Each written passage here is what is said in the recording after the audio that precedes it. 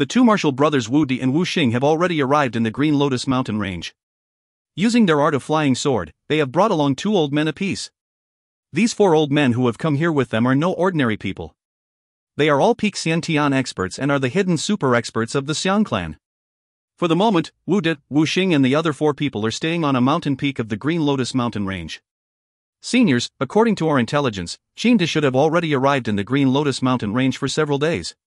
Shouldn't we also investigate at once where they have chosen to undergo the tribulation? The leader of the 4 old men, a white-haired old man, says to Wu Di and Wu Xing. Wu Di, his long hair fluttering, gives a smile. White-browed Wu Xing then says indifferently, "There's no hurry. The Green Lotus mountain range is only several hundred li long. With the speed of our flying swords, in addition to checking using our holy sense, a night will be enough to find out where they are." Wu Di says, "Martial younger brother, tonight let's investigate carefully once to see where Qin is actually hiding." Okay. You're far more powerful than Fenjiuzi, so when you use your holy sense to investigate he won't feel anything. There is a hint of arrogance on Wu Xing's face. He simply does not worry about this mission at all. Wu Di and his martial younger brother consider Fenjiuzi the only opponent because a middle-phase Jindan stage expert like him will be a bit of a trouble. As for the other people, they simply pay no attention to them. A Xiaotianist's body is always protected by elemental energy and therefore those so-called high Xian grade weapons will not be able to harm them. Late at night, the bright moon is hanging in the sky. Qin and Qinyu are sitting side by side talking to each other. "Mr. Lu Xing, I've always been curious about why you practice so hard," says Qin with a smile. Even though they have arrived in the Green Lotus mountain range for several days, this is the first time Qin and the mysterious Mr. Lu Xing have talked about this matter. Qinyu says with a smile, "Practice hard?" The first thing he thinks about is his father, but in the blink of an eye he remembers his current identity, so he says at once, "I practice hard firstly for my relatives and secondly because I want to pursue the limits in practice." Qin does not know his identity anyway, so Qinyu says what he thinks directly. "Oh? Pursuing the limits in practice?" Qin becomes curious. Qinyu nods, "Yes, I actually long for the Shojin world, in which I'll be able to fly 10,000 li to the horizon when I make a movement, and kill my enemy from 1,000 li away by drawing my sword when I'm angry. Fighting heaven and hell, battling demonic beasts." Qinyu has become a bit excited. He then shakes his head and says with a sigh, "Too bad, my power is still far from enough." "I believe you'll definitely achieve your goal," says Qin smilingly. Maybe. Qinyu looks at his father before him. His heart slightly warms up. He moved into Misty Villa when he was 6. For so many years, the journey to this place with his father has unexpectedly been the longest period of time he and his father have spent together. They have been chatting with each other every day for the last several days like good friends. A huge 8-diagram symbol is naturally formed by the entire valley. Fenjiuzi has set up the base of the formation and linked it up with the valley using his elemental energy. Only in this way can he totally activate the power of such a natural 8-diagrams formation. The natural 8-diagrams formation absorbs holy energy, then channels the energy toward the center of the valley via 8 paths. In the center of the valley, there is a small reverse 8-diagrams formation. Qin is sitting with legs crossed in the center of this reverse 8-diagrams formation. The huge natural 8-diagrams continuously absorb holy energy and channel it into the reverse 8-diagrams through 8 paths. After absorbing for 3 days, the reverse 8-diagrams formation has been filled with energy. At the moment, a terrifying force is moving non-stop in the reverse 8-diagrams formation. Qin now can start this force off to form a protective cover. "The 13 of you listen," Fenjiuzi says while staring at Qinyu and the others. Gumin and the 5 people from the Secret Arrow, Elder Blueclad, and the 5 people from the Heavenly Net, and Qinyu, there are 13 people altogether. These 13 people are listening to Fenjiuzi's orders. The huge natural 8-diagrams formation hasn't been activated yet. Once it's started off, natural illusions will be created and you all will also be affected. Therefore, first, I'll set up a small 8-diagrams formation on the body of each of you. In this way, you won't be affected by the illusions. Fenjiuzi says to everybody. Fenjiuzi has linked both the huge natural 8-diagrams and the reverse 8-diagrams surrounding Qin up using his elemental energy, so they are totally under his control. As long as Fenjiuzi uses his elemental energy to set up an 8-diagrams formation on everyone, the huge formation will not affect any of them. If the enemies come, I'll activate the huge natural 8-diagrams formation at once to obstruct them. Once they are affected by the illusions while you aren't, you must grasp the opportunity to kill them. Fenjiuzi tells everybody clearly what to do while looking at them. They all understand that, when the enemies are affected by the illusions while they are not, it will exactly be the best chance to kill the enemies. Of course, there won't necessarily be any enemies. I'm just cautioning you. However, you must remember one thing, that is, you mustn't let anyone approach Mr. Ring no matter what, says Fenjiuzi solemnly. Everybody also nods. Starting from this time, Shindy always practices in the reverse 8 diagrams, trying to reach the best condition before the arrival of the 4 and 9 heavenly tribulation. Naturally, he no longer chats with Shinyu. Father. Shinyu looks at Shinda, who is practicing in the reverse 8 diagrams. He is silently hoping in his heart, hoping that his father will succeed. This period of time, during which he has often chatted with Shinda, has been his happiest period of time for the last 10 years. The days pass. After 3 days of practicing, Shindy finally stops. The heavenly tribulation will come tonight. Shindy says to everyone. End of B3C19. If you find any errors, ads pop-up, ads redirect, broken links, non-standard content, etc., please let us know. Report chapter so we can fix it as soon as possible. Book 3, Chapter 20. B3C20, The Battle of the Tribulation, 1. It gradually gets dark. Shinda is sitting with legs crossed in the center of the reverse 8 diagrams formation. Fenjiuzi, Shinyu and the other people are sitting randomly around Shinda. As every minute or second goes by, the 15 people in the valley know the heavenly tribulation is coming closer and they all become increasingly tense. Father. Shinyu slightly turns his head and looks at Shinda, who is sitting quietly. At this moment Shinda has a calm expression on his face. Shinyu's heart suddenly trembles because he knows it is extremely difficult for mortals to resist the power of a heavenly tribulation, even when it is the weakest, the 4 and 9 heavenly tribulation. I won't let anyone disturb you no matter what. The look in Shinyu's eyes becomes even swifter and fiercer. Everybody, the 4 and 9 heavenly tribulation is a minor heavenly tribulation. There'll be 4 bolts of lightning striking down in total. During this period of time, all of us must stop anyone from disturbing Mr. Ing. Moreover, don't even dream about helping Mr. Ing resist the thunderbolts. A heavenly tribulation is meant only for the person who has to go through it. If any of you tries to help Mr. Ing resist the tribulation, he won't get any help and, even worse, the thunderbolts will punish him. Fenjiuzi orders everyone. As Fenjiuzi has previous experience with the 4 and 9 heavenly tribulation, the people present immediately memorize what he said. Brother Phone, all of you please don't get too uptight. Only a few people know that I chose the Green Lotus mountain range for my tribulation. No one will necessarily disturb me. Shindy opens his eyes and says smilingly. Even though the heavenly tribulation is coming, he is still talking cheerfully and humorously. Suddenly, fierce winds blow, sweeping across the ground and the sky, scattering the clouds. Within several hundred li of the valley, all of the clouds in the air have been blown elsewhere in a short while. At the same time, the color of the sky above the valley gradually changes and turns into dark red. The heavenly tribulation is arriving! Shouts Fenjiuzi immediately.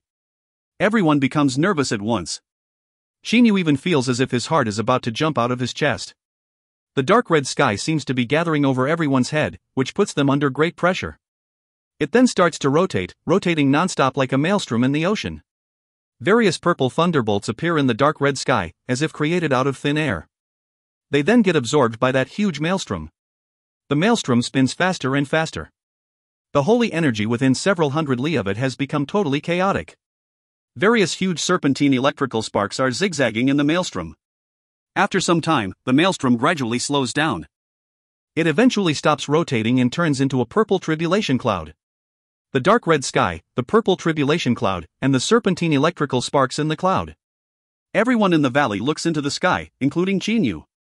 Seeing the heavenly might making its appearance in such a terrifying manner, Shinyu feels as if a rock has been put on his heart and finds it difficult to breathe. He clenches his teeth and glances at his father with fierce, glittering eyes.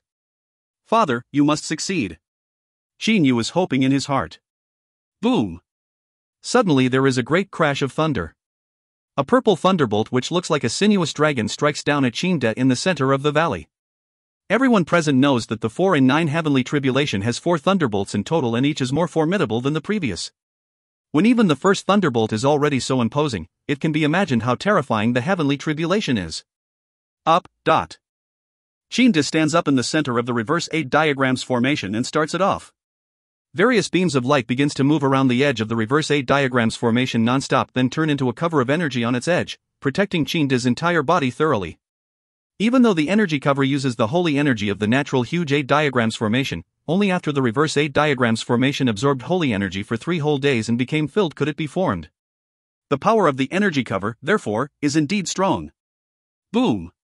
The purple thunderbolt strikes upon that green energy cover. The green holy energy of the reverse 8 diagrams formation hurriedly circulates. The energy cover also trembles for a short time, but it has just really withstood the first thunderbolt.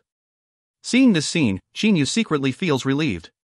This natural 8 diagrams formation is really strong enough. The 8 diagrams restrictive energy cover it created was even able to withstand the first thunderbolt without breaking apart. Fenjiuzi has a faint happy expression on his face. Not far from the valley at the moment, Wu De and Wu Xing are standing on their flying swords respectively, bringing along 2 old men each. Martial brother, that Qingdi unexpectedly overcame the first thunderbolt. Also, we even let him find a natural 8 diagrams formation. What rotten luck! Wu Xing says with a cold laugh. Wu De says in an unconcerned manner, there's no need to worry. Each of the 4 thunderbolts of the 4 and 9 heavenly tribulation is more dangerous than the previous. The first thunderbolt was merely an appetizer. It'll be hard for Qingdi to overcome all of them. Moreover, even if he overcame the 4 and 9 heavenly tribulation, he would be seriously injured. At that time, with our power, it'd be easy to kill him. But generally, after overcoming a tribulation, the practitioner's body will be badly damaged. How can a badly injured early-phase Jindan stage novice possibly be a match for middle-phase Jindan stage Wu Xing and late-phase Jindan stage Wu De? Shangxian, could we spring into action right now? The leader of the 4 old men asks respectfully at once. In the Xiang clan, these 4 old men are called 4 directions death gods. Their respective code names are East, South, West, and North. And they have been granted the royal last name Xiang. Hearing that, Wu De slightly nods. Martial younger brother, the second thunderbolt is charging now. Once it strikes down, their attention will surely be distracted by that scene. At that time, we'll attack like lightning and destroy them at one stroke. Yes, martial brother. Wu Xing becomes excited as well. The purple tribulation cloud continuously rolls. It sends out one strong force after another, frightening everyone in the valley. The second thunderbolt will obviously be much more powerful. Ha! Qingdi utters a series of low shouts. At the same time, a dragon-like body-protecting energy appears on the surface of his body. To be exact, this body-protecting energy, which seems almost materialized, is none other than the body-protecting technique of the Shi Huang ancestral dragon art at the peak of the Xiantian level. Concurrently with that, a dark red longsword appears in Qingdi's hand. It is exactly a middle-grade holy weapon and also Qingdi's trump card to overcome the tribulation. Xinyu is focusing most of his attention on his father. Fenjiuzi, Elder Blueclad and the others are also watching Qingdi take on the tribulation attentively. No one even dares to breathe heavily, so the atmosphere is very tense. Suddenly the air shudders. Boom! Another purple thunderbolt strikes down extremely fast from the sky. This thunderbolt is even thicker and radiates a more dazzling purple light than the first one. It almost reaches Qingdi in an instant. Xinyu and the others become nervous. However, at this moment, enemies raiding. Fenjiuzi's voice suddenly rises in the ears of the other 13 people. Xinyu and the others are startled. Fenjiuzi did not shout because he feared he would alarm Qingdi, so he could only use controlled sound transference. At the same time, he makes signs with both hands. The entire natural 8 diagrams formation in the valley is activated. Various streams of elemental energy start to run throughout the whole formation. Ha, Fenjiuzi, you think this kind of formation can block me and my martial brother? Are you dreaming? White-browed Wu Xing says with a loud laugh as he comes down from the sky on his huge flying sword, bringing along 2 old men at his back. On his side, fluttering long-haired Wu De also dives down standing on his flying sword with 2 old men behind him. 2 Xiatianists. Xinyu is shocked. Then he clenches his teeth and stares at those 2 Shangxian with blazing eyes. I'll put my neck on the line. I won't let them disturb father during his tribulation no matter what. End of B3C20. If you find any errors, ads pop-up, ads redirect, broken links, non-standard content, etc., please let us know. Report chapter so we can fix it as soon as possible. Book 3, Chapter 21. B3C21, The Battle of the Tribulation, 2. At the same time. Boom! The second thunderbolt strikes upon the 8 diagrams protective cover with a terrifying force. Immediately, the protective cover starts to shake as if it is a water surface. The force of the thunderbolt and the energy of the protective cover continuously cancel out each other. Concurrently with that, various written talismans rise to the surface of the protective cover from within. No good. At the moment, Xinyu activates his holy sense, and he is also partly paying attention to his father, so he can feel clearly that the energy of the protective cover is weakening extremely fast. The 8 diagram's protective cover suddenly breaks apart. At the same time, those written talismans on its surface also disappear. However, even though the protective cover created by the 8 diagram's formations have been shattered, luckily, the second thunderbolt's energy has also been drained away. Chinda, you're very lucky to have found this natural 8 diagram's formation and neutralized 2 thunderbolts with it. Too bad, each of the 4 thunderbolts of the 4 and 9 heavenly tribulation is more dangerous than the previous. The last 2 thunderbolts will be very different from the first ones. Wu Xing's white brows are so long they touch his temples, but he looks swift and fierce. Martial younger brother, don't waste time. Let's roll. Wu Di gives an order. Yes, martial brother. The 4 of you kill all of those Xiantian experts. I myself can handle Fenjiuzi. Wu Xing's eyes flash with savagery. The 4 old men look at each other then nod. They instantly jump down from the flying swords and charge toward the inside of the 8 diagram's formation. The 4 old men, who are all dressed in gray, are very powerful as well. Be careful, this formation contains illusions. Let's kill them with eyes closed. As soon as East Xiang enters the formation, he knows there is something wrong, so he immediately shouts loudly. Yes, big brother. The other 3 old men accept his order at once. At their current level, it will not matter even if they have to fight their enemies with eyes closed. Their holy senses have not been developed yet, but they are capable of vague extrasensory perception. Moreover, they can also locate anyone in their vicinity through hearing. The 4 people all close their eyes and stay motionless in the formation. For peak Xiantian experts, this is pretty troublesome. Fenjiuzi thinks like a flash. In an instant, he orders, Gu Min, you'll lead the 5 elements commanders to deal with Wu Xing. I'll handle Wu Di. As for the other 4 old men, the rest will handle them. At this moment, the tribulation cloud starts to roll again. A rumble of thunder rises in the sky. The cloud is gathering electricity. As the thunderbolts become more powerful in order of appearance, it takes longer to charge them in order of appearance as well. Chinda's entire energy and mind have been focused on dealing with the heavenly tribulation, so he simply does not notice that a great battle is starting. Wu Di laughs out loud, then stares at Fenjiuzi and says, Humph, Fenjiuzi, a middle-phase Jindan stage weakling like you will attempt to fight me? Having heard what Fenjiuzi said just now, he has naturally become furious. He is a late Jindan stage expert while Fenjiuzi is only at the middle phase of the Jindan stage, so there is a huge difference in power between them. Fenjiuzi, you even sent some Xiantian experts to deal with me? Wu Xing is so infuriated that he bursts out laughing. In his eyes, Xiantian experts simply cannot even break his defense, so naturally he feels humiliated by Fenjiuzi making such an arrangement. Fenjiuzi gives a cold laugh but says nothing. The fact that he possesses a middle-grade holy weapon is a secret. A middle-grade holy weapon is several times more powerful than a low-grade one. A spear-wielding kid can kill a knife-wielding adult. This is the benefit of having a better weapon. Kill! Wu Di and Wu Xing suddenly shout. Like a flash, Wu Di charges directly at Fenjiuzi on his flying sword. Wu Xing also comes into the large formation standing on his flying sword. Even though there are illusions in this formation, Wu Di and Wu Xing directly use their holy senses to observe, so they simply ignore the effects of an elementary formation like this one. This natural 8 diagrams formation merely makes use of the natural geography of the valley to create some simple illusions, therefore nothing in it can escape the observation of the holy sense. Real top-class elusive formations can even affect the holy sense, but it is regrettable that Fenjiuzi has not reached a level in power where he can use them yet. After a series of explosions, a miserable cry rises and blood splatters everywhere.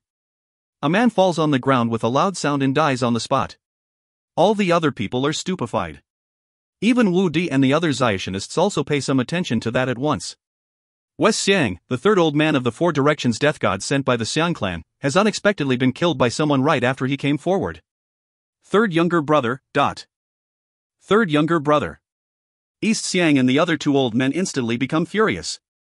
The 4 of them have been with each other for over 100 years and had a deep affection for each other. Their brotherhood is even closer than that of blood brothers. A special telepathy has even developed between them. When the 3rd old man died just now, the other 3 could immediately sense that he was dead. Today the 3rd among them has died, but, due to being affected by the illusions, they simply do not know who killed him. That was awesome, Mr. Lu Xing. Elder Blueclad transfers his voice confidentially into Qin Yu's ears. Qin Yu smiles coldly. Locating through hearing? What if they cannot hear any sounds? Just now Qin Yu used his body maneuvering skill and did not create any wind sounds. Even though the Xiang clan's four directions death gods are peak Xiantian experts and somewhat capable of extrasensory perception, but because Qin Yu has always been holding back his aura, West Xiang and his brothers have been unable to sense his aura. If a person is to hold back his aura completely, he must not channel his internal energy. In this way, it will be impossible for other people to sense his aura. However, during a battle, everyone uses Xiantian energy or elemental energy, so how could anyone possibly hold back their aura? But Qin Yu can, because just now he did not use his purple Xiantian energy at all and only relied on his physical power. East Xiang and his two brothers are extremely shocked. At the moment they simply cannot see anyone because of the illusions, whereas all of the people on Qin Di's side are not affected by the formation. The death of West Xiang just now has frightened them. Disturbed father during his tribulation, die. Qin Yu transfers his voice confidentially into South Xiang's ears directly. South Xiang is shocked at once. Father? Before this South Xiang can understand what it means, a punch suddenly smashes on the left side of his chest. His heart is immediately pulverized as if he has been hit by a huge sledgehammer in the chest. He falls on the ground and dies instantly with eyes popping. Second younger brother. Cries East Xiang mournfully. Second brother. Cries North Xiang hurriedly as well. Who's that? Come out and fight me openly. He has become extremely furious because two of his brothers have been killed in only a short while. That brat is really troublesome. His movements don't cause any wind sounds and he doesn't give off any aura. Wu Xing's holy sense locks onto Qin Yu. He immediately shouts, "Brat, prepare to die." Qin Yu takes a look at Wu Xing. He is slightly startled in his heart. Should I use the flaming sword and flaming gloves? He starts to consider. A Zionist's offense is too powerful, so he must rely on his middle-grade holy weapons, the flaming sword and flaming gloves, at crucial moments. Without using the middle-grade holy weapons, he will simply have no chance of winning. But once he uses them, his identity will probably be revealed. 5 elements commanders, get in formation. Gu Min's voice rises at the same time. The 5 late-phase Xiantian experts of the secret arrow immediately stand in front of Qin Yu. If Wu Xing wants to kill Qin Yu, he will have to kill all the 5 of them first. Wu Xing sneers hideously, only some insects who want to die. Don't blame me for having no mercy. As he finishes saying, he points at his flying sword. The sword immediately shoots at one of them. Concurrently with that, late-phase Jin Dan stage Wu Di and middle-phase Jin Dan stage Fen Jiuzi also clash forcefully at last. Boom! A terrifying noise is heard. 2 swords, one being flaming red and the other being golden, clash head-on with full force. There is a smile on Wu Di's face. His power is far superior to Fen Jiuzi's, so he likes clashing head-on the most. After the violent collision, Wu Di's face instantly goes pale. A little blood trickles out of the corners of his mouth. At the same time he looks at Fen Jiuzi in disbelief. Your flying sword. Fen Jiuzi's face is also pale, but his eyes are shining brightly. He says with a cold laugh, Wu Di, today I'll let you know how great the difference between a low-grade holy weapon and a middle-grade one is. At the moment, Fen Jiuzi is high-spirited and vigorous. Zionist's offense is dependent on their holy weapons. He and Wu Di use flying swords, so their offensive forces are determined by the flying swords. Bang! A dark red short knife appears in a hand of each of the secret arrow's 5 elements commanders. They block the flying sword directly with the knives. At the same time, their bodies make a shake to neutralize the impact force. While Wu Xing is startled by this, the 5 elements commanders instantly surround him and attack him together using the short knives.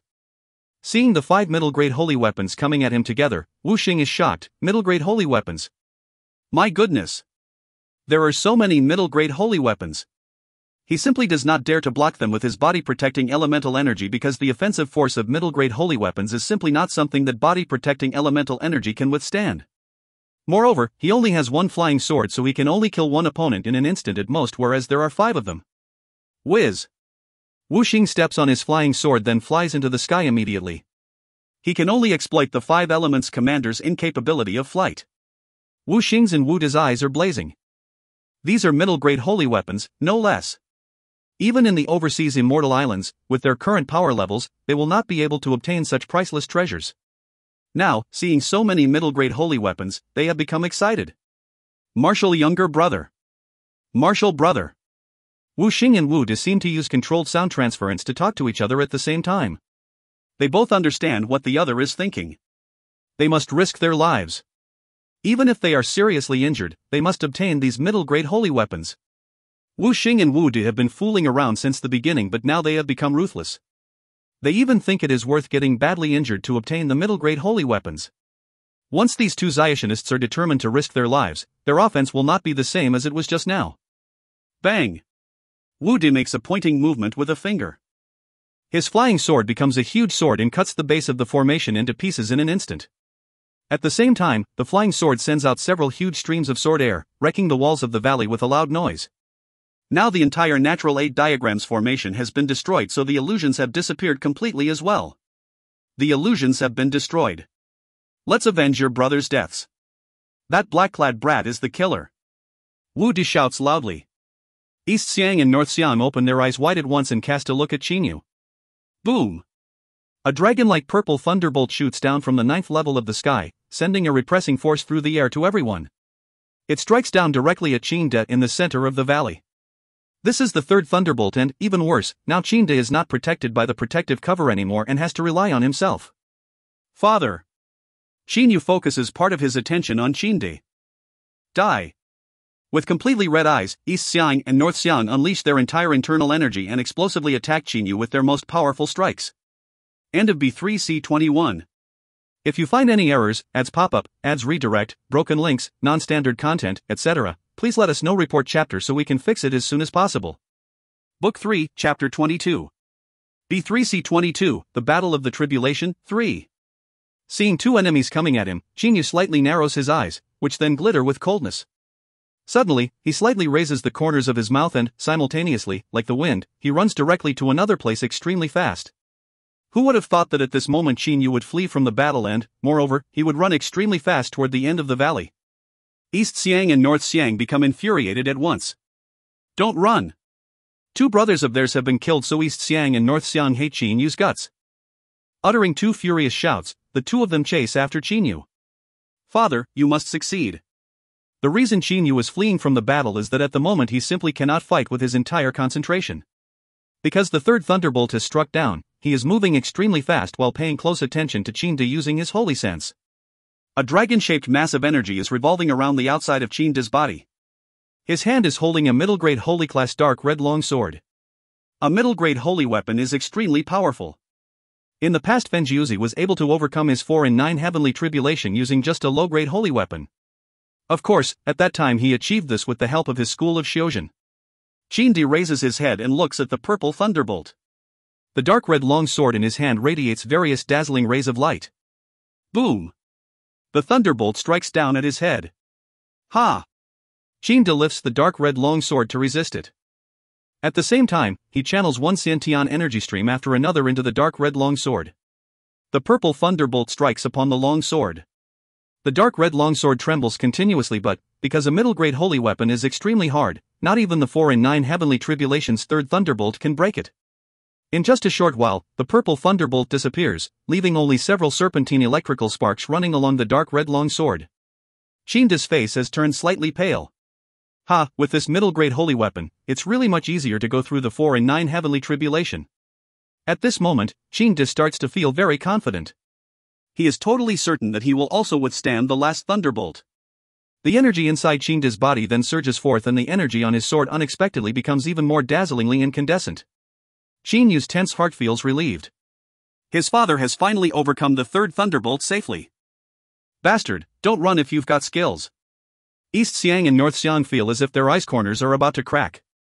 They have been chasing after Qinyu non-stop, but in terms of body maneuvering skills, Qinyu, who has taken off the weights on his body, has already outstripped peak Xiantian experts. Ha ha! Taste my fists, two clowns! Qinyu, who has been running extremely fast, unexpectedly turns around all of a sudden and throws 2 punches at the two of them with both fists, which seem as if they are 2 swimming dragons coming out of water. East Xiang's and North Xiang's internal energy has already surged to their utmost early on. Seeing Qinyu unexpectedly stop running, they rejoice at once. Each of them concentrates his internal energy and throws a punch at Qinyu. As they both have been practicing for over 100 years, how powerful will their offense be when they join forces? Qinyu's 2 fists collide with East Xiang's and North Xiang's fists respectively.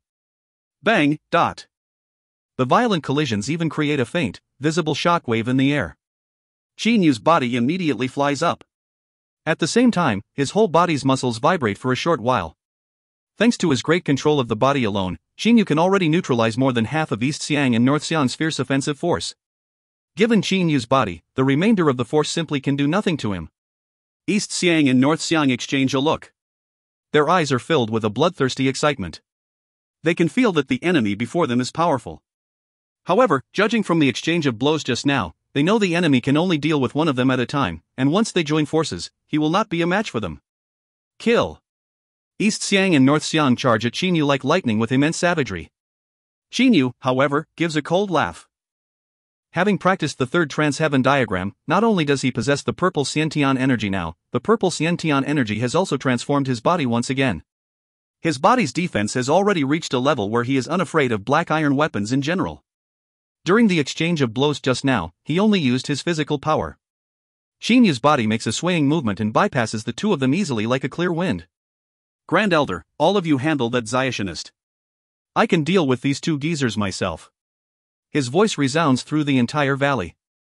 Hearing that, Elder Blueclad immediately says with a haha laugh, Mr. Lu Xing, those 4 directions death gods are very famous, but you've killed 2 of them. If you're interested in the remaining 2, then we'll leave them to you. Boys, form the double elusive 5 elements formation. After Elder Blueclad shouts loudly, the 5 assassins of the Heavenly Net and the 5 experts of the Secret Arrow unexpectedly pair up with 2 people of a pair staying close to each other. The 5 Secret Arrow experts have middle-grade holy weapons, but the 5 Heavenly Net assassins do not. However, this so-called double elusive 5 elements formation was created by improving the bases of the 5 elements formation, and therefore, even though 10 people are surrounding Wu Xing, only 5 of them will exchange blows with him at a time. The 5 Heavenly Net assassins and the 5 Secret Arrow experts attack in turn, alternating 3 Secret Arrow experts and 2 Heavenly Net assassins attacking at the same time, with 2 Secret Arrow experts and 3 Heavenly Net assassins attacking at the same time. In short, there are always 5 people attacking at any time. Ah, so many middle-grade holy weapons. Wu Xing is extremely furious. He can only rely on his holy sense and his extremely fast body maneuvering skill to flash around non-stop. What infuriates him the most is that these 10 people simply do not fear death. Even if they get killed, they will still try to stab him in vital points with their middle-grade holy weapons. Now, the battle in the valley has been divided into 3 fights. One is Qin Yu versus East Xiang and North Xiang. Another is Zionist Wu Xing versus 5 Secret Arrow experts in addition to 5 Heavenly Net experts. The last one is between middle-grade holy weapon-wielding Fen Jiuzi and low-grade holy weapon-wielding Wu De. This third fight, however, is the most devastating one. As Fen Jiuzi and Wu De battles each other, they cause loud explosions continuously, smash rocks and break down the rocky cliffs. At the moment, Elder Blueclad and Gumin are not far from Zionist Wu Xing and are ready for a sneak attack. 2 old geezers, prepare to die, says Qin Yu with a cold laugh. Shameless blowhard. East Xiang gives a cold laugh.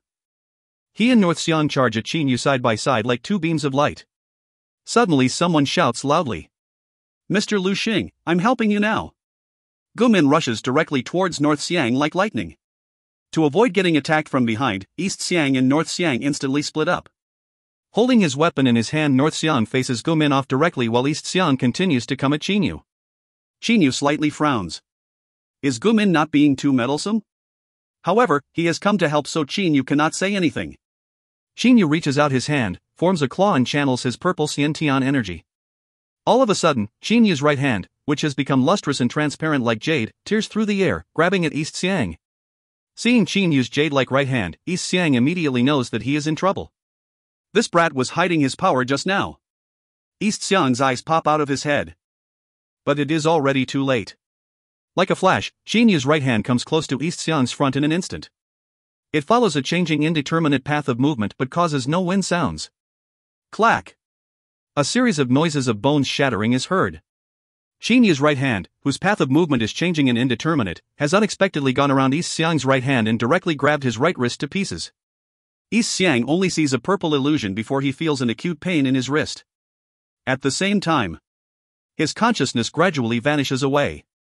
Just now, in only a moment, not only did Qin Yu continuously break East Xiang's right wrist to pieces, he also pierced a hole in East Xiang's throat directly using a finger strike. His speed was extremely fast, so even East Xiang could only see a purple illusion. Indeed, this purple Xiantian energy is very profound. Not only can it lead my body to attack like the ordinary Xiantian energy, it can also fuse with my muscles and body parts, increasing my speed once again. At this moment, there is a hint of excitement on Qin Yu's face. Ah! There are a miserable cry and a strangled groan. North Xiang has fallen on the ground with a miserable cry, whereas Gu Min has been seriously injured and sent flying powerlessly. Gu Min's body shoots up in the air uncontrollably, then falls down. Very coincidentally, he falls precisely towards Qin De's location.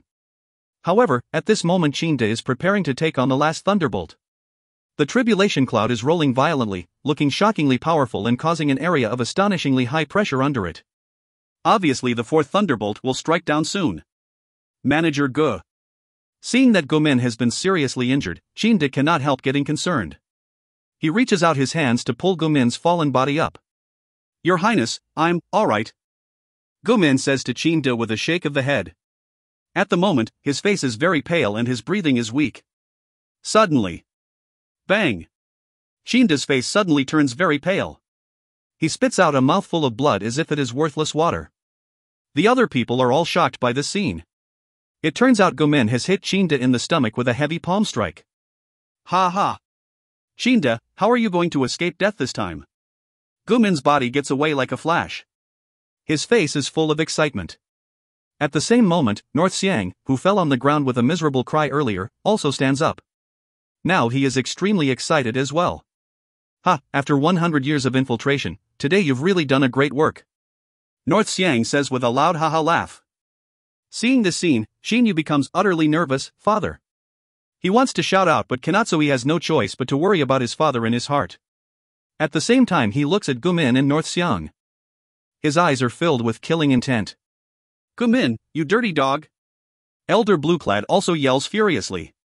Qin De looks at Gu Min but he only gives a disappointed smile. Gu Min, only a few people know that I chose the Green Lotus mountain range to undergo my tribulation this time, but Xiang Guang still got wind of this and even sent Tu Shengxin to this place. At that time I already suspected treachery. However, the people who know about this, you, Blueclad, Su Yuan and the other, were the people I trust the most. I couldn't believe any of you was a traitor. But, Qin De heaves a sigh. Suddenly, there are various series of explosions in the tribulation cloud in the dark red sky. The atmospheric pressure in the valley instantly increases to a whole new level as if the air is being pressed on by something. Everyone present knows that the fourth thunderbolt is about to strike down. However, now, Qin De has already been badly injured. End of B3C22. If you find any errors, ads pop-up, ads redirect, broken links, non-standard content, etc., please let us know. Report chapter so we can fix it as soon as possible. Book 3, Chapter 23. B3C23, Death, 1. Even though the fourth thunderbolt is about to strike down, you can see that Qin De has not even wiped the blood off his mouth yet. Seeing his father's pale face, the blood in his entire body starts to boil and his eyes gradually redden. A violent killing intent continuously whirls about in the bottom of his heart. After accepting this mission, when he discovered that the object of the mission was to protect his father just as he had guessed, he was so delighted and made a resolution to protect his father from any troubles no matter what from the bottom of his heart. However, at the moment, father is seriously injured but the most formidable, the fourth thunderbolt is about to strike down. What should I do? What should I do? Qin Yu is extremely anxious in his heart. He is racked with guilt. A person's chance of overcoming the fourth thunderbolt right after getting badly injured is too low, but he cannot receive any help. It's my fault. If I had killed North Xiang a bit earlier, Gu Min would have had no chance to approach father with a fake serious injury. Even though it is not Qin Yu's fault, he blames himself a lot in his heart. He made a resolution to defend his father from troubles, but now his father has been badly wounded by an enemy. They must die, all of them. Qin Yu's eyes glance at North Xiang and Gu Min, flashing with killing intent. He clenches his fists. The purple Xiantian energy in his body starts to surge and continuously fuse with his entire body. After absorbing this Xiantian energy, his vigorous body looks as if it is entirely made of purple jade. He then violently bursts forth the purple Xiantian energy to the utmost. His body is completely covered in a purple light at once. Whiz! An insanely sharp whistle rises. A purple silhouette charges directly at North Xiang.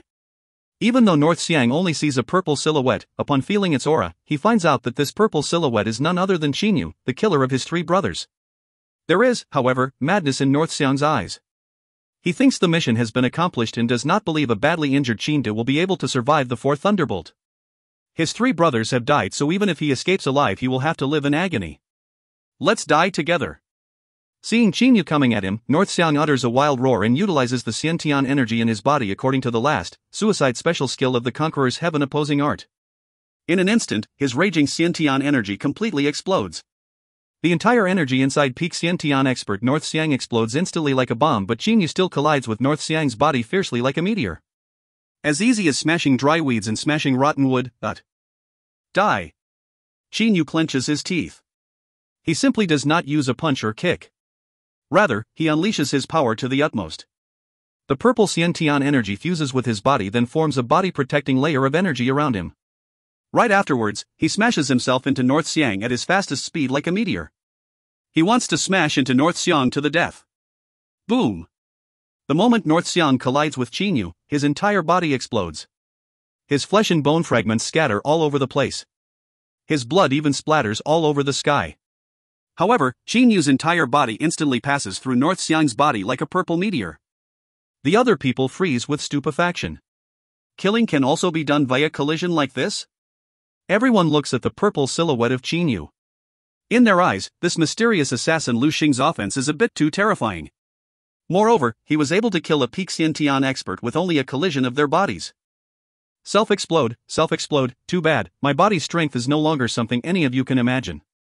A faint cold smile appears on the corners of his mouth.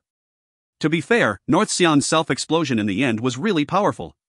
Any other Xiantian expert would definitely have been killed by it. Unluckily for him, Qin Yu is the unprecedented Xiantian external expert, whose bodily toughness is far beyond other people's imagination. Moreover, having continuously undergone the transformations caused by the technique of the three trans-heaven diagrams, his body alone has come close to ordinary Xian-grade weapons in hardness. And when the miraculous purple Xiantian energy fuses with his body and forms a protective layer of energy around him, not even Xian-grade weapons will be able to break his defense. Gumin, you are unforgivable. Qin Yu stares at Gumin. Being given a stare by Qin Yu, Gumin gets goosebumps a little. He then says smilingly, Mr. Lu Xing, you're just an assassin. Why are you risking your life for Qinda? Your mission's reward is only a high Xian-grade weapon, isn't it? If you help me deal with them, His Majesty will reward you with even more. Boom! A terrifyingly thunderous noise is heard. The fourth thunderbolt shoots out fiercely from the tribulation cloud like a huge purple dragon and strikes straight down. The other people including Qin Yu instantly stop fighting and look at Qin Di utters a low shout. His face suddenly becomes very red. All of a sudden, a resounding dragon cry rises from inside his body. A huge golden dragon which is made of energy and is almost materialized suddenly leaves Qin Di's body and fiercely soars into the sky on a collision course with the fourth thunderbolt. Boom! The huge dragon-like purple thunderbolt and the huge golden energy dragon crash together violently. A raging shock wave expands and wreaks havoc in the vicinity of the collision. In only a short while, the huge golden energy dragon disappears. However, the huge dragon-like purple thunderbolt has also been weakened by more than 50%. But the remainder of the purple thunderbolt keeps striking down. Bang! Qin Di points the dark red long sword up into the sky and meets the purple thunderbolt with it. The thunderbolt strikes directly upon the dark red long sword, which then radiates a dazzling light. Qin Di's face suddenly goes pale. His body gets a violent shock. In just a short while, the energy of the thunderbolt unexpectedly dissipates. Qin Di then lies motionless on the ground because of weariness. Succeeded? Qin Yu freezes with stupefaction. Seeing this scene, anyone can understand what it means. Qin Di has succeeded. Relying on the natural 8 diagrams formation and his middle-grade holy long sword, Qin Di has still overcome the tribulation despite his serious injury. However, because he is lying wearily on the ground at the moment, it is obvious that his injury is extremely serious. In the sky, the tribulation cloud gradually dissipates. The dark red sky also changes back to the starry sky as before. A myriad of stars appear all over the sky before everyone's eyes. Qin Yu's heart is filled with an extreme happiness. Even though his father is seriously injured, all that matters is that he has overcome the 4 and 9 heavenly tribulation. With the help of the Qin clan's treasures, this injury will recover very fast. And Qin Di will form his Jindan very fast to become a Zionist as well. Gumin. Qin Yu looks at Gumin. His eyes are full of killing intent. Gumin, however, slightly frowns and looks at Qin Di. I never thought that he'd practiced the ancestral dragon art to the highest level like Shi Huang before. Even if he didn't have the middle-grade holy weapon, I think he would still have been able to overcome the heavenly tribulation. Suddenly, Gumin trembles because he feels someone's killing intent not far from him. He immediately takes a look. It is none other than Qin Yu.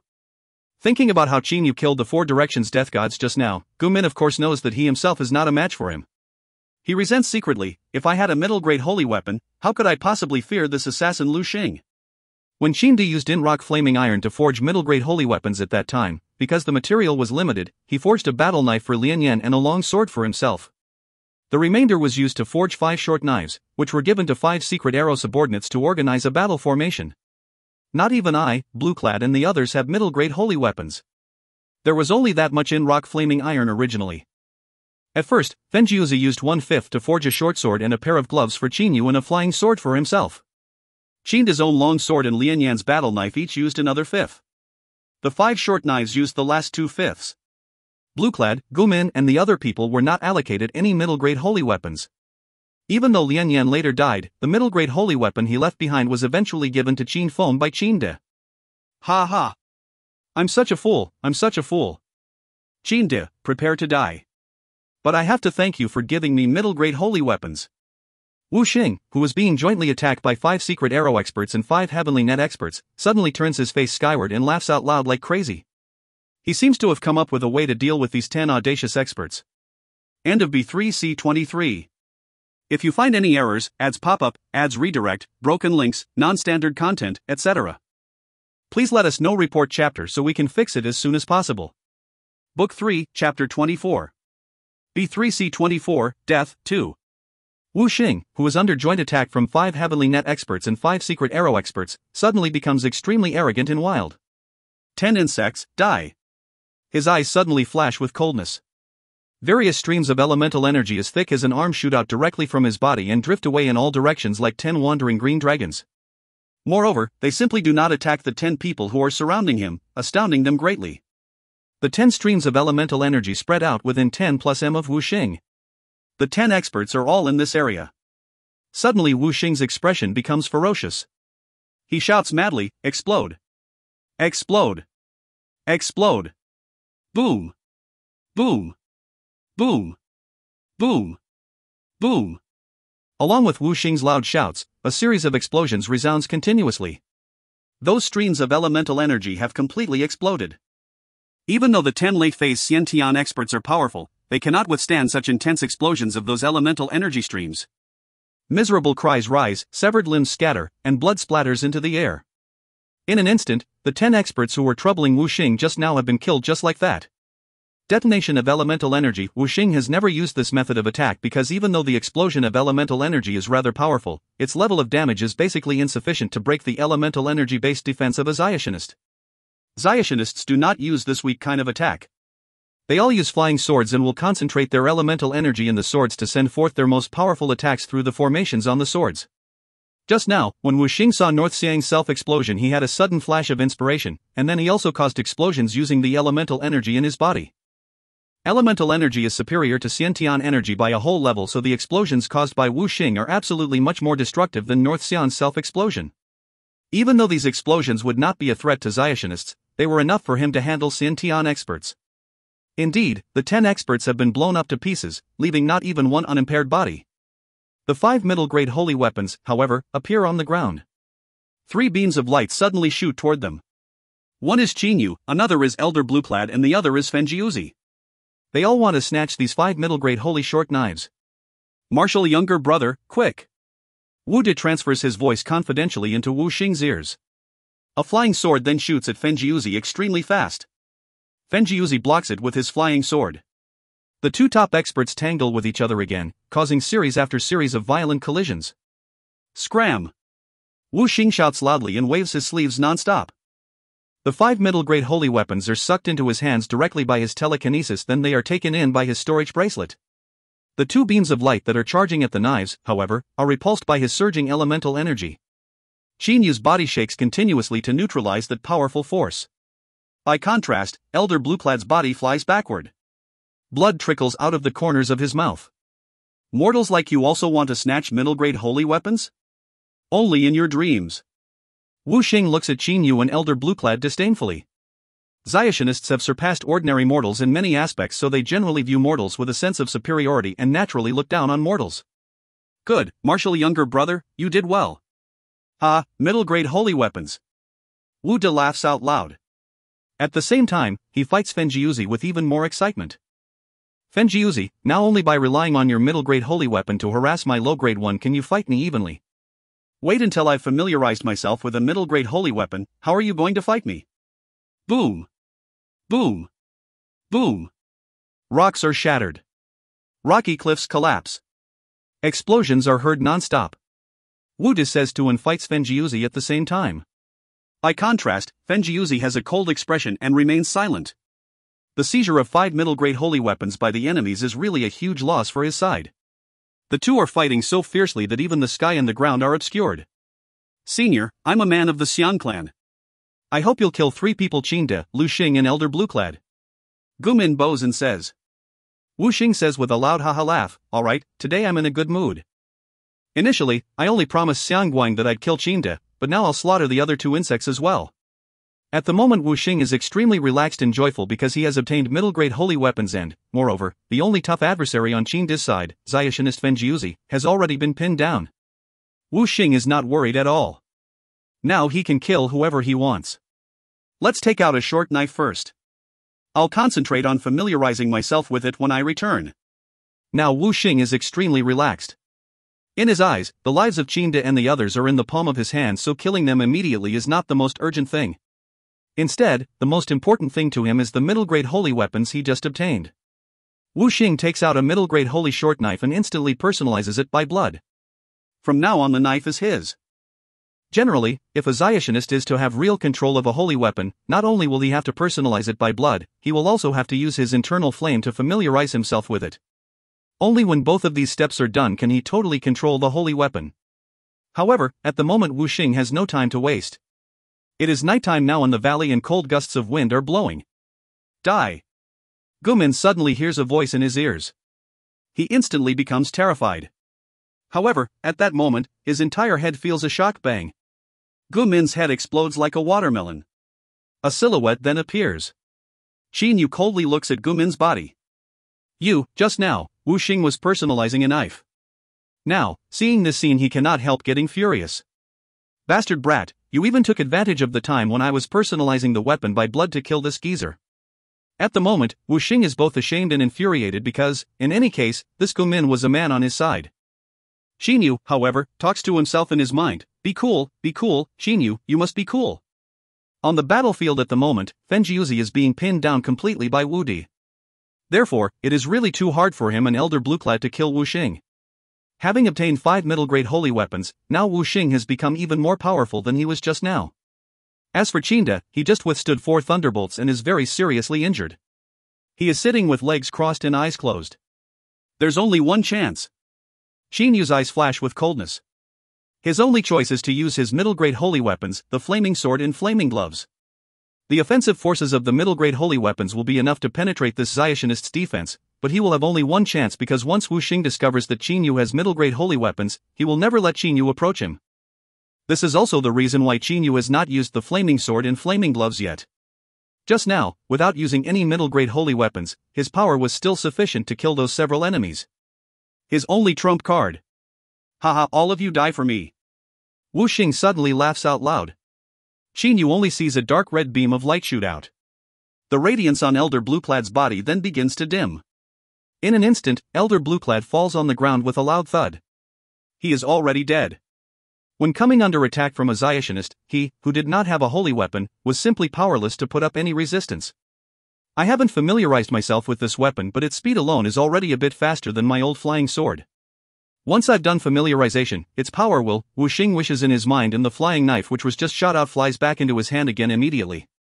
Looking at the short knife in his hand, Wu Xing is extremely excited. This guy is too strong.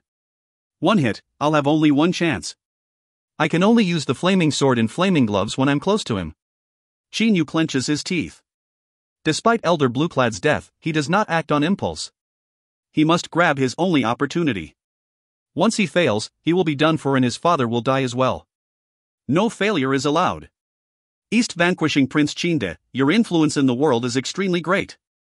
Too bad, you'll still die at my hands. Wu Xing is very complacent at the moment. He gently waves his hand, wanting to shoot the short knife out to kill Qingde. However, at this moment, there are no wind sounds. But Wu Xing's holy sense has noticed that Qin Yu's body is moving extremely fast and is only several tens meters away from him. In just an instant, Qin Yu comes up to his face. Bang! Wu Xing makes a wave of a hand. A beam of elemental energy shoots out, then explodes. However, the outside of Qin Yu's body suddenly blazes with a purple light. His entire body's skin now looks as if it is made of a lustrous purple kind of jade. And the explosion of elemental energy unexpectedly cannot harm him. Qin Yu chokes back the excitement in his heart and throws a punch at Wu Xing. As Wu Xing sees Qin Yu's fist coming at him, an idea springs to his mind: this guy is on Qin Yu's side. Maybe he is a secret trump card and also has a middle-grade holy weapon. I mustn't take a risk no matter what. He thinks like lightning. Die. Qin Yu's eyes flash with fierceness. The flaming sword suddenly appears in his hand. However, before his flaming sword appears, Wu Xing has already started to move. And by the time the flaming sword appears in his hand, Wu Xing has already got away 10-odd meters. As Wu Xing looks at the flaming sword in Qin Yu's hand, his eyes blaze with outrage. Brat, you even plotted against me. He is extremely furious. Luckily for him, at the last moment he dodged away like a flash, otherwise. Thinking of that possibility, a retrospective fear rises in his heart. At the same time, he becomes even more furious. The elemental energy in his body suddenly streams into the middle-grade holy short knife. A dark red beam of light then shoots at Qin Yu from Wu Xing. Bang! Qin Yu has no choice but to promptly block it with the flaming sword. The color of his face suddenly changes. He feels an extremely terrifying stream of energy transfer to him from the short knife. That energy stream, which is sharp and also forcefully destructive, attacks his body directly. Bang! Qin Yu is sent flying like a sandbag. Concurrently with that, blood spouts from his mouth. He then falls powerlessly on the ground with a bang. Fenjiuzi is fighting Wu De, but his holy sense notices this scene. He is secretly shocked. The flaming sword, it's the flaming sword. This assassin Lu Xing. Could he be Xiao Yu? No, impossible. Doesn't Xiao Yu practice external techniques? How can he possibly have internal energy? But this assassin Lu Xing's aura is very similar to Xiao Yu's. Could he really be? At this moment, even though Fenjiuzi is doubtful, he simply cannot get away because Wu De keeps tangling with him non-stop. I failed. Qin Yu feels a pain in his heart. He does not understand at all why at the last moment Wu Xing unexpectedly backed off just as he executed his killing blow. Could it be Wu Xing knew he was about to attack? Qin Yu simply does not understand why things turned out this way. He feels something sweet in his throat. His blood seems to be about to gush out again. Just now, Wu Xing, who was extremely furious, obviously struck Qin Yu a fatal blow. He channeled his extremely powerful elemental energy into the short knife. Both the short knife and Qin Yu's flaming sword are middle-grade holy weapons, but the short knife contained Wu Xing's extremely powerful elemental energy. With so much elemental energy attacking via the middle-grade holy short knife, the power of the strike was, no doubt, exceedingly great.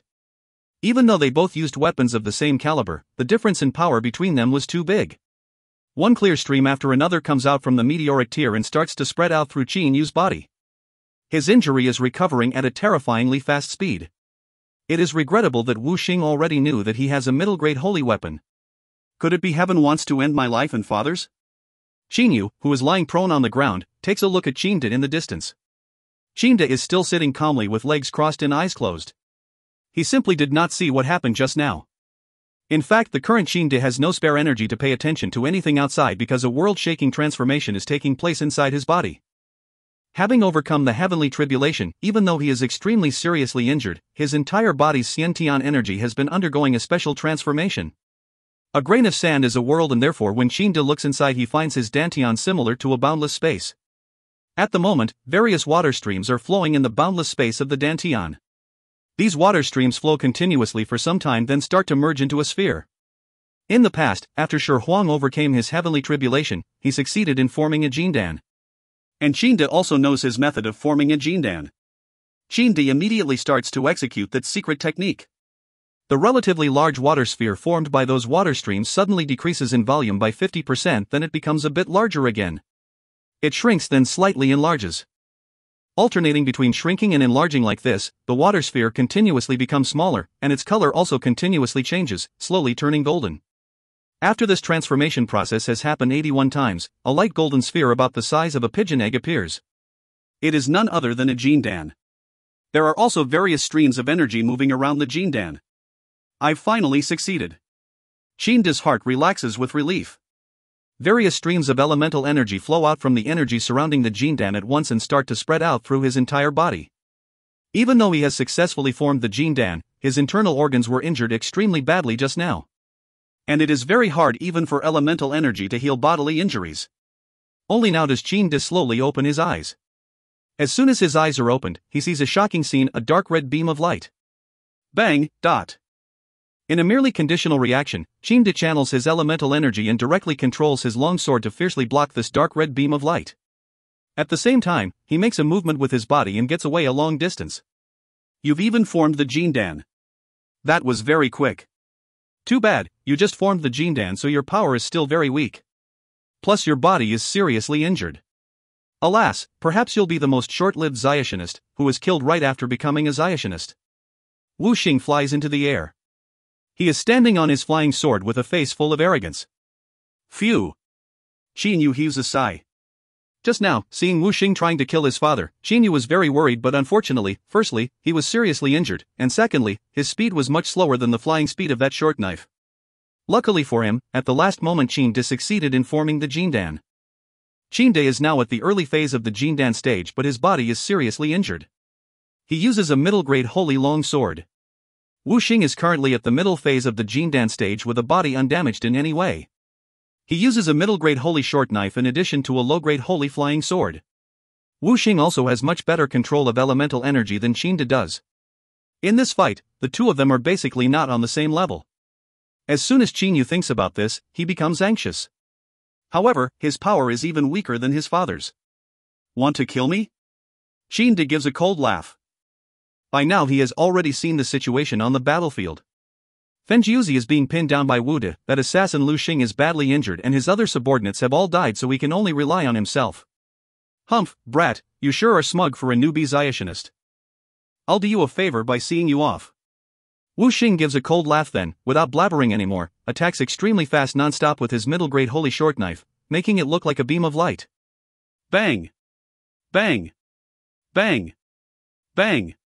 In a moment, Qin Yu has only breathed twice, but the two of them have already exchanged several tens blows. The intensity of their fight is even close to that of the fight between Fenjiuzi and Wu De.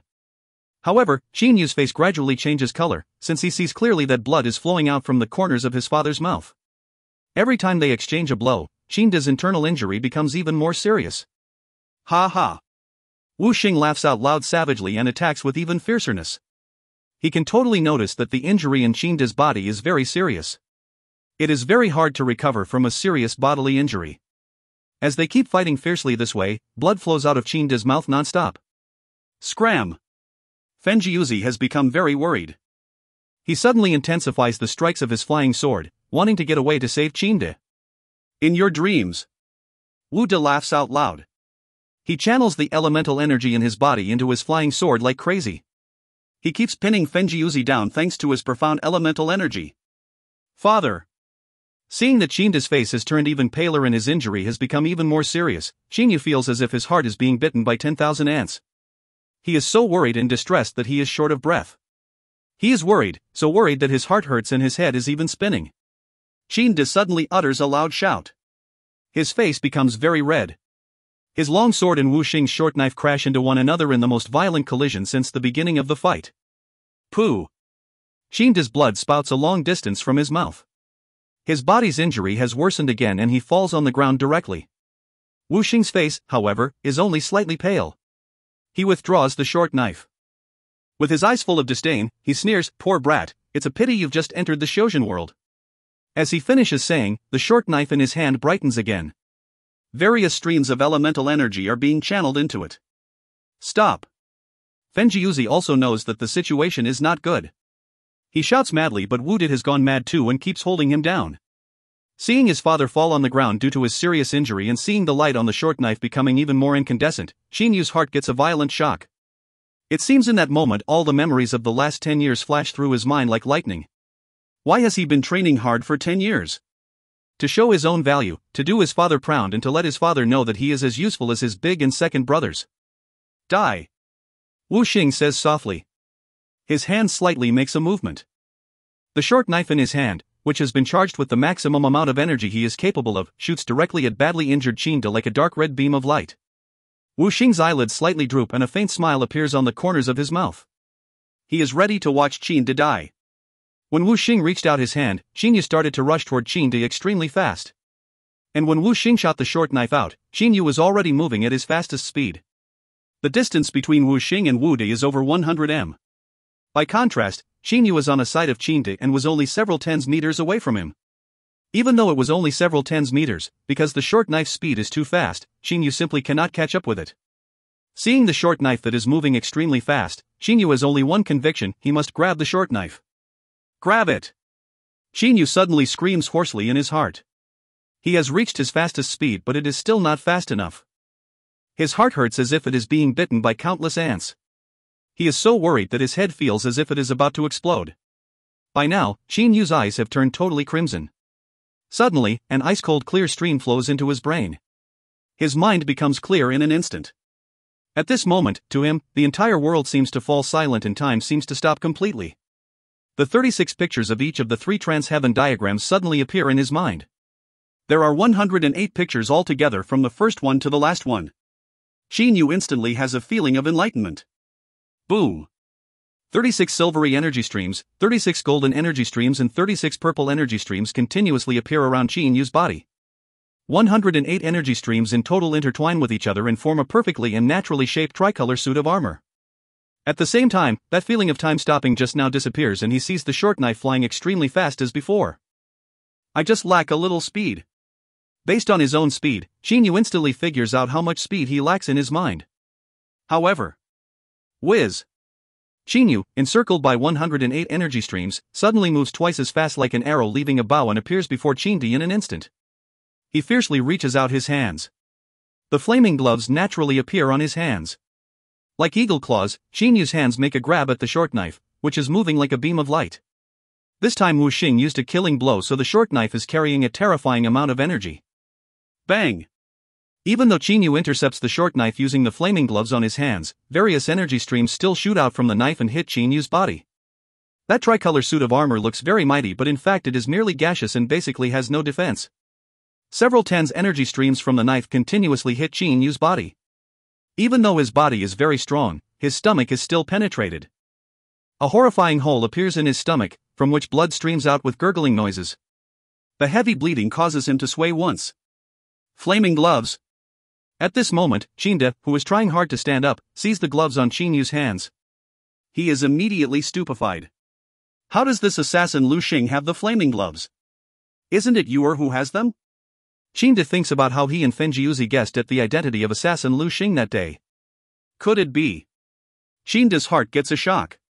But Yuer doesn't have internal energy. Wu Xing is furious. With a swaying movement of his body, he charges forward. At the same time, he points with a hand. His original flying sword immediately shoots at Qinyu. Due to his stomach being penetrated by the energy of the knife, Qinyu has been badly injured and he basically has no time to dodge the sword. Poo dot. In almost a while after Qinyu grabbed the short knife, the flying sword pierces his chest and punctures his heart. At the same time, the meteoric tear sends out various clear streams non-stop to mend the wounds. Unfortunately, the heart is a vital part of the human body. Father! Qinyu looks at Qinda and tries to force a faint smile. At this moment, his voice has changed back to his real voice. What? Qinda's face finally changes color, because assassin Lu Xing is really his own son. Goodbye. Now it seems I'm still a bit useful. With a lot of effort, Qinyu forces a smile. However, the fatal injury in his chest causes his facial muscles to slightly twitch. Suddenly, a hint of ruthlessness and fierceness flashes through his eyes. You two will die together. Wu Xing has already come close. Qinyu abruptly turns his face skyward and gives a long roar. His expression has become ferocious. His hands, which have been grabbing the short knife, reach their maximum speed, creating continuous indistinct silhouettes of dragon talons. The 108 energy streams around Qinyu's body all flow hurriedly with a sudden burst of speed. Qi! At a very fast speed, even faster than the extremely fast flying speed of the short knife just now, Qinyu's claws directly penetrate Wu Xing's chest. He violently makes a grab with his right hand and immediately smashes Wu Xing's heart with it. How is this possible? Wu Xing's eyes pop out of his head. Looking at the hands that have just pierced his chest, his face is full of disbelief. Just now his flying sword already penetrated Qin Yu's chest and directly punctured his heart. Even a low-level Zayationist would have died in that situation, but how has Qin Yu been able to carry on for so long? Wu Xing simply does not know that as soon as Qin Yu was injured, the meteoric tear began to hurriedly send out various clear streams, which have continuously fused with his heart. Only thanks to this has Qin Yu been able to persevere for a longer period than he would have without the meteoric tear and strike his final blow. Martial younger brother. Wu Di utters a wild yowl. Suddenly, a sad and shrill eagle cry resounds. A beam of light is shooting down from 10,000 m on the 9th level of the sky. It is none other than Xiao He. It was flying too high and therefore when it noticed that Qin Yu's life was in danger, it could not dive down in time. Xiao He is diving down extremely fast while wailing like crazy. Qin Yu's heart has been punctured. Not even the meteoric tear can heal him back to normal in a short time. He can only feel his vision starts to blacken and cannot breathe. He knows that he is dying.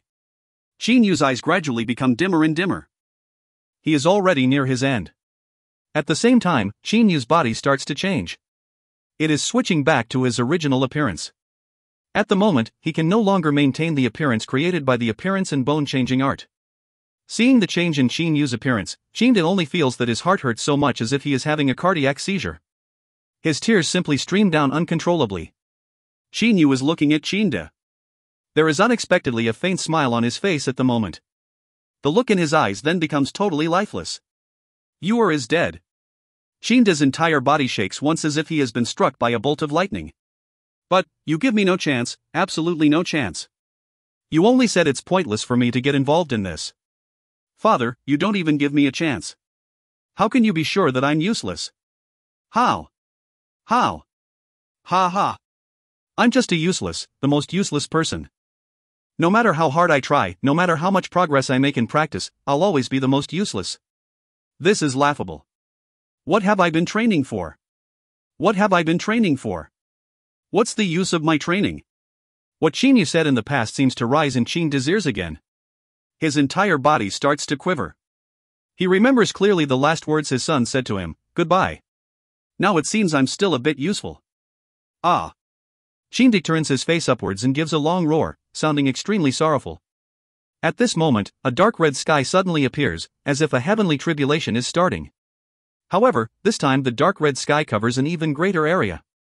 At first sight, it seems the entire sky has become dark red. There are various flaming red clouds in the center of the dark red sky, which look like tribulation clouds. Pa!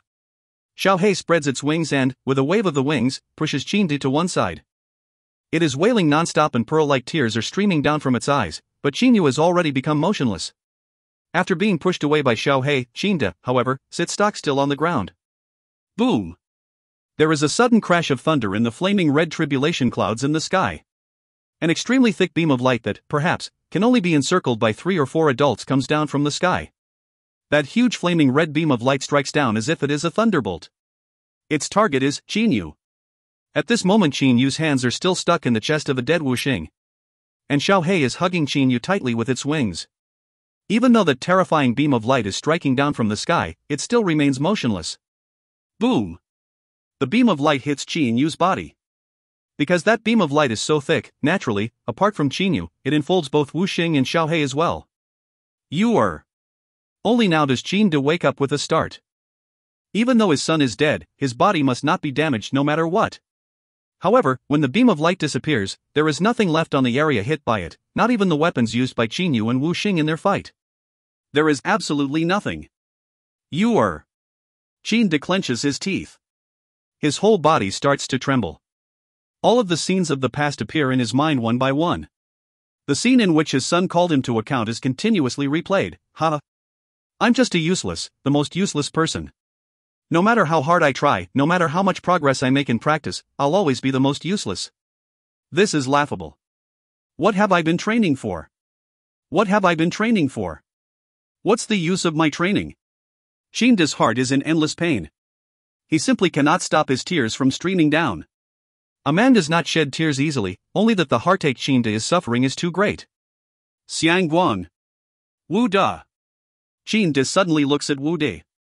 At this moment his heart is full of hatred. If it had not been for Xiang Guang and those two Ziationists, with his son's power, how could he possibly have died? Disregarding his body's injuries, Qin channels his elemental energy very quickly and charges at Wu De while grasping his long sword.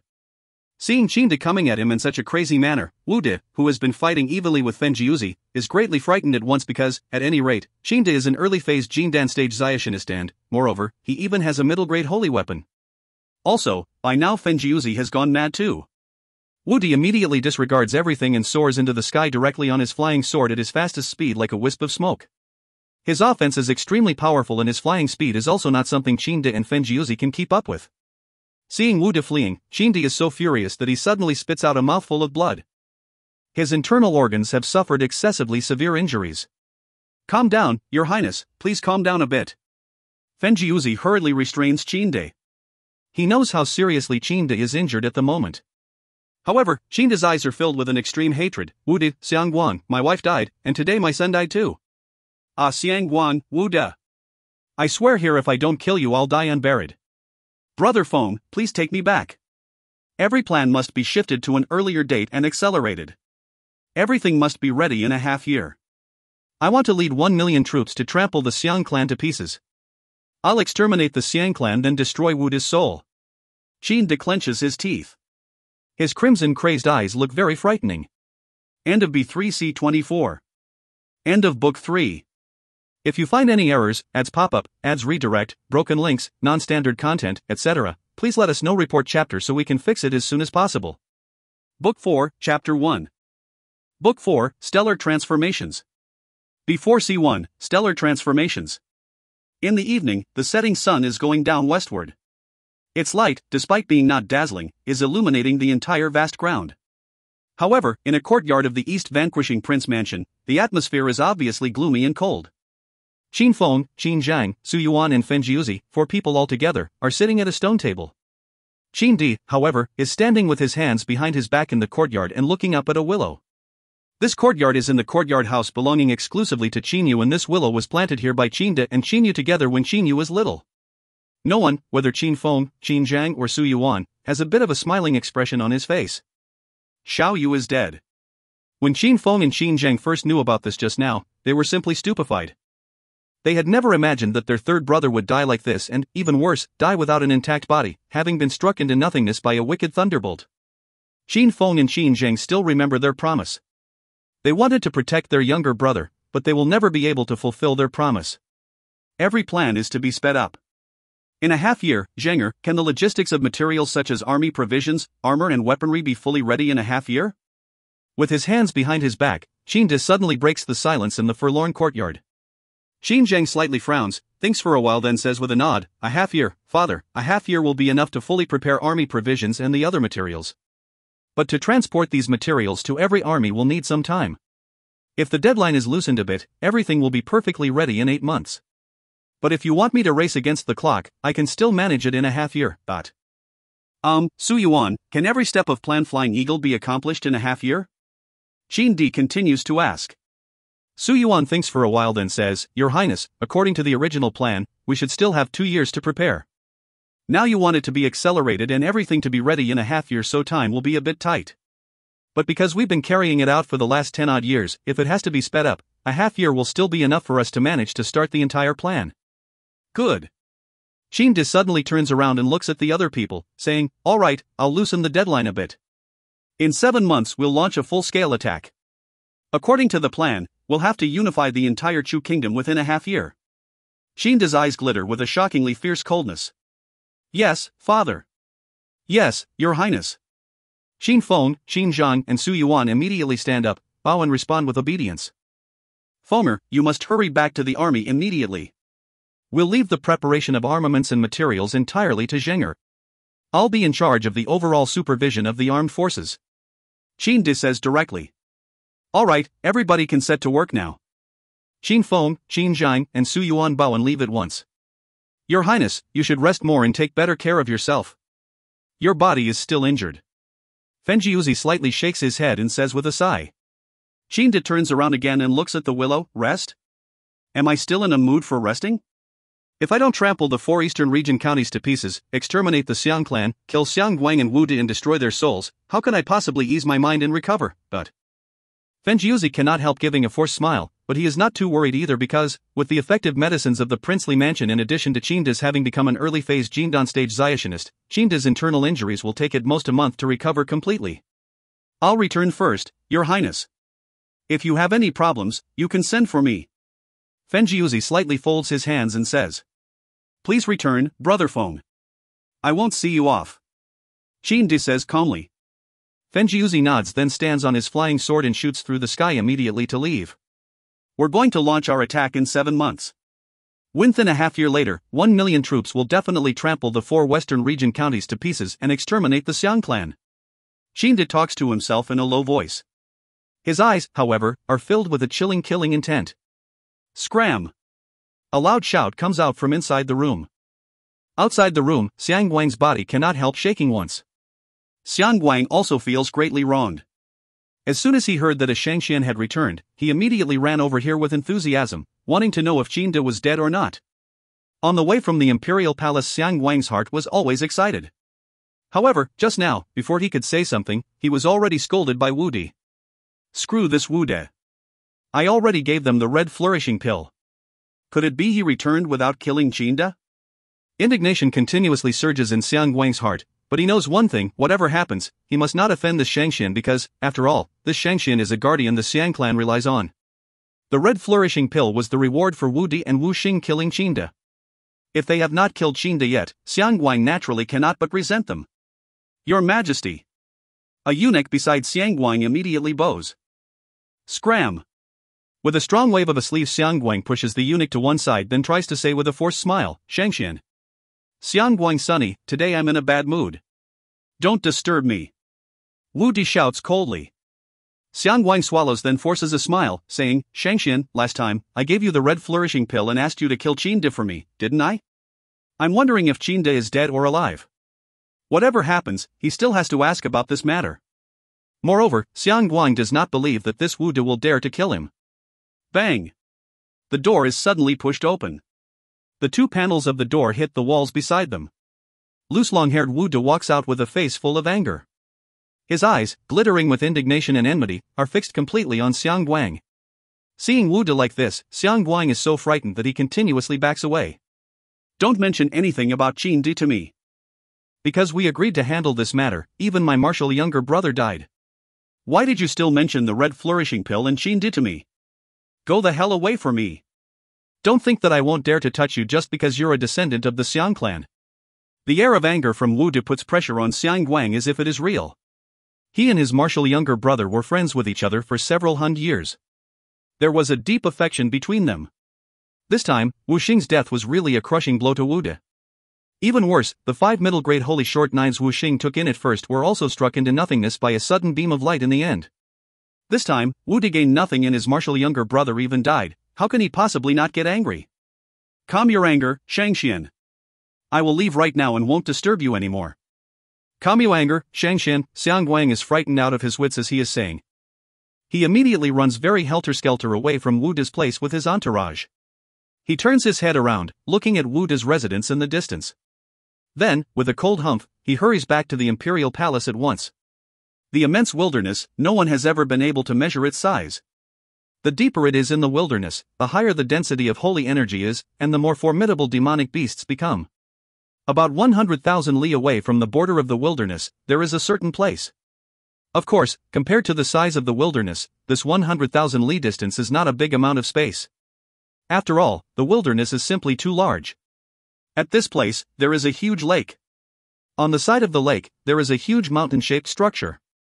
That structure has only 2 stories and is only about 8 or 9 m high, but it occupies a shockingly large area, which is both longer and wider than 100 m. In this structure, every room is very luxurious. The rooms are even lit with various kinds of lamplight of different colors that have never been seen elsewhere on the Qianlong continent. In the spacious entrance hall of this structure, the floor is pure silvery. A young man with a wounded stomach, a middle-aged man with white brows that touch his temples, and a black eagle are lying on this silvery floor. They are none other than Qinyu, Wu Xing, and the Black Eagle, who disappeared earlier. ________________. Under Qin's gaze, the look in Qin Yu's eyes becomes totally lifeless, his heart no longer beats and his breathing stops. Is this the feeling of death? Qin Yu vaguely remembers Xiao Hei's wail, but he simply cannot utter any sounds. He cannot even move his fingers a bit. However, his soul and consciousness still exist. After his bodily functions stop, his soul starts to shake. A basically irresistible sucking force comes from the outside and affects Qin Yu's soul directly, seemingly wanting to suck his soul away. I'm already dead. Is my soul entering the cycle of reincarnation now? He simply cannot resist. His soul and consciousness can only feel that this sucking force is potent and overwhelming. His soul starts to float up. Apparently it is about to float out of his body. Suddenly, a warm stream flows out directly from the meteoric tear mark on his chest and enfolds Qin Yu's soul and consciousness. So warm, just like soaking in the hot spring. Qin Yu's consciousness has this kind of feeling. At the same time, being directly insulated from that sucking force by the warm stream, Qin Yu's soul still remains in his body and is not getting sucked away anymore. Because his soul is engulfed in the warm stream, Qin Yu is simply unaware of what happens outside. Even when a flaming red beam of light shoots down from the sky and hits his body, he feels absolutely nothing. At the same time, the meteoric tear is sending out various clear streams, which are rushing into his wounds non-stop. His body's injuries are continuously recovering. The stab wound in his heart, however, is healing extremely slowly. But it is gradually recovering nonetheless. As every minute or second goes by, Qin Yu's soul keeps enjoying that warmth. It is absorbing that warm stream of energy like a baby. His soul is gradually strengthening and becoming more materialized as well.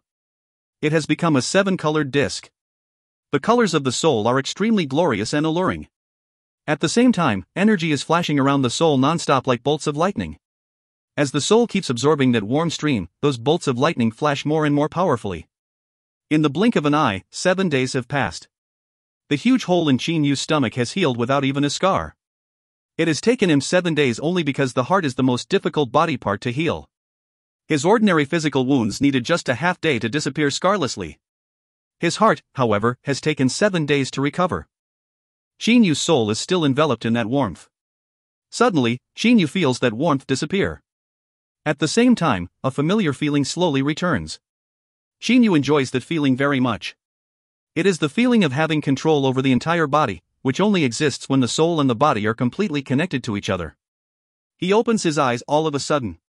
At the moment his hands are still stuck in the chest of Wu Xing, who is undoubtedly as dead as a doornail. Qin Yu abruptly pulls his hands out and makes a shake with them at the same time. The muscles of the hands immediately vibrate extremely fast for a short time, forcing all the blood on the hands away.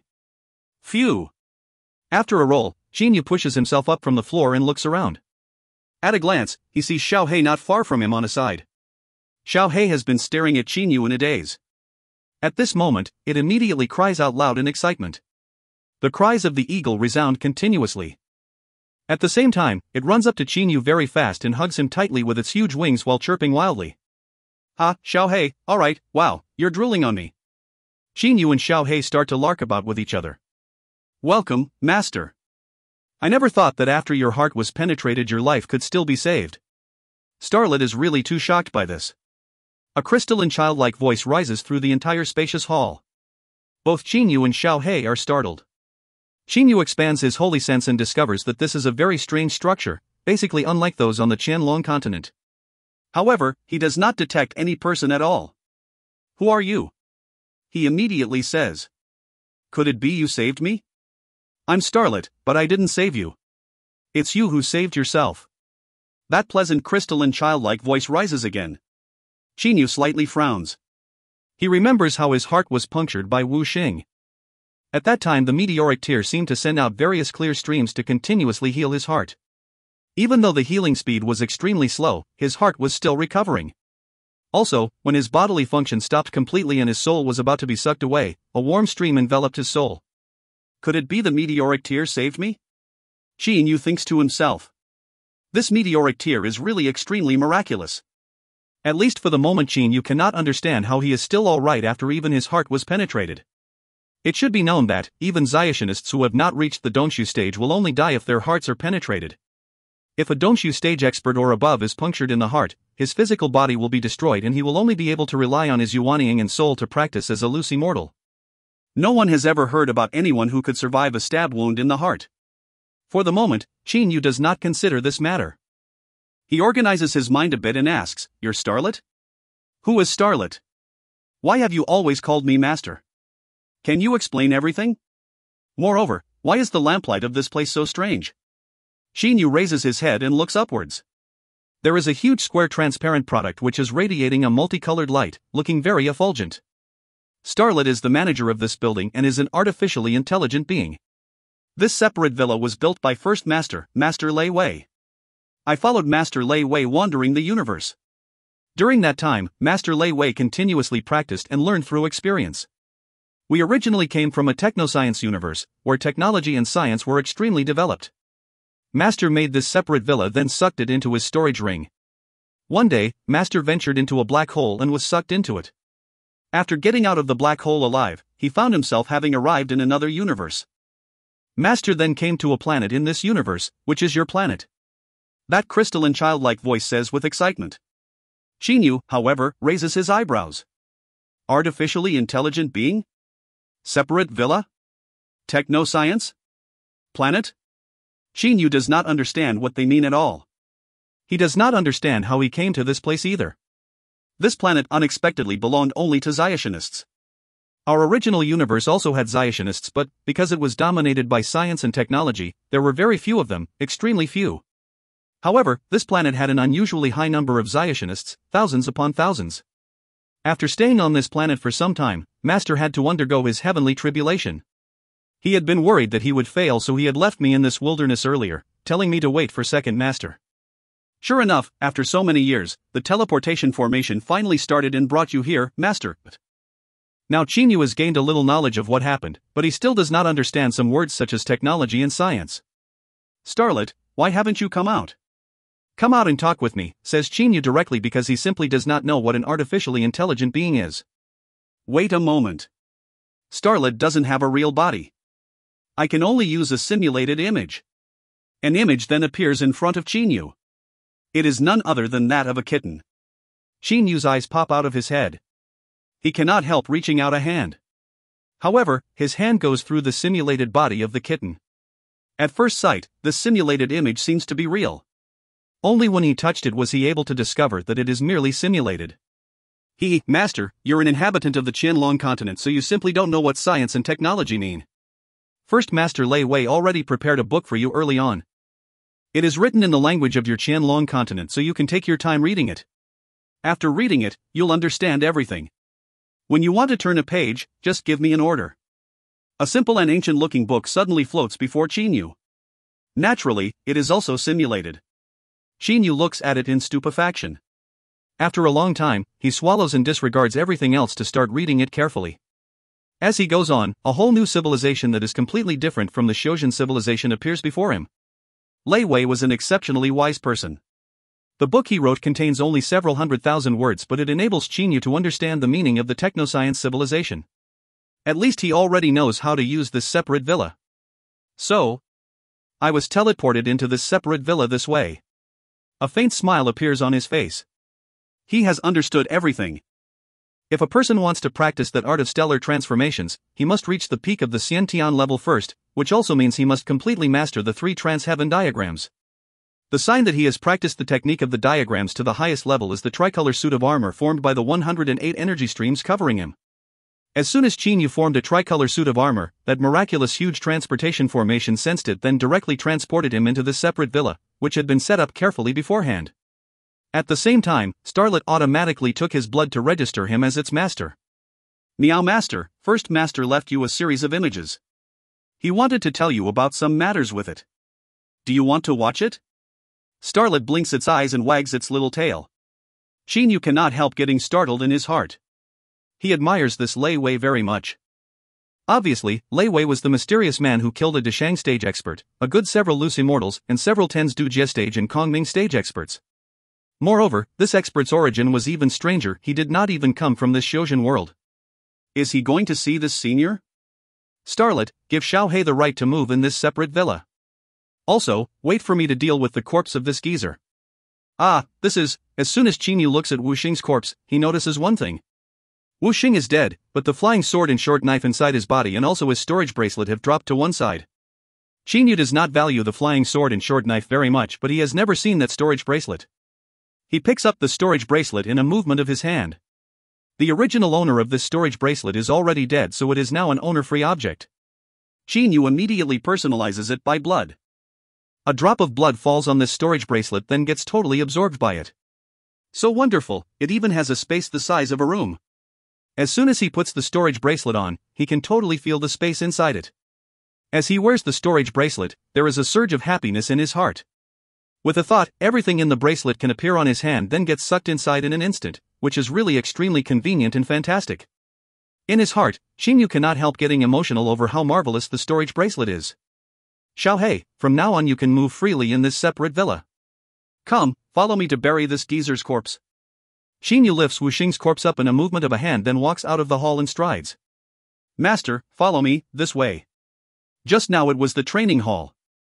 The surrounding silvery walls and floor of the training hall are made from an ore that first master collected from a planet with especially strong gravity while traveling the universe. They have particularly great hardness.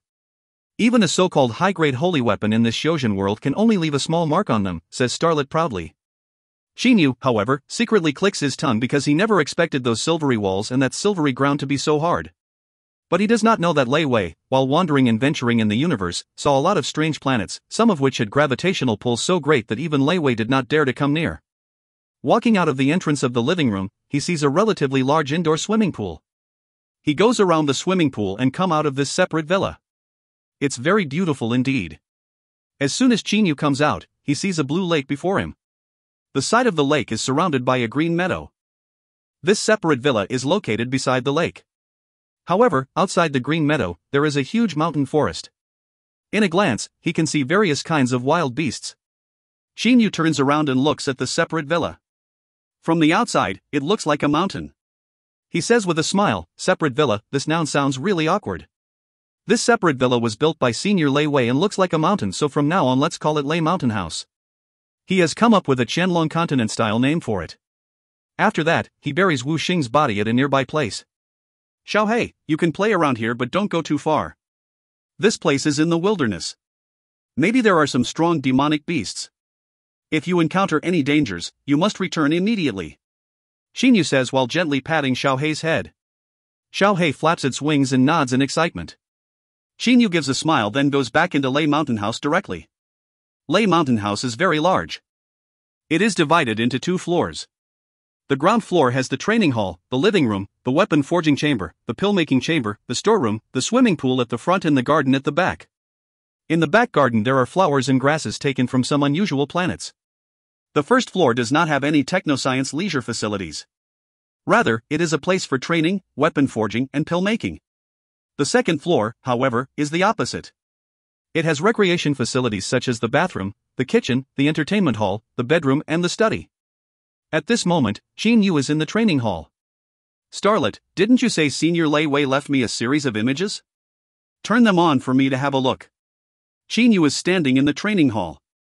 His heart is beating somewhat fast. After all, he is about to see images of the mysterious Lei Wei. Meow, wait a second. Starlet sweeps its little tail, then disappears. At the same time, the entire training hall's walls are covered with images of the universe and stars. In an instant, it looks as if Xinyu is in space. The floor on which he is standing has even become the image of an area of space and simply cannot be seen anymore. Cosmos, this is the cosmos? Xinyu is somewhat curious in his heart. However, at this moment, a man appears in front of him out of thin air. That man is standing with his hands behind his back and his back facing Xinyu.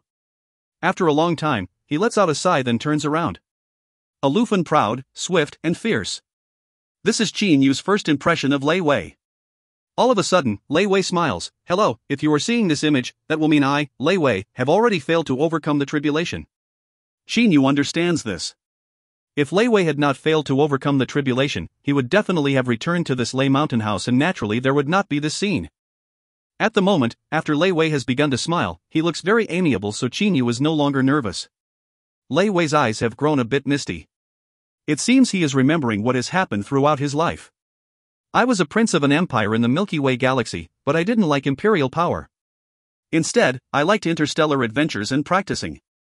Where we came from, there were Zyationists on only one planet, which was the Earth.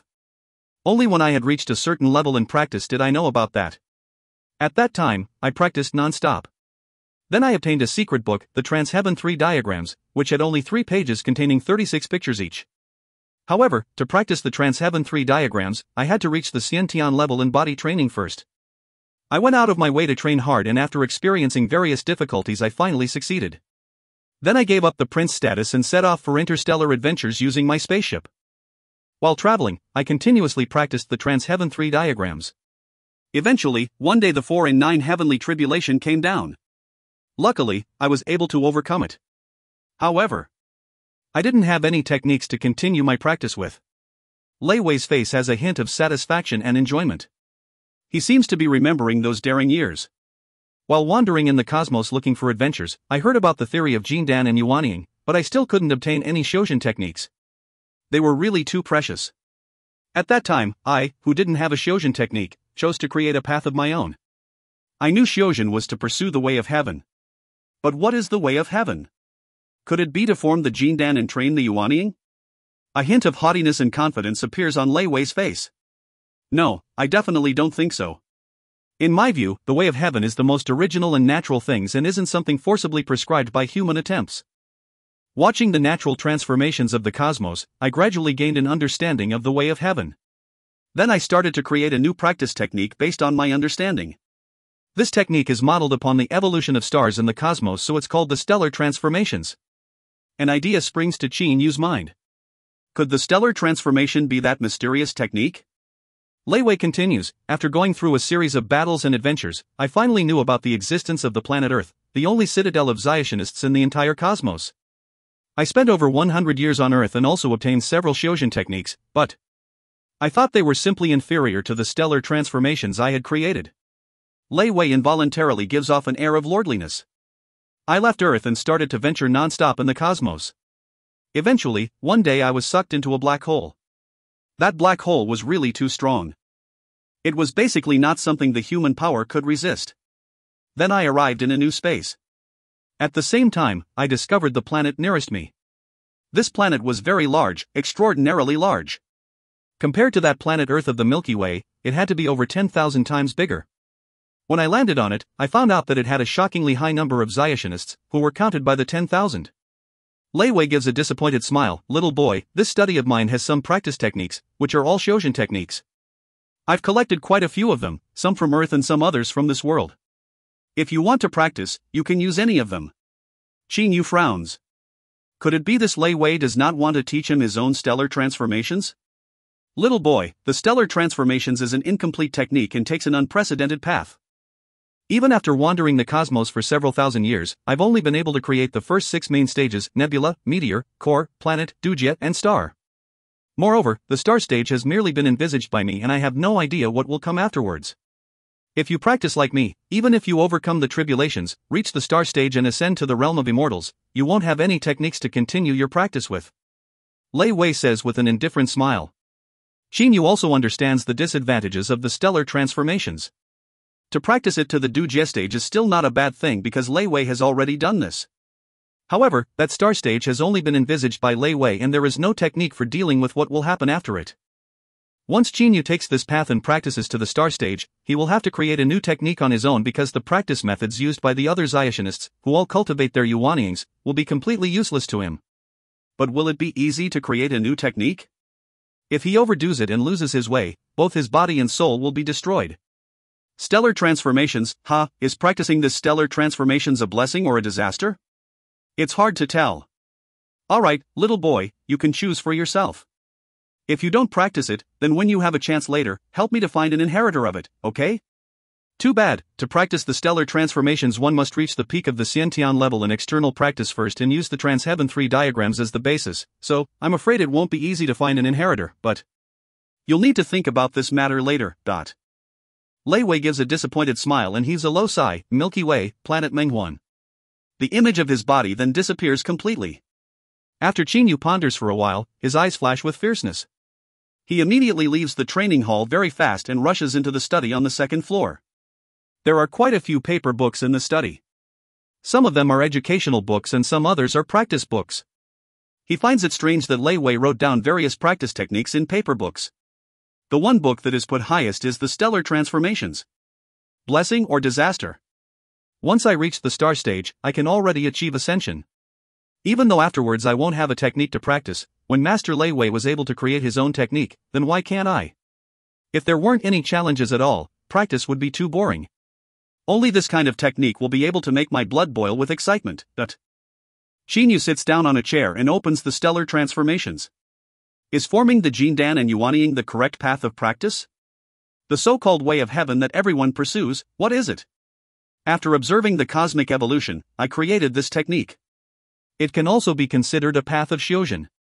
This technique is divided into 6 main stages, the first of which is discussed in Chapter 1, Nebula. Generally, after a practitioner overcomes the 4 and 9 heavenly tribulation, his Xiantian energy will liquefy in his boundless Dantian. He will then merge it into a sphere of liquid energy and refine this sphere until it becomes the Jindan. However, must this course of action be taken? Must he merge his energy into a single mass? The first step of my stellar transformations is to disperse. It will evaporate the Xiantian energy again and spread this energy, not only throughout the Dantian, but even beyond the surface of the body. It will use the Dantian as the center and the body as the bridge to link the cosmos up with the center of the body, allowing the practitioner to evolve together with the natural way of heaven. As Qinyu reads this technique, excitement surges in his heart uncontrollably. Those Zaishinists who form the Jindan or the Yuanying all absorb holy energy non-stop then refine it in their dantians. Their way of practice is really very narrow-minded. If they want to become one with nature, perhaps they will have to wait until the Dongshu stage. Only from this stage, where their Yuanyings can leave their bodies, can they get a taste of becoming one with nature. However, in the beginning, what this stellar transformations does is disperse. It evaporates and disperses the Xiantian energy, then uses the Dantian as the center and the body as the bridge to connect the universe with the body center, absorbing the stellar energy in the universe. Alright, Master Lei Wei, I'm going to practice the stellar transformations. Even though upon reaching the last chapter, Star, I won't have a technique to practice, I will continue to develop and complete this technique. Even if I fail, I will still pass it down to an inheritor to keep it in practice. Generation after generation, eventually there will be someone who can succeed completely. Xinyu's eyes glitter. He holds the book of the stellar transformations tighter. Choosing to practice this stellar transformations, he certainly understands there is a possibility that he will fail in his attempt at creation and die due to taking the wrong way. But can Xinyu possibly fear it? Is it still like him to be overly cautious and afraid of death? When approaching death, he even feels his blood boil with excitement. To him, only a life with a lot of that feeling will fill him with enthusiasm and be a perfect life with no regrets. End of B4C1. If you find any errors, ads pop-up, ads redirect, broken links, non-standard content, etc., please let us know. Report chapter so we can fix it as soon as possible. Book 4, Chapter 2. B4C2, Early Heavenly Tribulation? What a large storeroom! Xinyu opens the entrance of the storeroom on the first floor of Lei Mountain House. He is astonished to see that it is about the same size as the training hall. However, what shocks him the most is that it is unexpectedly filled with various ores. They have different colors such as crimson, green, golden, silvery, black, and white. The ores emit all kinds of glows, looking like a collection of attractive treasures. Xinyu's first impression is that all of the ores are extremely precious crystals and, moreover, none of them is inferior to in-rock flaming iron. Master, when Master Lei Wei was wandering the universe at that time, he visited an unusual planet. That planet had extremely strong gravity and, moreover, it was covered with various precious crystals of different kinds. Master then dug up quite a few of the better crystals among them. From the viewpoint of the Xiuzhen world, these crystals are all top class and can be used to forge top-class holy weapons. A kitten appears out of thin air and floats on one side of Xinyu. Xinyu cannot help becoming astonished. They are ores that can be used to forge top-class holy weapons, no less. He remembers Fenjiuzi once said that, even in the overseas immortal islands, a high-class holy weapon is extremely rare, not to mention these top-class crystals before him that fill more than half of the storeroom. He cannot help reaching out his hand, wishing to get a chunk to examine. However, bang! Before he can touch these crystals, a repulsive force comes through his hand. Xinyu makes a shake with his body to neutralize the repulsive force. Starlet on one side hurriedly says, Master, first Master Lei Wei once told Starlet that an innocent man can run into trouble because of his wealth. Until you have reached the core stage in power, you definitely won't be able to use these top-class ores. Oh. Master was really thoughtful. Zaishinists can fight each other for a chunk of a pretty good or, not to mention top-class ores. Xinyu gives a smile, then says with an unhappy expression, but it's really unbearable to just look at a mountain of treasures that has just appeared out of the blue. Starlet wags its tail proudly and says, Meow, Master Lei Wei already prepared everything for you. See, that counter on the edge of the room, there is a ring on it. That ring is none other than a spatial ring, which is much more advanced than your storage bracelet, Master. It also has a very large space inside. As Starlet finishes saying, Xinyu immediately goes up to that ring and gets it. He personalizes it by blood at once and puts it on. As soon as he wears this ring, he feels how wonderful it is. Inside it, there is a simply shockingly large space. How great is the space of this spatial ring actually? In a glance, Xinyu jumps out of his skin. His storage bracelet space is only about the size of a room, but this spatial ring's space is both longer and wider than 10,000 m and is 10,000 m high. They are basically not on the same level. Even a big mountain can be put into this ring easily.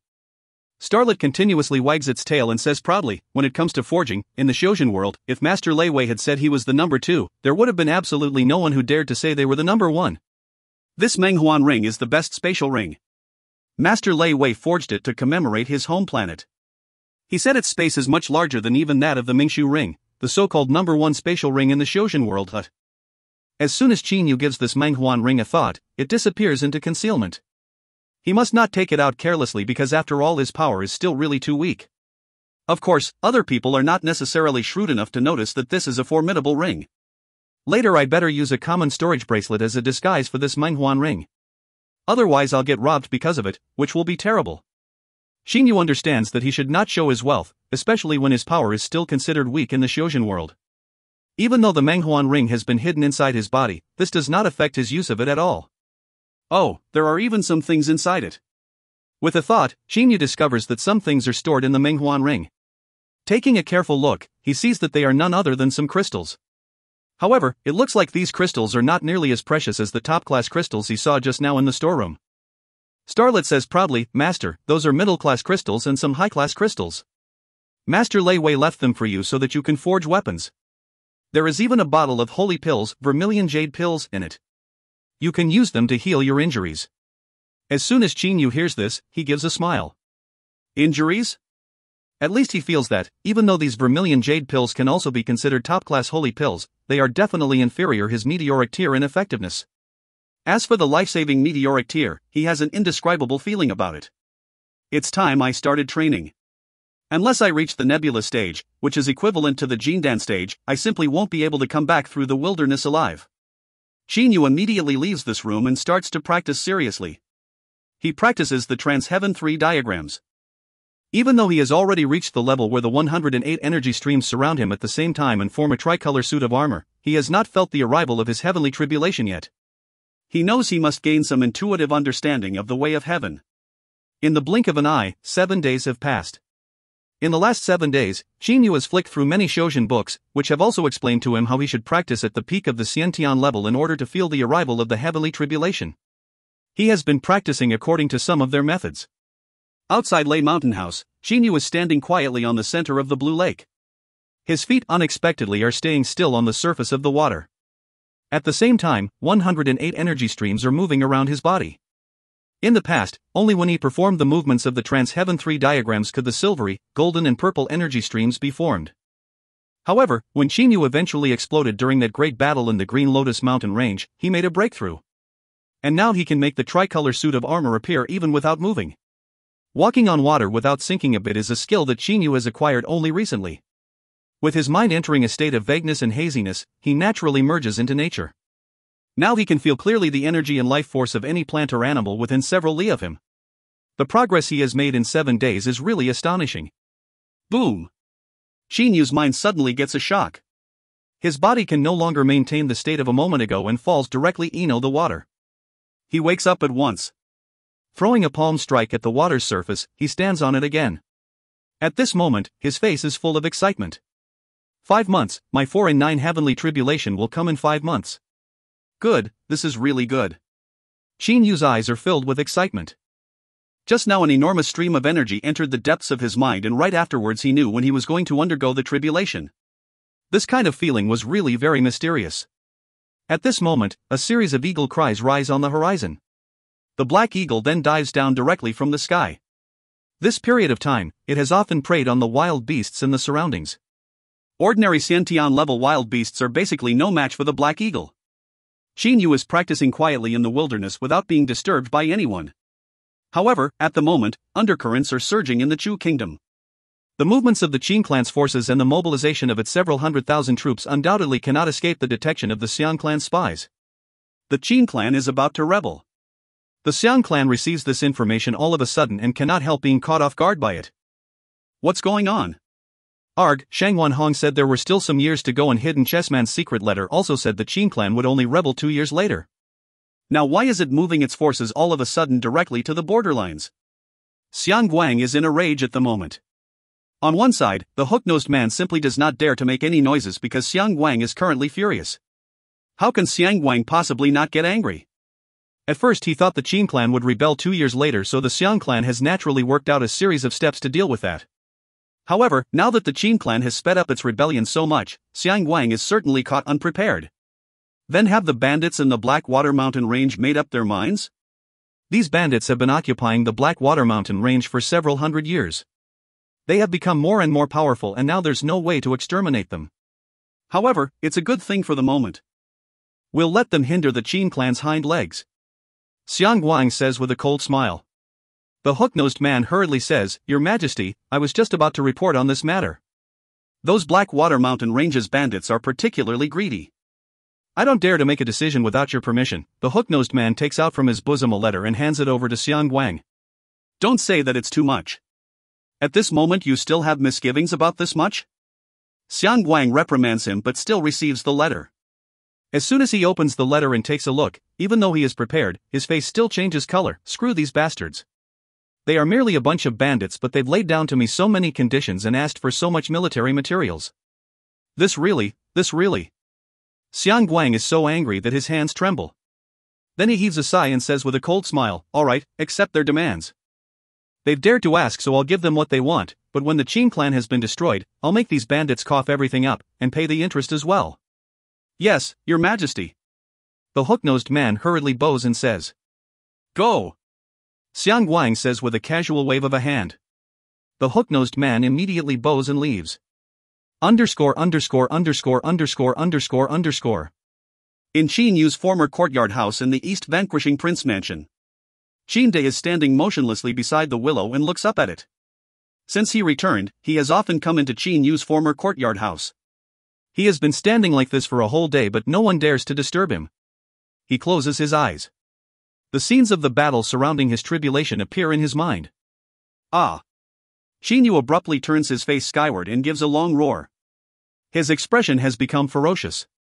His hands suddenly form 2 dragon talons and pierce through the air with a sharp whistle. Concurrently with a noise of flesh being penetrated, Qin Yu's claws are stuck into Wu Xing's chest. His eyes flash with fierceness. He violently makes a grab with his right hand and immediately smashes Wu Xing's heart with it. In that battle, Qin Yu was fierce and unafraid of death. The 4 directions death gods, the traitor Gumin and Wu Xing, all died at his hands one after another. Even when facing Zionist Wu Xing, Qin Yu, who was at an absolute disadvantage, still put his neck on the line and disregarded everything to kill his opponent. What did he do everything for?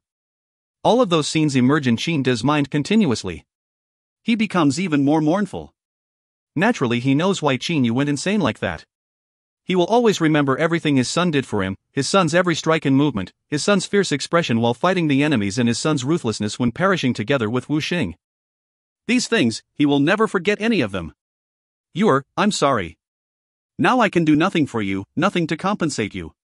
I can only trample the Xiang clan to pieces and kill Xiang Guang and Wu De to bury them with you.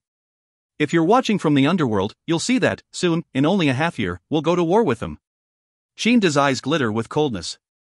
However, he does not know at all that at the moment Qin Yu is practicing non-stop in the legendary wilderness, where dangers lurk everywhere. In the wilderness. In a mountain forest, a huge blue wolf the size of a tiger is slowly advancing. Its bloodthirsty eyes are looking around. Suddenly, the huge blue wolf's entire hair stands up. At the same time, various flames rise from its body. Bang! The huge blue wolf utters a miserable wail and is sent flying like a sandbag by a kick at the same time. It then smashes into an old tree. With a clack noise, the old tree is broken apart, and its pieces smash directly into other trees. Copper head, iron bone, tofu waist, sure enough, it's true. Chinyu's body appears beside the huge blue wolf in an instant. At the moment he is wrapped in hide, completely revealing some near-perfect muscles. There is an air of vigor around him. That huge blue wolf's waist is now totally distorted. Obviously Chinyu's kick has broken the bones of the waist. However, wolves are unusually ferocious wild beasts, especially blue flame wolves like this one. Roar! The blue flame wolf suddenly turns its face upwards and roars. Calling your comrades? Too bad, under my holy sense, you guys basically won't be able to gang up on me. By now Chinyu's holy sense has already reached nearly 1000 m in range. However, because this mountain forest is too large, it will take those blue flame wolves some time to rush to this place. Hiss! This blue flame wolf slightly bends its forelegs. Its eyes glitter with ferocity. Flames rise from its whole body. However, this wolf is merely at the Xiantian level, therefore these flames cannot harm Chinyu's body at all. The wolf suddenly takes a leap. As if tearing the air, its two claws slash at Chinyu. Chinyu's body creates several illusions, then returns to his original place, looking as if he has never moved. That blue flame wolf has been sent flying back. Now its claws have been broken off and its entire head has been deformed, looking bizarre. In an instant just now, using his fast body maneuvering skill in two hands, Chinyu severed its claws and broke its head. Blue flame wolves are so fast. Chinyu's holy sense has already discovered the appearance of 3 blue flame wolves within a 1000 m radius of him. These 3 blue flame wolves are rushing toward him at a speed of almost 100 m per second. Chinyu stands still at where he is. In a while, the 3 blue flame wolves appear in his line of sight. Seeing a dead wolf, the 3 wolves overflow with their instincts. After several howls, they unexpectedly charge forward with a roar and attack Chinyu at the same time. Chinyu remains motionless. When the 3 blue flame wolves have already come near him. Ha! Chinyu suddenly utters a low shout. His eyes glitter intensely. At the same time, 108 energy streams appear around his body. At this moment, Chinyu seems to turn into 3 people, who uniformly smash a straight punch into the heads of the 3 wolves. Bang! The 3 blue flame wolves fall powerlessly on the ground. Even though from the outside their heads are still unblemished, everything inside has been pulverized by the shocks generated by Chinyu's hidden force. One strike, 3 wolves died. When the Trans-Heaven 3 diagrams is practiced to perfection, it should be considered the most powerful close-quarters combat technique. Chinyu's eyes glitter with excitement. During the battle on the day his father underwent his tribulation, in order to save his father, Chinyu was eventually able to grasp how to make the 108 energy streams surround him at the same time. In that state, his speed was increased by several times. However, having fought in the wilderness for the last 2 months, he has discovered many other advantages of being surrounded by the 108 energy streams at the same time. Phew, after I killed 1, 3 appeared. After I killed 3, several 10s are coming. Oh, I'm not going to play with you anymore. Chinyu gives a loud laugh, then with a movement of his body he turns into a flickering blur in the forest. After flickering several times, the blur disappears. If Chinyu went all out to fight those several 10s blue flame wolves, he would be able to kill them all while only suffering injuries at worst. However, their deaths would be followed up by the coming of several hundred to 1000 blue flame wolves. In this mountain forest, which is near Chinyu's Lei mountain house, there are at least 1000 blue flame wolves. Even Chinyu does not dare to fight so many of them. After coming out of this forest, Chinyu goes into another forest on a mountain range near Lei mountain house. Roar! A black striped tiger stares at him while roaring non-stop. However, seeming to have a feeling that Chinyu is formidable, for the president does not dare to attack him. Suddenly, a sharp eagle cry resounds. A silhouette shoots down from the sky extremely fast like a black thunderbolt. Its 2 sharp claws directly grab the spine of the black striped tiger and tear it apart with ease. Then, with a phut noise, a hole is pecked in the head of the tiger. Xiaohei, what's happened to you recently? You've been killing so many wild beasts already and even been focusing on killing formidable ones. It was so hard for me to encounter a near-peak Xiantian black-striped tiger, but you killed it too. Chinyu says resentfully. Xiaohei spreads its huge wings and flaps them continuously while chirping. Seeing this scene, Chinyu cannot help giving a smile.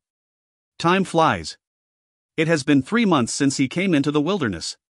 Today Chinyu is sitting quietly with legs crossed on the side of the lake. In practice, not only does he have to fight, he also has to do spiritual training. When facing an enemy, a person with weak spirit will become nervous and will not be able to use his power properly. A person with average spirit will be able to fight normally, but sometimes he will go mad, and a person with really strong spirit, whose face will not change color even if a great mountain is collapsing before him, will analyze the enemy's weaknesses with absolute calmness in his mind. Suddenly, Who? Fierce winds suddenly blow. Those sky-high large trees in the nearby forest start to shake continuously. Every wild beast quiets down as if it has felt something terrifying. The clouds floating in the sky are swept away in an instant. Just now the sky was still white, but now it is turning dark red all of a sudden. Shinyu suddenly opens his eyes and stares up at the sky. This scene is so familiar to him. It is exactly like when his father underwent his tribulation. The 4 in 9 heavenly tribulation? Shinyu is astonished. Could it be some formidable demonic beast is undergoing its tribulation around here? But I've been here for so long. There doesn't seem to be such strong demonic beasts within several tens li of this place. The dark red sky then creates a huge maelstrom. Various serpentine electrical sparks also appear all over the sky out of thin air. Being sucked by the maelstrom, the electrical sparks come together in it. In only a short while, that maelstrom has become a purple tribulation cloud. The strangest thing is, this purple tribulation cloud is right above Chinyu's head. What? My heavenly tribulation? Shinyu is somewhat stupefied. He remembers clearly that his tribulation should come 2 months later, so why has this heavenly tribulation suddenly appeared? Moreover, that purple tribulation cloud has been formed directly above his head. Has his heavenly tribulation come early? End of B4C2. If you find any errors, ads pop-up, ads redirect, broken links, non-standard content, etc., please let us know. Report chapter so we can fix it as soon as possible. Book 4, Chapter 3. B4C3, The Bloody Battle of the Tribulation. Xiaohei, guard me. Be careful, some demonic beasts may come over here to cause trouble during my tribulation. Shinyu turns his head to Xiaohei and shouts. However, Xiaohei flaps its huge wings and continuously cries. At the same time, it raises its head and stares at the purple tribulation cloud in the sky. Various faint flames unexpectedly emerge from the surface of its body. Xiaohei is even giving off an unprecedented aura. As Chinyu hears Xiaohei's cries and sees the rolling purple tribulation cloud in the sky, his mind suddenly becomes clear. He stares at Xiaohei and says in disbelief, "Could it be, you're about to undergo the tribulation?" Xiaohei flaps its wings proudly while crying non-stop. Shinyu shouts angrily at once, "Xiaohei, don't stay here showing off. Quickly get ready to take on the heavenly tribulation. I'll watch over you. I'm worried some demonic beasts will come to disturb you during your tribulation." Shinyu does not dare to be reckless. His internal energy starts to permeate through all of his body parts like bubbles. Shinyu's entire body's skin now radiates an indistinct purple jade glow. The heavenly tribulation is such a big event, so the demonic beasts in their vicinity will surely notice it. If some formidable demonic beast comes here to attack when it is happening, this will be dangerous. Getting disturbed is the most undesirable thing during a tribulation. Chi. The tribulation cloud keeps rolling non-stop. Serpentine electric sparks are barging about in the cloud. Suddenly, a huge pressure comes out from the cloud and affects the entire area of ground beneath it. In the blink of an eye, the atmospheric pressure below the cloud becomes so much higher that even Shinyu finds it very hard to breathe. No good. This tribulation seems to be even more powerful than my father's last time. Could it be different people or demonic beasts will experience 4 in 9 heavenly tribulations that are different in power? Shinyu is frightened. He remembers clearly the pressure exerted by the tribulation cloud during his father's tribulation last time. And compared to it, the pressure this time is much greater. Anyone going against heaven will naturally have to endure nature's punishments, hence the existence of the heavenly tribulations. A person with more formidable power will be given mightier punishments by nature. Boom! A great crash of thunder resounds. A large purple thunderbolt shoots out through the cloud like a sinuous aquatic dragon, then strikes headlong directly downwards in an unstoppable, imposing manner, as if it will destroy any gods or devils who attempt to block it. Obviously its power is fairly great. Shinyu expands his holy sense to the utmost, covering the area within 1000 m of him. At this moment, what he fears the most is that some demonic beast will come to disturb Xiaohei during its tribulation. Xiaohei spreads its wings. An eagle cry then resounds through the air. At the same time, it opens its mouth and unexpectedly swallows that purple thunderbolt at one stroke. In an instant, the aquatic dragon-like purple thunderbolt has been swallowed entirely by Xiaohei. Concurrently with that, various electric sparks start to flicker on the surface of Xiaohei's body. Seeing this, Shinyu is shocked. The first thunderbolt has unexpectedly been eaten up by Xiaohei just like this. Undergoing a tribulation is to resist its thunderbolts. Shinyu has never heard that a thunderbolt can also be swallowed at one stroke. Xiaohei is crying proudly. Judging by its appearance, the thunderbolt seemed to be a very delicious meal to it. Thunder rolls once more. The purple tribulation cloud starts to billow even more madly. Electric sparks flash on and off rapidly again. In only a short while, it looks like the power of the cloud has become even greater. Obviously, the second thunderbolt is about to come down. Suddenly, a dragon-like sinuous thunderbolt shoots down extremely fast from the sky and strikes directly at Xiaohei's head. Boom! Xiaohei brings its wings together and forms an electric protective cover. Various electric sparks are flickering outside the wings. The thunderbolt hits Xiaohei's wings with a boom. The electric sparks on that protective cover flicker extremely fast at once, and unexpectedly nearly half of the thunderbolt's energy is sent away along the protective cover. The remainder of the thunderbolt is blocked head-on boldly by Xiaohei using its wings. Even Xinyu himself does not know how hard Xiaohei's wings actually are. At least they must be tougher than his physical body. Xinyu's face suddenly changes color. His holy sense has discovered that in a nearby mountain forest various blue flame wolves are running extremely fast to the location of the tribulation. When he takes a look, several tens leading blue flame wolves have already come out of the mountain forest and are charging directly at him and Xiaohei. Xinyu and Xiaohei naturally have killed quite a few blue flame wolves since they came to this place in the wilderness. These blue flame wolves are also very cunning. Only now do they rise in revolt. Roar! Great roars of wolves resound continuously. Various blue flame wolves rush out from the mountain forest unceasingly. In only a short while, Xinyu already notices that over 100 of them are charging at him, but new blue flame wolves keep rushing out from the mountain forest. My goodness, it couldn't be all the blue flame wolves are coming, right? Staring at those blue flame wolves that are coming at him in the distance, Xinyu feels very anxious in his heart. That mountain forest has from several hundred to over 1,000 blue flame wolves. Moreover, even the weakest among them is at the Xiantian level, while the strongest blue flame wolves have all reached the peak of the Xiantian level. Once blue flame wolves of this pack attack together, even just nearly 100 of them will be enough to seriously injure Xinyu.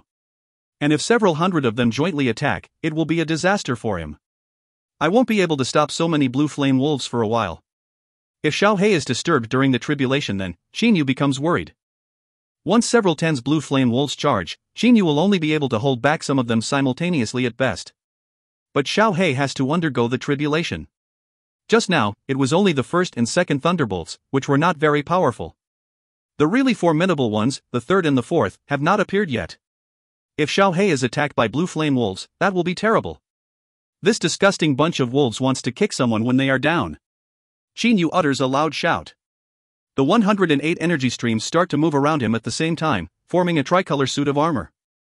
With a movement of his body, he instantly uses the 7 North Stars moonlight dance. His entire body now looks indistinct and unreal, as if it is moonlight. In just a moment, he has already come into the pack of wolves.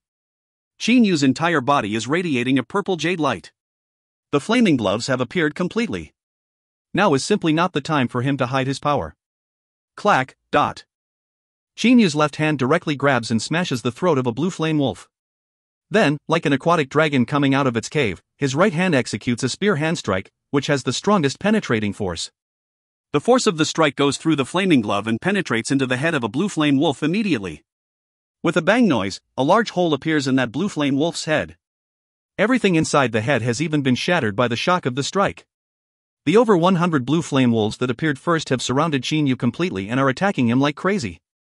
Roar! The strongest, leading wolf of the over 100 wolves surrounding Xinyu gives a roar. Immediately, the other wolves stop attacking. In just an instant, Xinyu has already killed more than 10 blue flame wolves, but there are also some small bloodstains on his body.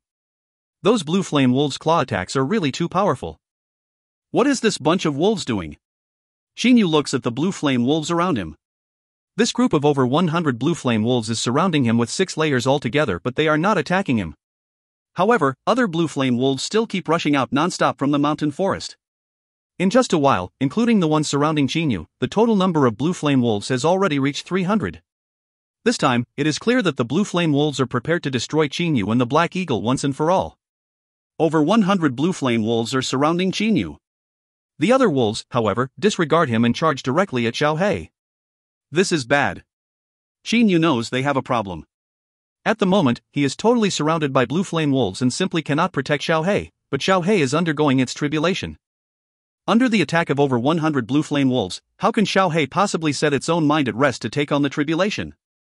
Even in a normal situation, it will be very dangerous for Xiao He to face over 100 blue flame wolves simultaneously, not to mention in this situation. Go to hell! Qin Yu clenches his teeth. The energy inside his body is totally unleashed. With a loud shout, he charges directly toward Xiao He like lightning. At the same time, Roar the leading wolf gives a roar. The over 100 blue flame wolves that have been surrounding Qin Yu without attacking immediately go on the offensive madly. More than 100 blue flame wolves recklessly attack Qin Yu from all directions. Clawing, biting, tearing, they resort to every possible means. For a while, Qin Yu only feels that there are wolf silhouettes all around him. Countless wolf claws are slashing at his body. The 108 tricolor energy streams are moving around his body. Within the boundary formed by the energy streams, Qin Yu's entire body suddenly creates various illusions. His two hands now look like the hands of the 1,000 armed cannon, some of them executing finger strikes, some performing spear hand strikes, some turning into sharp claws, some throwing punches, and some using knife hand strikes. Boom! The 10-odd blue flame wolves nearest Qin Yu are sent flying in all directions with a boom, obstructing the other wolves at the same time. With his eyes blazing with killing intent, Qin Yu is looking at the wolves surrounding him while observing everything around using his holy sense. The surrounding blue flame wolves begin to attack Qin Yu even more madly. His close-quarters combat techniques are utilized to the utmost. The flaming gloves make their already powerful offensive forces even more powerful. With just a punch he can shatter a blue flame wolf's head. A sound of bones getting broken is heard. A blue flame wolf falls on the ground for good with a ruptured throat. It even wails for a while before dying. Qin Yu slashes his legs like blades. With a slash of a leg, he directly breaks up the backbone of a wolf, which falls on the ground without being able to ever get up. Within 3 steps of his body, Qin Yu creates various illusions using his movements. Even though this range is short, he can cause those blue flame wolves to often make mistakes. After Qin Yu kills a good several tens blue flame wolves continuously, his clothes have been clawed to pieces. There is even a long wound on his chest, from which blood is slowly flowing out. The blue flame wolves are also divided into the strong ones and the weak ones. The strong wolves have reached the peak of the Xiantian level and not even Qin Yu dares to block a claw attack by any of them. The wound on his chest was inflicted by a blue flame wolf that was around the late phase of the Xiantian level. Of course, one needs hardly ask about the fate of this wolf. Its head was cut off directly by Qin Yu. Scram! Qin Yu unleashes the purple energy inside his body again. His speed increases instantly and at the same time he kills or cripples the several tens blue flame wolves which are nearest around him. For a while, those blue flame wolves slightly halt and unexpectedly stop their attack. Xiao He!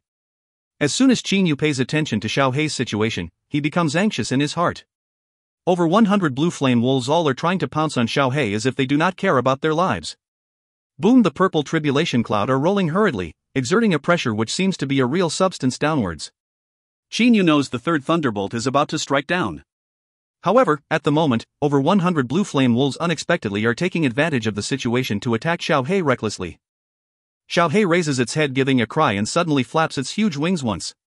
A strong whirlwind is unexpectedly created, sending those blue flame wolves, which have jumped up, flying backward. However, these blue flame wolves are no ordinary wolves. Any of them is a Xiantian-level demonic beast in the wilderness. After falling on the ground, they come at Xiao He again with a jump, trying to claw or bite it while growling. With a wave of the wings, Xiao He shoots up in the air to a height of several tens meters. Those blue flame wolves also jump up but, despite their formidable capabilities, they can only leap 7 to 8 meters and are still very far from being able to reach Xiao He's level. Boom! A huge purple thunderbolt shoots out from the tribulation cloud and strikes down directly at Xiao He. No good. Qin Yu's face changes color. He has read about some important points of tribulation taking in some Shojin secret books collected by Lei Wei and, according to them, taking on a tribulation in mid-air is more dangerous than on the ground. However, the black eagle is a bird and not a human, so maybe this is not too bad, but Qin Yu is unsure about that either. Xiao He utters an unhappy and shrill cry. Various electric sparks start to flicker on its wings, looking extremely dazzling. It brings the wings together and forms a protective cover to resist the thunderbolt directly. Boom! Like the hammer of the thunder god, the purple thunderbolt strikes upon Xiao He's wings. With a bang noise, Xiao He is smashed directly down on the ground, causing a shock. The third thunderbolt was much more powerful than the second one, so Xiao He was only able to neutralize a small part of it and still had to endure most of its energy. Xiao He! Qin Yu jumps out of his skin. Roar standing haughtily on a huge rock beside the lake, the leading wolf continuously roars.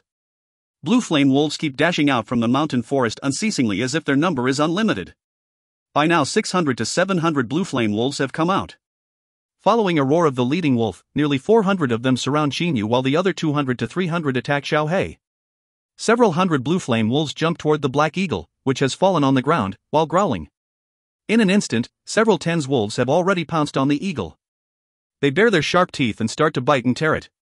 A good several hundred blue flame wolves are surrounding Qinyu completely and tightly with 6 layers, and he simply has no way to get out of this blockade. The strangest thing is that these several hundred wolves are unexpectedly surrounding him without attacking. Xiaohei. Seeing countless blue flame wolves jumping toward Xiaohei, Qinyu feels as if his heart is being cut with a blade.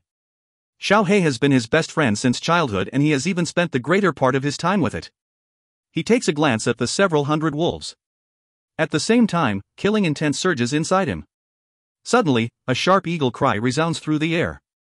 Many purple electric sparks unexpectedly burst forth and run through the bodies of all the blue flame wolves on Xiaohei. Those wolves start to convulse while wailing. Then, with a bang, Xiaohei sends those several tens wolves flying with a wave of its huge wings. Xiaohei looks at Qinyu. Its eyes are radiating human-like feelings. Qinyu obviously can understand Xiaohei's feelings. Ah, Xiaohei, don't worry. These are merely several hundred doggies. You can take on the tribulation without worries. I'm going to kill them all. Qinyu's heroism has risen to the skies. For so long, I haven't had this feeling of blood boiling for so long. His energy starts to surge inside his whole body. Seeming to feel that this is not a good thing, the leading wolf immediately roars. The several hundred blue flame wolves charge at Qinyu desperately at once. Meteoric tear, I'm counting on you, says Qinyu inwardly. The wound Qinyu suffered just now on his chest has unexpectedly fully recovered in only a short while, leaving just a faint scar. The meteoric tear's powerful ability to heal injuries is Qinyu's strongest weapon. His entire body starts to move. After images and the blurs of his fists, legs and sword. One blue flame wolf after another falls on the ground while wailing wherever the blurs go to. They then either die or writhe in agony. Encircled by the 108 energy streams, Qinyu is combining his speed with his body maneuvering skill. His offense has certainly reached a shocking level. He is executing killing blows with ease. With a gentle poke of a finger or a casual slash of the flaming sword, he can already kill a wolf. Roar, roar, roar! The leading wolf roars even more urgently. The several hundred blue flame wolves immediately accelerate. They come at Qinyu in waves, trying to tear or bite him. The deaths and blood of their comrades only make them even madder. Disregarding their lives, these blue flame wolves have left many wounds on his body. Using the flaming gloves and the flaming sword to the full, Qinyu has unleashed his strongest offensive power. Pooch! A blue flame wolf tears his stomach with a claw attack. His blood immediately streams down with gurgling noises from the wound. Pooh! A blur of his sword flashes by and the head of that wolf falls on the ground. I didn't expect it to be a Peak Xiantian blue flame wolf. Its offense was almost equal to that leading wolf's. Qinyu pokes at some acupoints continuously at once, trying to slow his bleeding down a bit. Even though the wound on his stomach is very large, because too many blue flame wolves are attacking him recklessly, he basically has no time to treat it properly. Xiaohei is crying unhappily and shrilly. It is also being surrounded by 200 to 300 blue flame wolves. Boom! With rolls of thunder, a pressure comes down from the sky again. Even the blue flame wolves are somewhat slowed down by it. Obviously the most formidable, the fourth thunderbolt is about to strike down. Unable to care about anything else, Xiaohei can only fly into the sky to take on the fourth thunderbolt. End of B4C3. If you find any errors, ads pop-up, ads redirect, broken links, non-standard content, etc., please let us know. Report chapter so we can fix it as soon as possible. Book 4, Chapter 4. B4C4, Holy Sense Communication. A cool and refreshing feeling comes from the wound on his stomach. Various clear streams are flowing out from the meteoric tear, then fusing with the wound. Qinyu's injury is recovering at a clearly fast speed. His bleeding has started to slow down as well. This bunch of doggies is really nasty. Qinyu utters a curse and attacks more ruthlessly at the same time. He basically does not dare to stop fighting. He has reached his maximum speed and is moving while killing these blue flame wolves with the flaming gloves and flaming sword unceasingly. The power of these middle-class holy weapons is really astonishingly great. Just now there were 400 to 500 blue flame wolves surrounding Qinyu, but in only a short while over 100 of them have already been killed by him. Roar, roar, roar, roar, roar, the leading wolf roars loudly again. In an instant, all the other wolves surround Chinyu and attack him. However, new blue flame wolves keep rushing out from the mountain forest. The number of wolves is growing larger and larger. Now it has reached 800. Add to that the over 100 wolves killed by Chinyu, and it can be said that this time the blue flame wolf clan in this mountain forest has launched an all-out attack. Pu. Chinyu feels a burning sensation on his back. His holy sense notices clearly that it has been lacerated. His body immediately makes a swaying movement. He makes a simple swing with his sword using his right hand, and that blue flame wolf falls on the ground at once for good while uttering several cries. At the same time, Chinyu has already moved away several meters again. Speed. Because he is being surrounded, he has to rely on his speed to move non-stop so that he will only face a small number of enemies at a time. If he stops, with so many blue flame wolves coming at him together, he simply will not be able to do anything. Pu. 2 wounds appear on Chinyu's stomach continuously. A blue flame wolf is fiercely biting into his stomach. Chinyu straightens his left hand, forming a knife hand. The purple energy is then shaped into a blade on the edge of his hand. Executing a downward knife hand strike, he directly chops that blue flame wolf's head off. However, that wolf's teeth are still stuck in his stomach, making him feel an acute pain. His blood is flowing out unceasingly from the wounds. He basically has no time to remove the head of this blue flame wolf from his body because, after all, he is being attacked from all directions by blue flame wolves. Roar, roar, seeming to foresee that their victory is drawing near, the leading blue flame wolf roars loudly at once. In an instant, several tens blue flame wolves jump up and come at Chinyu from the sky. Those sharp teeth and ice-cold sharp claws are aimed directly at his body. Moreover, at the same time, several tens wolves also attack him together on the ground.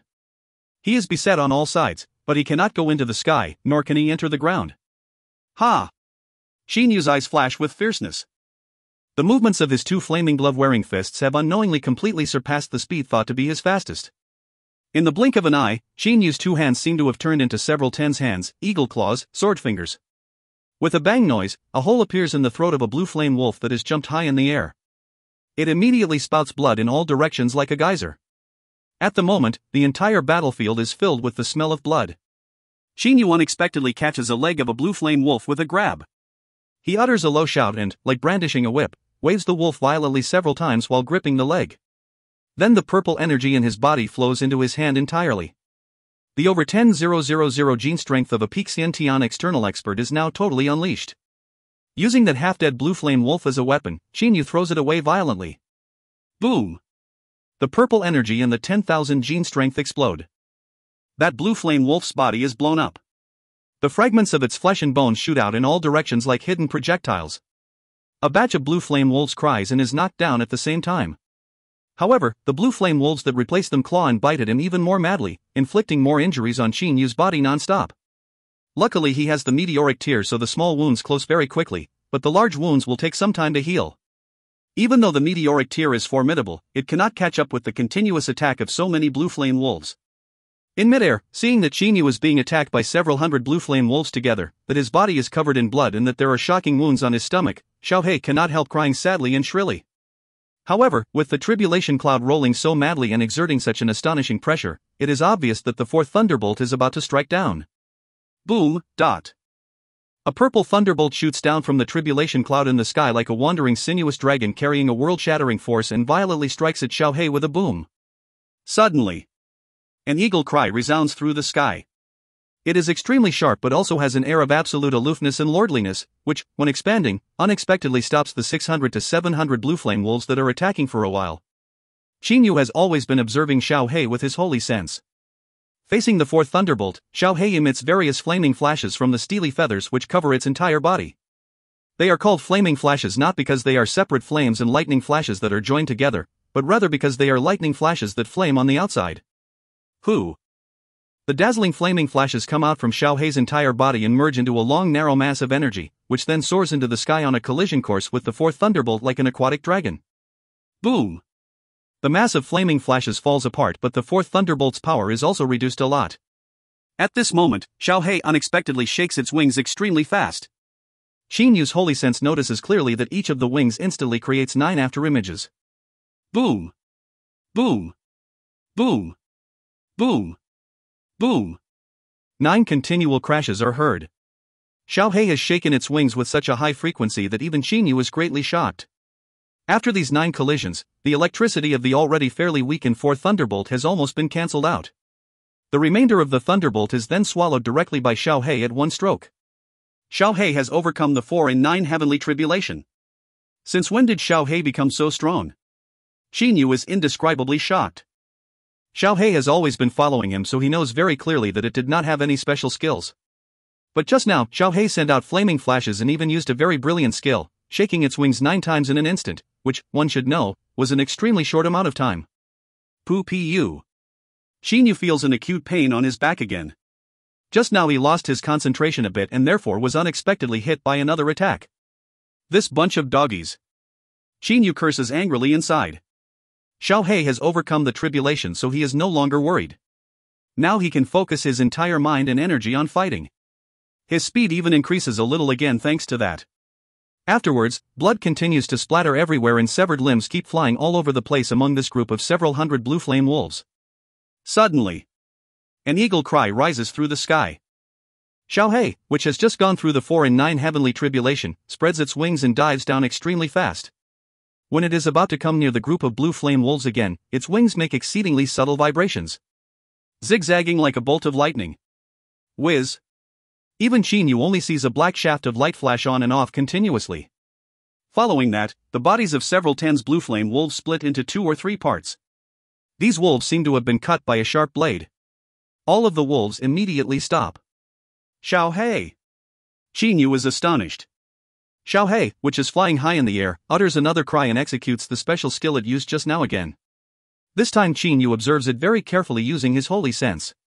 He sees clearly that Xiao Hei shakes its wings quickly according to a fantastic path of movement and flashes directly through the pack of blue flame wolves like a black flash of lightning. Xiao Hei's wings are extremely hard. Now they have even caught up with holy weapons in hardness and are sharp like knives. Every time Xiao Hei flashes through the wolves, it cuts many of them into several pieces. Roar, roar! The leading wolf roars urgently at once. This wolf's intelligence is not low, therefore it can see that the black eagle, which originally was not a serious threat, has transformed after going through the 4 and 9 heavenly tribulation. The eagle can fly whereas they, as blue flame wolves, cannot. The black eagle only needs to dive down 10 odd times to exterminate several hundred blue flame wolves. Following the roar of the leading wolf, several hundred blue flame wolves immediately retreat at a very fast speed, running directly toward the mountain forest where they came from. Who? Like a glider, Xiao Hei flashes extremely fast through the blue flame wolves 2 more times in quick succession, killing nearly 100 of them again. Afterwards, all the other wolves run into the mountain forest, leaving behind 400 to 500 corpses of wolves on the former battlefield. Xiao Hei lets out another cry, seemingly wanting to charge into the mountain forest. Xiao Hei, no need to chase. Qin's facial muscles slightly twitch. At the moment, there are over 100 wounds on Qin's entire body. However, most of them are just skin deep and only 4 or 5 of them are really severe. Luckily for him, the meteoric tear is healing the wounds non-stop by sending out many clear streams.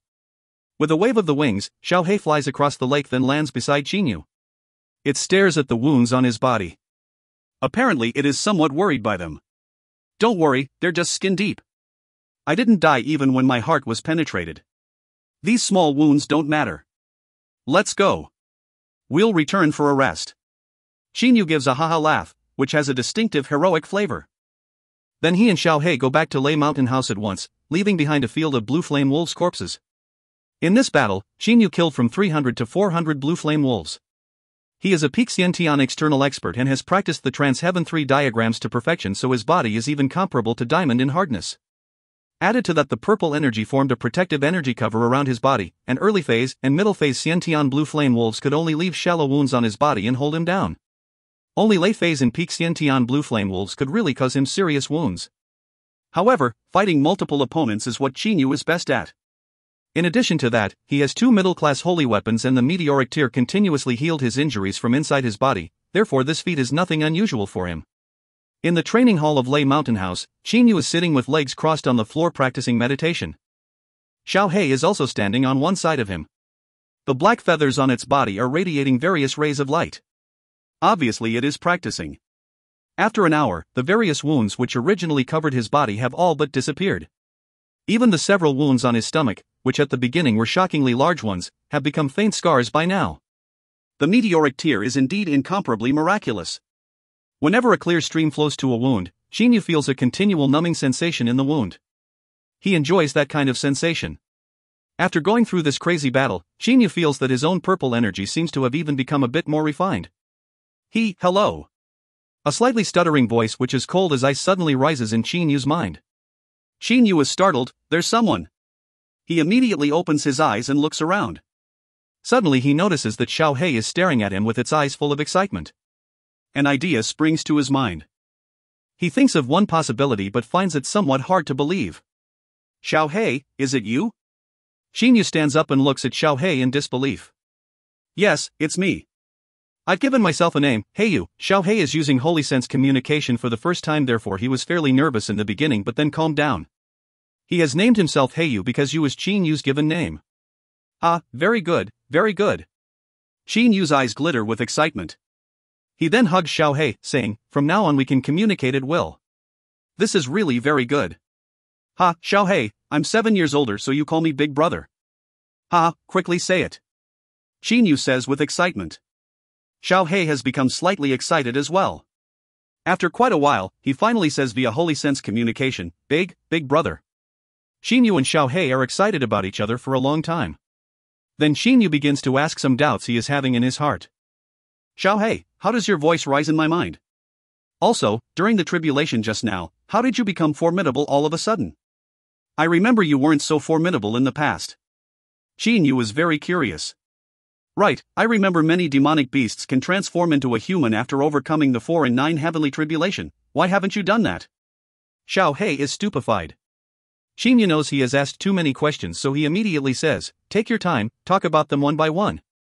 Xiaohei thinks for a while then says, when I just reached the Jindan stage, I automatically gained the ability to use holy sense communication. Too bad, to transform into a human I have to overcome the 9 from 9th heaven tribulation first. Also, during the tribulation, many demonic beast techniques suitable for me to practice suddenly appeared in my mind. There are some basic techniques so naturally I was able to use them, but you can only turn into a human after going through the 9 from 9th heaven tribulation? Xinyu is astonished. He has read some Shojin books so he knows that it is harder for a more formidable beast to transform into a human. By contrast, some weak demonic beasts can turn into humans very easily. It looks like Xiaohei is a relatively formidable demonic beast. It is regrettable that Xinyu does not know the real significance of the sentence, many demonic beast techniques suitable for me to practice suddenly appeared in my mind, said by Xiaohei. If he were a knowledgeable Ziotionist, he would probably know that it means Xiaohei has hereditary memories. You are capable of holy sense communication but not speech? Xinyu asks. Xiaohei shakes his head powerlessly, saying, no, my throat is different from a human so it's very hard for me to speak human. I can only use holy sense communication. But isn't holy sense communication very good? I can express what I want to say with just a thought. It's much faster than speaking. Xinyu can only nod. Alright, Xiaohei, first you stay in this Lei Mountain house and practice more. There are only 2 months before I undergo my tribulation. During this period I must practice seriously. Xinyu says to Xiaohei, who nods repeatedly and says through his holy sense, big brother, you can practice without worries. I've just reached the Jindan stage so I have many things to do as well. Quite a few secret Shojin techniques have appeared in Xiaohei's mind so naturally he wants to have a good try at learning them. Xinyu will also stay in Lei Mountain House and train in peace while waiting for the 4 and 9 heavenly tribulation 2 months later. As the days go by, Xiaohei and Xinyu pay no attention to what happens outside and practice hard wholeheartedly. The surroundings of Lei Mountain House are also quiet because the blue flame wolves no longer dare to come to this place. By contrast, in the Chu Kingdom on the Qianlong continent, undercurrents are surging at the moment. End of B4C4. If you find any errors, ads pop up, ads redirect, broken links, non-standard content, etc., please let us know. Report chapter so we can fix it as soon as possible. Book 4, Chapter 5. B4C5, The Power of Lightning. Haha, even heaven is helping me, even heaven is helping me. This is really good, very good. Holding a confidential letter in his hand, the Chu Emperor Xiangguang is so excited that he cannot restrain himself. Standing on one side, the hook-nosed man says respectfully, this means heaven wants the Qin clan to be destroyed. After all, your majesty is the real son of heaven. At the moment Xiangguang is high-spirited and vigorous. Qinda, hey Qinda, you've been smart all your life but you've even attempted to take things from my hand several times. Eventually your Qin clan's bases and accomplishments of several hundred years will also be ruined.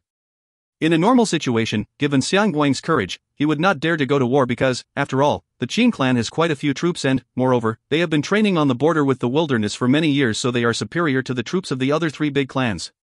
Your Majesty, in the secret meeting this time between North Vanquishing Prince and Qin De wanted to send 300,000 troops through North Vanquishing Prince's territory to attack us, 300,000 troops, no less. Have you considered the possibility that, when North Vanquishing Prince switches sides, he will be defeated by Qin De's army? After all, Qin De's army is really very powerful. The hook-nosed man says quietly. That confidential letter was sent by Shang Wanhong, which talks about the most recent meeting between him and Qin De and its details. Xiang Guang ponders for a while, then says with a smile, "Don't worry.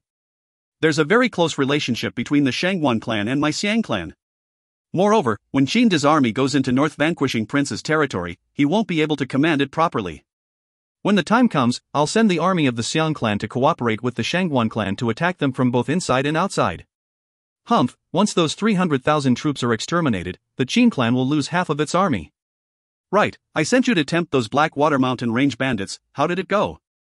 The hook-nosed man says hurriedly, "Your Majesty, after I told them that you had accepted their demands, those Blackwater bandits and I took an oath of loyalty by drinking blood." "Don't worry, Your Majesty, these Jianghu fools value blood oaths greatly." Xiang Guang immediately laughs with satisfaction. "Very good. With the existence of those Blackwater bandits in its territory, the Qin clan won't mobilize the 200,000 strong army.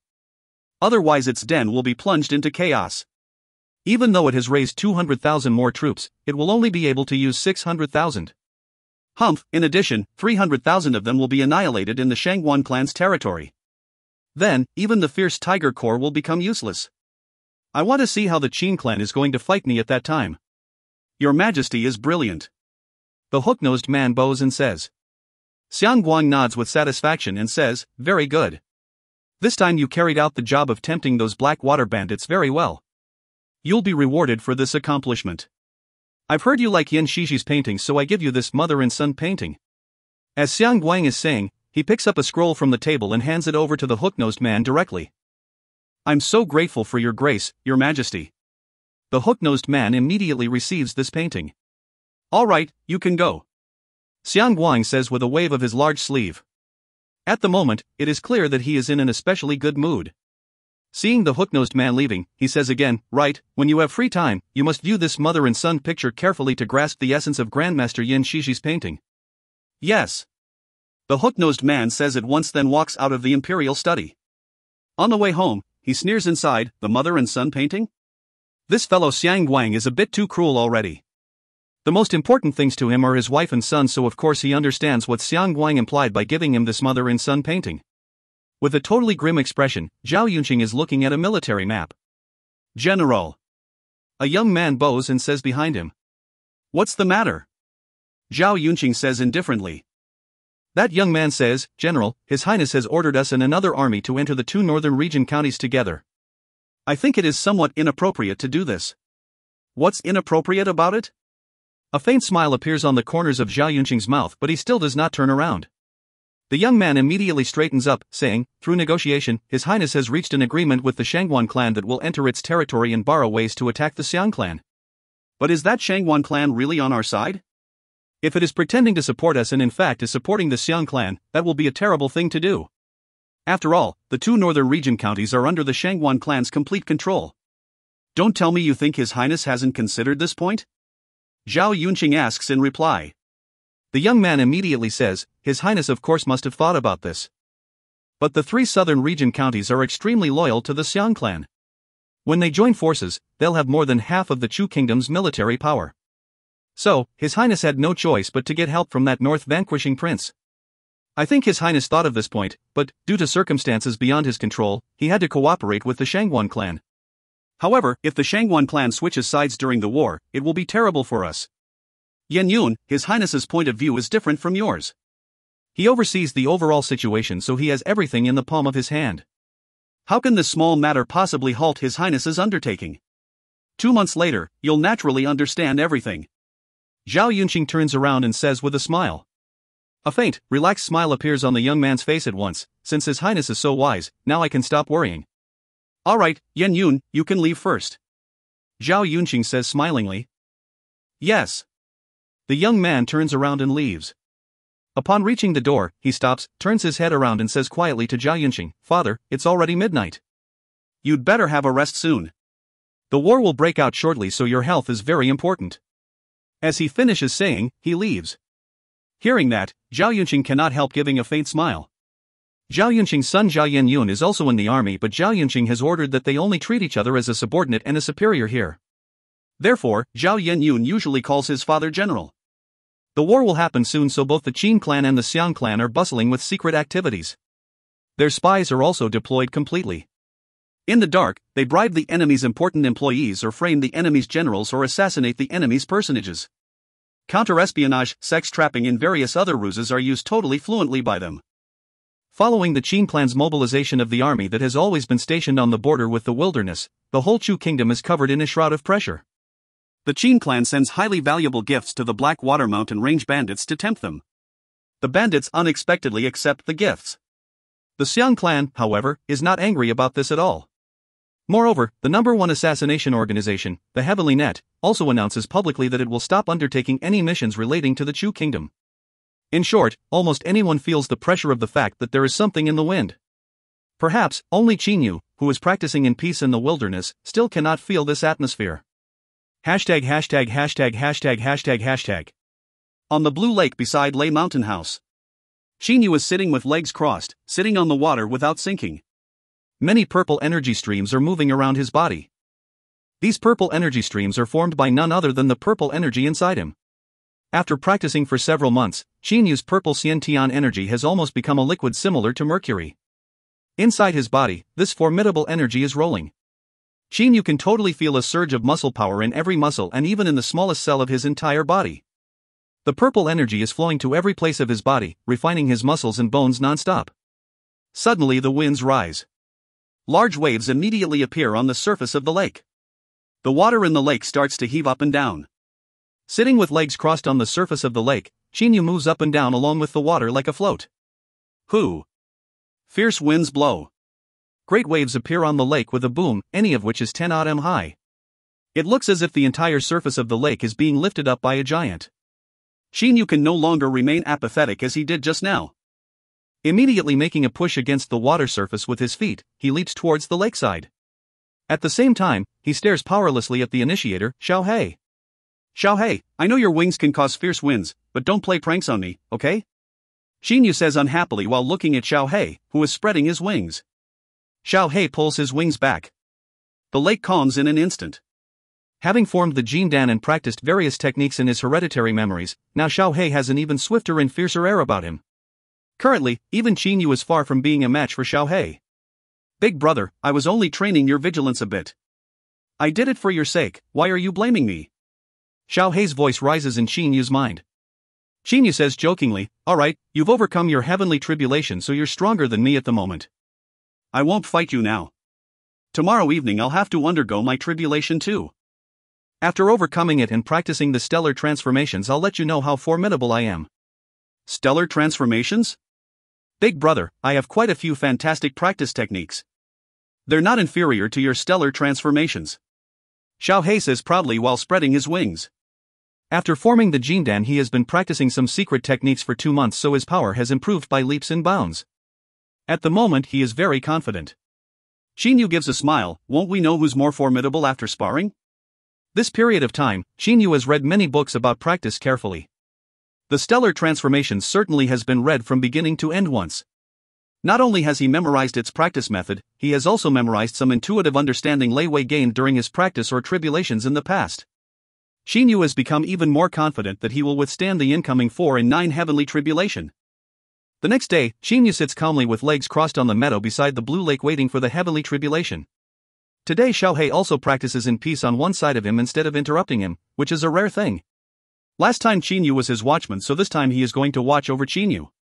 The setting sun goes down westward, illuminating the whole wilderness with its crimson light. Fierce winds suddenly blow.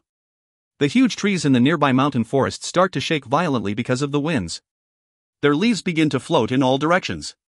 The clack noises of huge trees getting broken are heard non-stop. In an instant, the sky darkens. The atmosphere has changed drastically, causing Qin and Xiao Hei to stop practicing. "Ha, my heavenly tribulation is arriving. Xiao Hei, guard me carefully this time.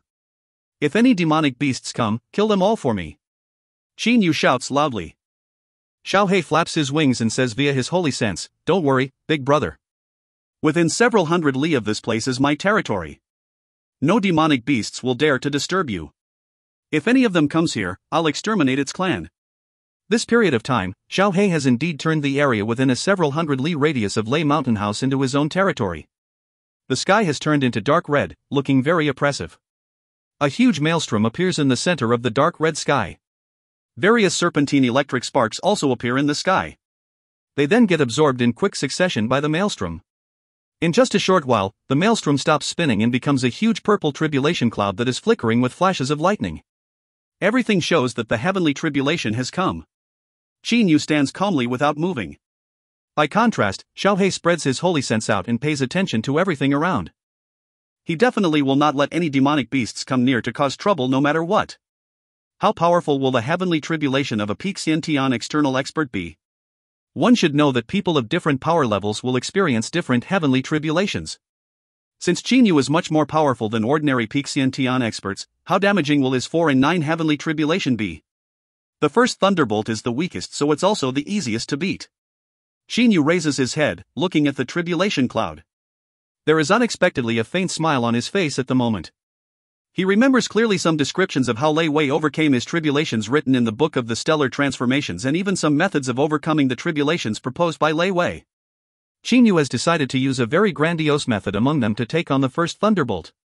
The tribulation cloud rolls, creating a continuous rumble of thunder. It exerts a pressure on everything in the area directly below it. Boom!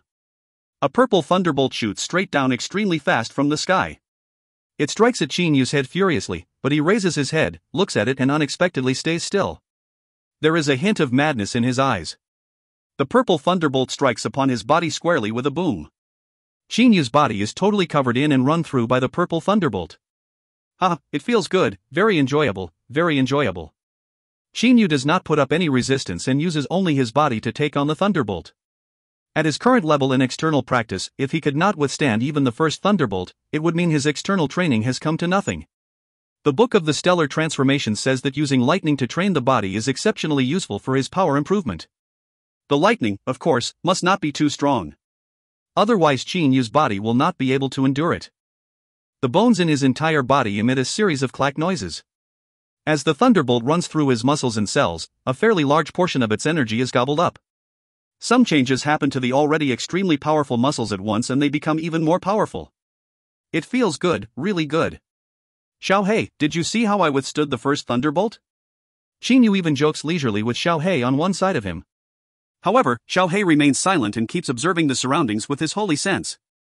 Qin has overcome the first thunderbolt this way, but he has not used a single bit of his internal energy. Instead, once more, he has strengthened his muscles and increased his power. Most other people have had to spend their energy to overcome the first thunderbolt, but Qin has become even more powerful thanks to it. One losing and one gaining, this is the difference between them. Big brother, be careful a bit. The second thunderbolt is much stronger than the first. You can't use that method again. Xiao Hei warns him. At this moment, the tribulation cloud is rolling non-stop in the sky.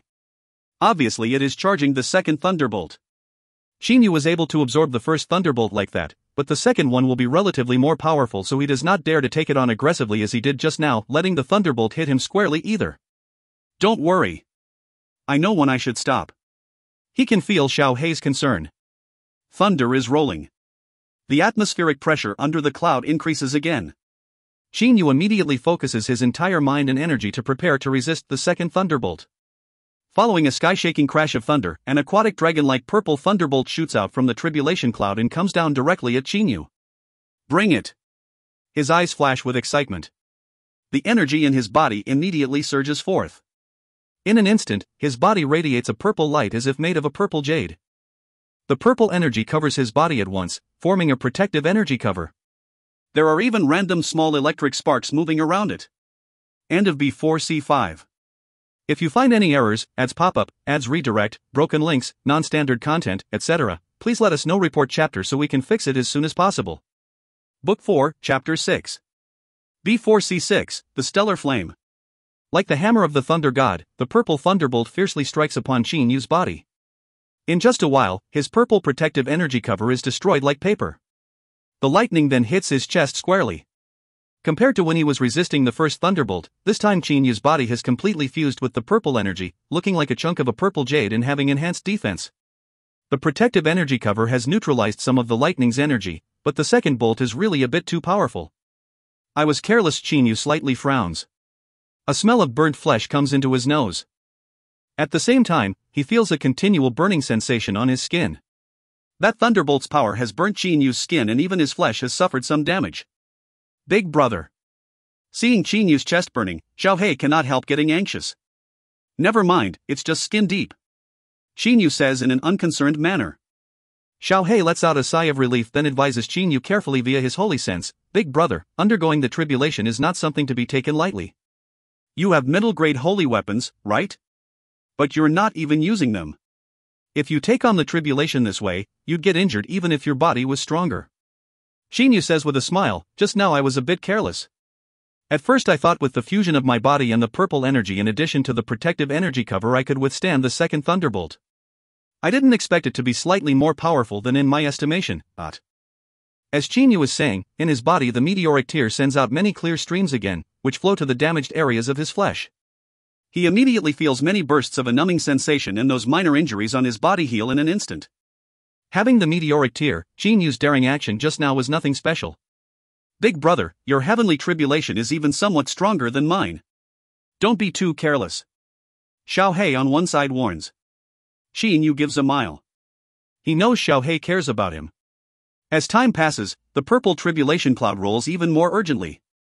Serpentine electric sparks flash out from it non-stop. They are so fierce that they actually wreak havoc within several tens li of the cloud. The third thunderbolt is being charged continuously. The purple energy inside Qin Yu's body is activated again. Boom! A purple thunderbolt shoots out directly from the tribulation cloud like a wandering dragon and strikes down at Qin Yu. The thunderbolt looks really frighteningly powerful and oppressive. Ha ha! Qin Yu laughs out loud. With eyes suddenly blazing, he stares at the purple thunderbolt that is striking down. At the same time, loading a fist with his 10,000 gene power, he throws an extremely fast punch directly at the thunderbolt like an aerolite. Boom! The violent collision totally distorts the air in its vicinity. Qin Yu's entire feet sink into the ground all of a sudden, but the third thunderbolt has been shattered by Qin Yu with this one punch, turning into sinuous electric sparks that flicker on the surface of his body. The flaming glove on his hand is not damaged in the slightest. The third thunderbolt was just SOSO, he says with a smile. He has the flaming glove, so a fist was enough for him to handle the third thunderbolt with ease. One should know that in the past Fenjiuzi relied on just a low-grade holy weapon to overcome the 4 and 9 heavenly tribulation. With the help of the flaming gloves, it is nothing out of the ordinary that he was able to smash the third thunderbolt with a punch. One more thunderbolt is left. Once I've overcome the tribulation, I'll practice the stellar transformations and become a Zionist as well. Qin Yu raises his head and looks at the tribulation cloud, but he is thinking about what will happen after the tribulation. As soon as he thinks about the stellar transformations, a trace of excitement appears in his heart. The tribulation cloud rolls. Thunder crashes. Then a purple bolt of lightning begins to flicker continuously in the cloud. Suddenly, on the edge of the mountain forest, several blue flame wolves stick their heads out to take a look. Xiao He immediately casts a glance at them with his sharp eyes. Those blue flame wolves are so scared that they retreat into the forest at once. Those blue flame wolves really want to be exterminated. Qin Yu takes an unconcerned glance at them, then raises his head and looks at the tribulation cloud. In an instant, the purple thunderbolt shoots down from it. Boom! Fierce winds blow. The purple thunderbolt zigzags downwards like a wandering purple dragon and strikes directly at Qin Yu. This is the last thunderbolt. After overcoming it, Qin Yu will be a Zionist. Break for me! Qin Yu laughs out loud. His entire body's muscles suddenly bulge out. Carrying mountain-shattering forces, his two fists are thrown fiercely at the thunderbolt like two meteorites. Those flaming gloves are also radiating a dark red light. Boom! With a boom that shakes the sky, the thunderbolt strikes upon the flaming gloves, a middle-grade holy weapon. It instantly breaks into various flickering serpentine electric sparks. A violent collision. As if Qin Yu is smashed on with an iron sledgehammer, the lower half of his body instantly sinks into the ground. Qin Yu suddenly shakes his head hard. Due to that violent collision a moment ago, even he feels a tingling sensation in his fists and something sweet in his mouth. A mouthful of blood then rushes up his throat. Bang! Throwing a palm strike at the ground, his entire body shoots up. Xiao Hei's happy laughter rises in his mind. How was the impact force of the thunderbolt just now, big brother? SO. Qin Yu forcibly swallows that mouthful of blood back, but he secretly curses, I was mistaken. The fourth thunderbolt hit much harder than the third one.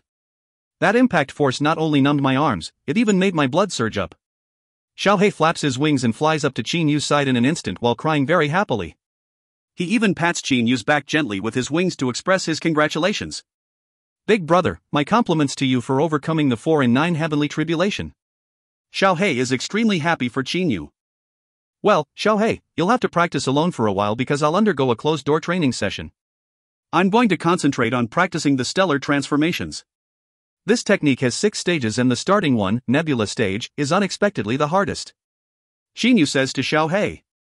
Qin Yu has read the book of the stellar transformations.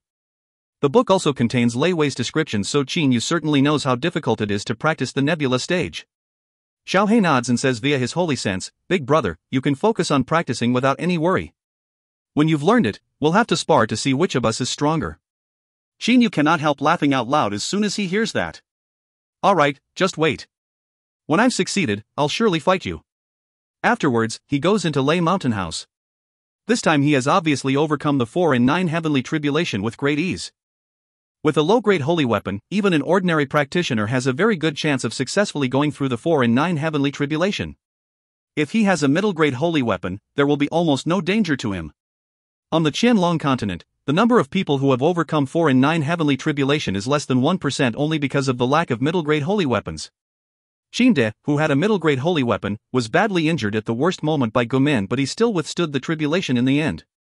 This goes to show how important a middle-grade holy weapon is. In the center of the silvery floor of the training hall, Qin Yu is sitting with legs crossed and studying the instructions of the stellar transformations one by one in his mind. Having been training since he was a little kid, now it has finally become possible for him to enter the world of Xiaotianists at one stroke through the stellar transformations. Becoming a Xiaotianist will mean that he will reach a whole new level and step into a new world where afterwards he will interact and fight with Xiaotianists, who possess fantastic abilities such as flight and traveling through the ground. Suddenly, First Master Lei Wei recommended that, if you really want to practice the stellar transformations, you should view some images first, afterwards it will become easier for you to practice. Qin Yu opens his eyes, feeling doubtful inside. He accepted this stellar transformations technique, so he has considered Lei Wei his master ever since. He says with a nod, let me have a look, Starlet. Meow. Starlet immediately disappears with a sweep of its tail. The entire training hall's walls and floor both then become transparent. At the same time, images of the universe appear. The training hall seems to become a miniature universe. In the distance, stars are burning while planets are floating in his vicinity. There are even gloomy empty spaces. Suddenly, the images surrounding the training hall change. That universe disappears and a huge nebula appears before Qin Yu's eyes. This nebula is drifting in the universe like a huge cloud while rotating slowly. It is absorbing the energy of the universe and forming various small round pieces of materials. After so many years, these grains gradually spin towards the center of the nebula. After many transformations, a celestial body is formed. The cosmic evolution is being shown in detail before Qin Yu's eyes. Little by little he immerses himself in these images. At the same time, he remembers the various secret practice methods of the stellar transformations and gains some understanding of them. After an indeterminately long time, the images finally show a huge star, which sends out scorching flames and possesses a shockingly great amount of energy. Qin Yu suddenly remembers that, according to what Fen Jiuzi told him before, at the end of the War of Immortals, his second master, Lei Wei, left a message after failing to overcome the 9 from 9th heaven tribulation. I've been roaming the boundless space and experiencing the cosmos's evolution. I've been drifting around for some 1,000 years and visited countless celestial bodies. How come today my soul is falling apart? Heaven doesn't help me. Stellar transformations. How can the sun be the final destination? How? Everyone on this continent listen, today I'll leave behind the 3 trans-heaven diagrams. Anyone who can obtain them and figure out their secret will inherit my technique. Ha ha. Oh blessing, oh disaster. He immediately understands what Lei Wei was thinking. Actually, Lei Wei was capable of overcoming the 9 from ninth heaven tribulation, but before its arrival he was ganged up on by several loose immortals, a Deshang stage expert and many Dujia stage and Kongming stage experts. Lei Wei of course suffered severe injuries under the joint attack of so many people. In that state, how could he possibly have withstood the 9 from ninth heaven tribulation that came right afterwards? Therefore, Lei Wei naturally felt aggrieved at not being helped by heaven. The stellar transformations is extremely powerful. Before undergoing the 9 from ninth heaven tribulation, Lei Wei was already able to kill a Deshang stage expert, several loose immortals and many Dujie and Kongming stage experts. That killing spree left him seriously injured, but he still made it to the 8th thunderbolt of the tribulation, so it is easy to imagine how great his power was. Obviously the stellar transformations is very powerful, but it is different from the other Shojin techniques in the Shojin world. If Qin Yu practices it, he will have to create new stages for it later. If his attempted creation fails, he will probably suffer energy deviation, which will destroy his soul. Qin Yu suddenly stands up and bursts out laughing loudly. Blessing? Disaster? Ha, blessings and disasters depend on each other, what's the use of being overcautious? If I lived my life as a chicken, only following the prescribed order and practicing the recognized techniques of previous generations, it'd be too boring. Master, you created the first 6 stages, I, Qin Yu, will create the succeeding stages. So what if my energy deviates and my soul gets destroyed? At least this will pave the way for the success of later disciples. At the moment, there is a surge of heroism in Qin Yu's heart. Alright, let's start practicing. After calming himself down, he sits down with legs crossed and begins to practice the stellar transformations carefully. The first stage of the stellar transformations, nebula stage. Following the secret method of the technique, Qin Yu starts to move the liquefied purple energy in his body. After he overcame the tribulation, the purple energy has totally turned into liquid. Under Qin Yu's control, every bit of the purple liquid in his body starts to gather. The first thing he does is gather his energy, concentrating it in the dantian. Immersing his mind in the dantian, Qin Yu can feel that it seems boundless. He has never seen anyone else's dantian and does not know if there are any differences between his dantian and those of other people either. Without thinking much, he controls those bits of liquid directly. The dantian is seemingly boundless like the universe. The liquid energy flows into the dantian like various streams of water then start to merge into a sphere of liquid. If Qin Yu were a Jindan practitioner, he could start refining it from this point. However, he does not cultivate the Jindan. Gather first, disperse later. Qin Yu remembers clearly the practice method, but when he is about to disperse his energy according to the paths described by the method, suddenly, a very unusual force appears in the dantian out of thin air. It moves outwards in all directions like a centrifugal force. That liquid sphere naturally is affected. Under the strange centrifugal force, the whole liquid sphere shatters and spreads out in all directions. Qin Yu's body is immediately covered in cold sweat. His face turns very pale in an instant. No good. Qin Yu never thought that at this crucial moment his strange dantian would cause this accident. It should be noted that to enter the nebula stage, the most important thing is disperse. Not only does the practitioner have to disperse his energy, it is very important that he disperses it completely, therefore he must not make any mistakes during the dispersing process. The spin of a nebula is dictated by the way of the universe and nature. Originally Lei Wei was only able to come up with the method for energy dispersing after learning through experience for a long time. When I practiced internal techniques as a kid, this dantian dispersed my internal energy until nothing was left. Now it's still the same. Qin Yu has become impatient, but he is not too worried that his purple liquid energy will disappear because even when it comes out of the dantian he can still control it and fuse it with every place of his body. However, how can he possibly control and make the purple liquid energy imitate the rotation of a nebula when it is affected by his dantian's centrifugal force? I failed in practicing internal techniques, now I failed in practicing the stellar transformations too. This strange dantian is really, Qin Yu is angry and impatient. The purple liquid energy has dispersed. It has left his dantian in gaseous form and part of it has even flown out of his body. End of B4C6. If you find any errors, ads pop up, ads redirect, broken links, non-standard content, etc., please let us know. Report chapter so we can fix it as soon as possible. Book 4, Chapter 7. B4C7, Going Home. Qin Yu is struck by a thought. He immediately makes the gaseous energy go back into his body. It was created by him via practice so he can control it with ease. Suddenly, a hint of ecstasy appears on his face, an extreme ecstasy. A moment ago, when that idea sprang to his mind and he made that gaseous purple energy return to his body, the purple energy naturally came back inside him according to his thoughts. In the beginning he concentrated all of his purple energy in his dantian, so this time he also moved the gaseous purple energy back into the dantian. The centrifugal force in Shin Yu's strange dantian caused this purple energy to rotate about then spread out again.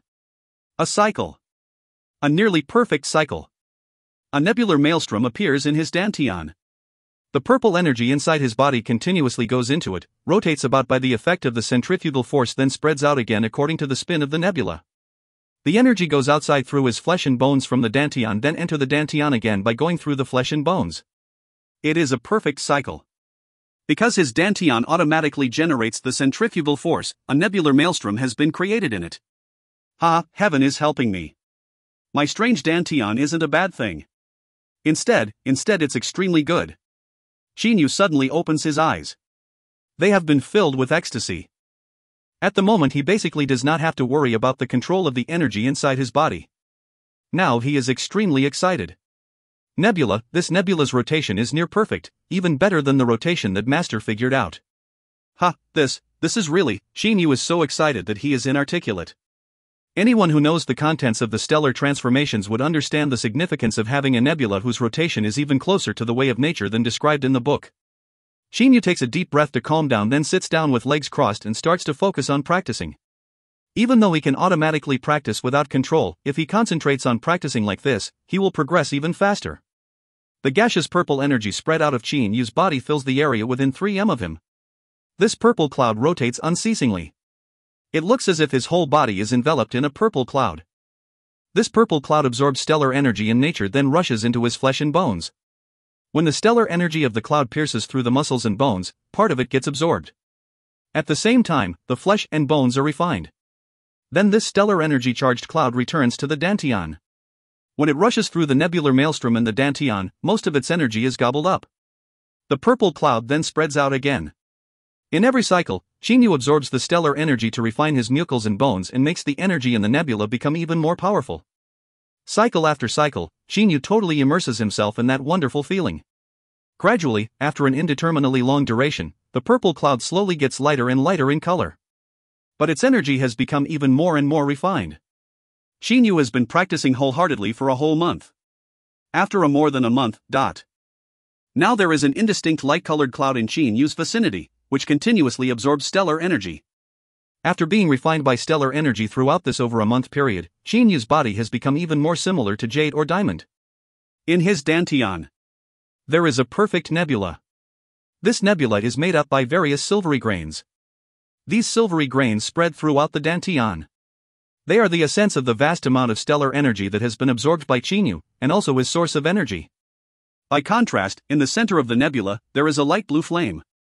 Shin Yu, who has been sitting with legs crossed, suddenly opens his eyes and stops practicing. The silvery energy flows into his body in an instant. The nebula, affected by the force of the dantian, is still slowly spinning, only that it is merely refining its energy. A light blue flame, indeed. By practicing the stellar transformations I've obtained the stellar flame. It's pretty stronger than the samadhi flame. Shin Yu suddenly stands up. All Zyationists have a flame in their bodies. Generally, Zyuxianists call it the samadhi flame, Zyamoists call it the devilish flame, and Zuyugoists call it the demonic flame. However, because the stellar transformations is not Shoshin, Shoma, or Shoyo, the flame inside the body of the practitioner is called the stellar flame. Shin Yu goes to the entrance of the training hall. It opens automatically at once. A black silhouette instantly appears beside him, lightly like a cloud. It is none other than Xiaohei. For the last over 1 month, Xiaohei has been all by himself and has been worried about Shin Yu. He was wondering why Shin Yu's closed-door training session had been going on for over a month. Only now can he put his own mind at rest after seeing Shin Yu go out. Big brother, Xiaohei's eyes have a hint of delight. Shin Yu says smilingly, "Xiaohei, follow me." To where? Xiaohei asks doubtfully. Shin Yu says nothing and immediately goes in another direction. Xiaohei goes after him. Shin Yu heads directly for the weapon forging chamber on the first floor of Lei Mountain House. The door of the weapon forging chamber automatically opens. Big brother, you want to forge weapons? Now Xiaohei totally understands. Shin Yu says with a smile, "Yes, when I found the Inrock flaming iron chunk, Uncle Feng's samadhi flame wasn't powerful enough, so he was only able to make middle-grade holy weapons. Actually, in-rock flaming iron can be used to forge high-grade holy weapons. I also have some high-class crystals so I can merge them with each other and reforge my flaming gloves and flaming sword once. High-class crystals? Big brother, you've got high-class crystals? Xiaohei's pleasantly surprised voice rises in Qin Yu's mind. Qin Yu slightly nods, then says with a smile, "What's the matter? Do you want some too?" Xiaohei nods repeatedly and says via his holy sense, "In my hereditary memories there is a forging method using the demonic flame. Too bad I don't have any good crystals. That storeroom's top-class crystals can only be seen. I don't know where you got these high-class crystals from? Alright, how many chunks do you want?" With a thought, he knows everything about the crystals in the Menghuan ring. In this spatial ring there are many middle-class crystals and some high-class crystals. Even though the number of high-class crystals is not large, there are still 10 odd of them and each one is relatively big, about the size of the in-rock flaming iron chunk. One is enough. Big brother, can you let me choose? I want one whose nature contains electricity, says Xiaohei. Qin Yu makes a wave of a hand. 10 odd chunks of high-class crystals instantly appear in the weapon forging chamber. Xiaohei's interest is quickly caught by a blue crystal. He immediately pulls it over to him using telekinesis, then unexpectedly swallows it at one stroke. Big brother, you stay here to forge your weapons, I'll find some place to forge mine. Xiaohei says laughingly via his holy sense. Qin Yu nods, then picks out 2 chunks of high-class crystals, one golden and the other shiny black. After being refined by the stellar flame, the flaming gloves and flaming sword have become too small for him because many of their impurities have been removed. Moreover, the fire nature of in-rock flaming iron is not very good. When merged with the 2 metal-natured and darkness-natured crystals, the flaming gloves and flaming sword will become much harder and their radiance will dim. They will even be capable of absorption. Master already set up so many formations in the weapon forging chamber. It'll be much easier for me to forge weapons. Qin Yu points with a hand while smiling. The flaming sword and flaming gloves instantly fly to the immediate area above the weapon forging 8 diagrams furnace from his body. At the same time, a light blue flame flies out from inside his body, then floats into the 8 diagrams furnace. In an instant, the furnace is set ablaze. Heavenly Gate, 8 diagrams, orthodox. Qin Yu's hand shoots out several indistinct light silvery streams of stellar energy into the several small holes of the 8 diagrams furnace. In an instant, the 8 diagrams furnace brightens and radiates various rays of light, forming a mysterious written talisman. The temperature of the light blue flame suddenly rises. Qin Yu gives a smile. The stellar flame has 2 forms. Through controlling the formation, he can turn it into the ultra-young flame or the ultra-yin flame. Chi at the moment, the stellar flame is in its ultra-young form. In a short while, the flaming gloves and flaming sword have been melted. At the same time, their impurities have also been continuously burnt out. Naturally, their sizes have shrunk a lot. Qin Yu points with a hand and the 2 chunks of high-class crystals also fly into the furnace. Again, the ultra-young flame melts these 2 chunks of high-class crystals. When it has burnt up all their impurities, the crystals have become 4 or 5 times smaller. Qin Yu remembers that the most basic forging method of the Stellar Transformations book is to use the ultra-young flame to melt the materials and remove their impurities, then to use the ultra-yin flame to mold them into objects. Even though this is the simplest method, it muddles him up, mostly because controlling the strength and timing of the flame is extremely difficult. Earthly Gate, 8 diagrams, reverse. After several light silvery streams of stellar energy are shot into the several holes of the furnace, the 8 diagrams furnace radiates a different light. In an instant, the temperature of the stellar flame seems to have dropped sharply. Now it looks ice blue from the outside. After forging for a long time, the flaming gloves and flaming sword are finally formed again. Qin Yu only carves 2 formations into them, one being offensive and the other being defensive. He saw these 2 formations in his secret book in the study. I've got too little knowledge of the art of formation. According to that secret book, formidable experts can carve 9 offensive formations into a flying sword without a break, forming a cycle that is extremely powerful. Qin Yu thinks to himself. If Fenjiuzi knew what Qin Yu is thinking, he would probably feel ashamed to death. The Shojin secret books Qin Yu has read are some top-class secret books in the Shojin world collected by Lei Wei in the past. The 2 formations he just carved into his weapons both are extremely profound in secret. When Fenjiuzi forged these weapons for Qin Yu, he only set up a very crude offensive formation on them. The flaming gloves and flaming sword are floating before Qin Yu. Now these weapons have become dark golden, and have also become high-grade holy weapons. The flaming sword is about the same size as a common flying sword. Because it can be used both as a short sword and as a flying sword, it is extremely handy. 7 months have passed. Tomorrow is the day the Qin clan has decided to go to war on. In a military base near the Blackwater mountain range, the four marshals, Qinda and Qin Zhang, have gathered together. Qinda and Qin Zhang are dressed in brocade clothes while the four marshals, Qin Feng, Jiang Tao, Fu Bing, and Fan Yu, are wearing battle dress.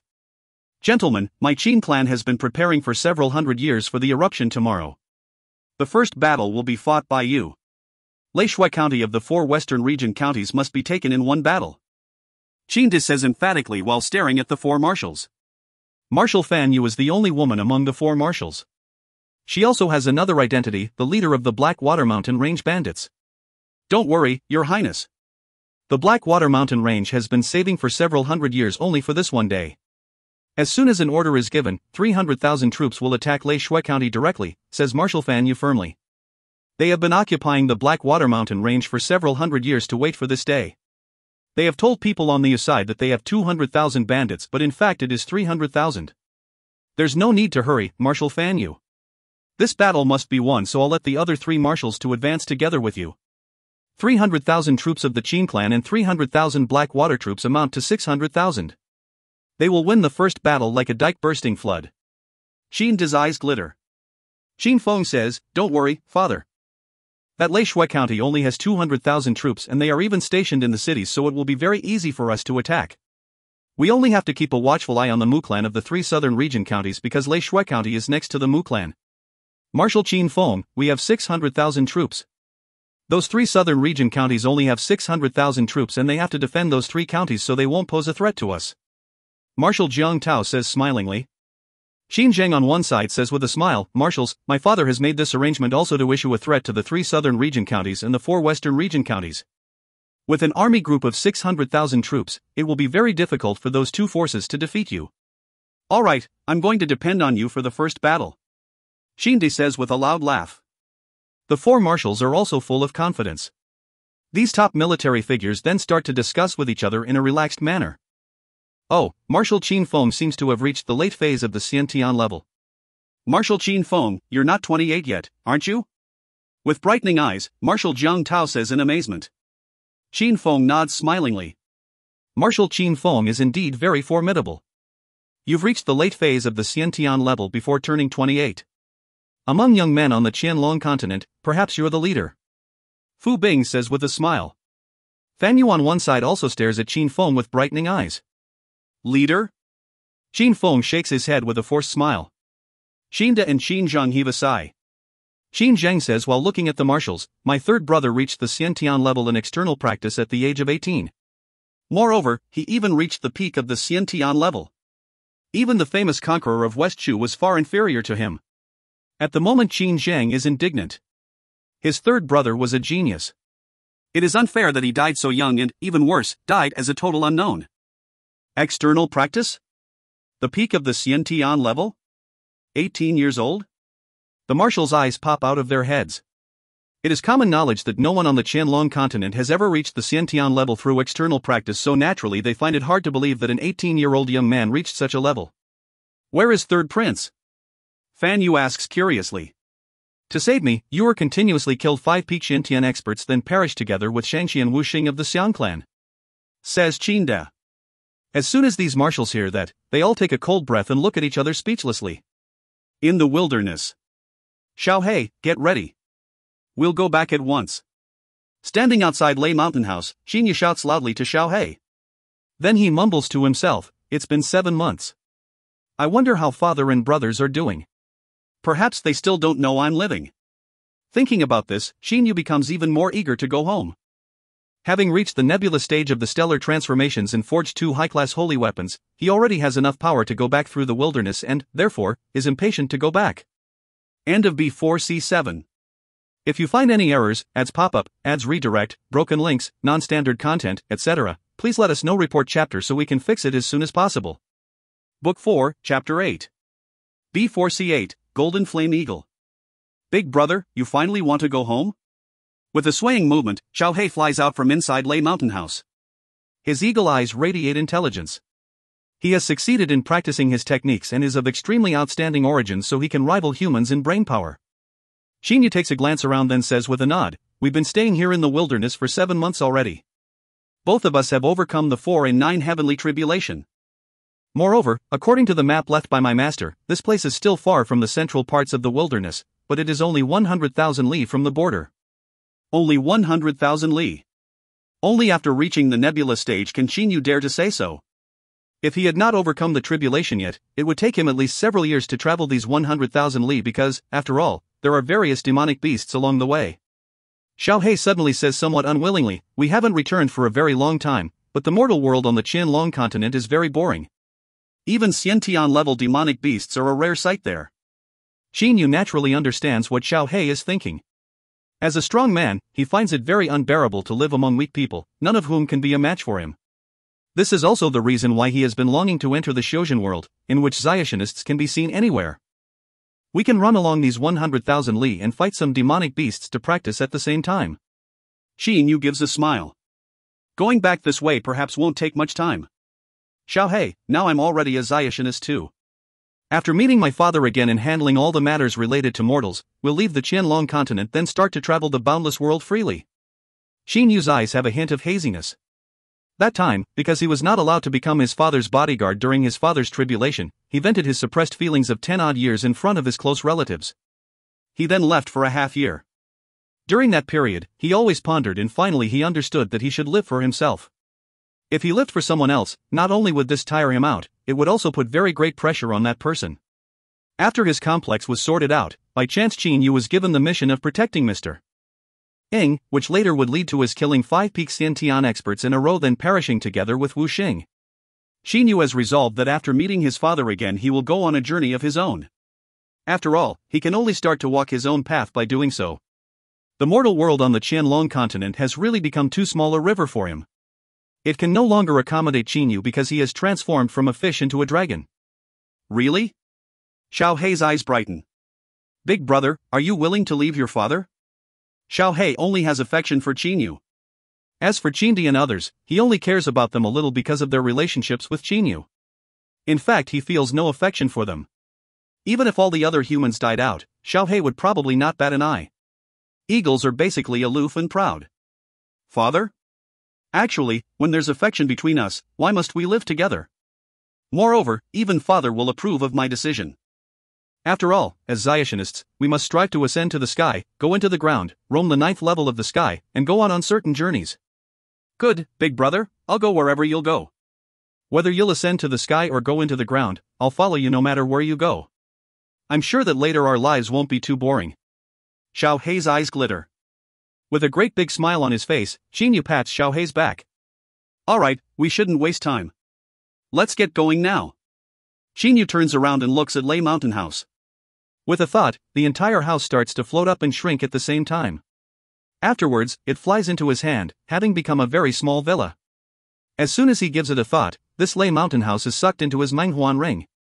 Master's art of forging is really outstanding. He was even able to forge such a huge house. Xinyu praises highly. Forging a Xian mansion is considered an extremely great skill even in the entire Xiuzhen world. Stellar energy actually is fire in nature, so naturally the flame obtained through practicing the stellar transformations is exceptionally formidable. Therefore, when Starlet said that Lei Wei was the #1 in the Xiuzhen world when it comes to forging, it was not bullshitting. Xiao He, however, is very amazed. He knows that this Lei Mountain House is outstanding, but he never thought that it could be shrunk at will like a holy weapon. Alright, Xiao He, let's go. Xinyu soars directly into the sky like a wisp of blue smoke. Don't give yourself a head start. Xiao He utters a cry then, with a wave of his wings, he soars into the sky. In a short while he has already come up to Qin Yu's side. A man and an eagle then fly directly westwards abreast. Various light silvery streams of stellar energy are moving around Qin Yu, but his body is not experiencing any resistance and is flying extremely fast through the air. Wow, big brother, this stellar transformations is very terrific. There are many Xiationist-related things in my memory, but, according to them, Jindan stage Xiationists fly very slowly. Xiao He says to Qin Yu via the holy sense while flying next to him. Xinyu says with a smile, Xiao He, this stellar transformations requires the practitioner to reach the peak of the Xiantian level in body training first. Do you know why? No, I don't. Xiao He blinks a couple of times and replies through his holy sense. Qin Yu's eyes glitter. He says smilingly, when a person practices the first stage of the stellar transformations, the nebula stage, a nebula is formed in his dantian. At the same time, his energy is spread outside through his flesh and bones to form another nebula which continuously absorbs stellar energy outside the body. That stellar energy then goes into the nebula in the dantian through the flesh and bones, forming a perfect cycle. The most important link in this cycle is the body, because whether when his stellar energy goes outside from the dantian or when the stellar energy he has absorbed from nature goes into the nebula in the dantian, his flesh and bones are pierced through by stellar energy. If his flesh isn't durable enough, it'll soon be burst by this extremely powerful kind of energy. So, he must have a very strong body. In fact, the practice process of continuously absorbing stellar energy is also a body training process. Every time stellar energy goes through his flesh and bones, they are refined and at the same time absorb a portion of stellar energy. Hearing Qin Yu's words, Xiao He is slightly stupefied for a while. After a long time, he says through his holy sense, it's like weapon forging, isn't it? It forges the body like a holy weapon. Almost, only that the body is too important to be refined directly with the internal flame like a weapon. It can only be refined using stellar energy. As he practices, his body will become stronger. It's even possible for the body to eventually surpass holy weapons. Feeling strong winds keep blasting onto his face, Qin Yu is very comfortable. At the moment he is flying through clouds and looking down. Lofty peaks, precipitous mountain ranges, plains and marshes are continuously left behind. Generally, a Ziotionist's body experiences huge resistance while flying. Qin Yu's body can match a holy weapon, so he is flying with great ease like a holy weapon. As for Xiao He, because he is a bird, he is even better at flying. When a man and an eagle are flying, a huge pressure suddenly comes to them from up ahead. At the same time, a heat wave blows onto their faces from afar. In an instant, the temperature in Qin Yu's vicinity increases by several hundred degrees. Qin Yu's face slightly changes color. He knows they have encountered a demonic beast. Xiao He also stops and stares ahead carefully. In just a moment, a huge golden eagle appears in front of Qin Yu.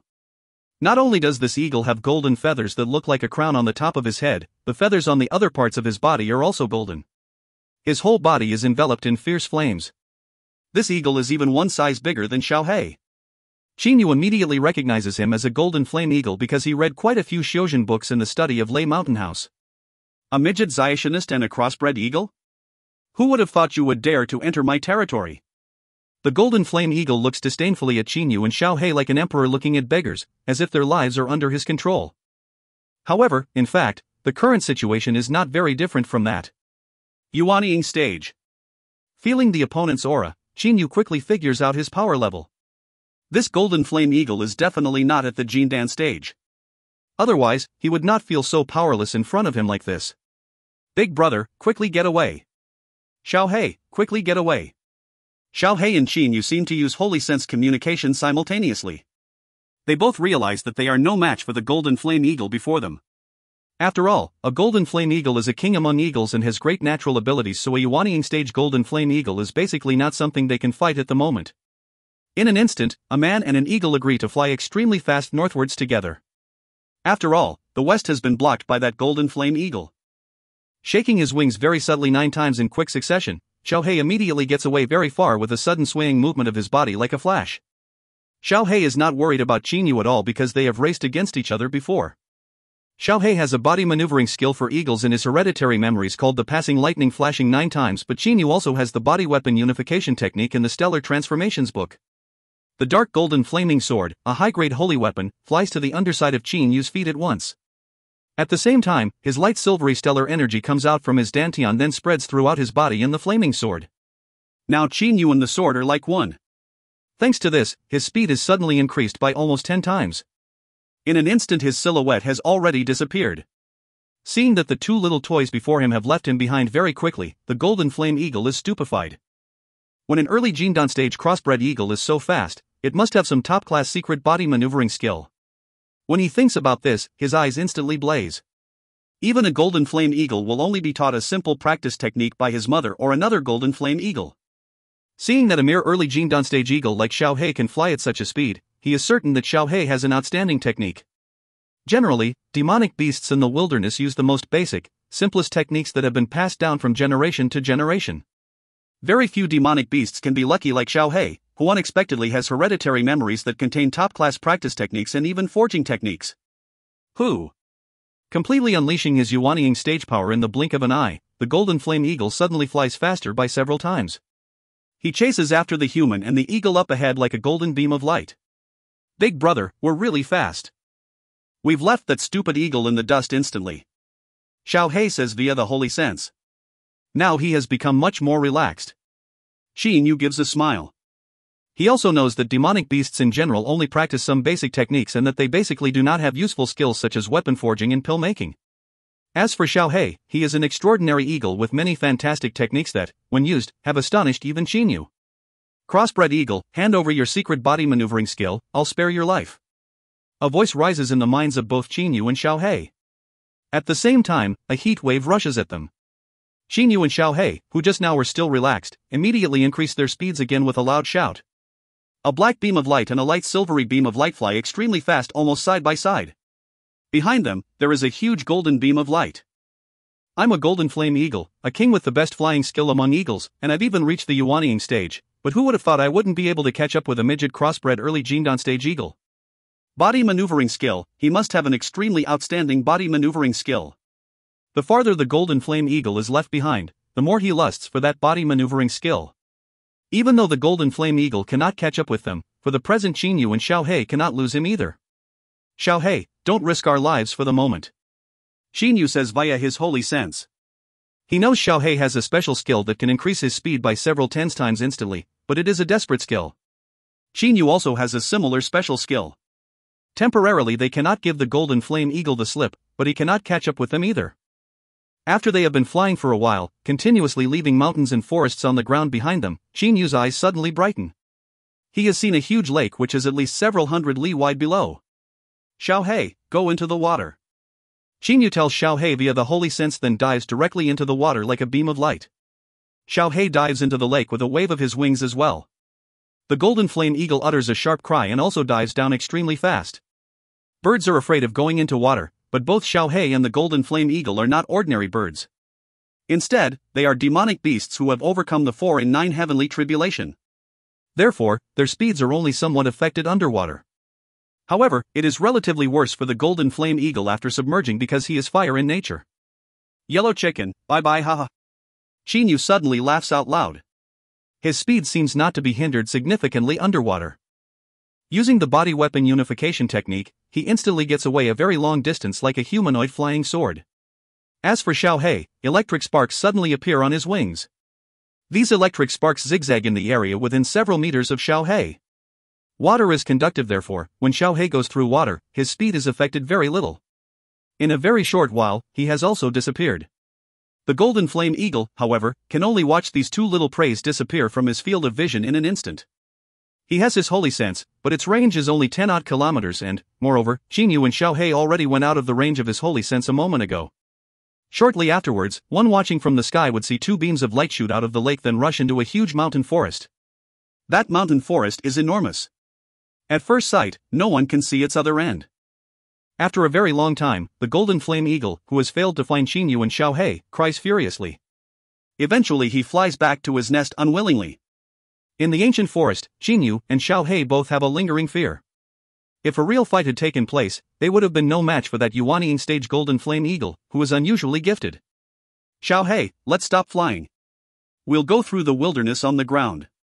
At the same time, we'll have a nice training session by fighting some Jindan stage demonic beasts. Xin Yu says smilingly. Xiao He flaps his wings non-stop to show his agreement. Then, a man and an eagle no longer fly.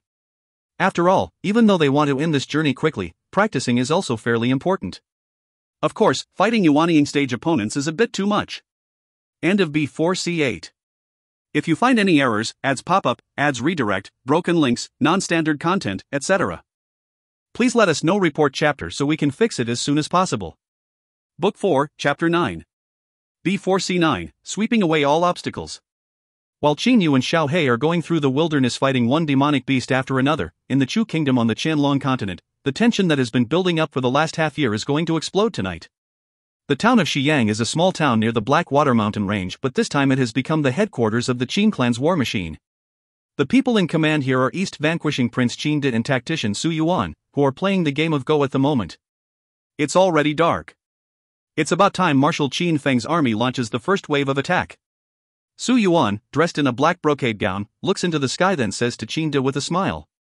At the same time, he keeps waving the fan in his hand slowly and gently. After gently putting a white chess piece down, Qingde says dully, if Fenger couldn't even win the first battle, he wouldn't need to be a marshal anymore. A faint smile appears on Su Yuan's face. Even though Qingde looks very calm, Su Yuan is still certain that he feels completely uneasy in his heart at the moment because just now he played a wrong move. Given Qingde's chess skill, he will not make such a mistake in a normal situation. Calm? How can Qingde possibly remain calm? The tension caused by his wife's death, his son's death and the Qin clan's preparation of several hundred years is going to erupt into war tonight, so, even if Qingde is a universal golden immortal he would not be able to calm down. It is gradually getting dark. At the moment, Yanglin City, a small city in the easternmost part of Leishui County, is still being strictly guarded. After all, the Xiang clan also knows that the Qin clan is going to attack and, moreover, even though this Yanglin City is considered a defensive obstacle, it is merely a small city. However, based on its intelligence, the Xiang clan thinks that the Qin clan does not have enough power to breach the defense of Leishui County and therefore only several thousand troops are stationed in this small city Yanglin. The city's gate is closed. Wait until tomorrow to go out. Seeing some people approaching, several 10 city guards immediately shout loudly. Officers, my father is seriously ill. I must go out right now. Could you please go easy on me? 2 young scholars walk up to the side of the guards at the city's gate. At the same time they take out a money bag and open it. There are unexpectedly some large gold seises. The gold seises glow in the dark, stunning these guards for a while. Suddenly, outside Yanglin City, various strong, muscular people rush out extremely fast from a small forest holding their shields. The guards on the wall of Yanglin City never thought that there were people hiding in that forest. After all, it is not a large one. All of those soldiers are moving extremely fast, covering several meters with each of their steps. And they are all internal experts. Seeing the speed of the Qin clan soldiers, the faces of the guards on the city's gate immediately go very pale. They see clearly the difference between themselves and the attackers at once. The enemy's raiding! The enemy's raiding! Instantly, loud shouts can be heard from the top of the city's wall. Quickly scram! The chief guard, however, takes the gold seises with a grab then gives the scholar a push. Obviously he wants to rob him of these seises. But, with a movement of their bodies, the 2 scholars suddenly look like illusions. Following several muffled gurgles, the several tens guards all open their eyes wide then fall down while covering their throats with their hands. Their blood splatters over a large area. The 2 scholars pull back their daggers and give each other a smile. The Qin clan's first battle must be won quickly and thoroughly. It should be known that this time Marshal Qin Feng personally leads 100,000 troops into battle and the ones who fight the first battle are the absolute cream of the crop among them, the trump card called Fortification Destroying Regiment. Even though the Fortification Destroying Regiment has only 3,000 soldiers, they have been selected from 100,000 troops so all of them are excellent fighters and practice a fairly formidable internal technique. As for the 2 scholars, they are Xiantian experts from the secret arrow group. As Xiantian experts, they indeed needed only a moment to annihilate several tens ordinary soldiers. Shoot arrows. Quickly shoot, dot. Those panicked officers immediately roar, but the Fortification Destroying Regiment's experts block the arrows with their shields. They quickly run up to the city's gate then go into the city, unhindered. Rumbling. The city's gate opens. Why is the city's gate opened? Quickly close it. Close it. The officers on the city's walls roar loudly at once. The experts among the 3,000 soldiers rush into the city like arrows leaving bows. After opening the city's gate, the 2 secret arrow experts suddenly take off the scholar clothes on their bodies at the same time, revealing 2 black suits of clothing. After the city's gate has been opened wide, the 3,000 soldiers of the Fortification Destroying Regiment conduct a sweep through this entire small city with great ease. Whiz! A whistling arrow is shot into the sky. Ha! Yanglin City has been defeated. Immediately start the second wave of attack. We must continuously take the 4 eastern cities of Leishui County. Qin Feng gives an order as soon as he hears the signal of the whistling arrow. He simply does not doubt the result of the first battle. Yanglin City is only a small city and he used the 3,000 most crack troops who make up the Fortification Destroying Regiment. If those experts had not been able to defeat it, they should commit suicide as an apology. Following Qin Feng's order, several whistling arrows are shot into the sky. Immediately, the 4 eastern cities of Leishui County are attacked by several tens thousand troops when they are barely prepared. In just a half night, the 4 cities are defeated. At the same time, Jiang Tao and Fu Bing each lead 100,000 troops through these 4 cities and start to wipe out any resistance in Leishui County. The 300,000 Black Water troops, who have been bandits before, attacked the southern cities of Leshui County directly under Marshal Fan Yu's command. They are divided into quite a few groups whose troops range from under 20,000 to 100,000 in number. Pooh! A Qin army soldier raises his battle knife and directly cuts off a local soldier's head at one stroke. Ha, these chicken shits who haven't even seen blood are stupid enough to fight us. I, Lian Lang, have killed a dozen of them. A Qin army soldier laughs out loud, but his hands are still mercilessly slaughtering opposing enemies. We surrender! We surrender! Various Xiang clan soldiers shout. When the Qin clan started to attack, its troops said very loudly, "Surrenderers are spared," and they have indeed kept this promise ever since. Because the Xiang clan soldiers have been living in peace, none of them has ever killed anyone. In contrast, most of the Qin clan's troops have been stationed on the border of the wilderness and have fought some wild beasts, so their fighting power is naturally on a different level. A half month, in only a half month, 600,000 troops have swept through the entire Leshui County like a flood. The true power of the Qin clan army's soldiers has been shown for the first time. Most of these soldiers, who have fought in the wilderness, are far superior to those ordinary soldiers of the Xiang clan, who have never seen real action before. This time the Qin clan definitely does not take a soft line. It has launched an absolutely fierce attack on the whole Leshui County. In a half month, Leshui County has been defeated completely. However, because by now the other three counties of the Xiang clan have totally mobilized their large armies, if the Qin clan attempts to forcefully break through their defense, it will also suffer heavy losses. After all, assaulting fortified positions is extremely difficult. The Black Water Army is then garrisoned in some southern cities of Leshui County to deter the Mu clan of the three southern region counties. ____________. Pa! A teacup is fiercely thrown on the ground and shatters. Bang! Dot. In the Imperial Study, the specialized desk at which emperors work is flipped over completely. Everything on the desk falls on the ground. At the moment, Xiang Guang is like a furious lion. With his eyes having turned blood red and wide open, he looks as if he wants to bite people. A county, an entire county, has been seized just like that. This is a complete mess. My plan has been utterly messed up. Breathing heavily, Xiang Guang stares at the several people in front of him with blood-red eyes. My intelligence chief, I valued you so much, but how have you treated me? 600,000 troops, do you hear that? The Qin clan used 600,000 troops to attack my Leshui County. Where did they come from? Come on. Tell me, where did those 600,000 troops come from? Xiang Guang gasps for breath non-stop. A county is a very large territory with over 100 cities. Moreover, Leshui is one of the 4 counties that the Xiang clan has been managing painstakingly, but in only a half month it has been defeated completely. The original plan was so nice. You even said you had investigated and totally ascertained that the Black Water Bandits could hold down Zhang Tao's and Fu Bing's 200,000 troops. With only 100,000 troops under Qin Feng's command, their defeating my Leshui County would have been pure fantasy. But what's the current situation? Xiang Guang stares at the hook-nosed man. The hook-nosed man kneels down in terror, saying, I don't know either, Your Majesty. Those Black Water Bandits unexpectedly didn't keep their promise and totally gave in to the Qin clan. That 300,000 strong Black Water army is made up of the former Black Water Bandits.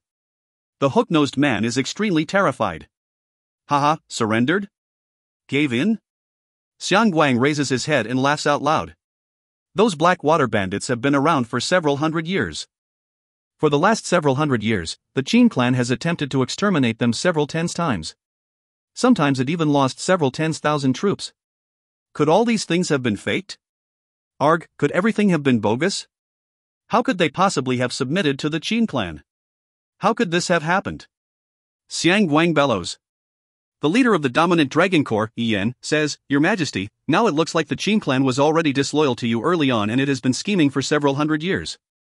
Those Black Water Bandits are also a chess piece that was put down by the Qin clan several hundred years ago.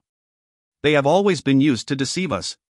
Only this can explain why, after fighting each other many times for the last several hundred years, now the Black Water Bandits instantly give in to the Qin clan without saying a word. Xiang Guang does not want to believe this, but judging by the current situation, it seems Yan is right. Xiang Guang's whole body shakes once, several hundred years, my goodness, I never thought they had been preparing for several hundred years.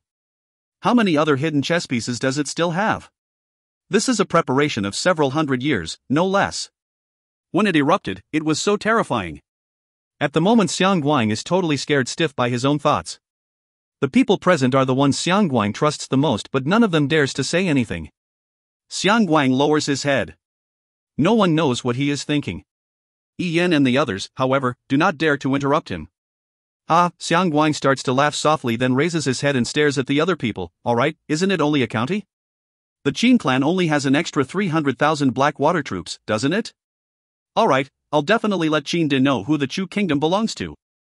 Xiang Guang is wrong. After the black water bandits turned into Qin clan soldiers, is it true that the Qin clan has only 300,000 more troops? No, it is not. Instead, the Qin clan can use 500,000 more troops because now the 200,000 troops that have been used as a deterrent against the black water bandits can take part in the war as well. Originally, the Qin clan had 600,000 troops and secretly recruited 200,000 more troops. Now, with the addition of the 300,000 black water troops, it has 1,100,000 troops in total. Moreover, the Qin clan's army is much better at fighting than the other three big clans. Great Ancestor sends for you, Your Majesty. A pleasant quiet voice rises in Xiang Guang's ears. Xiang Guang's body immediately gets a shock. He angrily rebukes the others at once. All of you go away and do your own work properly for me. If you make one more mistake, don't blame me for having no mercy. Yes. The several people present leave while bowing in an instant. After they have left, Xiang Guang fixes his clothes a bit, then leaves the imperial study directly for a visit to that great ancestor. In the imperial palace, there are some places where outsiders are not allowed to approach. Eternal House is one of those forbidden areas. By now Xiang Guang has entered Eternal House. He and Mr. Lan are standing outside the bedroom of the house. Even though the door of the bedroom is only covered with a beaded curtain, they both do not dare to go through it. Xiang Guang stands outside the beaded curtain, bows and says, Guanger pays his respects to Great Ancestor. Guanger, tell me about the situation of the war. An amiable voice comes out from inside the room. Through the beaded curtain, a man who is sitting with legs crossed on a bed can be vaguely seen. The bed is radiating indistinct rays of light. Xiang Guang arranges his thoughts a bit, then says, Great Ancestor, those black water bandits have changed their name to Black Water Army and become a Qin clan army. Using 600,000 troops at once, the Qin clan has taken our Xiang clan's Lei Shui county after a half-month. Now the Qin clan has 1,100,000 troops. My guess is that it couldn't have wanted to rebel recently. It must have been preparing for several hundred years. Several hundred years? You're smart to have guessed this. There is a hint of praise in the voice inside. With his face not reddening in the slightest, Xiang Guang continues, Even so, I'm confident of destroying the Qin clan. To my knowledge, it has quietly sent 300,000 troops to the two northern region counties. When the Qin clan starts to attack us, I'm going to let the Shangguan clan switch sides. It's going to cooperate with the Xiang clan by attacking the Qin clan from within. Oh? Xiang Guang is struck by a thought. Thinking about one possibility, he says hurriedly, Great Ancestor, can Shangguan Hong be trusted? The Qin clan has been preparing for several hundred years, so people like Shangguan Hong may have actually submitted to it, which will make that business a disaster. He has suddenly come up with this idea. Don't worry. Shangguan Hong won't submit to the Qin clan even if he has to die. The voice inside says with seemingly complete confidence. Hearing this, Xiang Guang immediately feels much more relaxed. He has a blind admiration for Great Ancestor. Suddenly Great Ancestor's voice inside becomes very serious. Guanger, has your secret service investigated the matters related to Qin Yu, the dead third prince of the Qin clan, especially how he practiced? Qin Yu? That useless third prince? Xiang Guang is startled. In fact, Xiang Guang still knows nothing about the great battle connected with Qin De's undergoing the tribulation. After all, except for Wu De, all of the people he sent died, and Wu De has not told him what actually happened. Useless? The Four Directions Death Gods in Gumin were 5-peak Xian experts. A 19-year-old brat was able to kill 5-peak Xian experts. There was also Shangxian Wuxing. Just before his death, that brat killed Shangxian Wuxing too. How could he possibly have been useless? Great Ancestor is slightly angry. Xiang Guang is startled. He has paid relatively close attention to the big son and second son of the Qin clan but has never cared about the third son. However, now even the mysterious Great Ancestor unexpectedly shows interest in this Qin Yu. You quickly investigate what technique actually gave a 19-year-old kid such a great power. I absolutely don't believe natural talent can help a person reach that level. He must have had a top-class technique. If the Qin clan uses this technique to produce a bunch of top-class experts, it will be a disaster. Great Ancestor's voice is serious. Obviously he has become angry. Xiang Guang has never seen great ancestor speak so angrily. He says hurriedly at once, "Yes, I'll investigate this."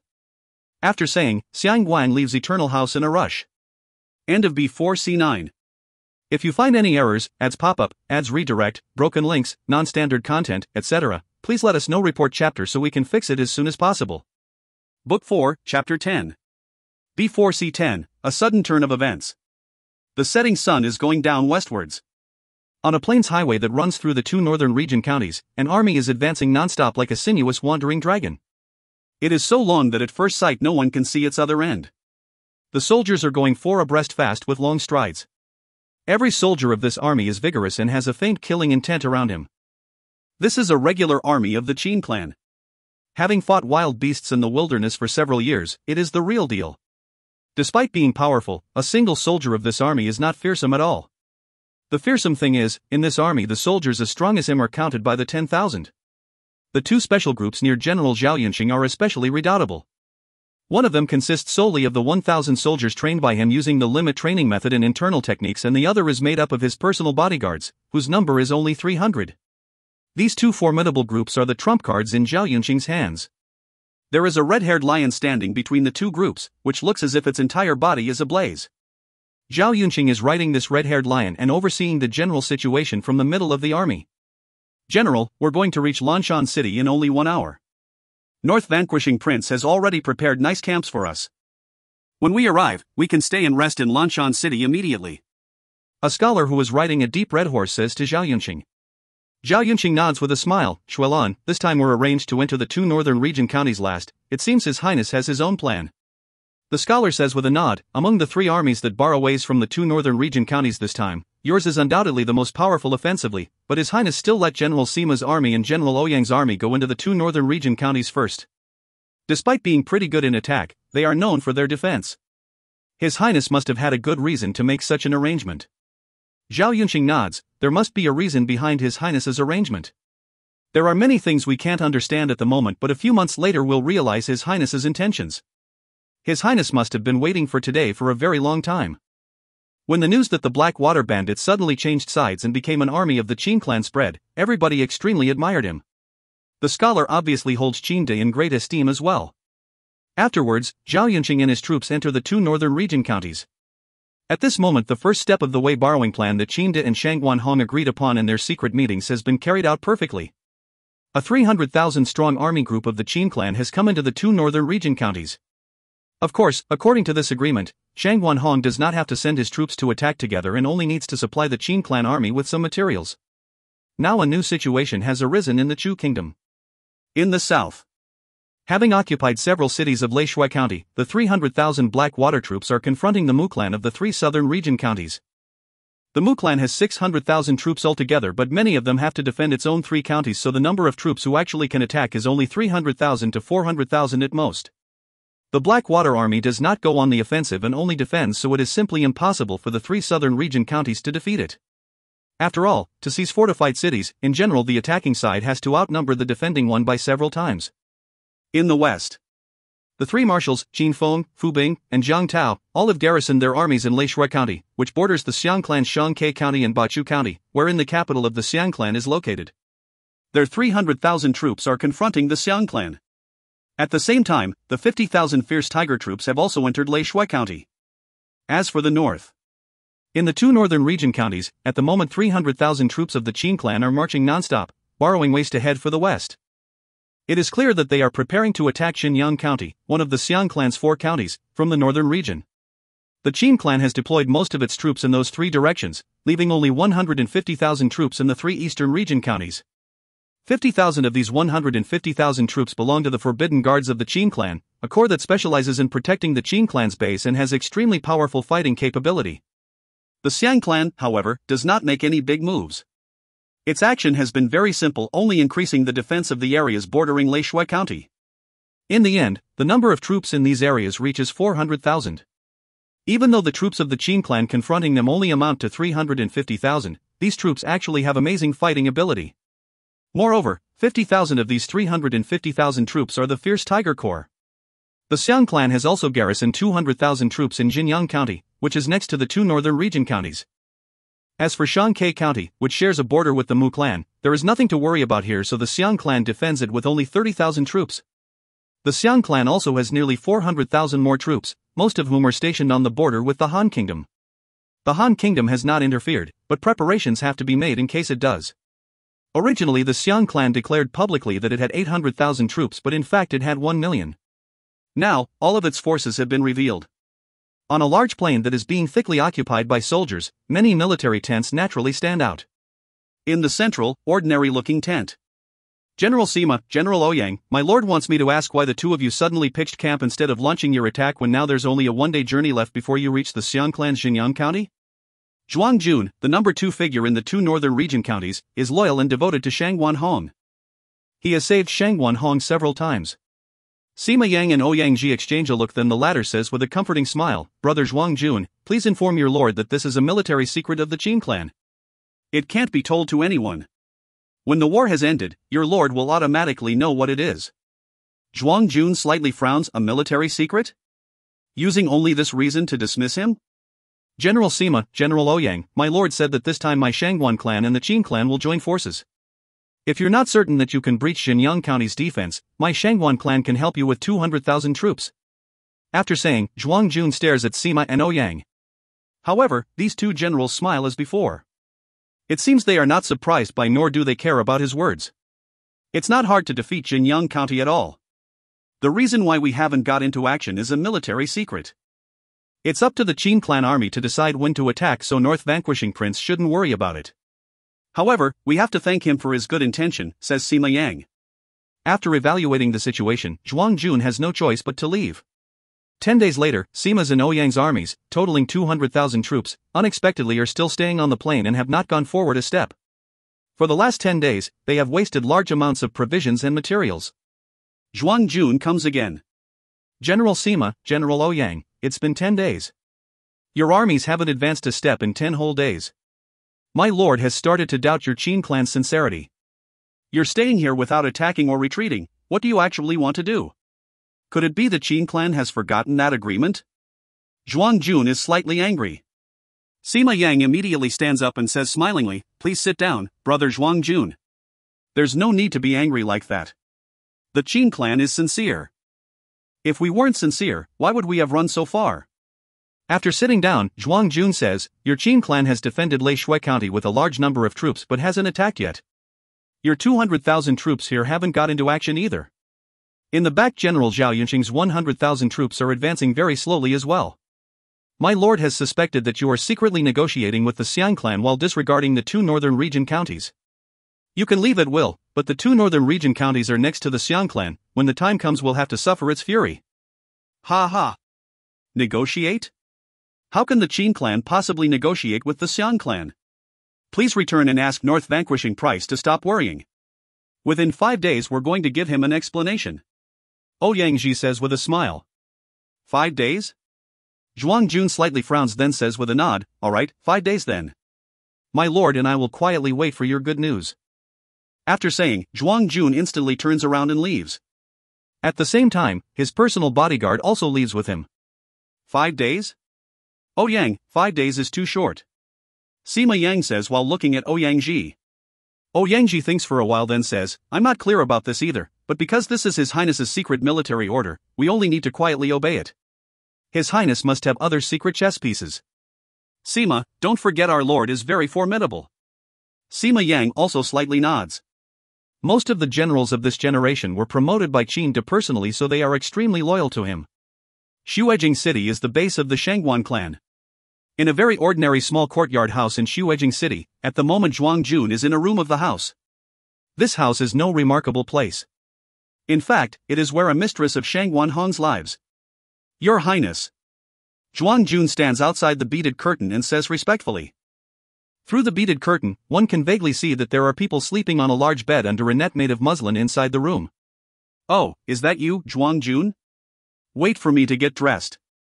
Shangguan Hong's voice comes out from inside. Your Highness, please sleep a bit more. A lazy voice rises. Shangguan Hong says comfortingly with a smile, Xiao Shui, don't behave badly. I have an important thing to do. After Shangguan Hong finishes saying, that woman indeed stops bothering him. In a short while, having got dressed properly, Shang Wanhong walks out. That woman, who now is also fully dressed, walks out with him. At the moment, this mistress of his still has a rosy face. Her entire body radiates an air of laziness. She is nestling against Shang Wanhong like a kitten. Your Highness, Zhuang Jun slightly signals with his eyes. Xiao Shui, you can go out to play first. I have an important thing to discuss with Zhuang Jun.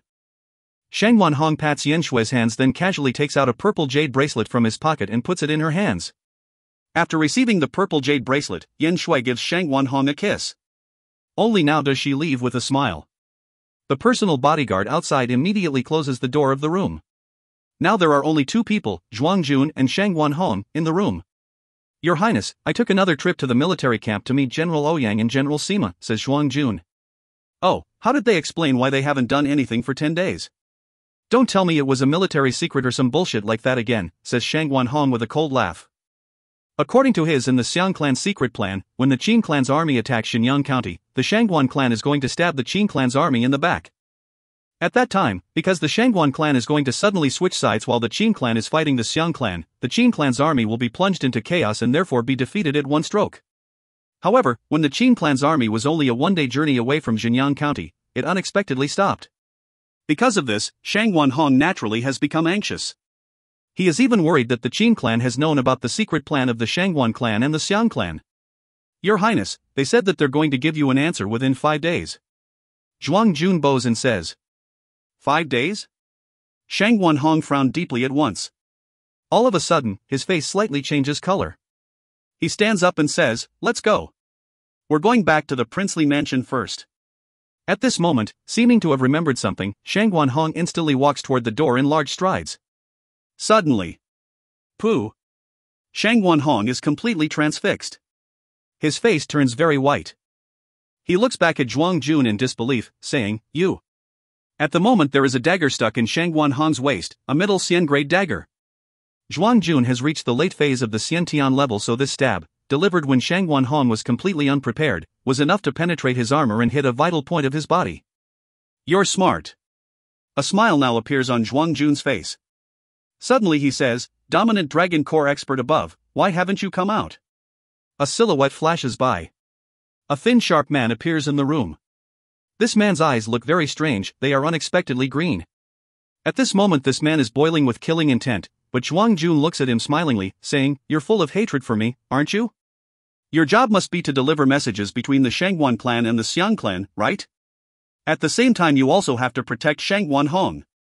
Too bad. The green-eyed man takes a look at Shang Wanhong. He knows Shang Wanhong has been severely wounded and can only endure for a short while.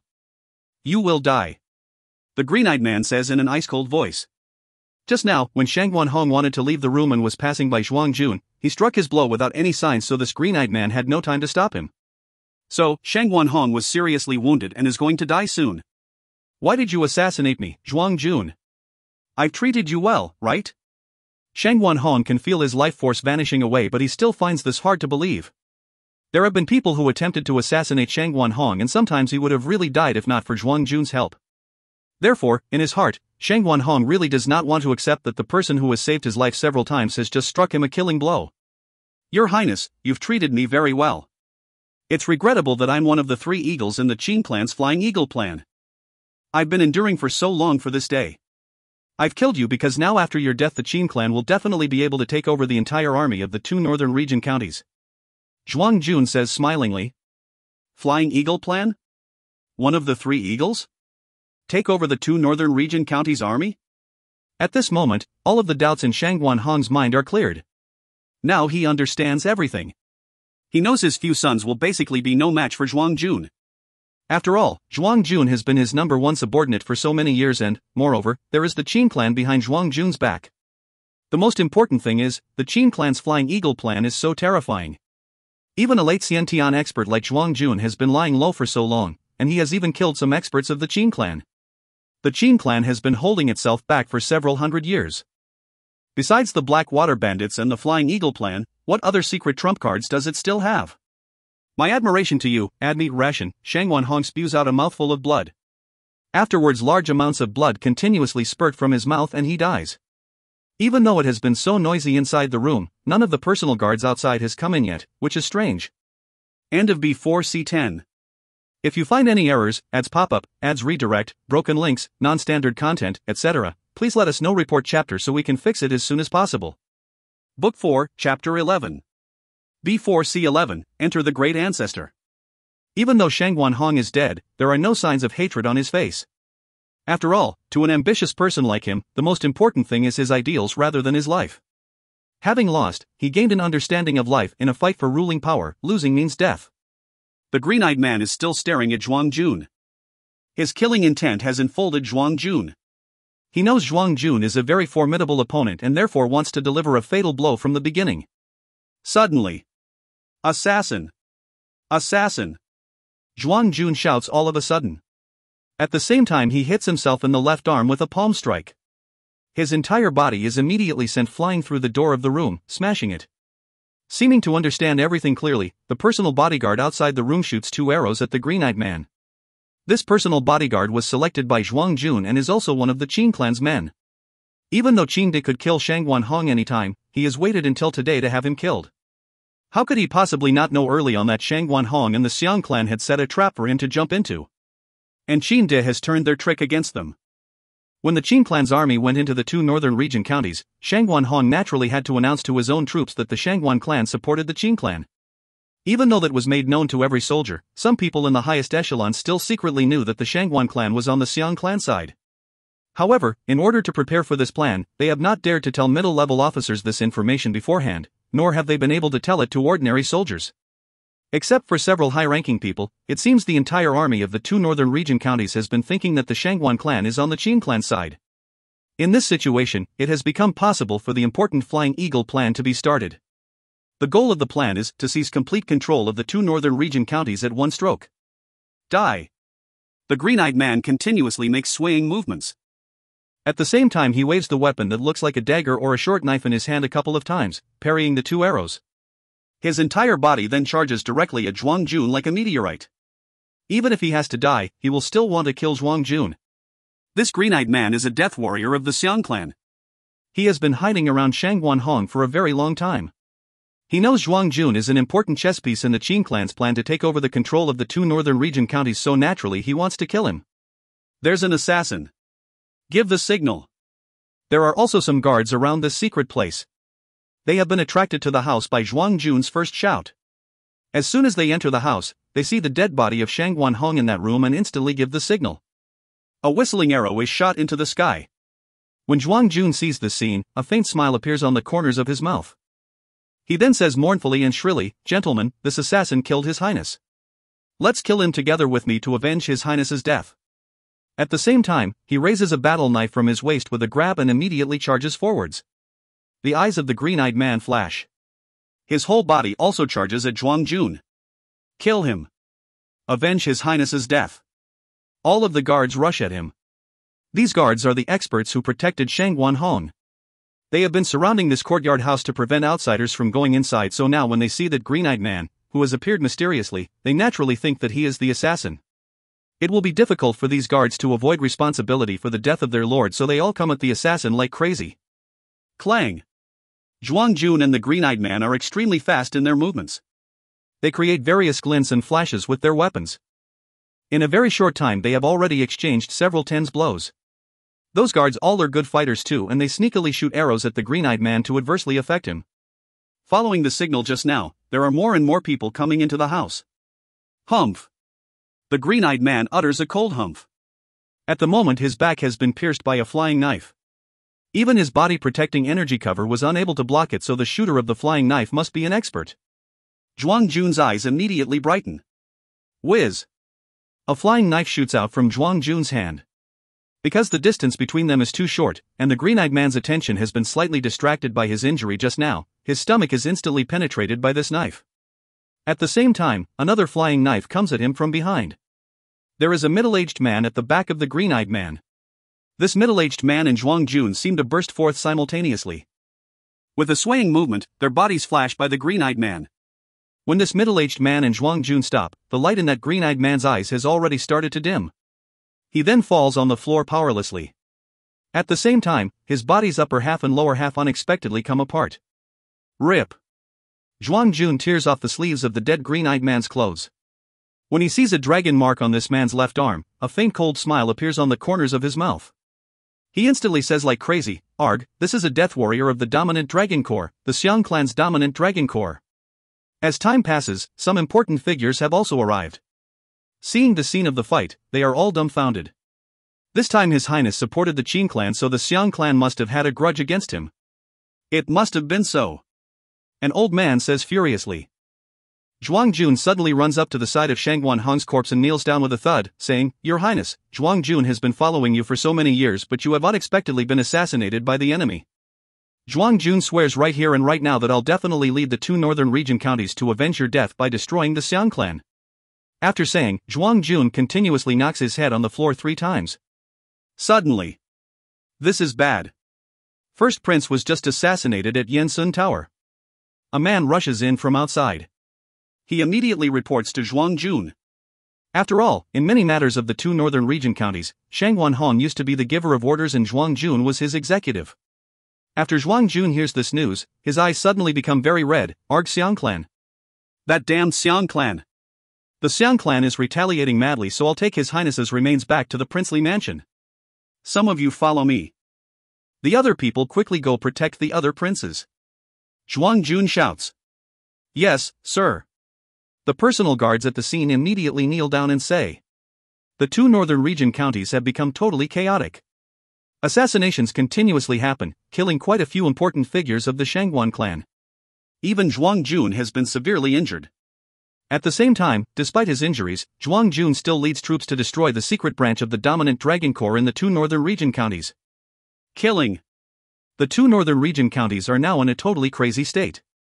Everyone related to the Xiang clan is killed. Some very important persons are even discovered to actually be the Xiang clan's 5th columnists. Even though these people all deny this, secret letters they have exchanged in the dark are found out and become incontestable evidence against them. Of the 4 marshals of the 2 northern region counties, one is assassinated and another has to give up his post to a different person due to ill health. The other 2 marshals are still the same, but Zhuang Jun is one of them. A good few of the Shangguan clan's very important people such as the princes are killed. The only thing left of the Shangguan bloodline is a 3-year-old child. The Shangguan clan has totally collapsed. From now on, all the matters of the northern region are under Zhuang Jun's control. Afterwards, in the name of vengeance, he orders the 400,000 troops of the 2 northern region counties to prepare for a joint attack on the Xiang clan with the 300,000 troops of the Qin clan. Xiang Guang is sitting motionlessly and powerlessly in a chair. His mind is in chaos. How could this happen? How could this happen? What's actually going on? Can somebody tell me what's going on?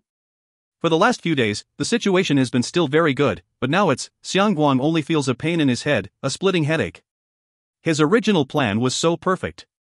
However, despite its perfection, it was merely a plan. Only after a plan has been carried out can its practical value be verified. Without execution, it is nothing but a castle in the sky.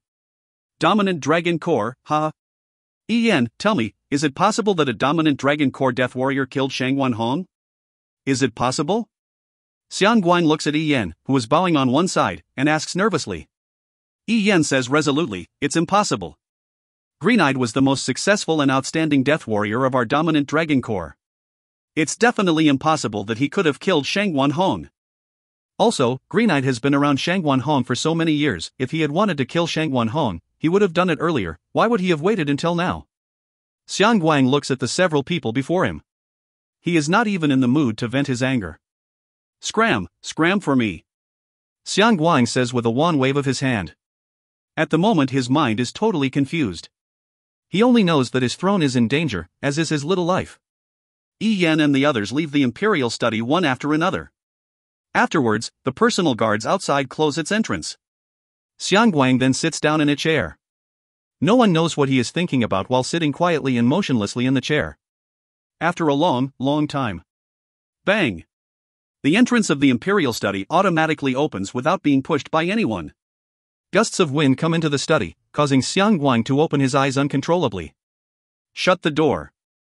Shut the door for me." Before he can finish his sentence, he does not dare to say any more. He sees a swift and fierce old man coming in from outside the entrance. This old man has black long flowing hair and is wearing a wide-sleeved robe, which is fluttering in the wind like a dust coat. The old man's eyes are sharp and ice-cold like arrows. There are 4 people behind the old man, who are going abreast in 2 lines.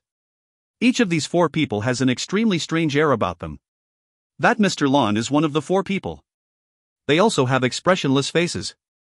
These 5 people successively come into the Imperial study. The guards of the Imperial study seem to be scared stiff by them. Great ancestor.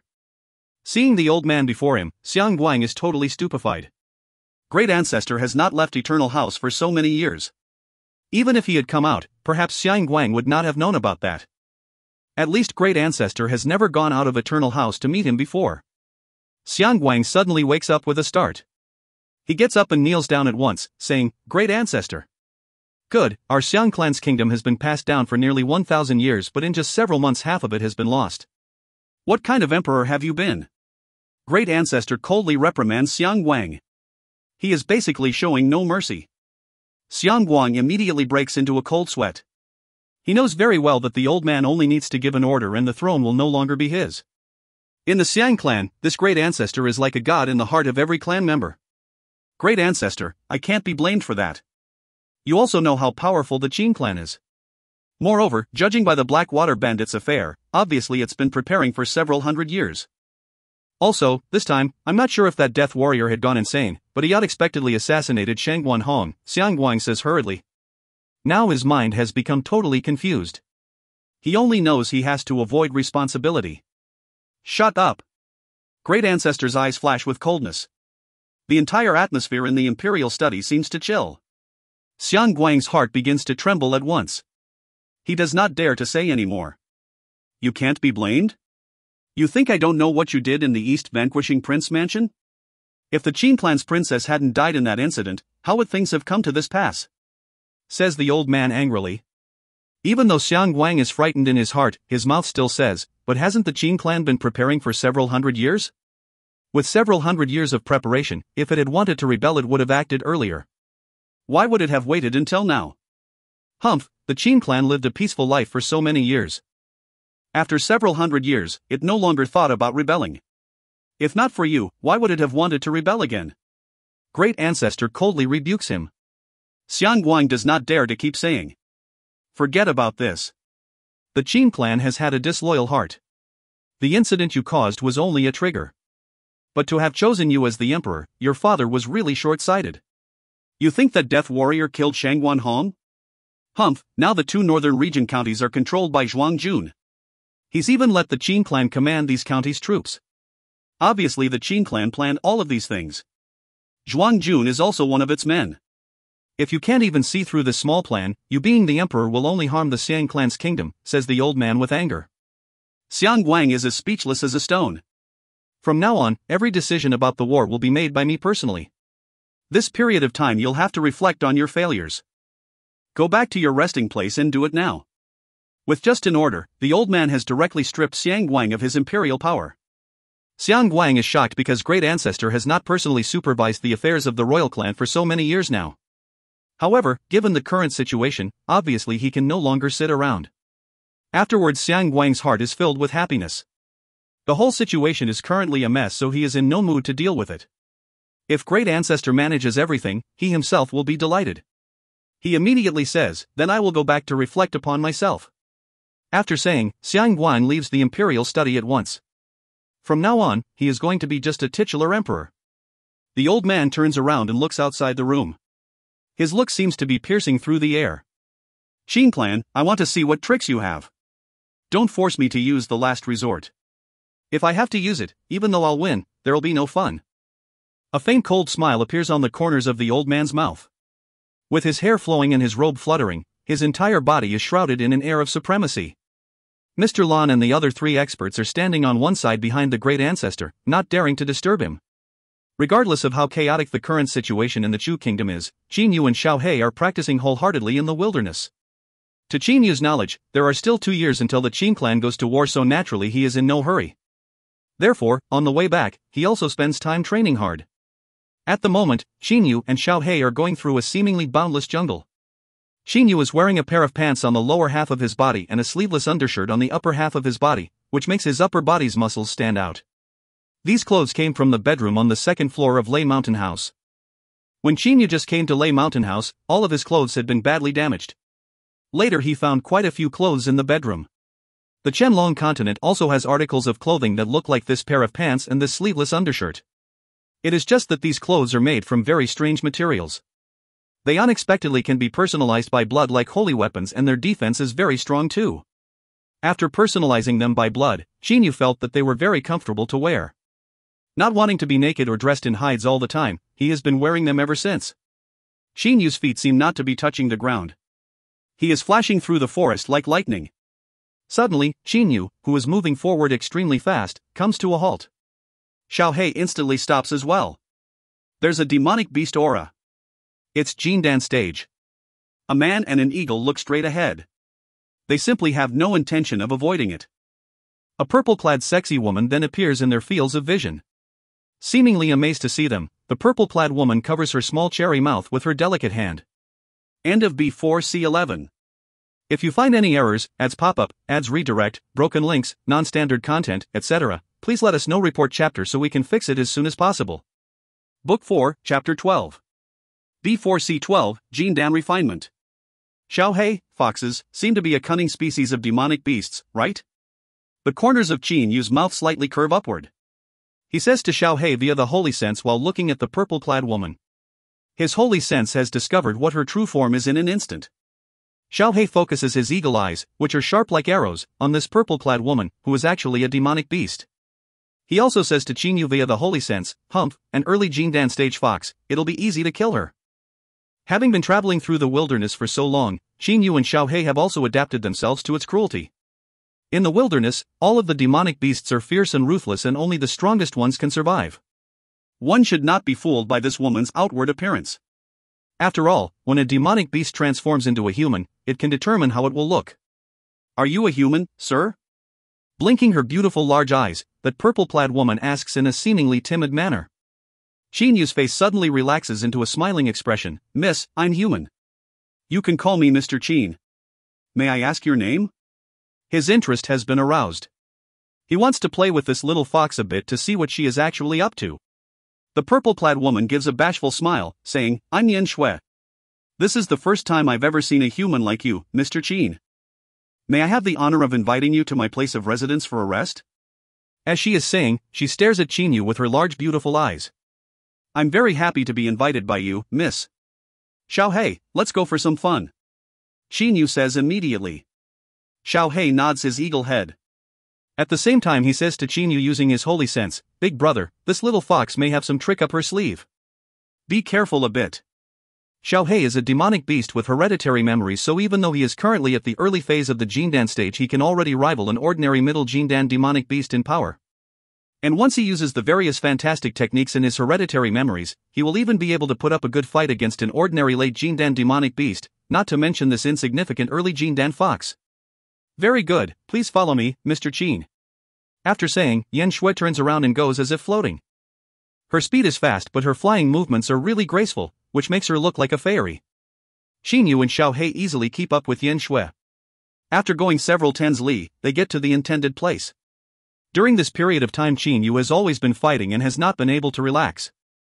Now he sees a very beautiful multiple-storied building which is made of peach trunks. This building is surrounded by a beautiful flowery peach forest. "Mr. Chin, this is my home. Perhaps my big sister and second sister are still inside." Yan Shui's gentle voice rises in Chinyu's ears. Chinyu slightly raises his eyebrows. His holy sense has already discovered that there are two other foxes in this building, who should be Yan Shui's big sister and second sister. However, in terms of power, only one of the two foxes in the building has reached the middle phase of the Jindan stage. "Big sister, second sister, I've brought a guest back." Yan Shui slightly raises her voice, calling to the building.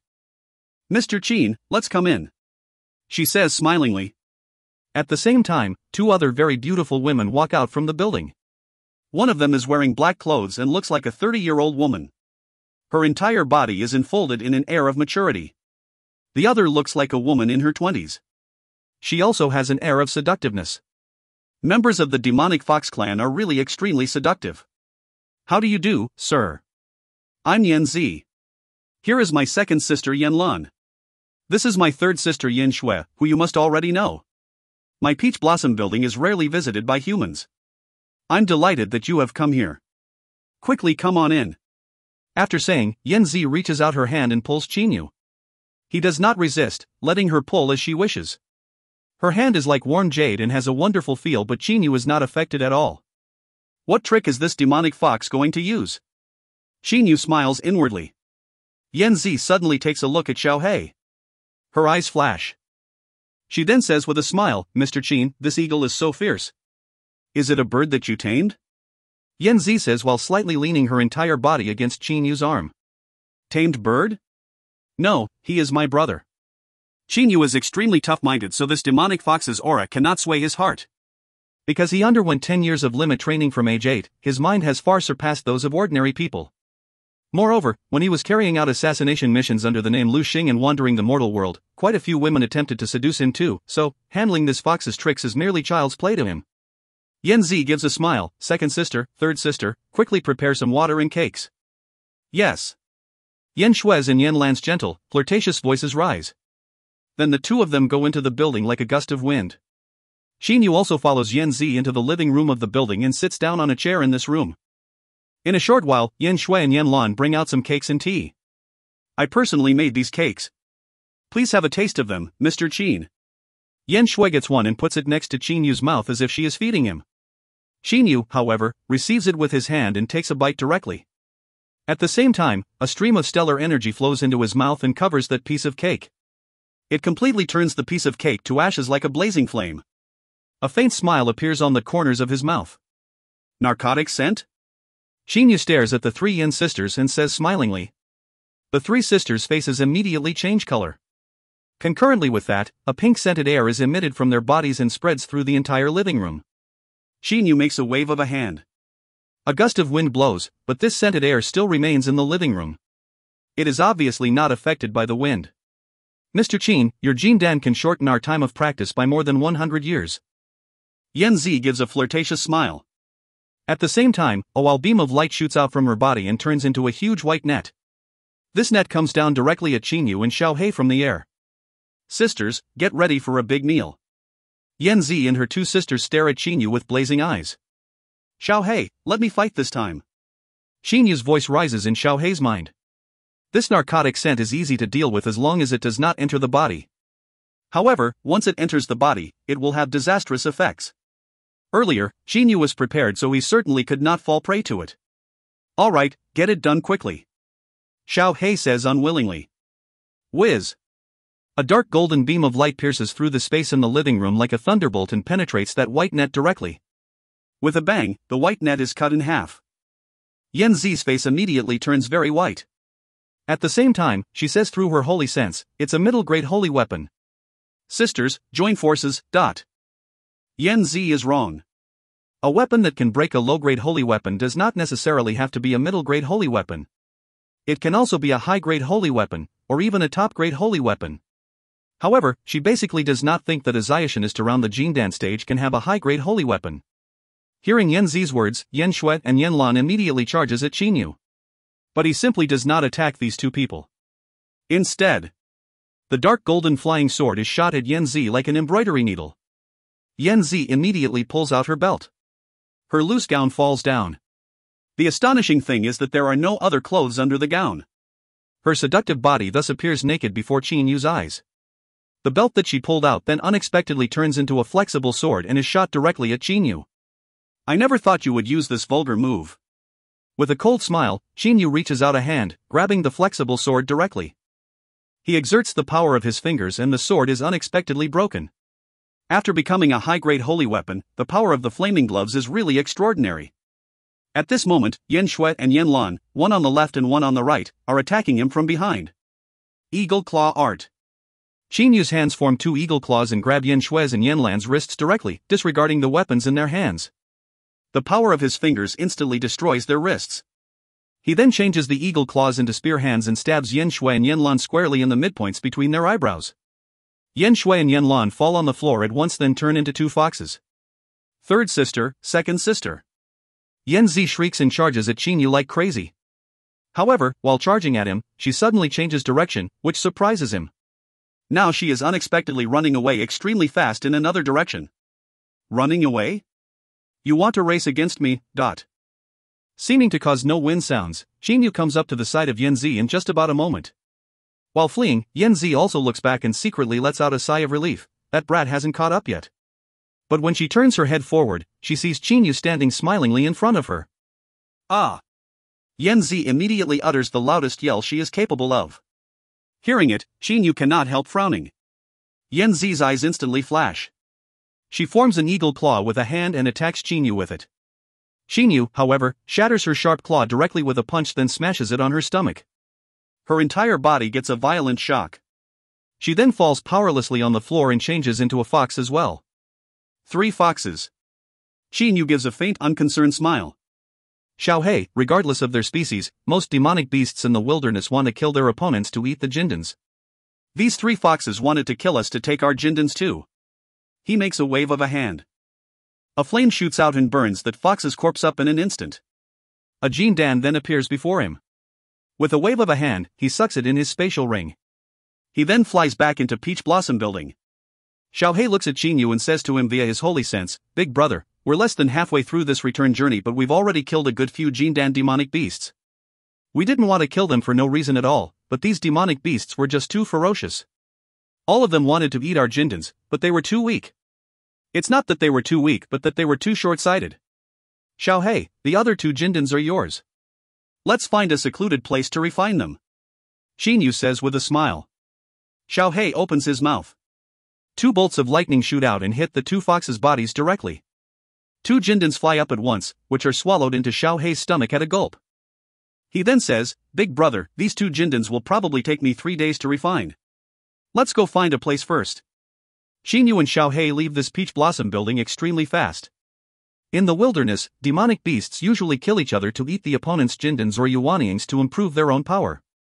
Of course, to be able to eat other demonic beasts' jindans, they must be strong enough. That Yan Shui felt that both Xinyu and Xiaohei were around the early phase of the jindan stage, so she decided to prey on them. Unluckily for her, the true power of either of them cannot be judged by appearance. On this journey, quite a few demonic beasts have lost their jindans because they look down on Xinyu and Xiaohei. The night is chilling. At night, the winds in the wilderness become stronger. In a nameless mountain range of the wilderness, Xinyu and Xiaohei are staying in a cave. A simple elusive formation has been set up at the mouth of the cave. Xinyu is sitting with legs crossed. The jindan he took is floating before him. He suddenly opens his eyes. He then points with a hand. A light blue flame comes out from his fingertip and covers the jindan. With chi-chi sounds, the jindan is continuously burnt. Afterwards, it turns into various streams of a golden liquid.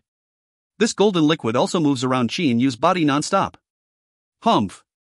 The air in Xinyu's vicinity vibrates. Suddenly many indistinct light silvery streams of stellar energy come out from his body.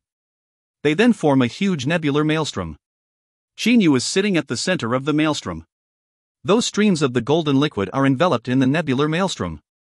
The light silvery stellar energy forms a cycle, pulling the golden energy into his dantian. In the dantian, another nebula is rotating non-stop. However, at the moment the stellar flame in the center of the nebula is blazing. Chi-chi. When the golden energy goes into the dantian, it is first refined again by the stellar flame. Burning. Ordinary demonic beasts will eat a jindan directly, then absorb its energy to use. Xinyu, however, does not do this. He always refines a jindan again and again to get rid of its foreign, strange energy completely, leaving only its life essence, which is the most important thing to a practitioner. Only this most essential energy is absorbed by Xinyu. Even though 90% of the jindan's energy is lost when refined by the stellar flame, Xinyu will never forget that one point emphasized by Senior Lei Wei in the Stellar Transformations book: purity. The energy must be pure and the foundation must be solid. The nebula inside Xinyu's dantian is rotating non-stop like a maelstrom. As the nebula spins, it causes various silvery grains in it to spin as well. Each of these silvery grains contains a powerful amount of energy. That purest energy which is left after refinement is absorbed by these silvery grains. 90% of a jindan's energy is removed during the refining process. Only the purest energy left is the life essence of the Ziotionist. Xinyu refines only a small amount of the golden liquid that is floating outside his body at a time. He is in no hurry and must not hurry. After nearly 3 whole days, Xinyu has finally refined and absorbed all of the jindan's energy. He opens his eyes and sees that on one side Xiao Hei has already finished practicing. Big brother, you've completed the refinement? I finished refining just now too. Xiao Hei says to him using holy sense communication. Xin Yu nods with a smile. Big brother, every time we absorb a jindan we have to spend some time. Those demonic beasts eat a jindan very fast but they swallow it whole without thinking. They seem to believe the more energy the better. Xiao Hei's voice has a hint of disdain. Ordinary demonic beasts only have access to the most basic practice techniques, so they know very little. How can they compare to Xiao Hei? After all, there are many mysterious practice techniques in Xiao Hei's memories. Xiao Hei, let's get going. With a swaying movement of his body, Xin Yu rushes out of the cave instantly. That elusive formation has been broken apart by him with a wave of a hand. Xiao Hei also rushes out with a beat of his wings. One man and one eagle then continue their practicing journey through the wilderness. Note, Yan Shui in this chapter and last chapter's Yan Shui are two different characters.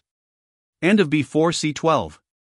If you find any errors, ads pop-up, ads redirect, broken links, non-standard content, etc., please let us know. Report chapter so we can fix it as soon as possible. Book 4, Chapter 13. B4C13, Bloody Fight. When Xin Yu and Xiao Hei are on their journey, in the headquarters in the town of Xi'an, at the moment the moon is bright and the stars are few. Qingde is standing in the courtyard and looking at the moon in the sky with his hands behind his back. The general situation has been decided. Qingde's eyes glitter. Obviously he is very excited in his heart. This time the move that was aimed at seizing complete control of the two northern region counties has been carried out perfectly. From beginning to end, everything was in Qingde's plan. In the past he met and negotiated with Shangguan Hong and said he wanted to form an alliance with him only for this day. It did not matter if Shangguan Hong really allied himself with Qingde or not. When the plan was put into action, Shangguan Hong would have to claim openly that he was on his side. Except for some top-ranking people, all of the generals and soldiers would know nothing about the truth. Only in this situation could the plan to take control of the two northern region counties completely be carried out. In the current situation, the Qin clan will only need to use some slight maneuvers and the entire northern region will belong to it and not to the Shangguan clan anymore.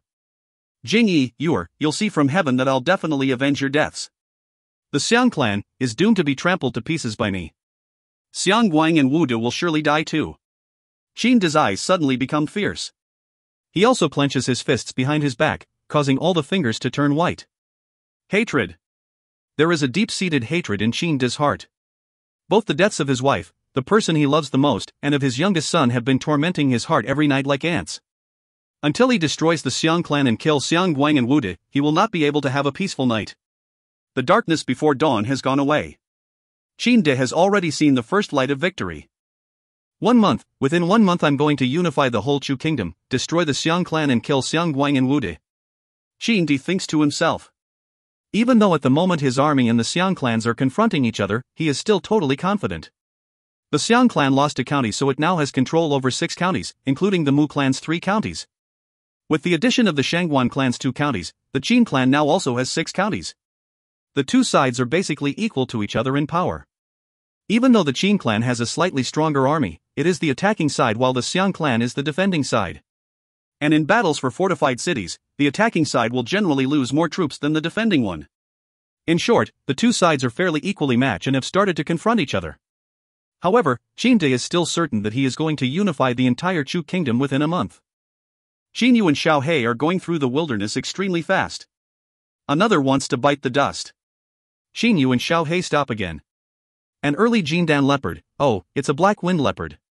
In the leopard clan, black wind leopards are a very special kind. It seems we'll have a bit of a trouble. Xin Yu says to Xiao Hei using his holy sense. He has already noticed that there is a man several thousand meters away from them. The more formidable a demonic beast is, the harder for it to transform into a human. Take, for example, the kings of eagles, golden flame eagles. The one that Xin Yu and Xiao Hei encountered previously has already reached the Yuanying stage, but it has not been able to transform into a human yet. When running into that golden flame eagle, Xin Yu and Xiao Hei basically had no intention of fighting it and fled immediately. And the 3 foxes he killed several days ago were just fairly common demonic foxes in the fox family. As for black wind leopards, because they can turn into humans after going through the 4 and 9 heavenly tribulation, they do not seem to be formidable at all, but in fact they are very special. Black wind leopards are very hard to handle because they are extremely fast. The leopard clan is always famous for its speed. In terms of speed, among running animals, there are no other demonic beasts that can rival leopards. And black wind leopards are even the best speed users among leopards, so it can be imagined how fast they are. Because they are too fast, it is difficult to kill them. Xiao Hei, he's come. Qin Yu's holy sense totally locks onto the opponent. His soul is always nurtured by the meteoric tear, so his holy sense never stops improving as well. Now it is no longer matched by his power.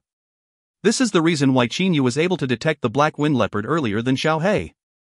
Big brother, it seems this black wind leopard wants to attack us. Xiao Hei says haughtily. A black silhouette is charging towards them from the distance like a thunderbolt. Its target is Qin Yu. Qin Yu's eyes suddenly glitter. At the same time, his whole body turns into several illusions. He forms two eagle claws with his hands and continuously exchanges several tens blows with this assailant like lightning. Know your place. A faint cold smile appears on the corners of Qin Yu's mouth. This black wind leopard unexpectedly only uses killing blows, so Qin Yu has also become ruthless. He suddenly turns an eagle claw into a finger sword. His indistinct light silvery stellar energy is shaped into a sword around it. With a finger sword strike, he pierces through a palm of the black wind leopard. The black wind leopard flies backward several hundred meters and stands in midair. However, a hole has appeared in his right palm and blood is flowing out from it. In his human form, this Jindan stage black wind leopard has an air of vigor around his entire body. All of his muscles are streamlined and look very similar to Qin Yu's. To be accurate, this black wind leopard's body is almost the same as Qin Yu's, only that Qin Yu has an even more vigorous air about him. Did the two of you kill the 3 Yin sisters? Answer me. That black wind leopard seems not to understand how big the gap between them. He even shouts at them. Qin Yu folds his arms before his chest and slightly raises his chin, saying smilingly, "Oh? So what if I killed them? And what if I didn't? Could it be you want to seek revenge for their deaths? What's the relationship between you and them? Were they your mistresses?" says Qin Yu jokingly. This black wind leopard is fast, but he is merely at the early phase of the Jindan stage, and therefore compared to Qin Yu, who is also good at using speed, he is a little slower. If he were a middle Jindan black wind leopard, Qin Yu would have had to expend a good amount of energy. And if he were a late Jindan black wind leopard, Qin Yu would probably not have been able to catch up with him and win so easily. Unluckily for this leopard, he is only at the early phase of the Jindan stage. Humph, where did you two come from? Could it be you don't know that within 3,000 li of this place is the territory of the Shin brothers? I'm none other than Shin Yi. The Yin sisters were our partners, but you even dared to kill them. Shin Yi's eyes continuously glitter with hatred. He is dressed in hide. His body's muscles are like metal, looking very powerful.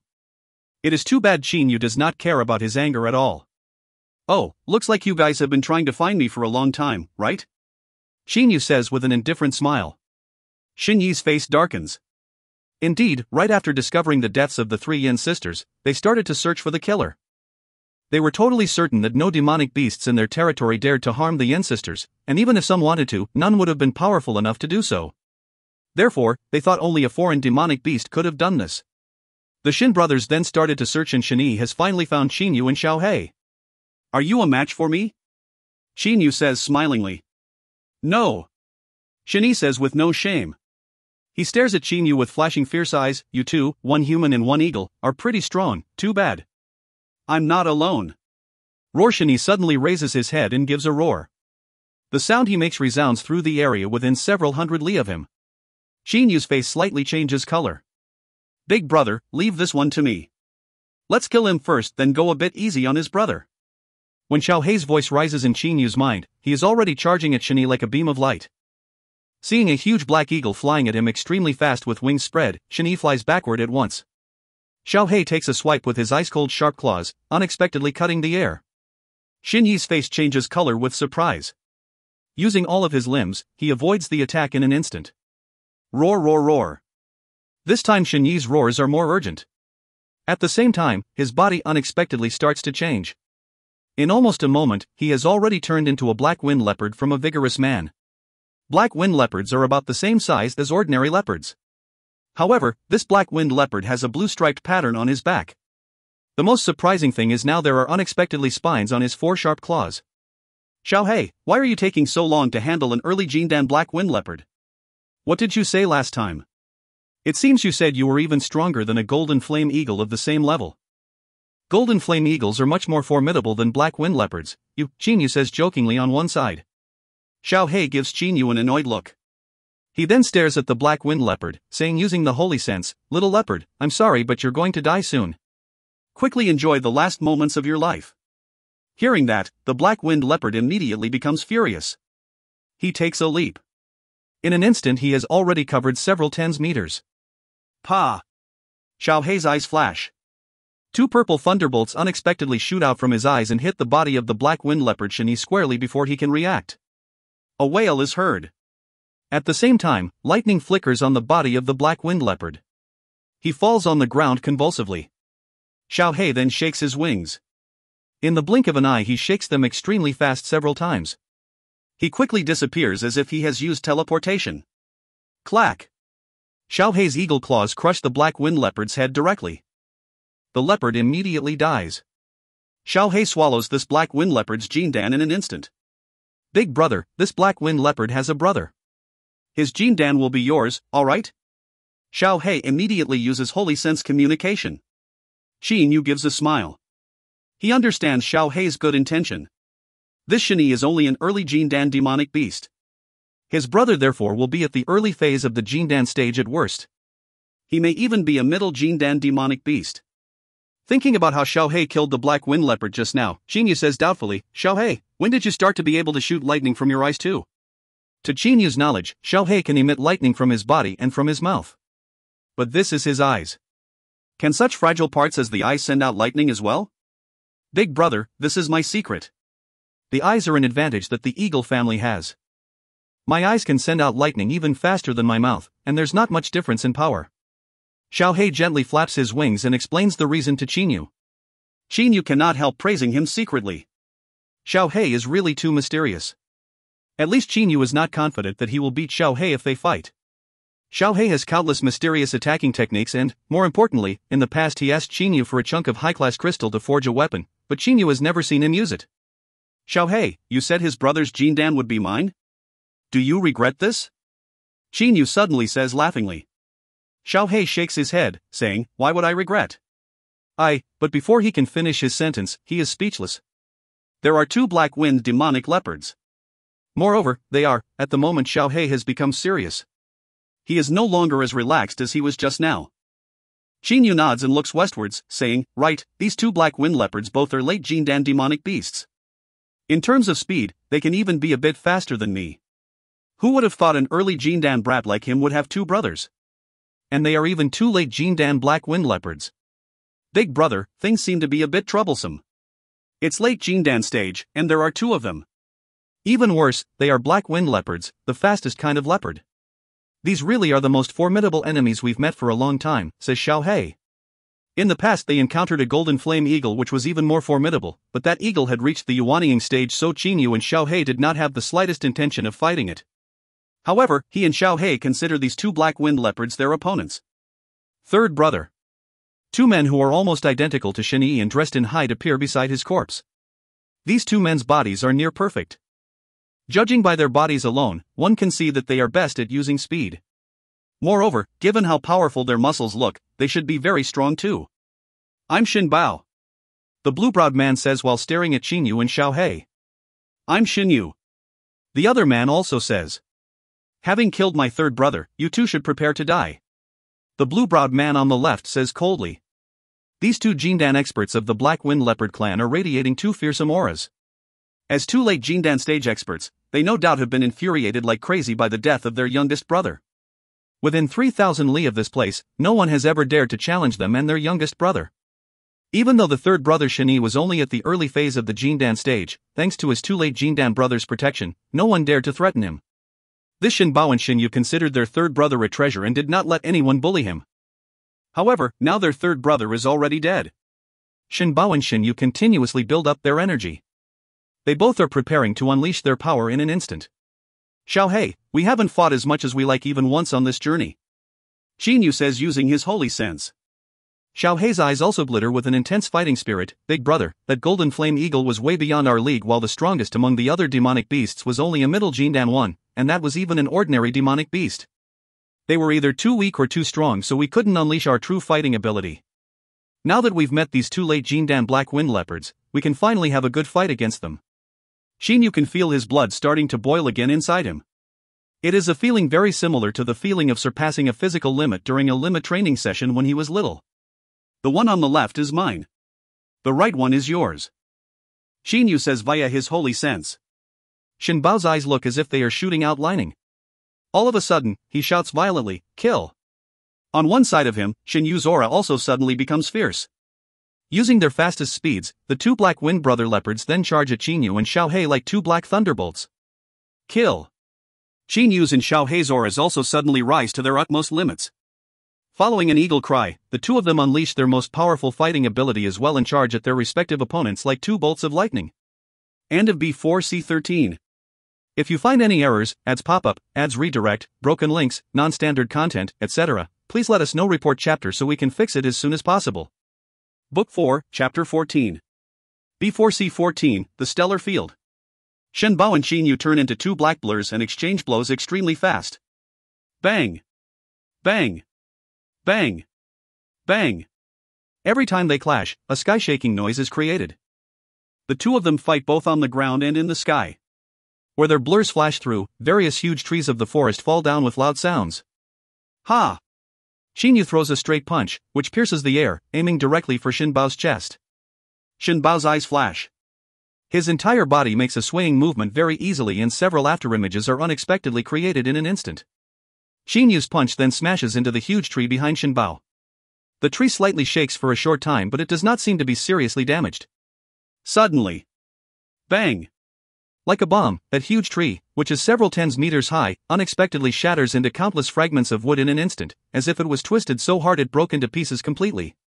Each wood fragment is only about as large as a palm at most. Just like that, such a huge tree is reduced to countless wood fragments, which scatter in all directions. Shin Bao's body makes two swaying movements at once, getting away 100 meters. He then stands in the sky and stares at Xinyu. Xinyu also stares motionlessly at Shin Bao. This fella hasn't turned into a black wind leopard but he's already as fast as me. Once he changes into his true form, his speed will increase again and I really won't be able to keep up with him. Xinyu's aura totally locks onto Shin Bao in front of him. His mind however is trying to think of a method to deal with this black wind leopard. In terms of speed, Xinyu is not better than Shin Bao. He is even at a disadvantage. His eyes suddenly brighten.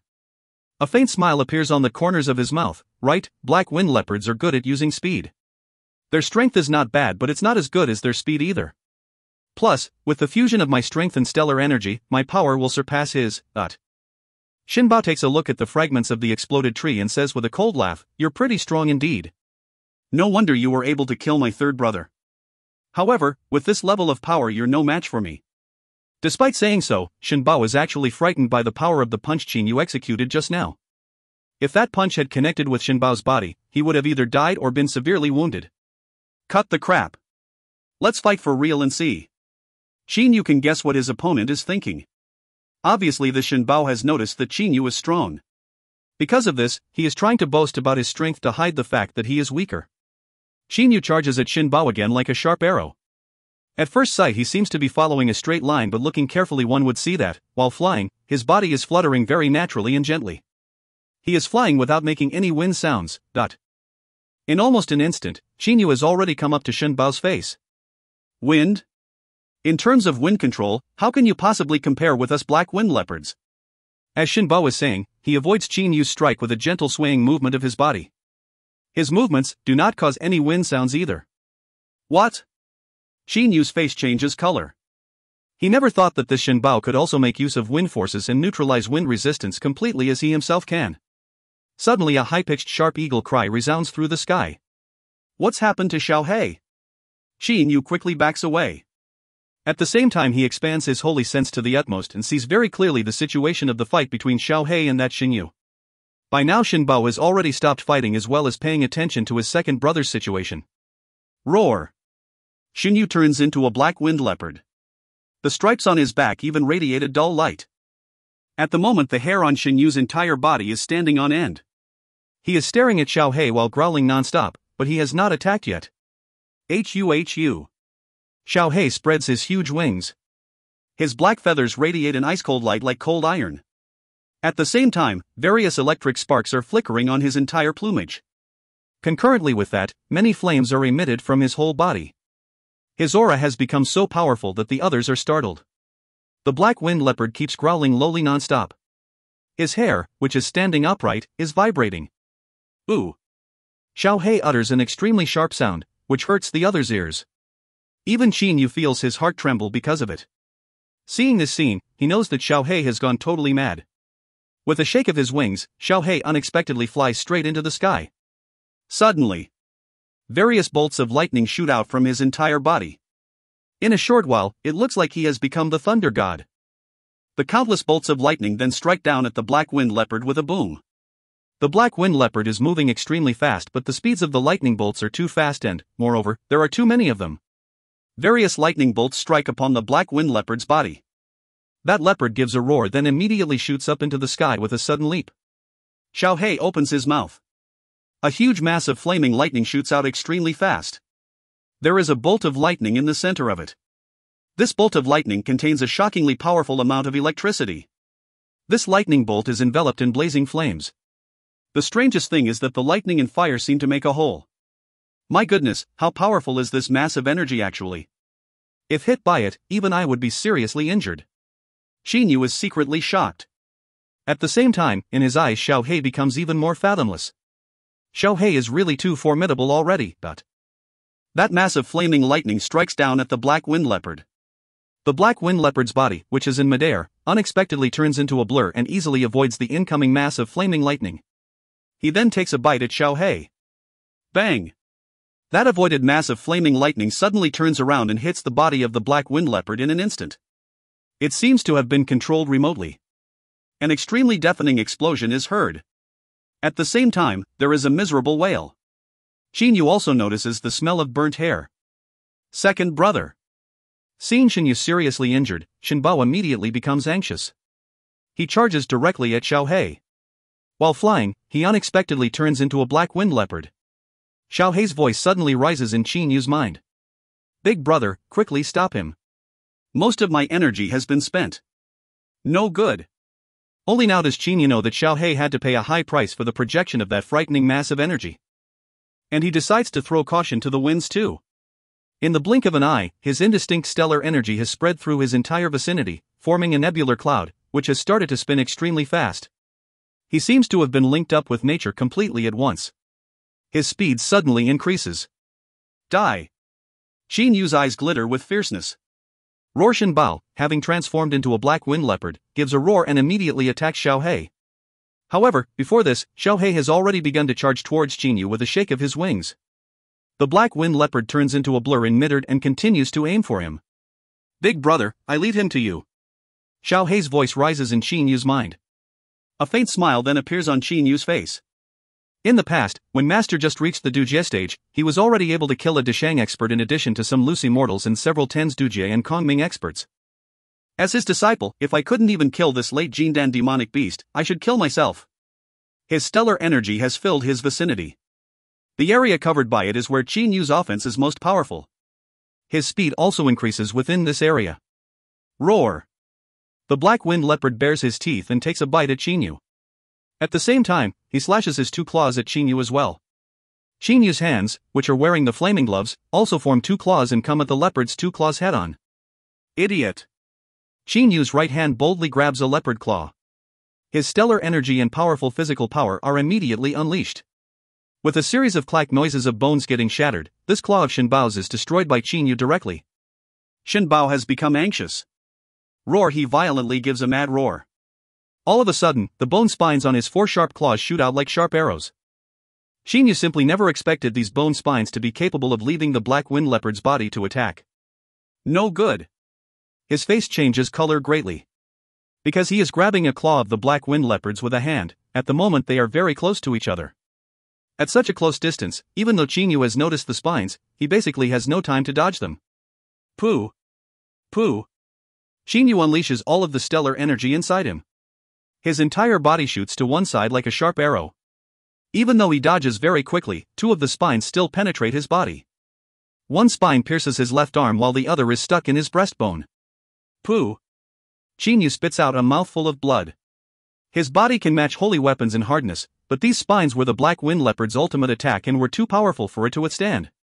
Black wind leopards can naturally produce bone spines on their bodies. Once the spines are disconnected from the bodies in an attack, it will take the new one several tens to 100 years to become fully developed. That black wind leopard suddenly switches to his human form. Shinbao stares fiercely at Qinyu, saying, "You broke one of my claws and forced me to shoot out 4 spines.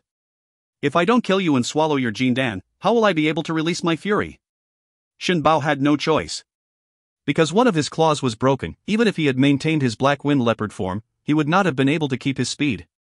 Qinyu suddenly pulls out the bone spines that is stuck in his breastbone and left arm. Luckily for him, his body was strong enough so the spines did not penetrate deeply. If one of the spines had gone in several centimeters more, it would have punctured his vital internal organs. Qinyu pokes at some acupoints at once to stop the bleeding. "Big brother." Xiao Hei's voice rises. Qinyu reaches out a hand to interrupt him, saying, "Don't worry. It would be a waste of my training if I couldn't kill this animal. It's time to go all out."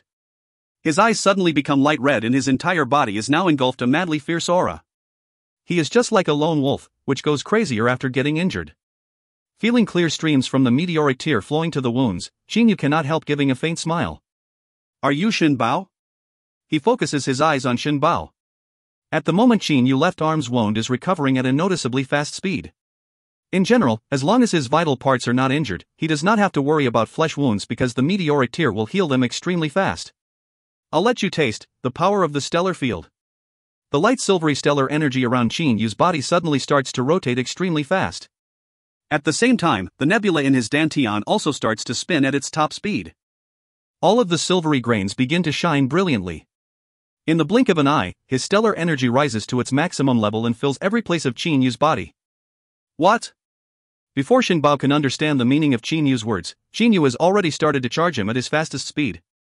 Shinbao, however, looks at Qinyu with a cold smile.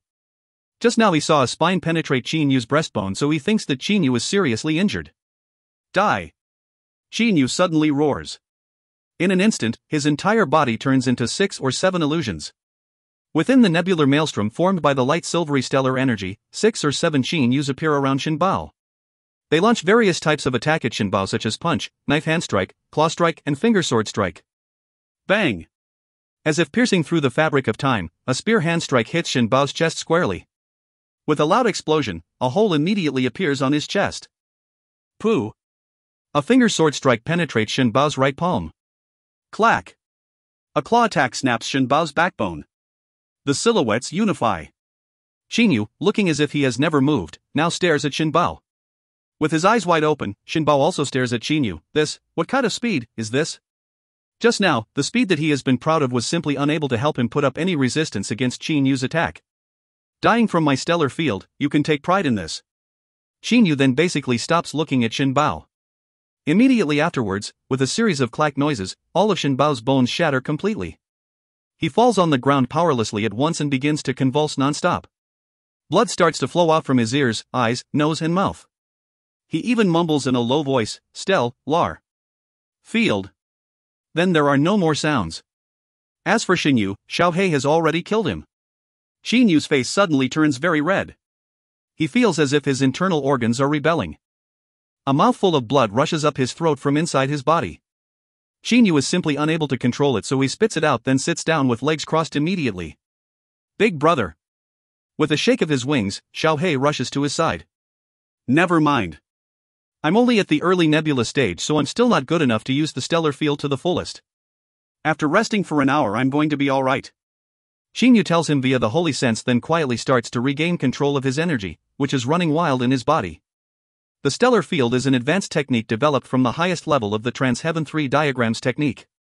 In the past, when Qinyu was enfolded by the tricolor suit of armor of the Trans-Heaven 3 diagrams technique, his speed increased by several times. The stellar field uses the same principle.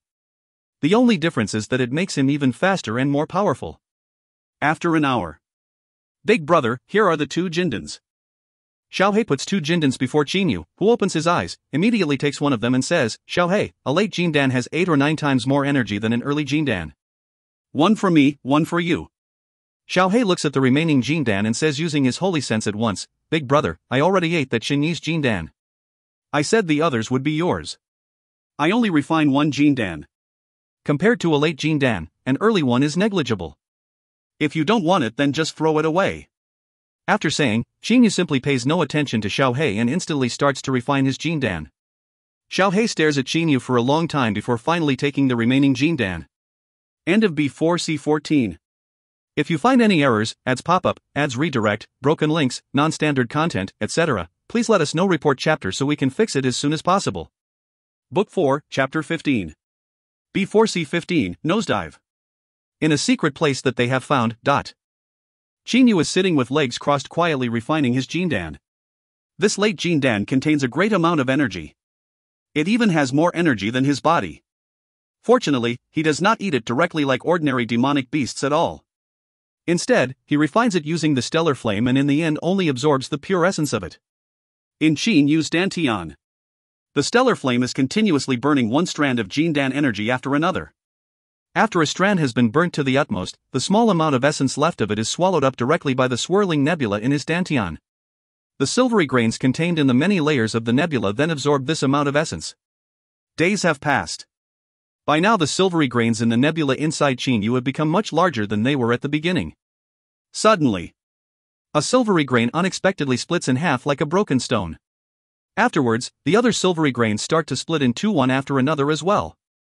In only a short while, all of the silvery grains in the nebula inside Qingyu have split in half. Immediately, the silvery grains in the nebula in the Dantian have doubled in number and their density in each layer of the maelstrom has increased by 100% too. The middle phase of the nebula stage. At the moment there is a burst of ecstasy in Qinyu's heart because he has finally reached the middle phase of the nebula stage. At Lei Mountain House, he entered the early phase of the nebula stage right after succeeding in practicing the stellar transformations.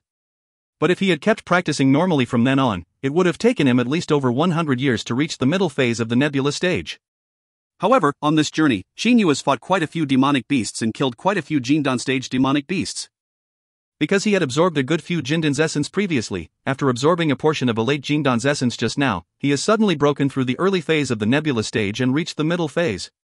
The swirling nebula inside Qinyu's body now is densely filled with the silvery grains, each of which is moving in a circle. But Qingyu keeps refining the energy of the Jindan and absorbing its essence. After an indefinite amount of time, Qingyu finally opens his eyes. Xiaohei has reached the middle phase of the Jindan stage 2. He looks at Xiaohei, who is still refining a Jindan. He is in no hurry, so he sits with legs crossed quietly waiting. The more formidable a demonic beast is, the longer it will take for it to reach the next level in practice. However, demonic beasts' true power cannot be judged by their appearance alone. During the fight against Qingyu, Xiaohei was only at the early phase of the Jindan stage, but relying on his special skill, the flaming lightning attack, he was able to beat a late Jindan black wind leopard directly. With his hereditary memories, Xiaohei is really a very powerful demonic beast. Big brother, Xiaohei now has woken up. His voice, which rises in Qinyu's mind, sounds extremely excited too. Qinyu's and Xiaohei's improvements in power have been very similar to each other and now they both have advanced one step almost simultaneously as well. Xiaohei, let's go. We'll continue with the journey. I wonder how many demonic beasts there will be ahead of us. Qingyu and Xiaohei leave this place of practice immediately and resume their journey. By practicing in the wilderness, they have really progressed much faster than they would have by practicing in the habitable part of the Qianlong continent. However, at the same time, the wilderness is also much more dangerous. For example, if Wu Di and Wu Xing encountered those two late Jindan black wind leopards, they would probably be done for. Moreover, there are demonic beasts even more formidable than black wind leopards in the wilderness. In Eternal House of the Imperial Palace in Bachu County. Master, everything is going just as you have planned. This time 200,000 armored cavalry troops of the Xiang clan have carried out several tens attacks. Various other army units have helped and cooperated with them. By now they have already defeated 3 cities of Lei Shui County. Mr. Lan says respectfully outside the beaded curtain. On the glistening jade bed behind the beaded curtain, a vague silhouette is sitting with legs crossed. Oh, very good, from now on things must be done step by step. Don't aim too high. How is the plan for the 2 northern region counties going? The great ancestor's voice comes out. It obviously sounds very calm. Mr. Lan says respectfully, Master, we found a child of the Shangguan clan. This brat is totally obedient to us. The next step will be to kill Zhuang Jun. Yeah, the great ancestor responds indifferently inside. He then says no more. Suddenly, a green silhouette rushes in extremely fast from outside. At the same time, he says loudly, "Master, things have taken a nosedive. Master, things have taken a nosedive." This green-clad middle-aged man is also a disciple of the great ancestor like Mr. Lon. Don't lose your nerve. Behave properly. An ice-cold rebuke comes out from behind the beaded curtain. The green-clad middle-aged man immediately stops, then says hurriedly, "Master, things have taken a nosedive. Shanghai County has been defeated. Shanghai County has been taken." Bang! A terrifying force surges out from behind the beaded curtain. In an instant, the curtain's strings are all broken and its beads are sent flying outwards. An old man with flowing long black hair has already flown out from inside the room without any movements of his body. Eternal House is now put under a huge pressure. With eyes glittering with coldness, the great ancestor stares doubtfully at the green-clad middle-aged man. Due to this, beads of cold sweat continuously appear on this man's forehead. "Tell me what happened again." The green-clad middle-aged man hurriedly says in a terrified voice, "Great ancestor, we've just received the news that Shanghai County has been taken. Several 100,000 troops of the Qin clan have completely stormed Shanghai County from the southern region.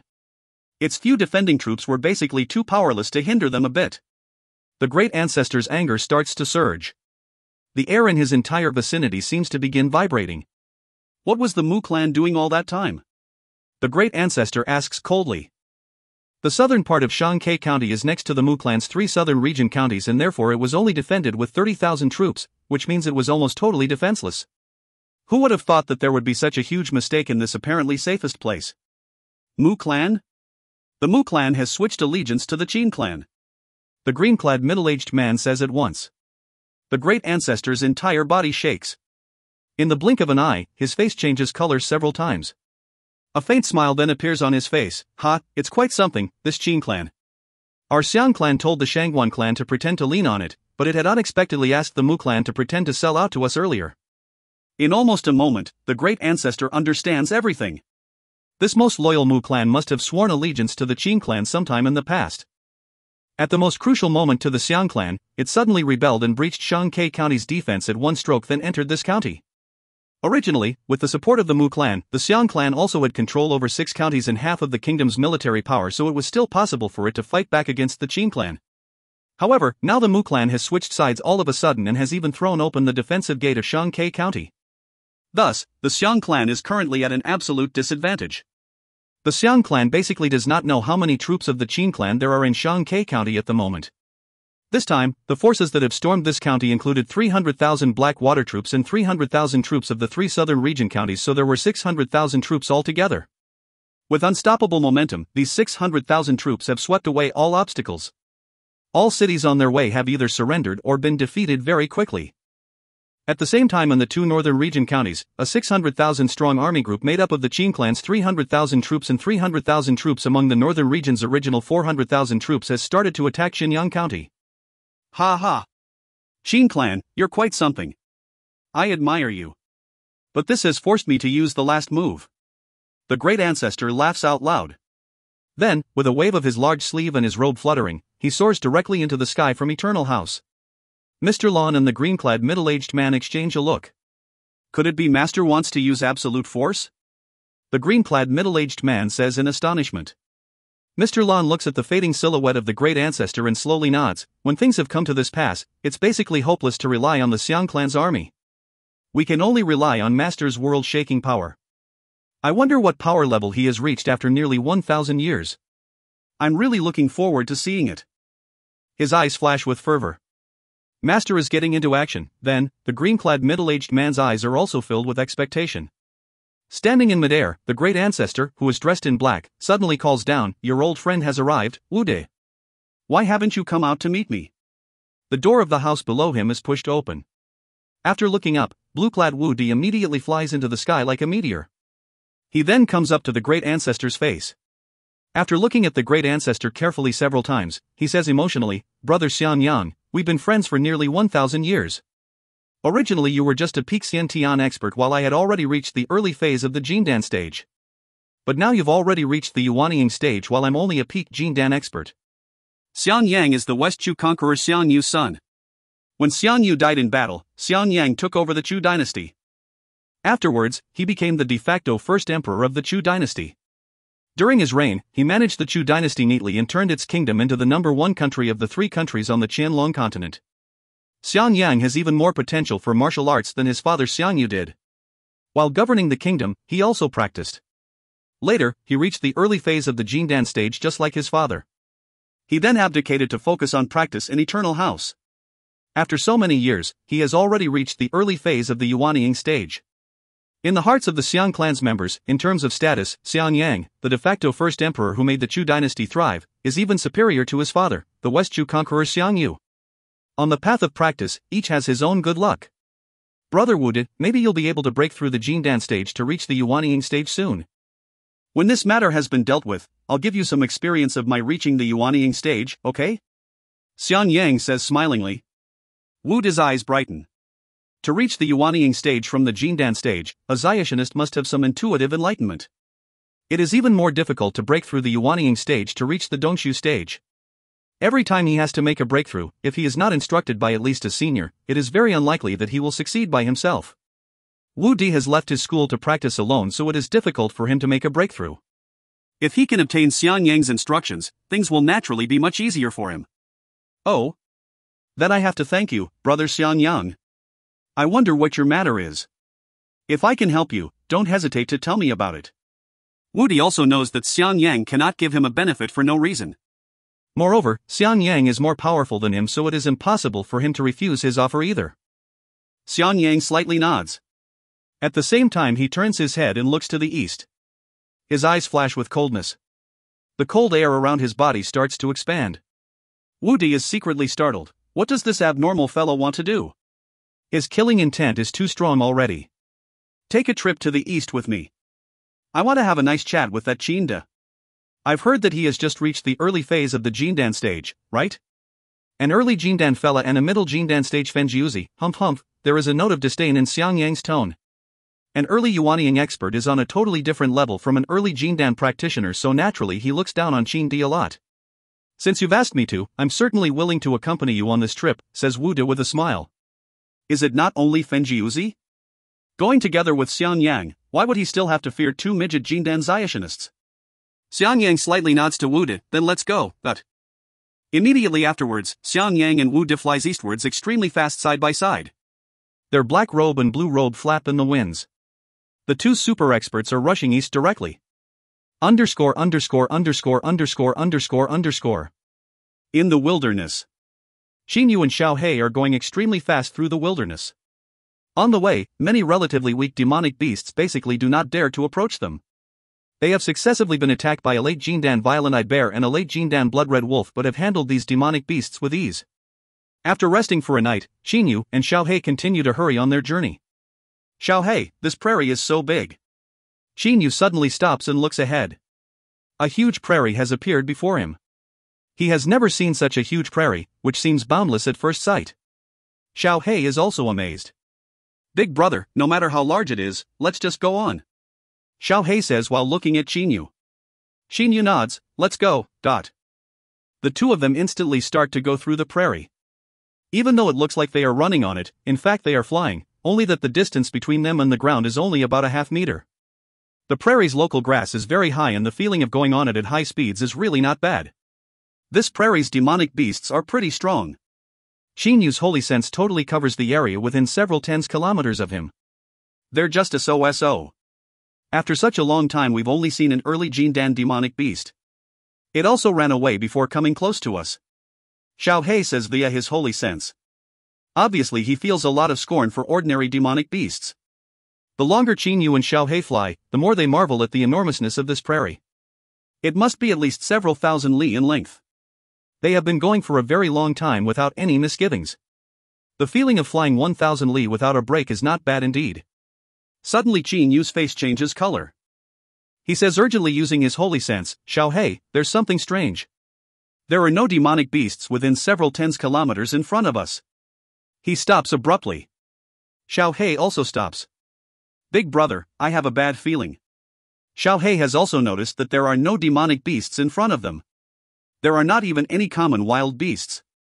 It is really too strange that such a thickly grassy prairie as this one unexpectedly has a large area which is devoid of demonic beasts. Xinyu frowns and says, there are only over 10,000 li left before we can leave the wilderness. If we go around this prairie to return, since it seems boundless at first sight, who can say how much further we'll have to travel? Plus, this place isn't deep in the wilderness, so there shouldn't be any overly tough demonic beasts here. Why should we worry? That's right. Why should we worry? We've even run into a Yuaniing golden flame eagle. What's there to worry about? Because of his innate pride, Xiaohei does not care about danger in the slightest. Alright, let's go. Xinyu and Xiaohei continue to stick to the prairie. They start to go ahead through that demonic beast-free area of it. End of B4C15. If you find any errors, ads pop-up, ads redirect, broken links, non-standard content, etc., please let us know. Report chapter so we can fix it as soon as possible. Book 4, Chapter 16. B4C16, Hanging by a Thread. This vast area of the prairie unexpectedly has no demonic beasts, but it has a nameless oppressive air about it. The deeper Xinyu and Xiaohei go in it, the more careful they become.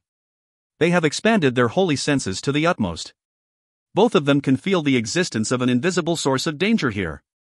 Xiaohei, there's a small mountain over there. Xinyu stares ahead several kilometers, but he feels that there is something strange about his small mountain. The dominant features of this vast prairie are small lakes and grasslands, but a small mountain has unexpectedly appeared up ahead, so Xinyu, who is already tense, naturally becomes cautious. Xiaohei also focuses his eyes on it, then says using his holy sense, "Big brother, let's go around that small mountain." At this moment, even the aloof and proud Xiaohei is being careful as well. Alright, let's go around it.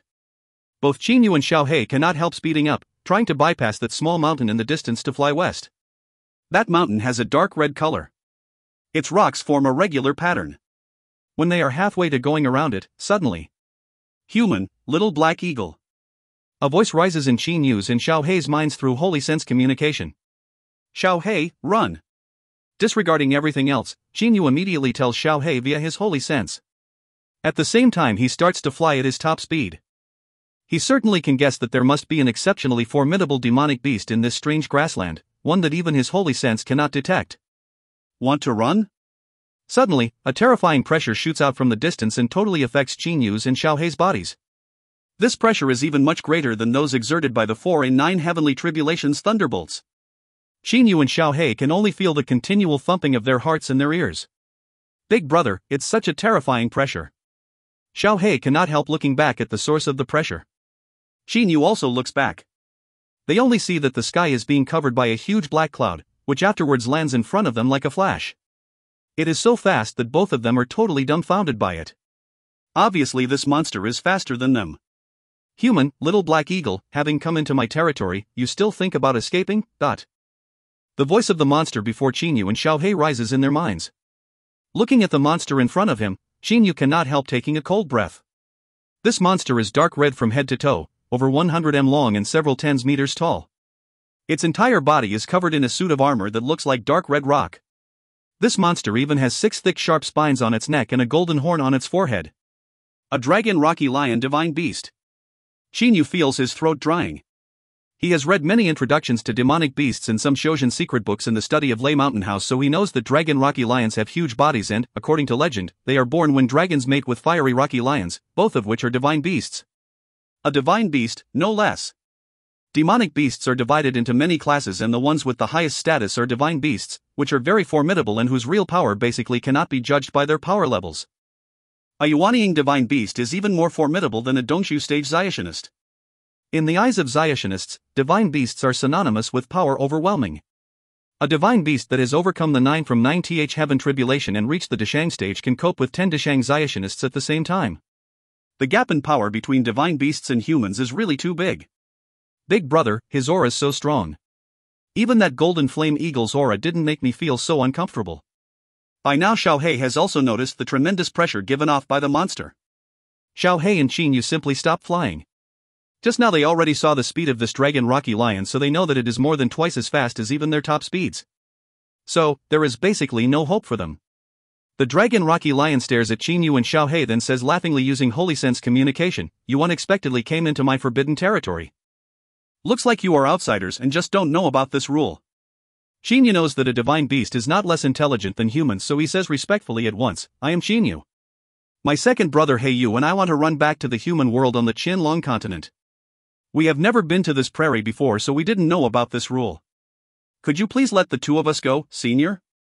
He understands that beggars cannot be choosers. Senior, may I ask what level you have reached? I feel that you're much more formidable than that Yuanying stage golden flame eagle. For some reason, Xiaohei unexpectedly asks the Dragon Rocky Lion this question at this moment. The Dragon Rocky Lion gives Xiaohei a stare, then unexpectedly replies, Yuanying stage golden flame eagle? It's the yellow eagle 70,000 li to the east from here, right? Even though he and I are both at the Yuanying stage, golden flame eagles are just a type of small bird. I can easily handle even 10 of them. The Dragon Rocky Lion sends out a pressure, then looks at Xiaohei, saying with a distinctive interest, Little Black Eagle, you seem to have an aura that attracts me. I feel that I'll benefit greatly by eating you. Xinyu and Xiaohei are startled at once. Just now, because the Dragon Rocky Lion talked to them, they still had some hope. However, it has unexpectedly said this. Little Black Eagle, you seem to have some feelings for this human. If you agree to let me eat you, I'll release this human. Eating a human is totally useless to me, so I don't feel like eating him. Do you think my offer is good or not? In fact, what I dislike the most is to force other demonic beasts to do something. But, if you resist, I'll be forced to eat both of you. The Dragon Rocky Lion's voice rises in Qinyu's and Xiaohei's minds. Feeling that the Dragon Rocky Lion's aura is even 10 times more fearsome than the Golden Flame Eagle's, Xiaohei knows that they are simply no match for it. Even a Dongxu stage Zaishanist will not necessarily beat this Yuanying stage Dragon Rocky Lion, a divine beast, let alone Qinyu and Xiaohei. Xiaohei looks at Qinyu. His eagle eyes are exuding complex human-like emotions, which Qinyu can feel very well. Big brother. Xiaohei, don't think too much. Qinyu's cold voice rises in Xiaohei's mind. Xiaohei, to let you die for me like that without trying my best, even if I lived, I would be tortured by conscience my entire life. Moreover, there's still hope of escaping for us. Xinyu remembers the introduction to Dragon Rocky Lions in the Shoshin books he has read. According to the introduction to Dragon Rocky Lions I read, they are divine beasts, unusually powerful and extremely fast.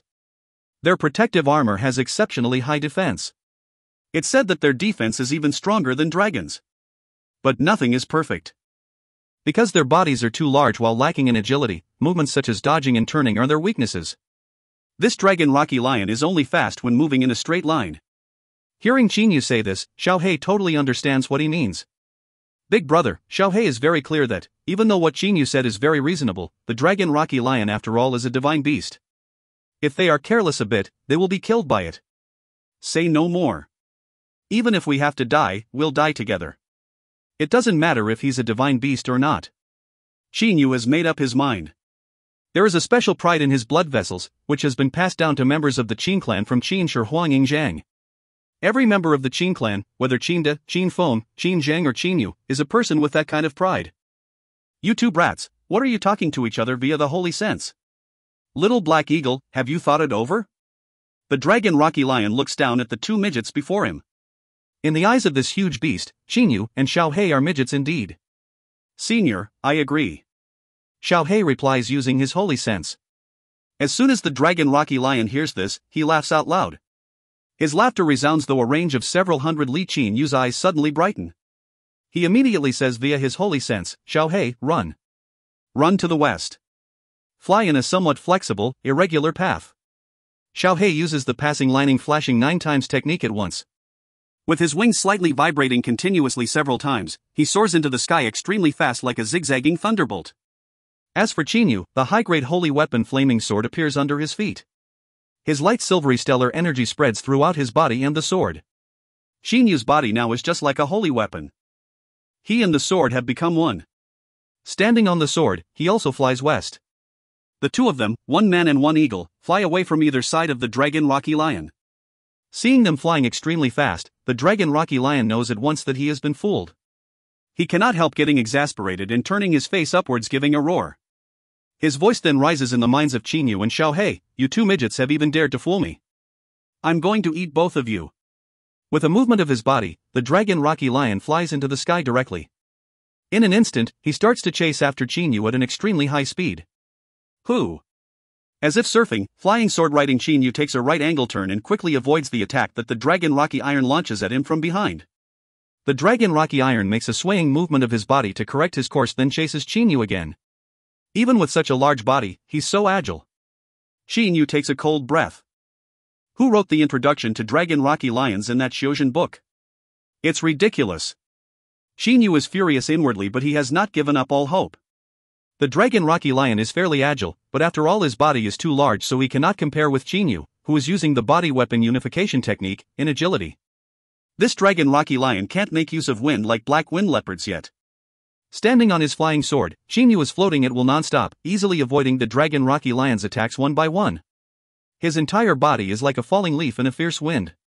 Suddenly, a flame spurts from the mouth of the dragon Rocky Lion and comes directly at Chinyu. It's over. Big brother. In the distance, Xiaohei also becomes anxious. Chinyu is terrified. In the blink of an eye, he focuses his entire attention on that flame. It is obviously very powerful. The traveling speed of the flame is even faster than the speed of the dragon Rocky Lion himself. At this life or death moment, the light silvery stellar energy outside Chinyu's body suddenly begins to rotate. The stellar field. In an instant, a huge nebula is formed outside his body. The nebula inside him also starts spinning extremely fast. Immediately, another Chinyu seems to be created. That, of course, is a phenomenon caused by Chinyu reaching his top speed. When his life is hanging on a thread, Chinyu finally dodges the flame. He can even feel its terrifying heat as it brushes past one side of his body. Since the range of the stellar field is the same as the range of the nebula outside his body, Chinyu's movements are limited. Moreover, the stellar field requires the entire energy of the nebula inside his body. Luckily for him, he has reached the middle phase of the nebula stage, so using this technique for just a moment does not adversely affect him very much. In the blink of an eye, he stops the stellar field, then rushes westwards like crazy. His flying path basically follows no regular patterns at all. Big brother. At the moment, Xiaohei's voice sounds somewhat excited. Don't waste time. Speed up. Chinyu has already flown to a high altitude and is currently flashing back and forth through the clouds. The dragon Rocky Lion seems to have become furious. Sometimes he chases after Chinyu and sometimes he chases after Xiaohei. However, compared to him, Chinyu and Xiaohei are like ants, and because they are too small, they are too agile for him as well. All of a sudden, Xiaohei, quickly go to the southwest. Chinyu's holy sense has suddenly felt a strong aura in the southwest, which is even comparable to that of the dragon Rocky Lion. At the moment, he has no time to think much about it. After all, if they keep getting chased like this, they will probably be killed sometime in the future. In a short while, he and Xiaohei have already flown southwest several hundred li. An extremely crystalline cry of a bird rises. Dragon Rocky Lion, this is my territory. Go the hell back to your den. An enormous holy sense covers the area where Chinyu and Xiaohei are. The voice that is transferred through it even rises in their minds. Chinyu is immediately delighted. There is a huge red bird which is several tens meters tall up ahead. Its entire body is covered in blazing flames and its stunning crimson feathers radiate a magnificent aura. Chinyu quickly makes a judgment. A Hongwuan divine beast. Chinyu is stupefied. He never thought that he would continuously encounter two divine beasts. However, he is extremely pleasantly surprised in an instant and tells Xiaohei hurriedly via his holy sense, "Xiaohei, quickly go away from below. Don't provoke this Hongwuan." "Ha, I know, to let the two of them fight each other, right?" Xiaohei cries strangely, then immediately dives down. Chinyu also dives down extremely fast. The dragon Rocky Lion, however, simply does not care about them, and nor does the Hongwuan. In the eyes of these two large divine beasts, a man and an eagle are merely midgets. To the dragon Rocky Lion, Chinyu and Xiaohei are just spice to his life, which is dispensable. But this Hongwuan divine beast is his old rival. "You actually told me to get the hell away?" He is extremely angry.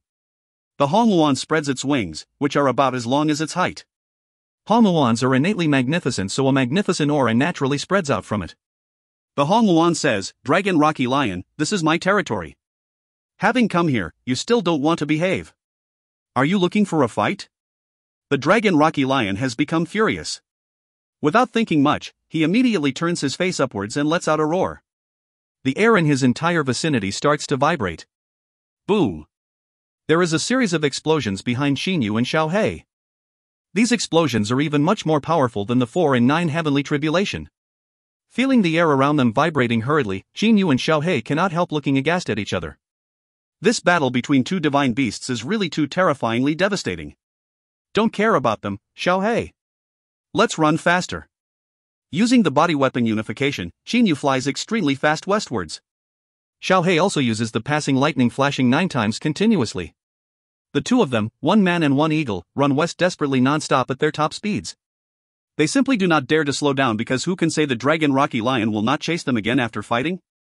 Given the dragon Rocky Lion's power, they will die if just one of his strikes connects. They fly this way for 6 hours straight. Qinyu flies at his fastest speed for 6 entire hours. He has only used the body weapon unification technique for short periods of time before and has never used it to fly so desperately. After 6 hours, Qinyu and Xiaohei suddenly see. There are houses in the distance. In addition, the density of the wilderness's holy energy drops sharply. Ah, Xiaohei, we've finally come back. Qinyu, who is running like there is no tomorrow, wakes up in an instant. Obviously, the crazy run just now has brought him back to the human world of the Qianlong continent directly from the wilderness. After going through the wilderness for several months, Qinyu and Xiaohei have finally returned alive. Note: the lion in this chapter is similar to a Chinese guardian lion. http://n.wikipedia.org/wiki/Chinese_guardian_lions. Luan is a Chinese mythical bird, a descendant of the phoenix, and Hong means ready. http://n.wikipedia.org/wiki/Phylong_mythology. End of B4C16.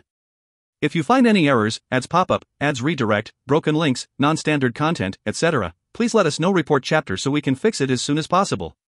Book 4, Chapter 17. B4C17, The Return of Qinyu. Qinyu and Xiaohei feel a surge of relief in their hearts. They no longer run desperately as they were doing just now either. The two brothers, one man and one eagle, then fly through the clouds, heading directly for the princely mansion in Yan City. However, at the moment, the town of Xiyang is visited by two terrifying personages.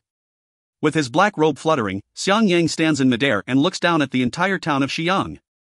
His eyes seem as if they are piercing through space. Wu De, his blue robe fluttering in the wind, is on one side of Xiang Yang. Xiang Yang basically does not hide his real power. A huge aura expands from him, then enfolds the entire town. The pressure it gives off is felt by almost all of the people in the town. At Qinda's residence in the town of Xiyang. Creak. Qinda pushes open the door of his room and walks into the courtyard directly from the room. He raises his head looking into the sky. There is unexpectedly a faint calm smile on the corners of his mouth at the moment. Oh. Xiang Yang has finally arrived, murmurs Qinda. At the same time, Su Yuan also walks out from his room, having also felt that terrifying pressure. He looks up and immediately sees the two people who are standing in midair. Your Highness, they are. Su Yuan is shocked. Qinda turns his head and looks at Su Yuan, saying, Su Yuan, do you still remember the brocade purse that I gave you at that time? Wait for a while, then return and open it. Later you'll have to follow the steps that I mapped out in that brocade purse. Xin Plan Brat, quickly come to meet me. A voice that sounds like thunder shakes the entire town of Xiyang. The terrifying force contained in that voice causes all the soldiers in the town to go pale. Weak people even pass out directly because of it. Remember, go back and open that brocade purse. Qinda says to Su Yuan seriously. Because the latter is also a very intelligent man, seeing Qinda's expression, he can somewhat guess what is going to happen. But he still says with a nod, don't worry, Your Highness. Su Yuan definitely won't let you down. Qinda gives a faint smile. A flying sword then appears under his feet. Standing on the flying sword, Qinda soars into the sky. Flying on his sword, Qinda meets Xiang Yang in midair in a just short while. Xiang Yang's black hair is flowing naturally and his black robe is fluttering, but the most frightening thing about him is his ice-cold eyes, which seem as if they can see through other people's hearts. Xiang Yang deserves to be called the most outstanding member of the Xiang clan. Qinda even has some admiration for this Xiang Yang. In the past, the Westchu conqueror was extremely overbearing, so when contending for the control of the lands he offended very many influential people. After his death, the Xiang clan became everyone's target. Luckily, young Xiang Yang made an impressive entrance, befriending distant states while attacking the nearby ones. Eventually he and the other two great powers divided all the lands into 3. Afterwards, Xiang Yang managed the Chu kingdom for several decades and even turned it into the strongest of the 3 kingdoms. Not only did Xiang Yang excel at governing the country, according to legend, he was even at least not inferior to his father Xiang Yu when it comes to martial arts. Despite having to pay attention to the running of the country, he was finally still able to reach the Jindan stage. Xiang Yu was ruthless and totally overbearing but was not benevolent enough. However, Xiang Yang seemed to be perfect. Depending on the situation, he could be either benevolent, or ruthless, or fair, or deceitful. He could use all kinds of tricks proficiently and was absolutely a born emperor. "Hello, Senior Xiang Yang." Qin slightly folds his hands and says with a smile, showing neither humbleness nor arrogance. Xiang Yang takes a look at Qin. Judging by the fact that his opponent is not nervous at all after seeing him, he knows that there is a huge difference between his descendants Xiang Guang and Qin. However, no matter what happens, Xiang Yang is a member of the Xiang clan. A faint smile appears on the corners of his mouth. Qin. Xiang Yang looks carefully at Qin then says laughingly, "You're really something. No wonder you have been able to take half of the Chu Kingdom's territory in only a short time. I admire you a lot, but I'm a Xiang clan's man. You're smart, so you should be able to guess why I've come here, right?" Qin takes a glance at Xiang Yang and Wu De. As soon as he sees Wu De, his eyes flash with fierceness. Wu De, he immediately remembers how his son Qin Yu perished together with Wu Xing. Wu De looks at Qin, his eyes flashing with killing intent as well. He has never forgotten how his martial younger brother died. Xiang Yang's voice becomes serious. "Qin, didn't you hear my question?" Qin looks at Xiang Yang, saying, "Senior Xiang Yang, I really don't know why you've come here in such a grandiose manner. What have you actually come here for?" Qin pretends not to know anything. Xiang Yang slightly frowns. The cold light in his eyes immediately intensifies. "Oh, a smart person like you can't figure it out? Then I'll tell you. I want the Qin clan's army to retreat now. In this way, the 3 eastern region counties will still be yours and the Qin clan will still be a vassal of my Xiang clan. The Xiang clan won't even meddle in the 3 eastern region counties' affairs, so they'll be like a country within a country. What do you think? Retreat? A country within a country?" Qin suddenly laughs out loud. His laughter is filled with sarcasm. Despite hearing Qin's laughter, Xiang Yang is still collected. He calmly waits for Qin's answer. Qin's face suddenly hardens. He says to Xiang Yang, "Senior Xiang Yang, I respect you for being a sage emperor of the Chu dynasty, but you're dreaming. By now, when my Qin clan has occupied 10 out of the 12 counties of the Chu kingdom, do you think I'll withdraw? How will that be possible?" The cold air around Xiang Yang intensifies greatly. "Qin, could it be you don't understand your situation?" "Situation? What situation?" Qin looks at Xiang Yang in an unyielding manner. The two of them look each other in the eyes. Qin, however, is not afraid at all. "Plus, you're only one Zionist. Do you think you can compare with 2 million troops?" Qin's aura even rises. Xiang Yang suddenly bursts out laughing and says, "Good, you're quite something, Qin. I only want to tell you that I've already reached the Yuanying stage. Though it's only the early phase, I believe you should know what this means. Think it over, will you? Think about what?" Qin says without hesitation. Xiang Yang's face slightly changes color. Despite his great self-possession, he has become angry. This Qin is playing the fool with him. "You've reached the early phase of the Jindan stage, but I can kill you in one hit. As for the fella called Fenjiuzi or something like that, I can kill him with ease too. I can even kill all of the Qin clan's marshals and generals. Now do you understand what I mean?" Xiang Yang says continuously. However, there is still a faint calm smile on Qin's face. "Senior Xiang Yang, both Fenjiuzi and I are Jindan stage Zionists. You can easily find us using your holy sense, but do you know the other generals of the Qin clan? Even if they were in front of you, you wouldn't be able to know if they are the Qin clan's generals." Qin says while staring at Xiang Yang. When a Zionist searches for someone, at least he must know that person's aura. Otherwise, he will not be able to be sure. In the army, marshals and generals' tents are no different from soldiers. You basically won't find out who the generals are, so how will you kill them? Qin says emphatically while staring at Xiang Yang. Moreover, 600,000 troops have stormed Xinjiang County from the 2 northern region counties. Among the 200,000 troops of the Xiang clan in the county, 100,000 have already surrendered. The other 100,000 are merely on their last legs. The Black Water troops and the Mu clan troops, 600,000 in total, have almost occupied the entire Shankai County as well. Qin reveals the information he received just now. Xiang Yang's face changes color. He knew early on that Xinjiang County's 200,000 troops would definitely be unable to stop 600,000 enemy soldiers. But he never thought that 100,000 of them would unexpectedly surrender. However, there is nothing unusual about this. Anyone who is not a fool can see that the Xiang clan is nearing its end, so it is not difficult to tempt those soldiers into surrendering by offering them some money or rights. My Qin clan has 600,000 troops in Shanghai County in the south and Jinyang County in the north each. There are even some Xiang clan troops who have surrendered in these counties. In addition, there are almost 400,000 troops in Leishui County. They are ready to attack from 3 sides while your Xiang clan only has Bachu County left. If the Qin clan disregards everything to give an order, they will definitely be able to storm Bachu County within 1 day. Qin Di says very confidently. If the only county that the Xiang clan has left is attacked from 3 sides, it will have to be defended on 3 sides. However, after the battles in Jinyang County, Shanghai County and Leishui County, the remaining troops of the Xiang clan only amount to 500,000 to 600,000.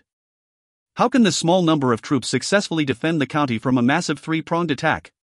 There is no need for Qin Di to say much because Xiang Yang certainly understands the situation. Even though Xiang Yang is a formidable Zionist, if 2 million enemy soldiers attack at once, how will he be able to stop them?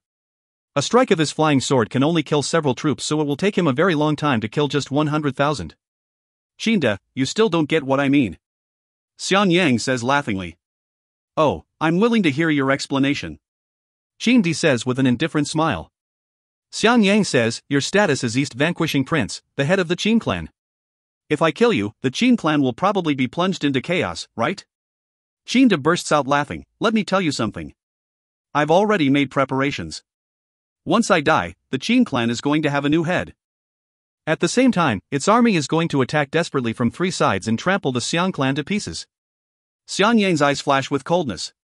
If 2 million troops really attack from 3 sides, despite his personal power, he will not be able to block such a huge number of troops. Even though they will not be able to kill him, there will be nothing he can do either. After all, 2 million troops are too many. The destruction of the Xiang clan is what Xiang Yang does not want to see the most. But I want to live too if possible. So, I can order these troops not to attack Bachu County, but you mustn't harm anyone of the Qin clan either. What do you think? If you strike, the armies in Leishui County, Shanghai County and Jinyang County are going to storm Bachu County immediately. Qin Di says smilingly. Xiang Yang stares at Qin Di for a long time, then says with a slight nod, all right, remember your words. You mustn't attack Bachu County. Otherwise, even if I'm the only one left, I'll exterminate the Qin clan. With his black robe flapping, Xiang Yang immediately pierces through the air, leaving. Wu Di takes a look at Qin Di but then also leaves on his flying sword. Looking in the direction of Xiang Yang's departure, Qin Di begins to frown deeply. The situation has been complicated a bit. I never expected Xiang Yang to have reached the Yuanying stage's early phase. Originally I thought this genius of the Xiang clan was at the Jindan stage's late phase at most, in which case I would still be able to manage to deal with him. But it's the Yuanying stage's early phase. Even if the Qin clan gets the kingdom, Xiang Yang can and will exterminate my clan. Qin Di ponders in midair for a long time but cannot come up with any solution. Xiang Yang reaching the early phase of the Yuanying stage has made it impossible for his plan to be completed. Qin Yu and Xiao Hei are going through the clouds. At the moment Qin Yu's mood is somewhat excited. Perhaps father and brothers still think that I'm dead. Thinking about this, he becomes more eager to meet his father. Suddenly he sees the silhouette of Yen City down below. He tells Xiao Hei at once, Xiao Hei, we're about to reach the princely mansion. Let's speed up. He then dives down towards the princely mansion like a beam of light. Xiao Hei also dives down after him. Big brother, I wonder how your father will react when he sees you.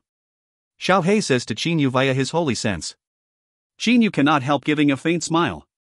With his current speed, he arrives in the airspace of the mansion in a short while. His holy sense sweeps through the entire mansion. Oh? Big brother, second brother, and father all aren't here. Qin Yu flies to a place of the mansion directly. Manager Li of the mansion is taking a walk very leisurely. Because he has received good news from the front lines, he is very relaxed. After Gumin's death, then Vice Manager Li was promoted to manager and was also given a lot more power. Suddenly, a blur appears before Manager Li, then becomes clearer, showing the body of a man. Ah! Manager Li cannot help crying out in shock.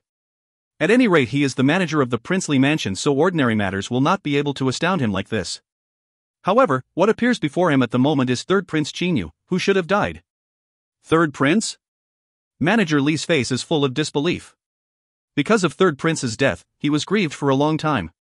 But now a living third Prince has unexpectedly appeared in front of him. Seeing Qin Yu smile, Manager Li cannot help believing that this is the real third Prince Qin Yu of the princely mansion. Uncle Li, now you're already the manager. Right, where's my father? Qin Yu asks smilingly. Manager Li's face changes color. He then stares at Qin Yu and says, Say. Who are you? Don't think that I don't know it's easy for Xiantian experts to change their appearances. His Highness himself saw third prince die. You think you can fool me with this? Uncle Li, you don't even recognize me? Do you still remember the time you brought me 8 external experts for me to choose my master from? At that time I chose Master Zhao Yunxing. Qin Yu has no choice but to say this. In his heart, Manager Li believes that this man is Qin Yu, but his lord personally witnessed Qin Yu's death. A dead person cannot be revived.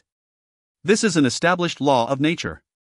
Many people know that I took 8 external experts to third prince for him to choose his master. This can't confirm your identity. His face looks very solemn. However, he has not called the guards yet and is waiting for Qin Yu to mention some secrets. Qin Yu shakes his head with a smile. He cannot help saying, Right, once when I was 5, as Grandpa Lian was accompanying me, I peed on your face and into your mouth. Do you still remember that? Manager Li is immediately speechless. Only he himself and Lian Yan know about that embarrassing incident. He has never talked about it. Qin Yu has never mentioned it since moving to Misty Villa either, and Lian Yan was no fool. But it has just unexpectedly come out from Qin Yu's mouth. Also, when I left the mansion for Misty Villa, you even gave me a wooden horse you had carved by yourself. Plus, once when I was 10, I came to the mansion, Qin Yu says smilingly, but Manager Li cannot help getting misty-eyed. Third prince. With a movement, he hugs Qin Yu tightly. His tears stream down from his eyes uncontrollably. Manager Li saw Qin Yu grow up. In the past, as the vice manager of the mansion, he had a very deep affection for Qin Yu. Now Qin Yu has mentioned so many things he knows only Qin Yu knows about. Moreover, Qin Yu's smile and expressions are exactly like those of the third prince in his heart. All right, Uncle Li. Qin Yu can also feel Uncle Li's excitement. Uncle Li, where's my father? Why are my big and second brothers not in the mansion? After letting go of Qin Yu, Manager Li immediately says with a smile, His Highness? Several months ago he went to war with the Xiang clan. He already went to war with the Xiang clan? Qin Yu is startled. End of B4C17. If you find any errors, ads pop-up, ads redirect, broken links, non-standard content, etc., please let us know. Report chapter so we can fix it as soon as possible. Book 4, Chapter 18. B4C18, Family Reunion. The action was already started? Why so fast? How is the current situation? How have the Black Water Bandits been dealt with? Does the Shangguan clan sincerely side with us or not? Qin Yu cannot wait to ask Manager Li. He is obviously shocked to know that Qin Di started the action so early. He basically never thought that his father would initiate the war so early. Originally Qin Yu was very worried about the Qin clan's ambition to unify the Chu kingdom because, after all, the Xiang clan was too strong while his clan was still being threatened by the bandits. Don't worry, Third Prince, everything was well prepared when His Highness started the war. Since the order was given, our armies have advanced with unstoppable momentum while suffering almost no losses. By now we have occupied 10 counties of the Chu kingdom. Manager Li waves his hands, saying. He still does not know that by now Zhenyang County has been defeated. After all, it is impossible for that news to be reported so fast. Qin Yu is surprised. What, 10 counties? He simply cannot imagine how his father has been able to deal with the Mu clan and the Shangguan clan in such a short time. Third Prince, there are many things about His Highness's devising of the plans that you don't know. The 300,000 Blackwater Mountain Range bandits have secretly been loyal to our Qin clan since the beginning. As for the Shangguan clan, it wanted to plot against us, but His Highness used a trick to seize control of its 2 northern region counties at one stroke. And the 3 southern region counties. I'm not sure what happened there either, but they have inexplicably leaned on His Highness. In a short while, Qin Yu's mind has already understood almost the entire course of the war. He took the 2 northern region counties through plotting? Knowing that his father was able to take control of the 2 northern region counties, he can figure out that the methods most probably used were assassination, entrapping and the like. Qin Yu frowns, his eyes flashing. Uncle Li, where's my father? And where are my big and second brothers? What he wants the most at the moment is to meet his relatives. After all, he has been away from them for so long. Moreover, with his current power, he can probably help them out as well. Manager Li thinks for a while, then says, His Highness is in the town of Xiyang nearby in the Blackwater Mountain Range. But First Prince is commanding his army in Leishui County and Second Prince is in the town of Wuxue next to the town of Xiyang. The town of Xiyang? Qin Yu's eyes brighten. After he left Misty Villa at the age of 13 to begin carrying out assassination missions, he often wandered around the Chu kingdom with Xiao He, so he became very familiar with its many cities and even small towns. Now, as soon as he hears the town of Xiang mentioned, he remembers where it is. In a courtyard house in the town of Xiang. Your Highness, if that Xiang Yang had really struck a killing blow, you would have been dead. No matter what happened, you shouldn't have played with your life like that, Su Yuan says to Qin De angrily. However, seeing that Qin De is alive, he also secretly lets out a sigh of relief.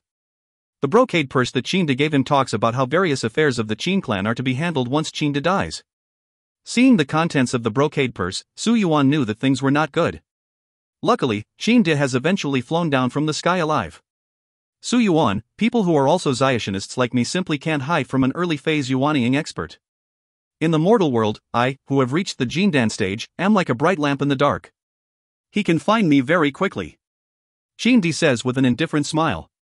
Su Yuan also understands what Qin De means, but he still says, is Xiang Yang really formidable, Your Highness?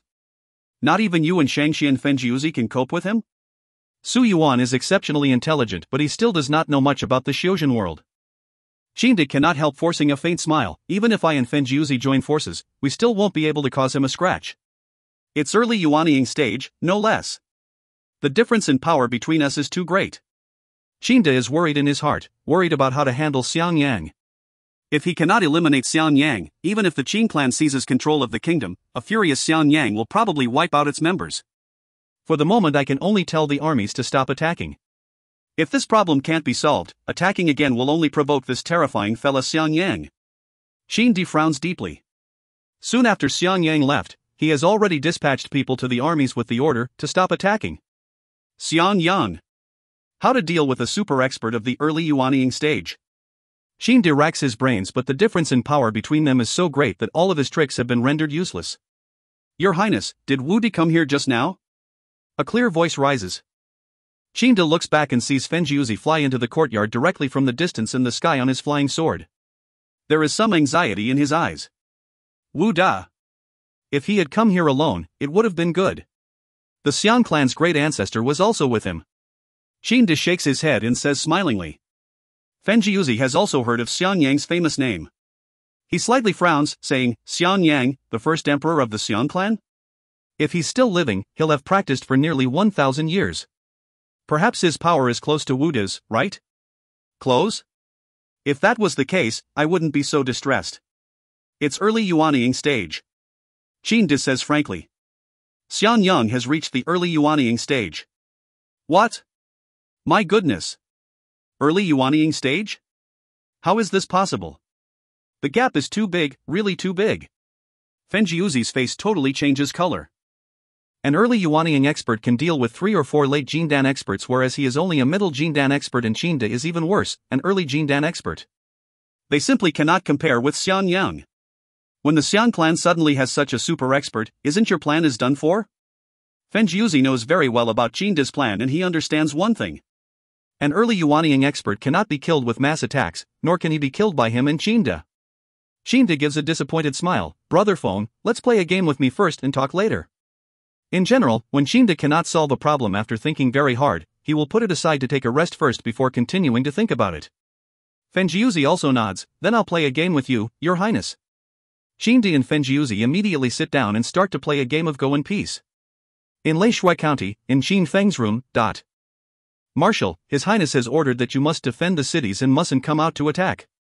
An order-delivering soldier informs Qin Feng clearly of Qin De's order. After hearing it, Qin Feng cannot help asking, then when is the battle going to start? The order-delivering soldier says, His Highness said you are not to attack for the moment, unless His Highness gives another order. Qin Feng frowns and dismisses the order-delivering soldier with a wave of his hand. He then begins to ponder, isn't this order by Father meant to stop us from attacking again? Also, it doesn't have an exact time limit. We're on the verge of victory in this war. Why has Father? Marshal, has His Highness given some orders? An over 40-year-old middle-aged man approaches him. Qin Feng nods, saying, Yes, my father has ordered that we only need to defend the cities and mustn't come out to attack. Plus, there's no exact time limit. The middle-aged man slightly frowns but says nothing. Brother Shiman, for the moment I'll put you in charge of my 100,000 troops. Do remember that you only need to defend the cities and can't come out to attack? I have to see my father in person to ask what actually happened. After receiving this order, Qin Feng is unable to put his own mind at rest. He does not worry that something will happen after he leaves either. After all, if the attack is restarted, his father will definitely send people to spread this order. Because he will be in the town of Shiyang at that time, he will naturally know about it. His Highness? So you want to go meet him? Shiman Xin asks doubtfully. Qin Feng nods, I'm going right now.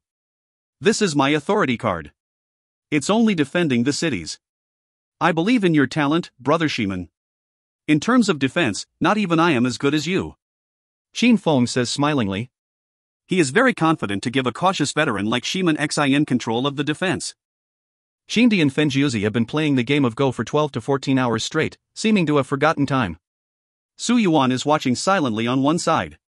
He also knows that both Qindi and Fenjiuzi are not mortals and do not really have to eat. Therefore, while he himself has had a meal, he has not interrupted them. Qinda holds a white piece and thinks for a long time without putting it down. Fenjiuzi only looks on and does not urge him. After a long time, a hint of happiness appears on Qinda's face. He puts the chess piece down with a clack. Brother Feng, it looks like you, oh. Both Qindi and Fenjiuzi stand up all of a sudden and look eastwards. Experts far more powerful than you and me. Qinda's expression becomes very serious. The appearance of Xiang Yang alone has given him a headache. But now two overwhelming auras seem to be approaching extremely fast. Their speed is really shocking.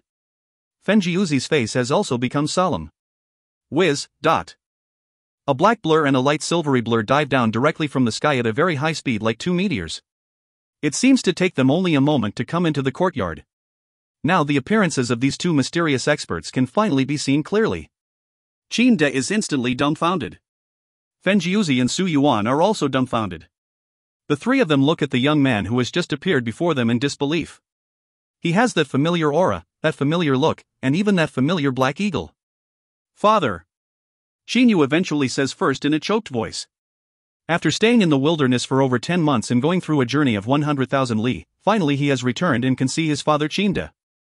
This word causes Qinda to shake all over. His eyes are filled with a mixture of disbelief, excitement, and ecstasy. It is basically unbelievable that the look in a person's eyes can contain so many meanings at the same time. You are. Qinda says in a quivering voice. It's you. Are you still alive? I'm not dreaming, am I? He simply cannot believe this. That day Qinyu's heart was penetrated before him, but now a living Qinyu has unexpectedly appeared. However, Qinda also thinks that his son is really alive. Qinyu seriously nods his head. At the same time he gets misty-eyed. Father, I'm living. I'm still alive. The father and the son then stare at each other without saying a word. All of their feelings are expressed completely through the eyes. A person's aura can gradually change according to his power level or his intuitive enlightenment, but not to a large extent. Fenjiuzi has also noticed that the Qinyu look-alike in front of him has an aura very similar to Qinyu's. The only difference is that this person's aura is even more stable and fierce than Qinyu's in the past. As for Qinda, he basically has no doubt. After the two of them exchanged their feelings through their eyes, Qinda has already judged that this is his son because of the look in his eyes. Moreover, the inherent telepathy between father and son has allowed Qinda to confirm that this person is Qinyu. He does not understand at all how his son was able to survive. But, does he have to find out the truth about it? After knowing that his son survived, Qinda has already felt that he is very lucky and has thanked heaven for this. Why would he want to investigate how Qinyu was revived? It is still late at night, but Qinda immediately orders his subordinates to prepare a sumptuous banquet. Since returning from the site of the tribulation, he has never felt so happy and excited. Because he, who has stopped really caring about even food and drink, suddenly orders a banquet, his subordinates and cooks all become very busy. It is late at night, but the entire town of Shiyang is peppered with firelight. In Qinda's courtyard house, Qinda, Su Yuan, Fenjiuzi and Qinyu, 4 people altogether, are sitting at a stone table. Various dishes are brought out continuously. When 6 trays have been filled with them, the servants stop temporarily. Not far from the stone table, there is a huge roast sheep. It has been prepared for Xiaohei. Xiaohei, I never knew that you preferred cooked food. I thought that you only liked eating wild beasts raw. Qinyu says to Xiaohei using his holy sense. Just now, when the dishes started to be put on the stone table, Xiaohei unexpectedly told Qinyu via his holy sense that he wanted to eat roast sheep. Qinyu of course let his father know about this. Qin had felt that Xiao He was strong and had been secretly amazed by his power, so, when told by Qin Yu, he immediately ordered the cooks to prepare roast sheep. Xiao He has no choice but to say, "Don't blame me, big brother. Before I overcame the tribulation, my intelligence was still low. After the tribulation I had to practice again. It was all practicing on the way back here too. And with your internal flame and mine, if we had wanted to roast wild beasts, they would have been turned to ashes in an instant." After overcoming the 4 and 9 heavenly tribulation, Xiao He has become almost as intelligent as humans, so he naturally has had many thoughts. It's really unimaginable that heavenly tribulation-like beam of light was a teleportation technique. Having practiced in the wilderness for so long, you should have already gone through the 4 and 9 heavenly tribulation, right? I feel that you're not only more powerful than me, you're even more powerful than your Uncle Feng. Qin Di says emotionally. Qin Yu says smilingly, there are quite a few demonic beasts in the wilderness. I was able to improve so fast only because I killed demonic beasts and refined their jindans.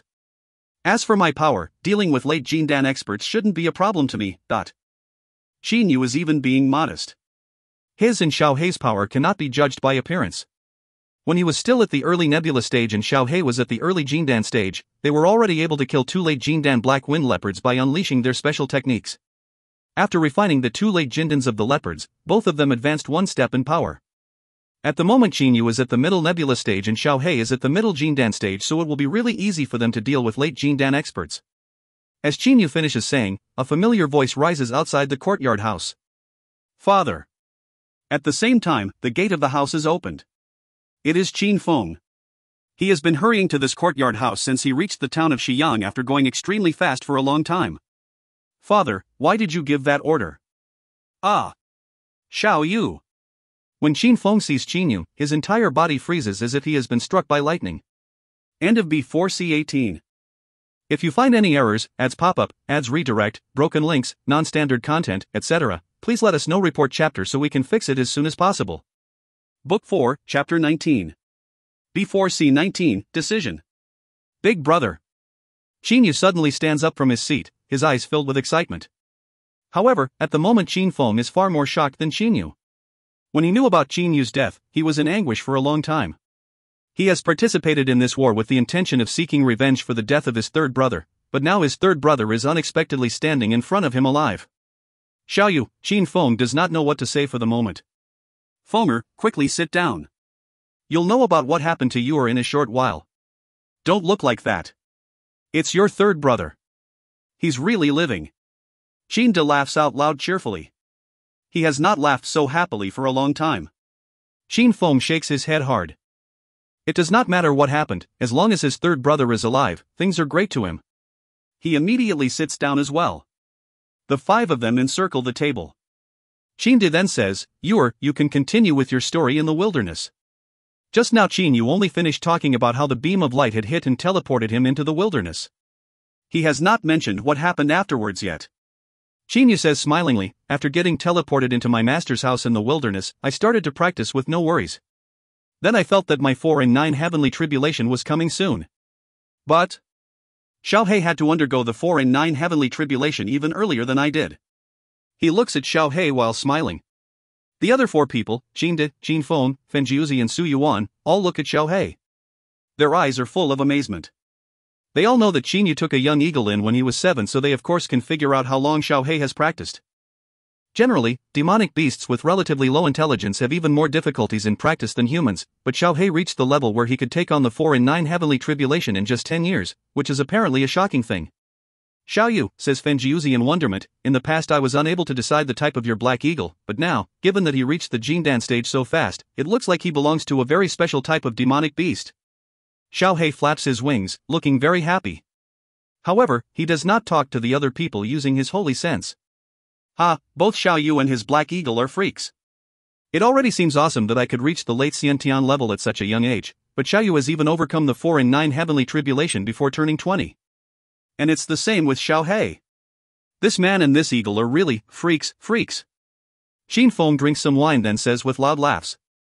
Qin Di also drinks a cup of wine then says to Qin Feng, Fenger, your third brother didn't only overcome the 4 and 9 heavenly tribulation, now even late Jindan experts are no match for him. Not long ago, when I and Brother Feng detected you in this black eagle with our holy senses, they were moving over several tenfold faster than I do when riding my flying sword. Qin Yu practices the stellar transformations and his stellar energy goes from the nebula outside his body into the one inside him, then goes out again, forming a cycle. As the stellar energy continuously goes through his flesh and bones, it also continuously refines them. Thanks to this, now Qin Yu's body can rival holy weapons. Without using the flying sword, middle nebula stage Qin Yu already surpasses Qin Di in flying speed. Once he rides the flying sword, he will be even faster. And if he uses the body weapon unification technique, going several tenfold faster than Qin Di will be nothing unusual. The flying speed of a Zayationist partially reflects his power as well. Because Qin Yu is so fast, Qin Di and Fenjiuzi also believe in his power. Father, if you say any more, I'll be ashamed to death. Oh my, he can even beat late Jin Dan experts while I'm just a late Xiantian practitioner. Luckily, I'm still his big brother. Despite saying so, Qin Feng is actually very happy. Su Yuan on one side says, "Alright, all you have stop being modest please.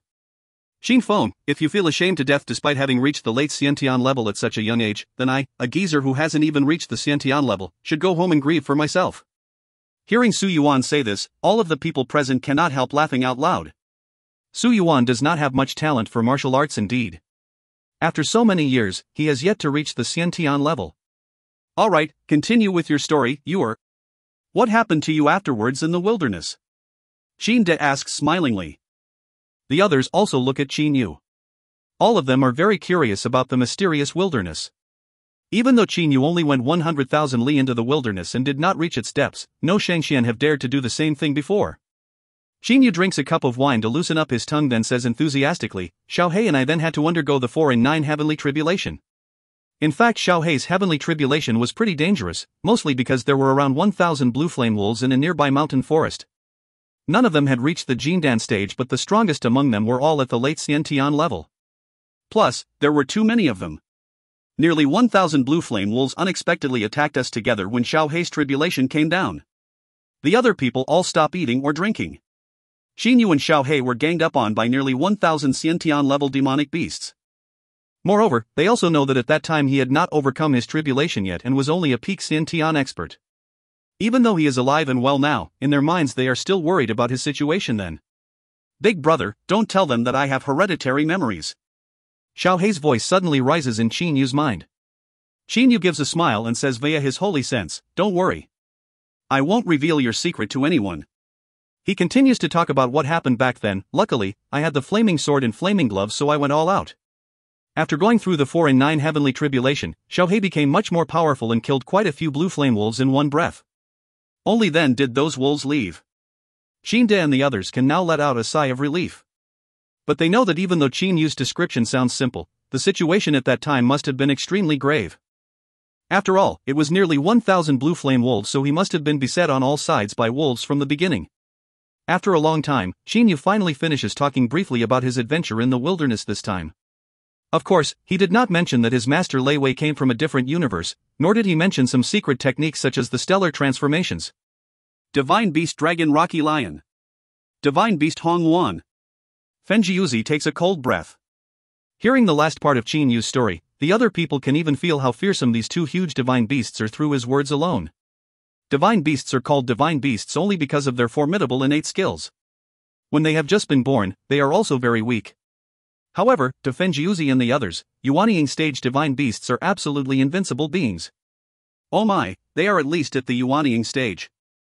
Moreover, one was a dragon Rocky Lion, which has exceptionally strong defense, and the other was a Hong Yuan, which is similar to the phoenix. Even though these two divine beasts are at the Yuanying stage, they can definitely rival Dongxu Zayashinists. As a Zayashinist, Fenjiuzi also knows about some demonic beasts. Qin De and the others are speechless. Dongxu stage Zayashinists? This has gone beyond their imagination.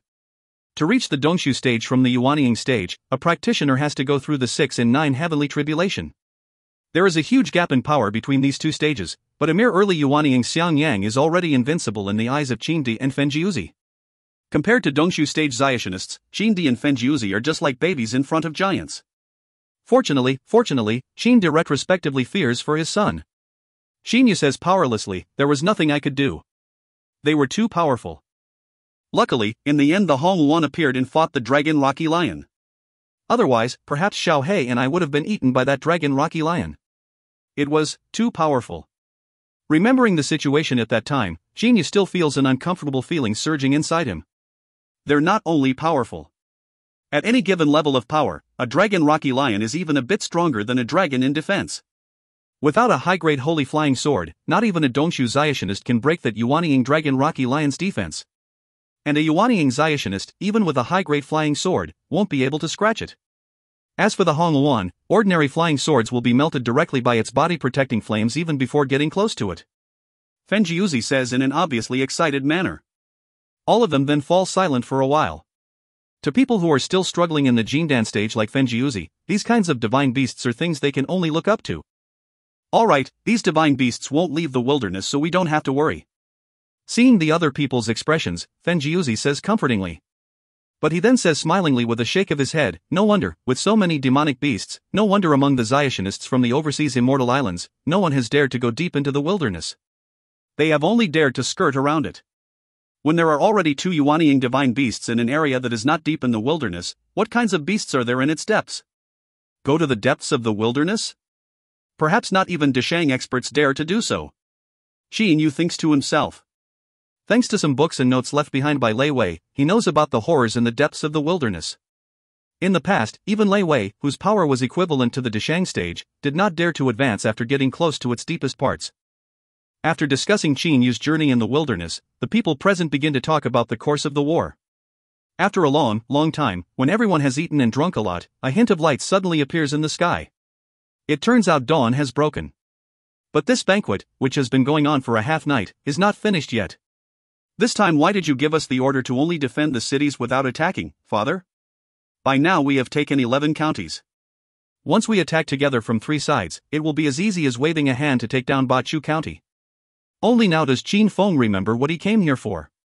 As soon as Qin De hears this, he forces a smile. Su Yuan says, Qin Feng, you still don't know that Xiang Yang of the Xiang clan came here yesterday in the daytime. Xiang Yang. Xiang Yang.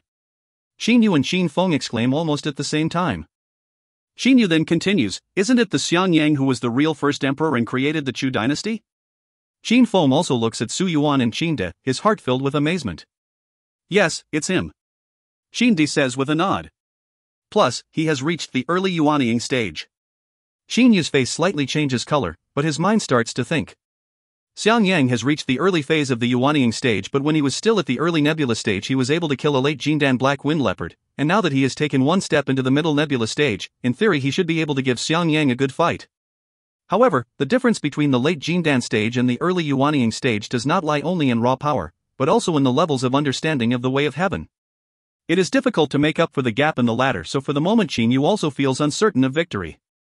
If Xiao He and I join forces and use our respective special skills, perhaps we'll be able to succeed. He calculates in his mind. Qin De continues to say, Xiang Yang was very insolent. He even absurdly attempted to force us back to the 3 eastern region counties.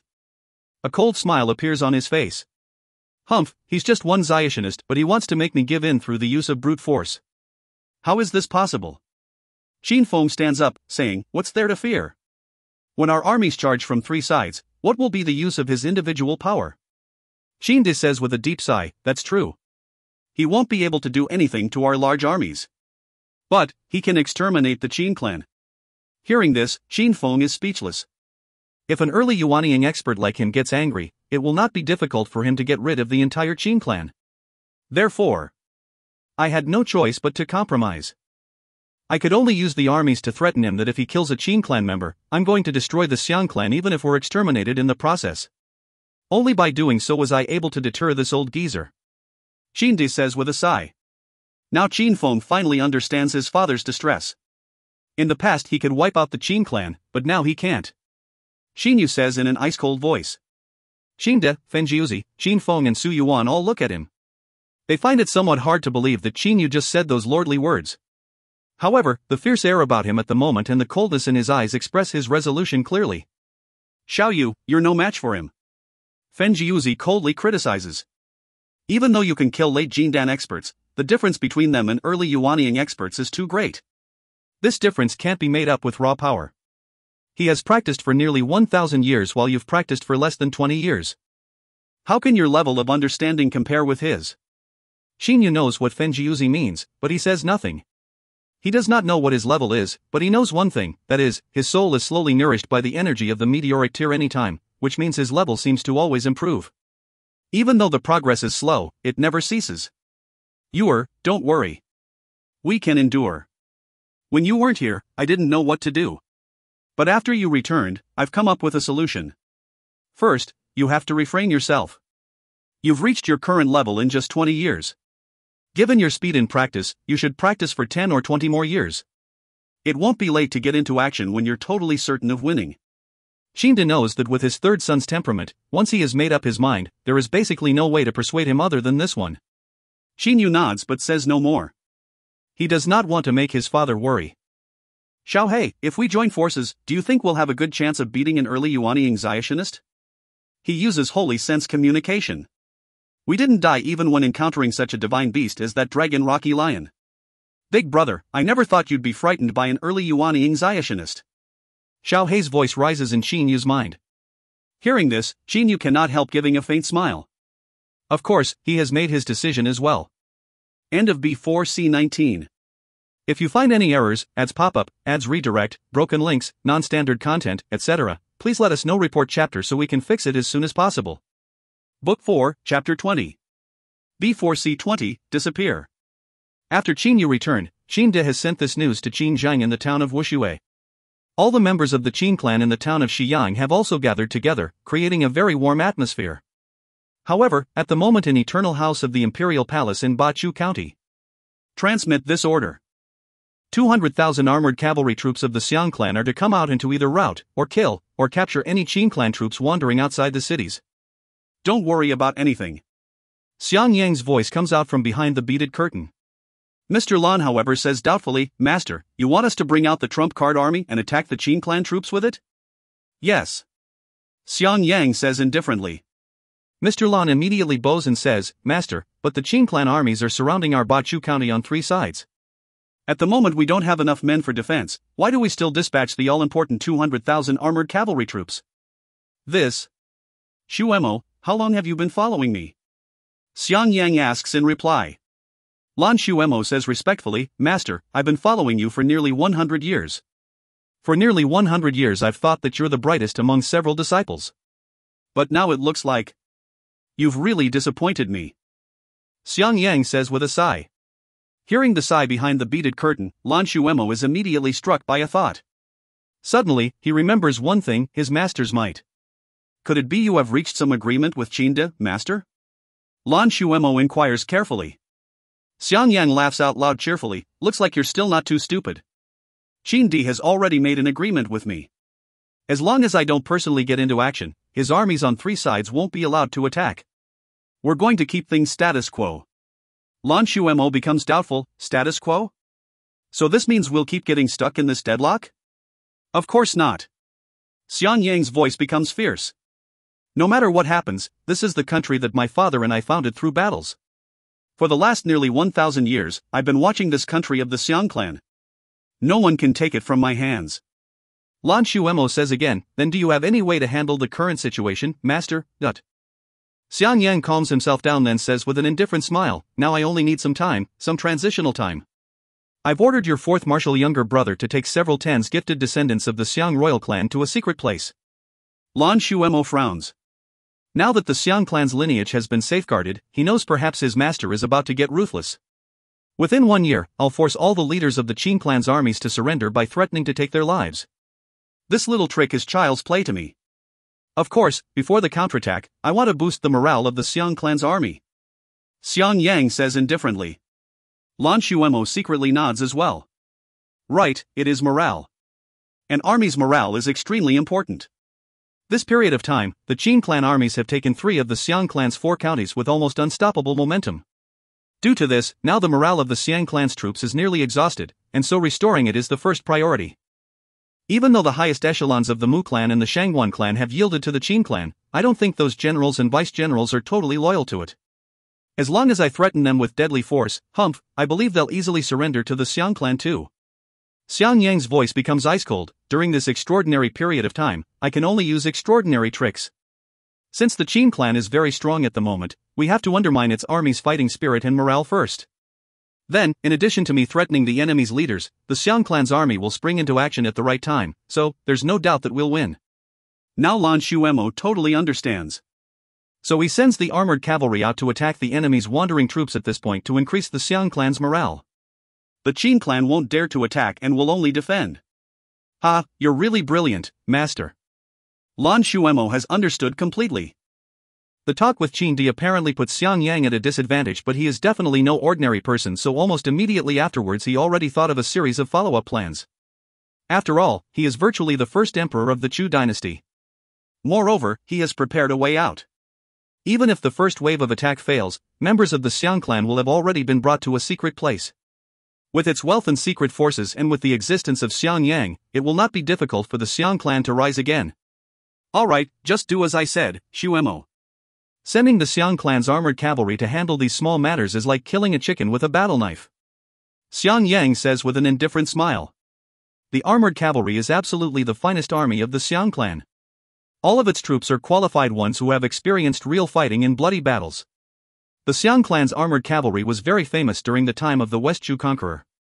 For so many years it has been maintained from behind the scenes by Xiang Yang, so it has never loosened its training in the slightest. In Leishui County, following the large-scale attack by the Xiang clan's armored cavalry, almost all of the Qin clan troops in the cities no longer dare to wander outside because anyone who goes outside will be destroyed at one stroke by the Xiang clan's armored cavalry. All of the Qin clan's armies thus withdraw into passive defense in the cities. In a short time, the Xiang clan's morale has increased greatly. The Xiang clan soldiers often go from city to city to issue challenges to the Qin clan's troops from outside the cities. The Qin clan's troops, however, have no choice but to refuse to fight. Due to this, the Xiang clan's troops unavoidably become more and more arrogant. Even though the Qin clan's troops are angry, none of them dares to disobey strict military orders. However, there is still a corps that dares to go from city to city, namely the Fierce Tiger Corps. It is made up of only 50,000 Fierce Tiger troops, but these troops are the finest in the Qin clan's army. In terms of quality, the Fierce Tiger Corps is even a tier better than the Xiang clan's armored cavalry. Also, the Fierce Tiger's offense is far superior to that of the steeds.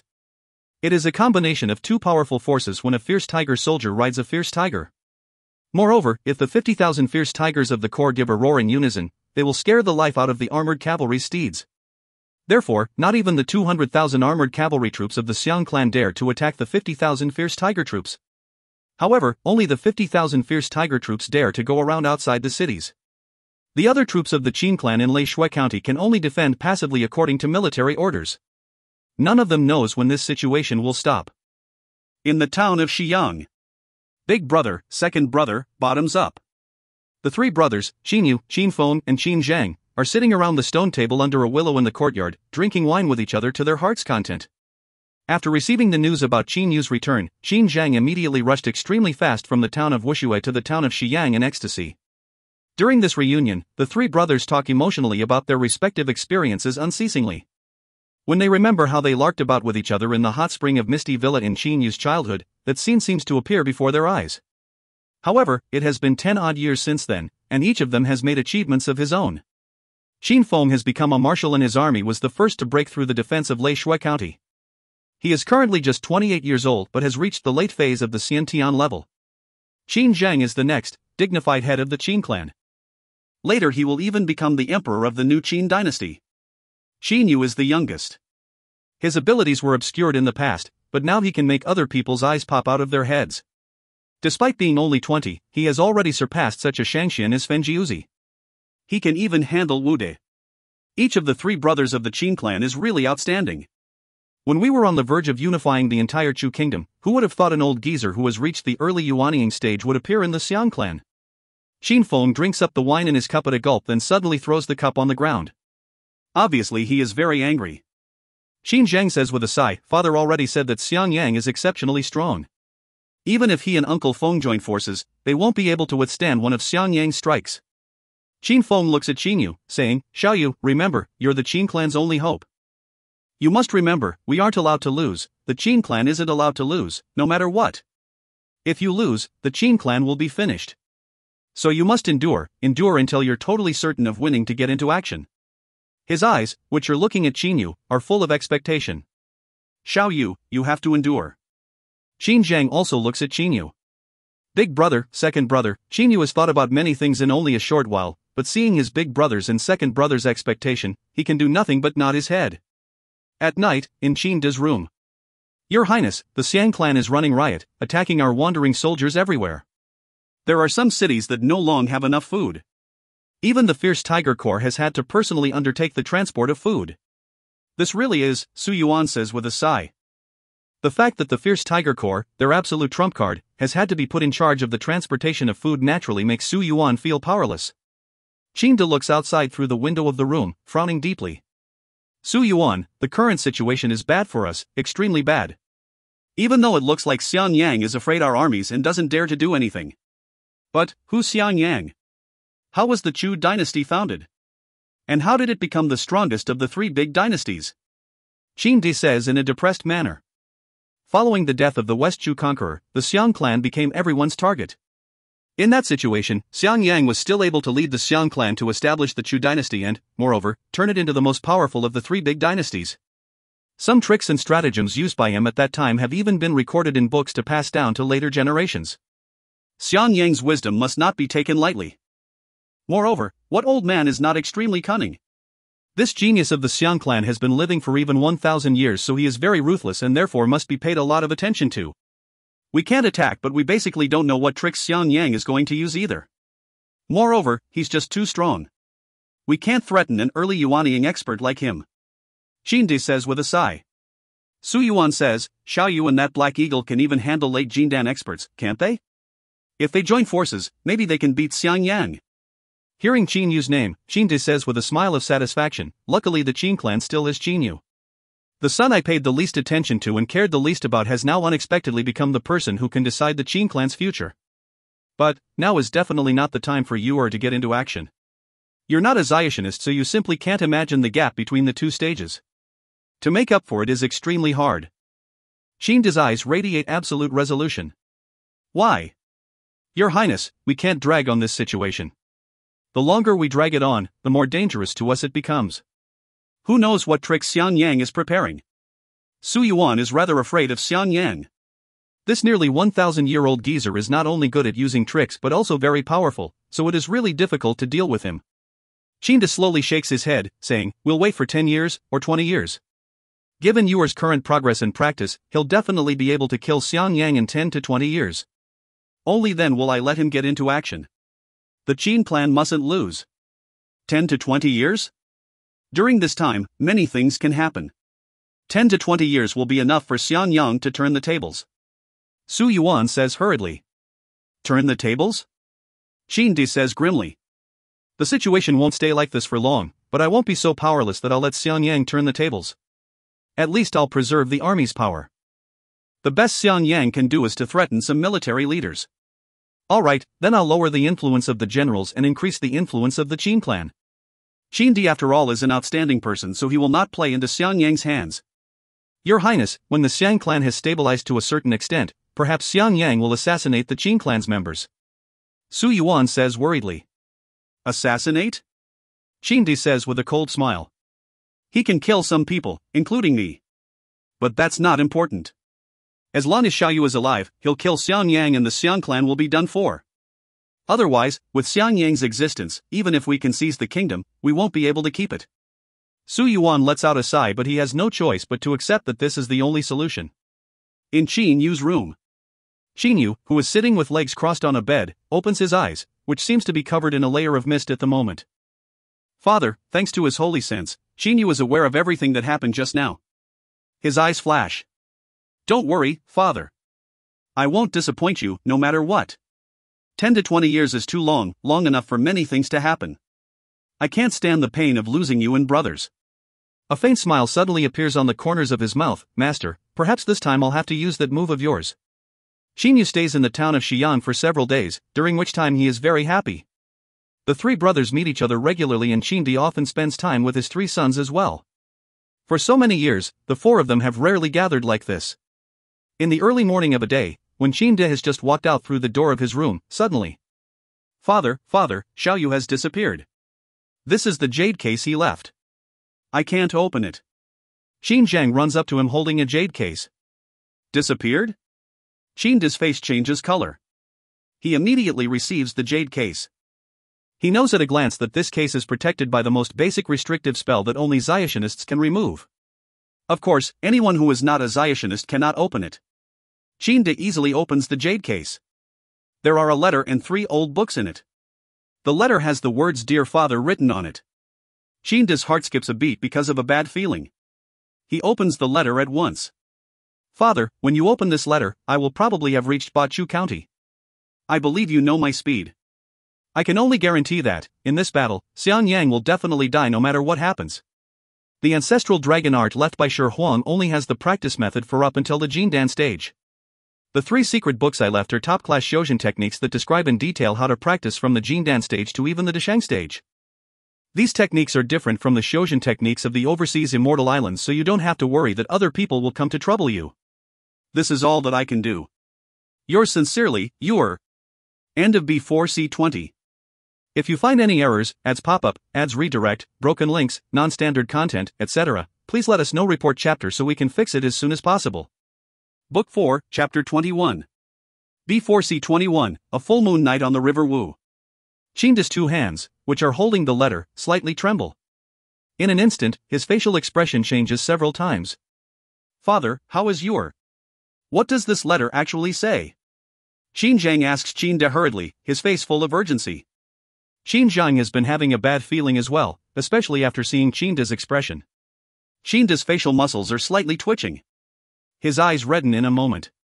Qin takes a deep breath, trying to suppress the feelings surging inside him. His whole chest takes in fresh air like a pair of bellows. He must refrain himself.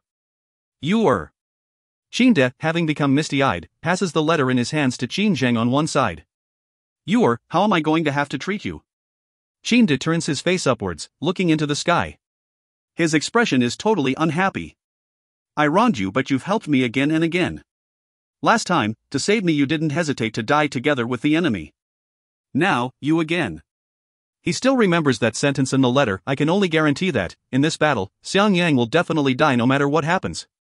Qin knows his 3rd son very well. Once he promises to do something, he will definitely accomplish it, only that, in order to achieve his goal, he will disregard even his own life. This is his son, Qin Yu. He should take pride in having such a son, should he not? But at the moment Qin's heart is in a lot of pain. He knows that his son left for the sake of the Qin clan and that, once this battle is won, the Qin clan will benefit greatly from the victory.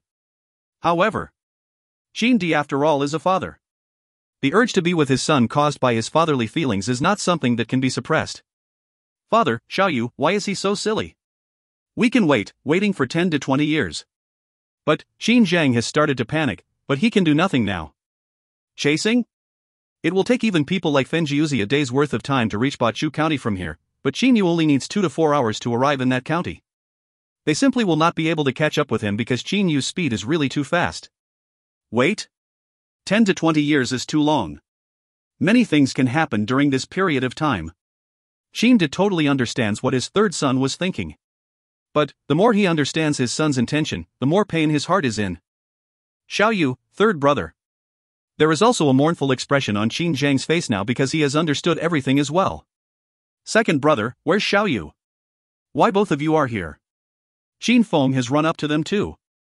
Qin suddenly looks at Qin Zhang, saying, "Zhanger, this letter and these 3 secret books will be regarded as the Qin clan's most important treasures. You must protect them. Remember, from now on, you'll be in charge of every affair of the Qin clan. You'll represent the entire Qin clan. So, you mustn't act on impulse."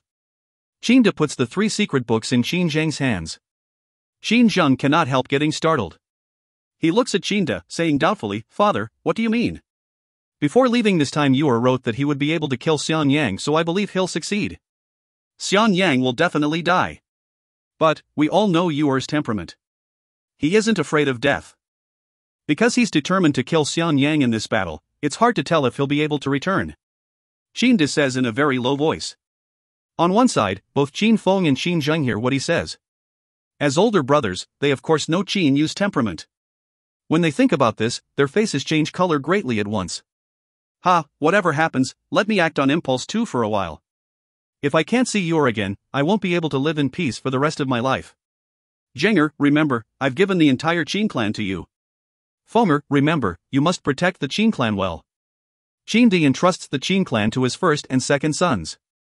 I've given the entire Qin clan to both of you. Qin De looks at these two sons of his. Qin Zheng and Qin Feng clench their teeth and their eyes slightly redden, but the two brothers still nod resolutely. Seeing his two sons' reactions, Qin De gives a smile, a very relaxed smile. Ha ha. I, Qin De, have been living for so long, and what I take the most pride in is my three good sons. A flying sword appears under his feet. After taking a look back at his two sons, he soars into the sky directly on his flying sword. Father! Qin Zhang and Qin Feng watch Qin De gradually leading through the sky. You are. Qin De seems to see an illusion of Qin Yu. I owe you too much. At this moment, how can I keep hiding behind your back, letting you fight to the death in front of me? Even if I have to die, I'll die beside you. Qin De is riding his flying sword. His long hair is flapping wantonly, giving his entire body a wild, carefree air. He knows that this time he is acting on impulse, but if a person is always too rational, living will be very tiring. Now, the emotions that have been repressed in Qin De's heart for a long time have burst and he no longer cares about anything. Since entrusting the Qin clan to his two sons, he has been totally at ease. At the moment he is acting impulsively and wildly, but he is enjoying this kind of feeling. Standing on the flying sword, Qin De disappears on the western horizon in an instant like a beam of light. Qin Yu and Xiao He have already come into Bachu County. They are currently just a short distance away from the capital. Xiao He, this battle will be very dangerous. Qin Yu says to Xiao He on one side via his holy sense. Big brother, don't say those useless words. You and I have never been away from each other for so many years. We even dared to face divine beasts, what's there to be afraid of? Isn't he just an early Yuanying Zionist? Big brother, later don't say those standoffish words to me. Xiao He looks at Qin Yu with his sharp eyes, which are radiating an indomitable perseverance. Qin Yu bursts out laughing. Ha, Xiao He, with a brother who sticks by me through life and death like you, I have no regrets in this life. Qin Yu feels a coziness surging in his heart. That's good, big brother. But we're not going to throw our lives away. We should plan carefully how to deal with Xian Yang, no matter what. Xiao He uses holy sense communication. His intelligence is really not lower than that of any normal human. Qin Yu nods. His mind starts to consider. Xiao He suddenly says using his holy sense, Big brother, there'll be a full moon tomorrow night. In my hereditary memories, there is a special skill that is even much more powerful than my flaming lightning if executed in a full moon night. Humph, isn't it just Xian Yan? This special skill of mine will injure him badly at least. Xiao He is very proud, but he only says that he will injure Xiang Yang badly at least. Qin Yu thus understands that he is also somewhat afraid of an early Yuanying Xiang Yang. Good, but should we go check out Xiang Yang's power a bit right now? Qin Yu gives a faint smile. Xiao He immediately utters an eagle cry. A person can always win only if he knows his situation and that of his enemy. Qin Yu's and Xiao He's speeds are even faster than that of a Yuanying stage golden flame eagle. In general, a human when flying on a sword is slower than a bird of the same power level which excels at flying. Qin Yu and Xiao He, therefore, believe that Xiang Yang's speed is inferior to theirs. They turn into two blurs and fly into the airspace of the Imperial Palace in Bachu County in just a short while. Both of them, a man and an eagle, stand side by side in midair. Qin Yu is being engulfed in his indistinct light silvery stellar energy. His entire body is a blur through the stellar energy, which looks like a thick fog. Xiao He spreads his huge wings. Various electric sparks begin to cover them. Their powerful auras sweep across the whole Imperial Palace like a storm. Xiang Yang, quickly come out. Qin Yu says in a clear voice. Transmitted by the stellar energy, his voice is like ripples, spreading out downwards from him. It resounds through the entire capital and at the same time causes the air right above the capital to vibrate continuously. In a short while, the people in the whole capital are astonished. All of them look into the sky. Those who are slightly powerful can see an indistinct silhouette and a black eagle as well in the sky. Xiang Yang, quickly come out. Qin Yu's voice resounds non-stop through the air and pierces the walls so all of the people in the Imperial Palace, including the Xiang clan's members, can hear it. At the same time, a sharp eagle cry resounds through the sky. Seemingly wanting to compete with Qin Yu, Xiao He cries very loudly. His cry resounds continuously and resonates with Qin Yu's voice. The people in the entire capital all freeze with shock because of these sounds. Standing in midair, oh my, it's a Shangxian. After looking into the sky and seeing Qin Yu's indistinct silhouette, an internal expert on a street of the capital cannot help getting horrified. That Shangxian mentions Xiang Yang. Ah, Xian Yang, could he be the first emperor of our Chu dynasty? Are they two people with the same name or are they the same person? The people in the capital are discussing with each other. All of them have great reverence for that man in the sky. Only Shangxian can stand in midair. And Shangxian, of course, are not the same as mortals. In Wudi's place of residence, hearing that loud and clear voice, Wudi immediately throws open the door of his room and walks out. As he looks into the sky and sees that vague silhouette, his heart is filled with shock. Xiang Yang, this man has unexpectedly issued a challenge to Xiang Yang. It looks like he's extremely strong as well. He quickly rejects the idea of fighting that vague silhouette because an expert who dares to fight early Yuanying stage Xiang Yang is basically not someone he can compare with. Bang! In Xiang Guang's resting place, Xiang Guang suddenly pushes open his room's door and rushes out. Dressed in only a yellow pair of pajamas, he stands outside his house and looks up at the indistinct silhouette in the sky. He is scared stiff all over instantly. Shangxian, does this Shangxian want to fight Great Ancestor? Xiang Guang starts to panic at once. At the moment, the Great Ancestor is the only thing that the Xiang clan can rely on. If Xiang Yang is killed by this Shangxian, who has appeared all of a sudden, that will be terrible. Suddenly. Who are you, petty thief? You even dared to shout in the sky above the imperial palace. Similarly, a powerful voice comes out from Eternal House. It is not less resonant than Qin Yu's voice and is even somewhat superior to his. As the voice resounds, a black-robed silhouette soars directly into the sky from Eternal House. With his black robe fluttering and his long black hair flowing freely, Xiang Yang focuses his extremely sharp and ice-cold eyes on Qin Yu and Xiao He. At the moment his aura is frenzied like a storm. It sweeps across the sky, coming at them. In an instant, all of the people in the capital, the Xiang clan's members in the imperial palace and even Shangxian Wu look up into the sky. Because of the indistinct stellar energy which is wafting around Qin Yu's body like mist, that aura cannot touch him at all. As for Xiao He, flashes of lightning are flickering and flames are blazing on his body. His fierce aura is rising non-stop. A man and an eagle who haven't even reached the Yuanying stage like you dare to mess with me? Why don't you ask yourself if you're qualified to do this? Xiang Yang says coldly. His heart is filled with anger. Just now Qin Yu shouting Xiang Yang, quickly come out, has made he feel like he has been ordered around at will. Qin Yu looks at Xiang Yang in front of him. His holy sense is expanded to the utmost. His holy sense is very strong. The meteoric tear is not very useful for improving his raw power and can only heal his injuries, but it has been nourishing his soul non-stop with its warm streams, resulting in Qin Yu's very powerful and tough holy sense. Early Yuanying stage, Xiang Yang, you're pretty good, too bad, you must have been practicing all by yourself, right? Qin Yu says indifferently. I've been practicing hard for nearly 1,000 years. I broke through the Jindan stage to reach the Yuanying stage all by myself, using my own enlightenment. This is the reason the Xiang clan's technique now also has the method for reaching the Yuanying stage. Xiang Yang, however, says very haughtily. The Xiang clan has an heirloom technique as well, which is similar to the Qin clan's ancestral dragon art. In the past Xiang Yu created the method for reaching the Jindan stage and now Xiang Yang has created the method for reaching the Yuanying stage. However, Qin Yu bursts out laughing. Xiang Yang, your talent is not bad. Pity, you've learned only from your experience. I ask you, how many flying sword techniques do you know? How many restrictive spells do you know? And do you know the secret, mysterious art of forging? Qin Yu says with a cold laugh. Xiang Yang's face slightly changes color. A person who practices alone has limited energy. It is already exceptional that he was able to reach the Yuanying stage. Those so-called flying sword techniques, secret restrictive spells and forging secrets were only able to come into existence thanks to the efforts of countless genius disciples of some Shojin schools for nobody knows how many tens of thousands of years. So, how can Xiang Yang possibly create them by himself? Qin Yu suddenly makes a movement with his body, turning into a blur. He comes up to Xiang Yang's face in an instant and forms a finger sword with the forefinger and middle finger of a hand. Several indistinct beams of stellar energy are shot out from the finger sword. Concurrently with that, he clenches a fist with the other hand and throws a punch at Xiang Yang. Humph! Xiang Yang utters a cold humph. His overwhelming elemental energy forms a seemingly real suit of armor around him. When the sword beams of stellar energy hit the suit of armor, it shakes for a while. Bang! Qin Yu's fist smashes into Xiang Yang's body. That suit of armor shakes violently again, but it is not damaged in the slightest.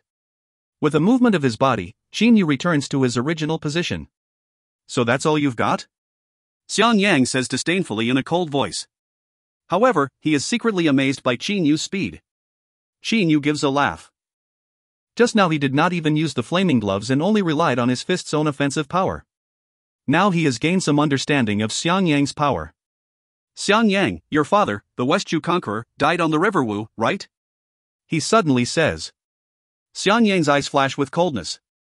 What he hates the most is other people mentioning his father's death. In his heart, his father Xiang Yu was an invincible conqueror. However, his father was ganged up on by the Qin clan Shangxian and was killed on the River Wu. Tomorrow, in a full moon night on the River Wu, I and my brother here will be respectfully awaiting your arrival. But if you don't dare to come, then let's forget about it. Ha ha. Qin Yu laughs out loud, then steps on his flying sword. In an instant, his entire body disappears from Xiang Yang's vision like a bolt of lightning or a meteor. Xiao He also slightly shakes his wings.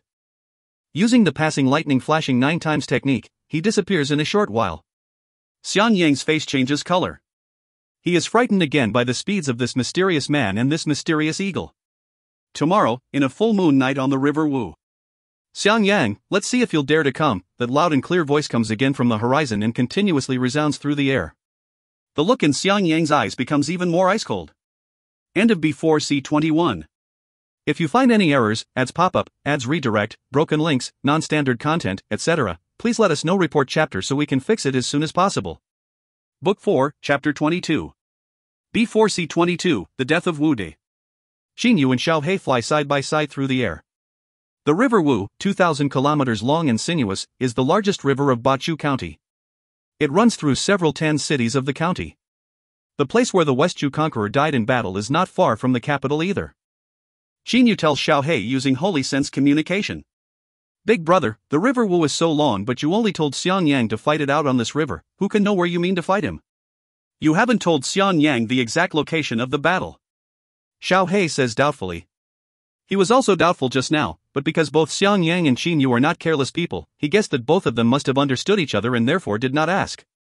Only now does he ask Qin Yu. Qin Yu gives a smile. Do you still remember what I said just now? After Xiao He recalls what Qin Yu said just now and thinks about it for a while, he also understands. Ha, big brother, you're really cunning. No wonder when Xiang Yang heard your words his face immediately changed color. Xiao He is very intelligent too, so he only needed to ponder a little to understand. While talking to Xiang Yang, Qin Yu suddenly asked, Xiang Yang, your father, the Westchu conqueror, died on the River Wu, right? Then he challenged Xiang Yang to a fight. Xiang Yang is no ordinary person, so he understood at once that the fight was going to take place at the location of the Westchu conqueror's death. Qin Yu's meaning was very clear, that is, your old man, the Westchu conqueror, died at this place and this time you are going to be killed by me at this place as well. Humph, 1,000 years ago my Qin clan's Shangxian killed a Jindan stage Xiang Yu on the River Wu. Now both of us are going to kill the even more formidable Xiang Yang at the same place. Qin Yu says laughingly. Xiao He says with a cold laugh using his holy sense, since we're going to let them die at the same place, Xiang Yang should be satisfied with this. Except for Qin Yu, Xiao He is unwilling to interact with humans. He is somewhat friendly to the Qin clan's members mostly because of their relationships with Qin Yu. And he simply does not care about the other people. As for the Xiang clan's members, because there is a feud between them and Qin Yu, he is also extremely hostile to them. Xiao He, tonight I'll still have to handle a business. Can you guess what it is going to be? Qin Yu says laughingly. There's still another business? Xiao He considers for a while. Big brother, according to what you told your family, in theory there should be no other problems. Oh, I know already. Xiao He's sharp eyes glitter. It's Wu De, right? Qin Yu says using his holy sense, you're smart. There must be no mistakes during the fight between us and Xiang Yang on the River Wu in tomorrow's full moon night. This fight is not only going to decide our fate, but also the fate of the Qin clan.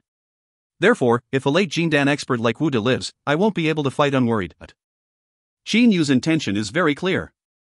If Wu De uses a sneak attack at a crucial moment in Qin Yu and Xiao He's battle against Xiang Yang, perhaps the situation of the battle will change. This is one possibility.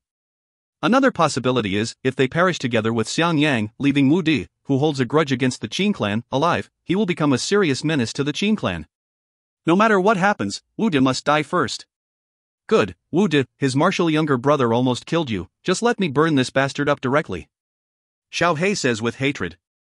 Xiao He, you don't have to get into action. I'm going to be the one who's going to send both him and his martial younger brother off to hell. Qin Yu's eyes radiate a hint of coldness. He already killed Wu Xing, so there is an irreconcilable blood feud between him and Wu De. Even though Qin Yu treats other people sincerely, he has absolutely no mercy for enemies. Xiao He says in agreement, "Alright, then let me see your abilities, big brother." Tonight, Wu Di is going to get killed in the capital. Xiao He, let's find a place to rest and wait until tonight before getting into action. They immediately dive down. Both of them, one man and one eagle, then casually choose a mountain peak and rest quietly on it. The capital was the Chu dynasty's center in the past. Because it was well lit at night by the lamplight of tens of thousands of families, it was called the Nightless City. The capital was lively and extremely flourishing and bustling, but since the Qin clan went to war, its luxurious and corrupted atmosphere has grown weaker and weaker. However, after that Shangxian issued a challenge to battle in broad daylight that resounded through the capital, tonight the capital is even under martial law. Due to this, nobody dares to roam the streets late at night. In a quiet courtyard house, there are a stone table and nothing but 2 stone stools beside it. In the past, Wu Di and Wu Xing often sat on these stone stools, but now Wu Xing is already dead, so one of the stools is no longer used. On the jade bed in the house, there is a tea table in the center of the jade bed. Wu Di is sitting with eyes closed and legs crossed on the left-hand side of the tea table, his long hair hanging about his shoulders. Alas, Wu Di opens his eyes, looking at the right side of the jade bed. The tea table divides the jade bed into 2, and in the past he and Wu Xing would sit on either side, practicing calmly. They lived together for nearly 1,000 years, but now Wu Xing is already dead, so Wu Di cannot help feeling somewhat unaccustomed to this. Don't worry, martial younger brother. Xian Yang will cause trouble to the Qin clan very quickly. When the time comes, I'll definitely exterminate that clan to avenge your death. Wu Di's eyes flash with coldness. He has never forgotten that he has to seek revenge for his martial younger brother's death. Suddenly the door of his room automatically opens. Cold winds of the late night rush into the room, causing Wu Di's long hair to flutter. He however narrows his eyes. His entire body's aura starts to become fierce. Who? When Wu Di has just finished saying, his face suddenly changes color. Bang! Wu Di's jade bed is put against a stone wall of the room. That wall unexpectedly shatters as if blown up, shooting stone fragments in all directions. A fist strikes out directly from the middle of the stone fragments like a glittering iron sledgehammer. Wu Di turns into a blur and moves forwards, but that fist is even faster than he is. Bang! That fist smashes directly on Wu Di's back. A dazzling light immediately brightens on his back. At the same time, his entire body unexpectedly accelerates again and flies out of the room like a bow-leaving arrow. However, a silhouette has appeared in the room. Wu Di is standing outside the room staring inside. At the moment, blood is trickling down from a corner of his mouth. Who? Come out! He shouts coldly. However, trickles of cold sweat continuously appear on his forehead. Just now he was able to feel how fast the opponent was. Even though he detected his killing intent in advance, he was still hit in the back with a punch. The power of the opponent's punch unexpectedly penetrated his body, protecting elemental energy and injured him directly. Expert! The elemental energy in Wu Di's body has been activated completely. He focuses his entire eyes on the silhouette inside the room. When that silhouette comes out of the room, Wu Di's face suddenly changes color greatly. It's you! His eyes are filled with disbelief. How is this possible? Didn't you die already? I saw you die with my own eyes. Didn't you perish together with my martial younger brother? How can you still be alive? This impossible, absolutely impossible. The person in front of him is unexpectedly Mr. Lu Xing, who is also Qin Yu. Why impossible? Aren't I living very well in front of you, Mr. Wu Di? Qin Yu says with a smile. Wu Di's face changes color several times, then he becomes frighteningly sullen. Staring at Qin Yu, he says, Qin Yu, it doesn't matter how you was able to survive, but do you really think you can handle me with your power? I remember last time you hadn't even undergone the tribulation, so now you're at the early Jindan stage at most. You're no match for me. Wu Di's tone is very certain. Perhaps he wants to convince himself. Judging from the single punch a moment ago, he has already noticed that his opponent is formidable. Wu Di, your life has 5 seconds left. Qin Yu does not say much. Afterwards he stretches smilingly, creating a series of clack noises from his whole body. At the same time he mumbles, 5, 4, 3. He counts while stretching gently. In your dreams. Wu Di says disdainfully in an ice-cold voice. He does not believe Qin Yu at all, but his heart has become totally anxious. He channels the entire elemental energy inside him outside. At the same time, his flying sword flies to the top of his head, floating while preparing to attack at any moment. A faint smile appears on the corners of Qin Yu's mouth. 1. As Qin finishes saying, his entire body is engulfed by the indistinct stellar energy. Concurrently with this, his body charges at Wu De like a beam of light. The distance between them is only 10 odd meters, so Qin comes up to Wu De's face in the blink of an eye. Wu De suddenly opens his eyes. According to his thought, his flying sword shoots directly at Qin. Bang! Qin suddenly throws a punch. The flaming gloves, which is covered in a moving dark golden light, boldly smash into the flying sword. In seemingly a moment, that flying sword is shattered, turning into various fragments. Having destroyed the sword, Qin seems not to stop. Pooh! After his flying sword is shattered, Wu De cannot help spitting out a mouthful of blood. However, Qin, charged with killing intent, has already attacked using 2 hands. Stellar field. He turns into a good few versions of himself, surrounding Wu De completely. At the same time, all Qin attack Wu De using a different kind of attack each, such as finger sword, claw strike, punch and knife hand strike. In almost an instant, the claw, punch, palm, finger sword, spear hand hit Wu De's body. The face of Wu De, whose elemental energy has surged out of his body, suddenly hardens. His elemental energy has also weakened. 0. Qin says with an indifferent smile after his copies have become one with him. He then steps into the air directly. At the same time, a bang is heard. The motionless body of Wu De has exploded as if self-destructing. His blood splatters all over the sky. Qin, with his back facing Wu De's exploded corpse, casually executed an easy move towards his back with his right hand. A stream of the indistinct stellar energy that looks like a blue ribbon flies out, quickly wraps around a Jindan and brings it back to him. Big brother, this is really so simple since you used the stellar field from the get-go. Xiao He says to Qin while flying in the sky. Qin says smilingly with a shake of his head, it was not simple. I let him live 4 more seconds. Just now Qin said 5 seconds, but he only needed 1 second to start and finish his attack. Even though his movements sound slow when expressed in words, he was extremely fast. Activating the stellar field, shattering the flying sword and killing Wu De took him just 1 second altogether. This Wu De is even weaker than black wind leopards. Xiao He says disdainfully. Qin says with a smile, no, their power levels are about the same, only that when I killed that black wind leopard I was only at the early nebula stage. Now I've already reached the middle nebula stage, so naturally my offense has improved by several times and killing an expert of this level has become much easier. Alright, Xiao He, now we can meditate with no worries. Tomorrow's full moon night we're going to go to the river Wu to fight that Xiang Yan. At the moment Qin Yu's mind is very calm. Having killed Wu De, his only remaining target is Xiang Yan. The morning sun is spreading its warm beams freely. At noon, the whole capital is still as bustling and flourishing as before. A blue-clad middle-aged man is walking on West Street of the capital.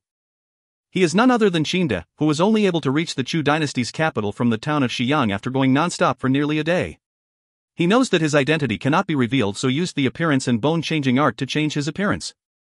Qin enters a tea house, sits down and casually gives the waiter a chunk of silver. Waiter, did anything interesting happen yesterday in the capital? Seeing the chunk of silver, the waiter's eyes brighten. He grabs it at once and says politely, Sir, something did happen yesterday in the capital. A Shangxian stood in midair and shouted directly at a man named Xiang Yang. That Shangxian already left, but at the end of the talk he said one sentence that was heard by the entire capital. Qin feels a surge of relief in his heart. Obviously Qin has not fought Xiang Yang yet. What did he say? Qin immediately asks. Tomorrow, in a full moon night on the river Wu. Xiang Yang, let's see if you'll dare to come, sir. That Shangxian's voice was so loud that it resounded through the sky. No one in the capital failed to hear it. Since yesterday, there have been swarms of experts, even Xiantian experts, who hurried to the river Wu. Someone said it was going to be the place where the West Chu conqueror died. The waiter says affirmatively. Qin gives a faint smile. He secretly agrees in his heart. On the river Wu? The river Wu is so long, who knows where the battle is going to take place? But where the West Chu conqueror died is the most famous place on the river Wu, so if someone draws a connection between it and this Xiang Yang person, he will be able to guess where it is going to be with good accuracy. After drinking the tea, Qin leaves the capital directly, heading for the river Wu. In Eternal House. The gate of the house automatically opens. Black-robed Xiang Yang goes out of the house. Tonight is the time of the battle. It is still daylight, but he has decided to go to the battlefield in advance. He is really not a rash person. Before the battle he must examine the battlefield once. Otherwise, if the opponents have set up some restrictive spells or formations beforehand that he is unaware of, it will be terrible for him during battle. Master, this is bad. Wu De is dead. Lan Shuemo runs up to him from the distance and immediately says. Xiang Yang raises his eyebrows. I know already. He does not say much and only smiles coldly in his heart. Humph, you wanted to put some fear in me, right? But, a late Jindan Wu De was totally expendable to me. With his robe fluttering, Xiang Yang soars into the sky, heading for the location of the battle on the River Wu. End of B4C22. If you find any errors, ads pop up, ads redirect, broken links, non-standard content, etc., please let us know. Report chapter so we can fix it as soon as possible. Book 4, Chapter 23. B4C23, The Battle on the River Wu. A full moon is hanging high in the sky. The River Wu, several thousand meters wide, is flowing east. The night is cold, the winds are fast. Even though the water is flowing very fast, there are no billows on its surface. Looking carefully, one can even see the reflection of the full moon on the river. On both shores of the River Wu there are currently over 10,000 people altogether. Most of them are ordinary people who want to have a good time watching the fight. There are also some internal experts among them. All of the people present look at that silhouette on the River Wu with awe. Shan Xian.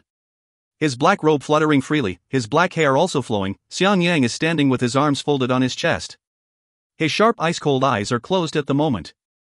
Standing in midair this way, Xiang Yang is calmly waiting for the arrival of his opponents, so calm that his face shows absolutely no impatience. On a shore of the River Wu, a blue-clad Qingde is staring at Xiang Yang, who is standing in midair. His heart cannot help having a hint of impatience. This Xiang Yang has come early so his energy is stable and his mind is calm. What kinds of tricks is you are going to use to handle him this time? Qingde is even somewhat worried in his heart, worried about the battle that is going to starting soon.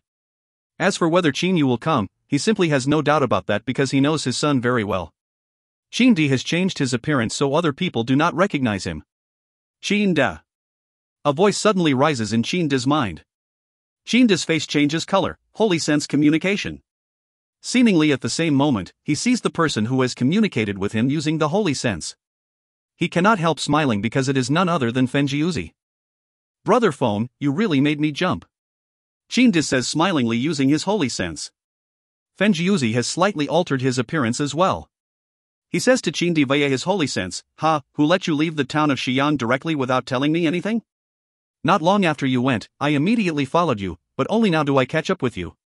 Qingde says smilingly with a shake of his head, I was worried that you would rush directly into Bachu County and fight Xian Yang so I went desperately.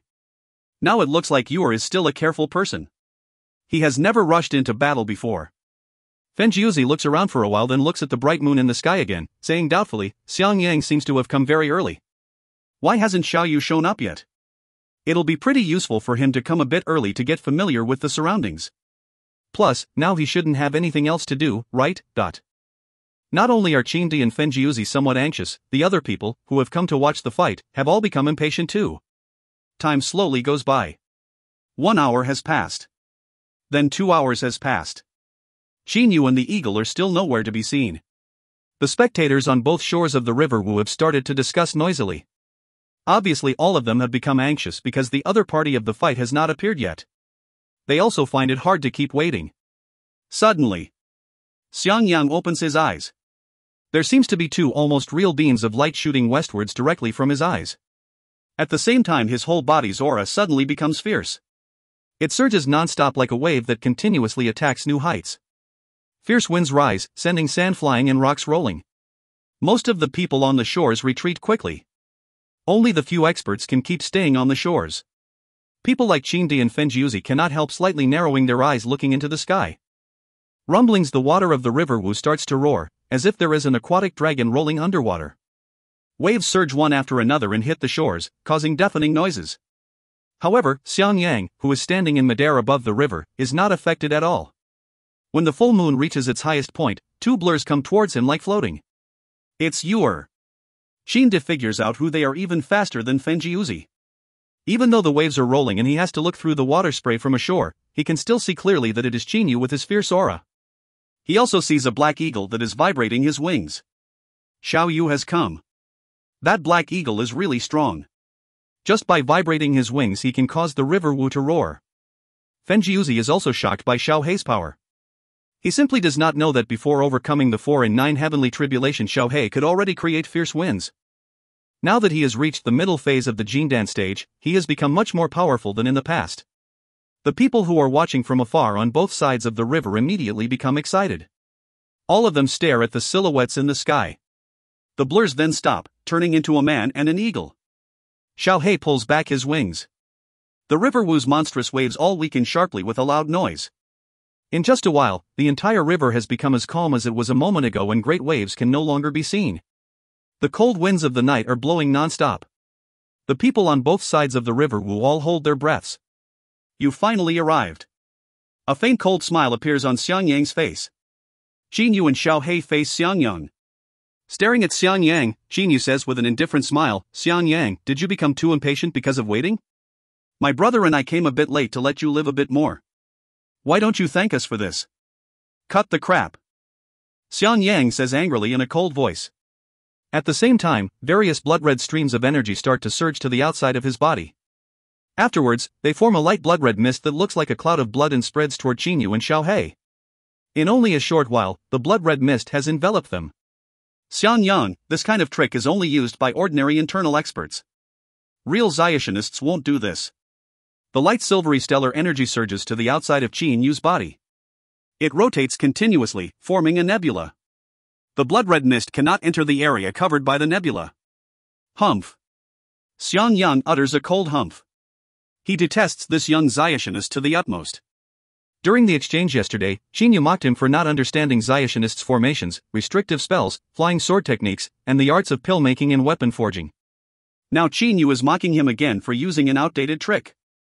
"Xiang Yang, you closed the door to practice on your own, so your offensive methods are a bit too flimsy. Even if your individual wisdom is high, it can't compare with the Shoujian school's collected wisdom of countless years," Jin Yu says with an indifferent smile. By using words, he starts to anger Xiang Yang. In a fight between experts, especially super experts such as Xiang Yang, their states of mind are the most important thing. If their states of mind are negatively affected, they will not be able to unleash their full power and their attacks will naturally be weaker than they should be. "You killed Wu De, right?" Xiang Yang says while frowning. "I'm very curious to know who you are and why you oppose me." In fact, at the moment Xiang Yang does not want to make an enemy of a Shoujian expert for no reason. "Me?" Jin Yu raises his eyebrows then slowly says, "My surname is Qin." "Qin?" Xiang Yang says solemnly while staring at Jin Yu. "What generation of experts of the Qin clan in the 3 eastern region counties do you belong to?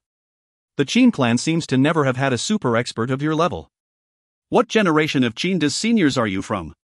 Jin Yu bursts out laughing. "Let me tell you my name," Jin Yu slowly says. Xiang Yang stares at Jin Yu with brightening eyes, waiting for his answer.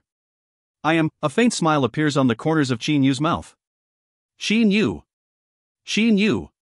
Xiang Yang's face suddenly changes color greatly. He is totally shocked.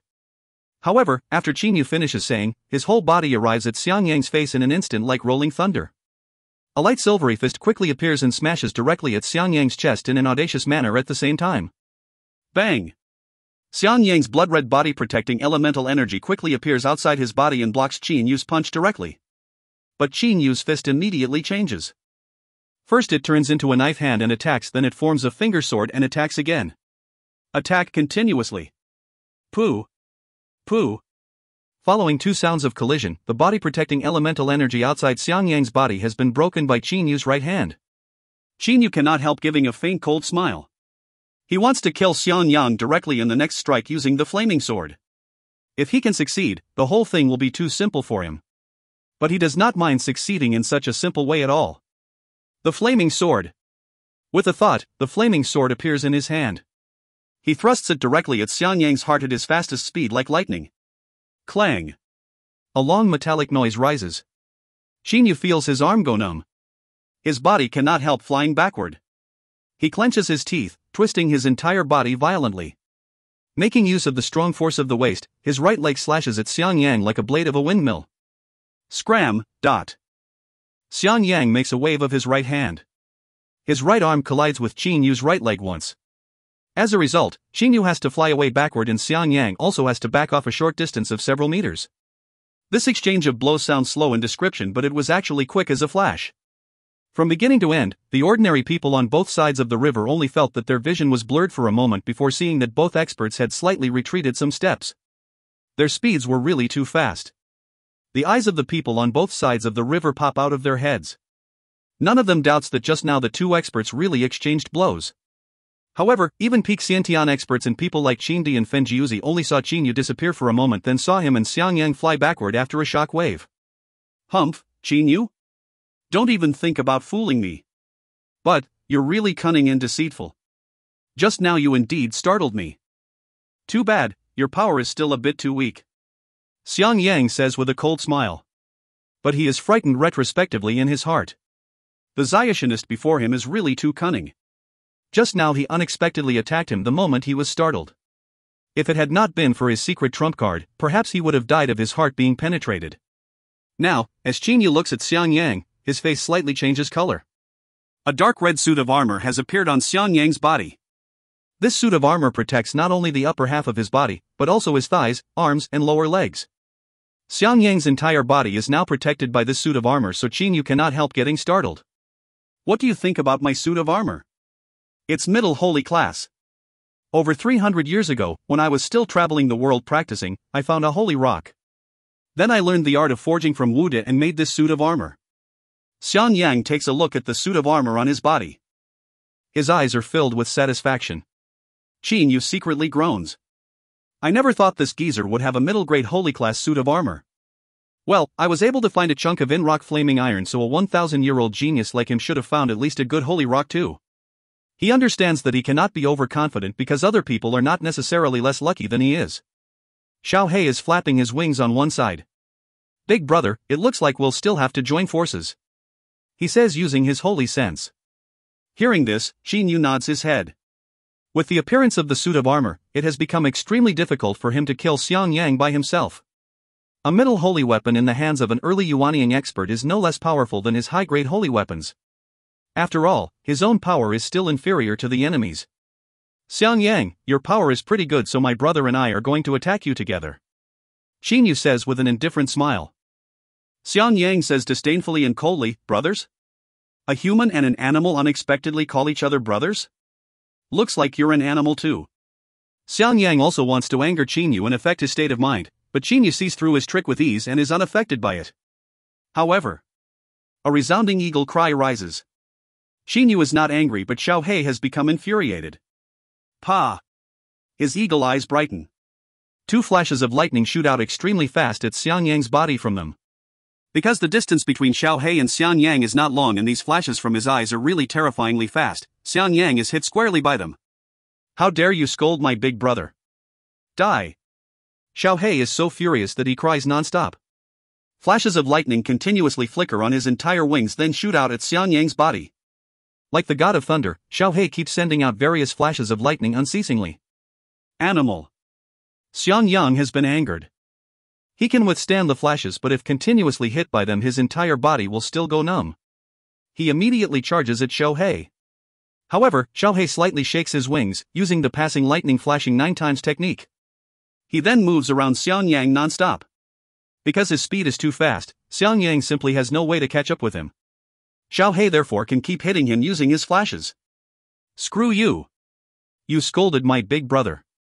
I'll hit you to death. I'll hit you to death.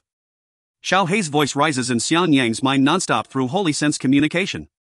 Xiang Yang cannot help getting extremely furious. He finds this black eagle too disgusting.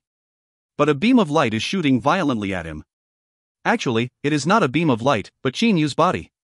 After Qin Yu gives a fierce shout, the nebulae outside his body and inside his dantian begin to shake urgently in an instant. At the same time, all of the silvery grains in his dantian start to shine, filling his entire body with a raging power. The stellar field. Qin Yu is moving like an aquatic dragon. His entire body then suddenly seems to split into 6 clones, which attack Xiang Yang simultaneously, sweeping away thousands of troops. Following a loud shout that resounds through the sky, something which looks like a black aquatic dragon comes out from Xiang Yang's body. It sweeps across his entire vicinity like a storm, blocking incoming attacks wherever it goes. In almost an instant, Xiao He and Qin Yu's 6 illusions are sent flying backward with a bang. The 6 illusions created by Qin Yu become one. With a movement of his body, he is able to stand in midair again. Xiao He also stops beside him. They both stare at Xiang Yang. Xiang Yang is now holding in his hands a black spear.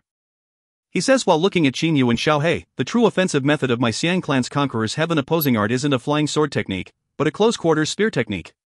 This spear is the peerless divine weapon that my father, the Westchu conqueror, used to dominate the world, the conqueror's spear. A bloodstain suddenly flashes on the handle of that shiny black spear. End of B4C 23. If you find any errors, ads pop up, ads redirect, broken links, non-standard content, etc., please let us know. Report chapter so we can fix it as soon as possible. Book 4, Chapter 24. B4C 24, 1 sky-piercing meteor, 2 high-hanging moons. The Conqueror's Spear. Close-quarters spear attacks. Really formidable. With ice-cold eyes, Qin Yu forcefully swallows back a mouthful of blood in his throat. Just now he attempted to execute some close-quarters attacks using the stellar field, but Xiangyang unexpectedly neutralized them right away with a sweeping away thousands of troops strike.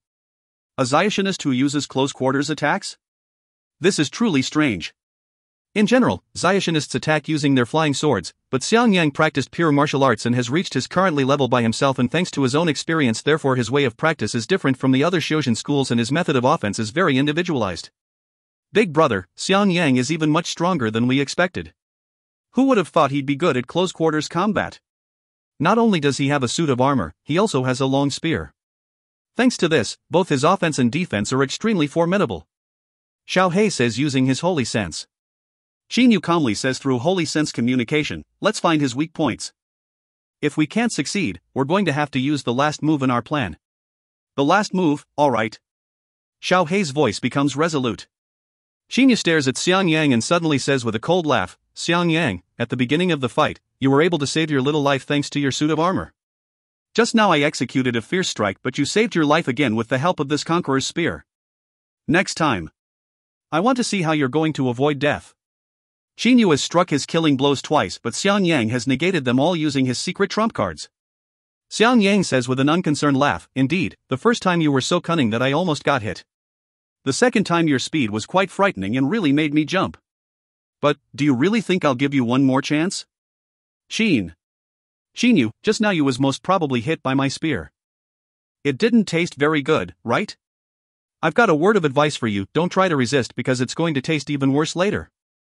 A faint strange smile appears on the corners of Xiangyang's mouth. A moment ago Qin Yu had to endure more than half of the power his sweeping away thousands of troops strike, so he thinks that Qin Yu's body has been injured badly. However, Xiangyang has miscalculated Qin Yu's power. Not only does Qin Yu have an extremely strong body, the ordinary-looking sleeveless undershirt he is wearing was forged by Lei Wei. It is no common item of clothing and is very comfortable to wear. Once Qin Yu is attacked, the undershirt will become hard from being soft and absorb more than half of the attack's power in an instant. Oh. Your spear technique is pretty powerful, but it's not a threat to me. The energy inside Qin Yu's body starts to surge. When not moving it is as stable as a mountain, and when moving it is powerful like rolling thunder. Qin Yu is very confident of his close-quarters offense because he has spent the most time and energy working on his close-quarters combat techniques. Pooh. The air between Qin Yu and Xiangyang begins to vibrate slightly. Xiangyang suddenly opens his eyes violently. His right hand, which is holding the spear, suddenly makes a twist. In an instant, the black head of the conqueror's spear pierces through the air to come at Qin Yu extremely fast while spinning. The head of the spear follows an indistinct path of movements. At the same time, the air within the spinning area of the spear's head is unexpectedly sucked away completely. The spear comes at Qin Yu like a twirling black aquatic dragon. Ha! Qin Yu's body moves like a breeze. Concurrently with this, he stretches out his right hand, suddenly forms a claw and makes a direct grab at the conqueror's spear. Being protected by the flaming gloves, his hands can definitely crash head-on with the spear. Humph. Xiangyang utters a cold humph. He slightly exerts the strength of his arm. The conqueror's spear, which is stabbing at Qin Yu, unexpectedly changes its movement into a horizontal sweep in the blink of an eye. No! It is not a horizontal sweep. Rather, it is continuous high-frequency sweeping attacks. Qin Yu originally wanted to grab the conqueror's spear using his right hand, but the spear fiercely smashes into his palm. At the same time, it sweeps back and forth extremely fast, creating indistinct illusions. In a mere moment, it sweeps at his arm 5 or 6 times. The longer it is, the stronger it becomes. I gotta close in. Qin Yu ignores the pains in his arms and immediately charges at Xiangyang again. However, because the spear is too long while he is relying on his arms alone, he simply cannot touch Xiangyang while Xiangyang can attack him at will using the long spear. Dream on. Seeing Qin Yu approaching, Xiang Yang gives a cold laugh. At the same time, his body moves like an illusion. The spear in his hands turns into several silhouettes, which begin to come at Qin Yu. Pa! A flash of lightning strikes down squarely on Xiang Yang's body. Xiang Yang cannot help shaking. His attacking movement before is slightly deviated as well. Seizing this opportunity, Qin Yu instantly closes in on one side of Xiang Yang. His agile hands quickly execute various kinds of attacks. Once Qin Yu has approached his target, he will become extremely terrifying. Using various attacks such as punches, palm strikes and finger strikes, Qin Yu aims for the places on Xiang Yang's body which are not protected by the suit of armor, especially the throat, the waist, and the upper arms, like a gust of wind. A hint of disdain appears on Xiang Yang's face. He brandishes the long spear in his hands. For the moment, Xiang Yang's entire body is similar to a cannon's barrel, shooting out countless silhouettes of the spear. He has utilized the conqueror's spear to the utmost, making it sometimes look like an aquatic dragon that is coming out of a cave and sometimes look like an anaconda that is rolling in the air. In fact, the speed of Xiang Yang's spear is still slightly slower than Qin Yu's. However, Xiang Yang only needs to slightly move his hands and the movements of the entire conqueror's spear will change a lot. He can make use of the forces such as inertia, elasticity, and so on to perform his attacks. Pa! Pa! Pa! Xiao Hei is whirling about in the sky, shooting one flash of lightning after another at Xiang Yang's head extremely fast. These flashes are not very powerful and do not pose a serious threat to Xiang Yang at all, but they can negatively affect the agility of his movements. Ha! Qin Yu's eyes flash with ruthlessness. He unleashes the entire stellar energy in his body and concentrates it in his right hand. He then throws a punch at Xiang Yang's chest. When the fist smashes into Xiang Yang's chest, one of its knuckles suddenly protrudes. By channeling his entire offensive power through the knuckle, Qin Yu explosively sends forth a terrifying penetrating force. He intended to hit Xiang Yang's throat with this blow, but Xiang Yang dodged it very quickly. Humph! Xiang Yang's face suddenly turns white. At the same time, he makes a waving movement with the conqueror's spear and flies backwards at a very fast speed. You animal! Using holy sense communication, he scolds Xiao Hei directly and furiously. Xiang Yang has become angry because this black eagle has been like a spirit that just does not go away and even keeps shooting flashes of lightning at him non-stop. In terms of agility, he simply cannot compare with the black eagle in midair. Just now he should have been able to block Qin Yu's punch using his spear, but his movements somewhat deviated from the correct path because of a flash shot out by the eagle. Qin Yu's attack contained his stellar energy and the most powerful penetrating force he was capable of, so even though the suit of armor partially neutralized it, after taking the blow, Xiang Yang still finds it hard to breathe and feels a hidden continual pain in his chest. His blood even has surged directly into his mouth. Xiao Hei, you did well. Qin Yu gives Xiao Hei a smile. He then says to Xiang Yang, you're good at close quarters combat, so you can deal with my main way of offense precisely. Good, let's see how you're going to handle the attack of my flying sword. Qin Yu has understood. Since Xiang Yang is skillful at close quarters combat, what if he uses his flying sword to attack from afar? A dark golden short sword starts to float above Qin Yu's head. It is none other than the flaming sword. When leaving his body to attack, it becomes a flying sword. And when held in his hands, it is a short sword. With a thought, Qin Yu immediately shoots the flaming sword at Xiang Yang like a dark golden beam of light. Who? The flaming sword emits a glorious light, astonishing the people who are watching the fight from below. Bang! Bang! When it comes to using the conqueror's spear, Xiang Yang is absolutely a master among masters. On the Qianlong continent, it is extremely difficult to find someone with a better spear technique than his. Using the long spear, he can unexpectedly engage in combat both at close range and at long range. However, it is still impossible for the conqueror's spear to keep up with a flying sword in terms of agility no matter what. Pooh! The flying sword hits Xiang Yang's suit of armor. The blood-red energy on the suit of armor easily withstands the blow after shaking for a short while.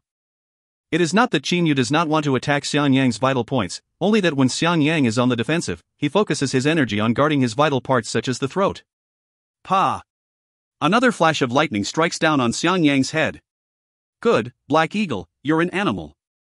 Qin Yu, you call this animal brother, so you're also an animal. You two animals, today I'll let you know how formidable the twin dragons technique of the conqueror's spear. Xiang Yang has become really furious.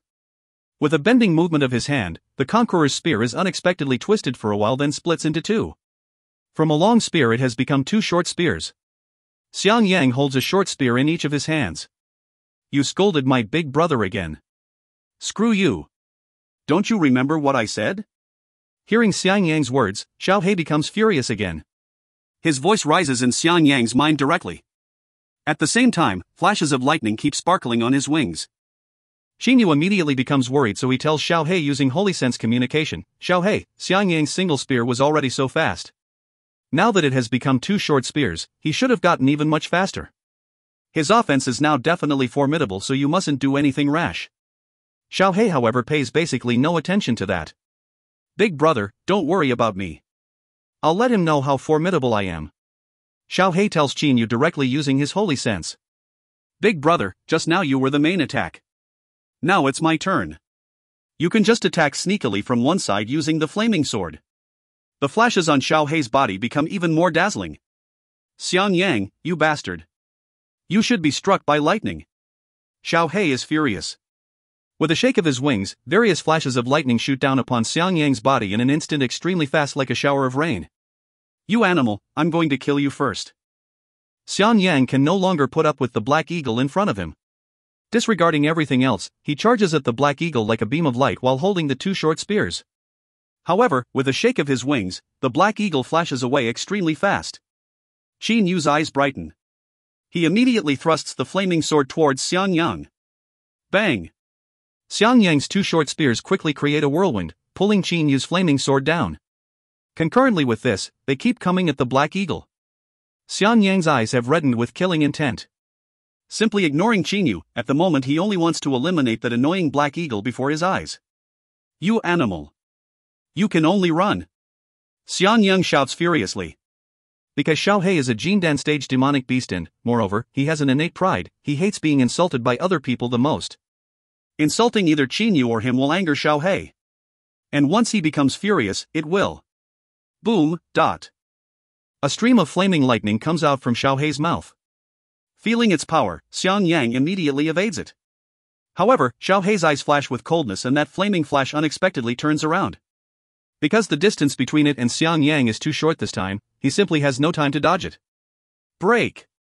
Following a loud shout, the 2 short spears turn into 2 wandering dragons.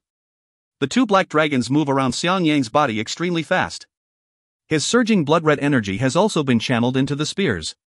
The 2 short spears unexpectedly are able to violently twist the flaming flash into pieces. Qin Yu's face changes color. He knows that this flaming flash is Xiao He's special skill. But it has unexpectedly been twisted to pieces. This goes to show that Xiang Yang is really too powerful. Big brother, watch my special skill. Xiao He's voice rises in Qin Yu's mind via holy sense communication. Qin Yu's face changes color in an instant. He remembers his original agreement with Xiao He. Xiao He wanted to fight in a full moon night because he has a special skill which, when performed during such a night, will be a little less physically taxing than it will be otherwise. Whiz! Xiao He spreads his wings and unexpectedly soars into the sky. At the same time, an extremely sharp eagle cry rises all of a sudden. That eagle cry, which sounds as if it is made of a real substance, spreads out in all directions. In an instant, the water of the river Wu begins to roar loudly. A light starts to flicker on the crown atop Xiao He's head. Concurrently with this, the light of the full moon in the sky unexpectedly begins to focus on his head. The moonlight then spreads all over his body. In a moment, Xiao He's entire body has been covered in the moonlight, looking very dazzling. Xiang Yang's face changes color greatly. He can also feel that at the moment Xiao He is carrying a frightening power on his body. Many blood-red streams of elemental energy are channeled into Xiang Yang's suit of armor. He quickly increases his whole body's defense to highest level. At the same time, he makes a throw with a hand. A short spear is unexpectedly shot directly at Xiao He. Who would have thought that this short spear can also be used in a long-range attack? Pooh! The short spear is deflected away by the moonlight with ease. Xiao He spreads his wings and performs a very slow wave with them. All of the moonlight is unexpectedly concentrated on the edges of the wings. It is then shot downwards at Xiang Yang from 2 directions simultaneously in the form of 2 crescent beams of light. Xiang Yang's body immediately moves extremely fast. However, despite his movements, the 2 crescent beams of light still chase after him. They are unavoidable. Xiang Yang turns his face skywards, giving a roar. The entire energy in his body surges forth. Because there is no way to avoid the 2 crescent beams of light, he can only block them head-on. Bang! The energy of an early Yuanying expert is truly terrifying, but the two crescent blades of moonlight are extremely strange. They can unexpectedly erode Xiang Yang's blood-red elemental energy directly. Despite having started to shrink, the two crescent blades, however, have even corroded Xiang Yang's suit of armor. The suit of armor, which was perfect originally, has unexpectedly been damaged by the corrosion effects of the two crescent beams of light. Xiang Yang, let's see if you still dare to curse again. Xiao Hei's voice rises in Xiang Yang's mind. Xiang Yang is extremely furious. More than half of the suit of armor getting destroyed has of course distressed him and made him even madder. At the same time, a resounding eagle cry rises. A flash of lightning shoots out extremely fast from Xiao Hei's mouth. It comes directly at Xiang Yang. A flash? Xiang Yang disdains Xiao Hei's flashes a lot because they cannot harm him. Suddenly his face changes color greatly. He has unexpectedly noticed an all contained in that flash of lightning, and all with a force capable of penetrating everything on its way. Xiao Hei has finally shown the holy weapon he forged himself. Not even Qin Yu knows about Xiao Hei's holy weapon. He forged this weapon according to a secret forging method in his hereditary memory, so it is very powerful, even more powerful than in Qin Yu's imagination. The all's unstoppable momentum causes Xiang Yang's face to change color completely. Xiang Yang suddenly utters a loud, furious shout. The elemental energy in his body continuously surges forth. Like an angry lion, he disregards everything to activate the elemental energy in his body. Utilizing elemental energy in such a crazy way is very harmful to the Yuanying, but Xiang Yang has no time to take so many things into consideration. Bang! The short spear and the lightning charged all collide head-on. The short spear falls powerlessly to one side, but the lightning charged all unexpectedly proceeds to hit Xiang Yang's body. Bang! The blood-red elemental energy around Xiang Yang's entire body shakes for a while. A stream of blood spurts directly from his mouth and scatters all over the air. However, because more than half of the power of the lightning charged all has been neutralized in the collision with the short spear, this strike can only injure Xiang Yang badly. Xiang Yang was first seriously injured by the two crescent blades of light, then was hit by the lightning charged. Also by now he has lost more than half of his power through injuries. Big brother, I'll leave it to you.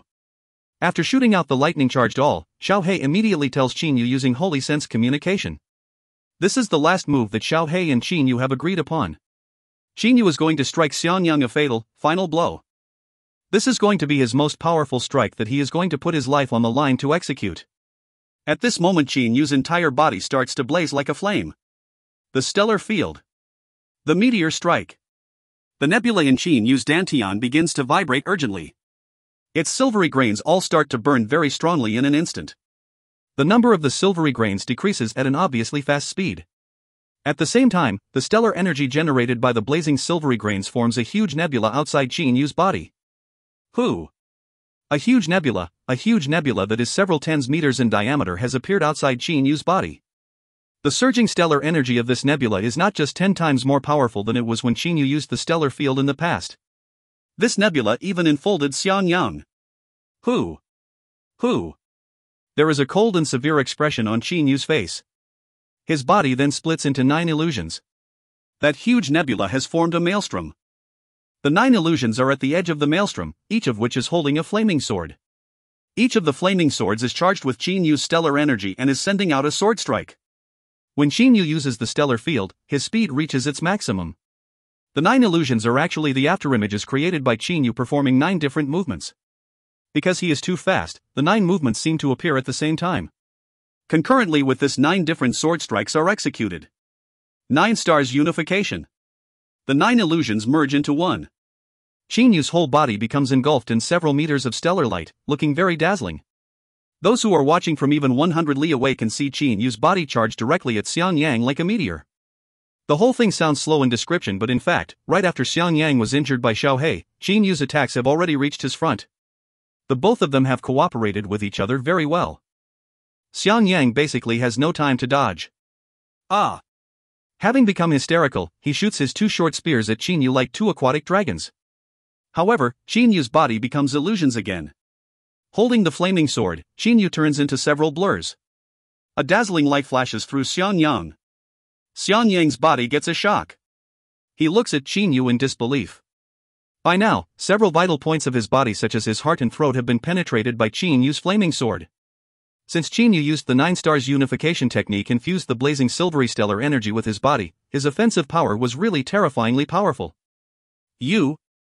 Despite having been pierced through vital points, Xiang Yang does not die right away because he has reached the Yuanying stage. Having successfully formed the Yuanying, he has a very formidable soul.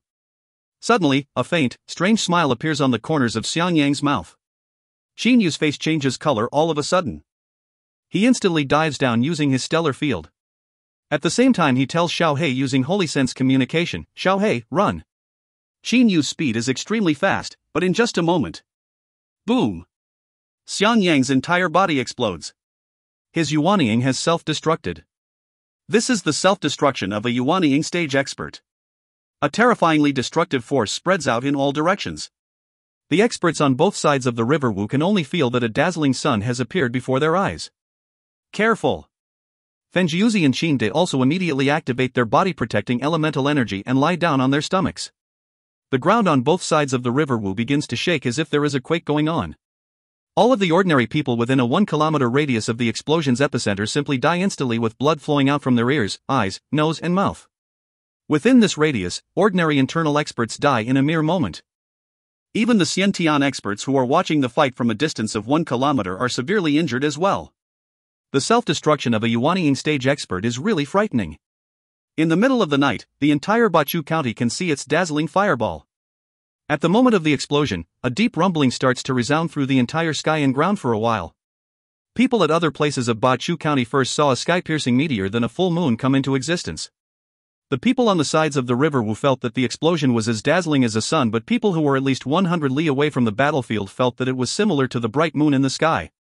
For a moment, most spectators of the fight unexpectedly felt as if they were watching two high-hanging bright moons, whose lights enhanced each other.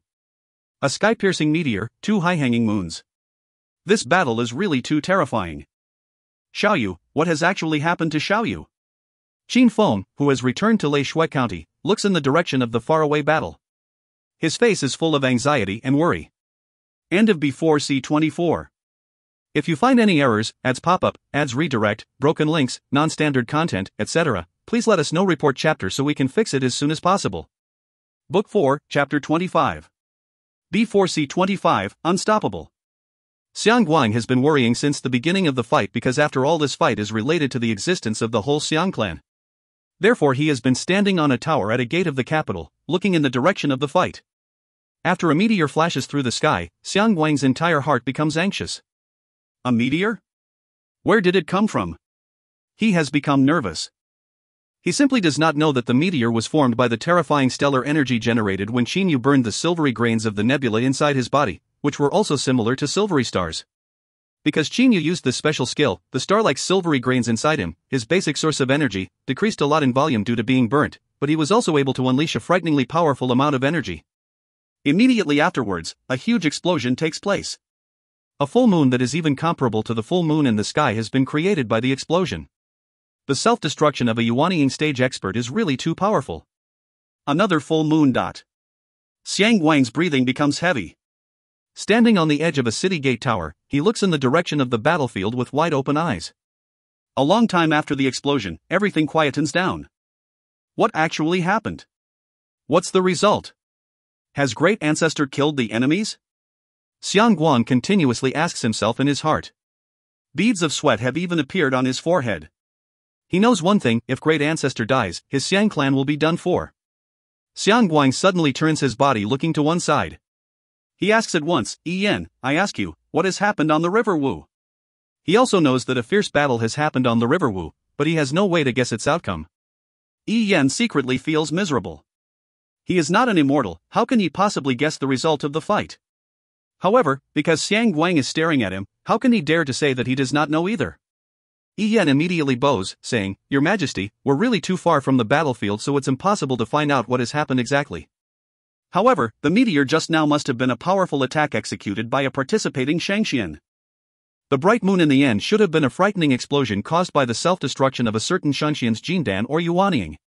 Who actually self-destructed? What's the outcome? With brightening eyes, Xiang Guang asks urgently. Yi Yan hurriedly says, "You know about Great Ancestor's true power, don't you, Your Majesty?" In this battle, Great Ancestor must have been the winner. At this crucial moment, how can Yi Yan possibly say otherwise? Only by saying so can he calm Xiang Guang down. That's right. Hearing these words, Xiang Guang seems as if he has eaten an immortal pill. His whole body is immediately filled with vitality and his eyes glittering. Who on the Qianlong continent can be a match for Great Ancestor? I've heard that even Wu Di is far inferior to him. I think that challenging Shangxian was weaker than Great Ancestor and self-destructed out of despair. It must have been so. Because Xiang Guang thinks so and because his subordinates such as Yan also chime in with him, he immediately becomes even more certain of the battle's result. Alright, follow me back to the palace, gentlemen.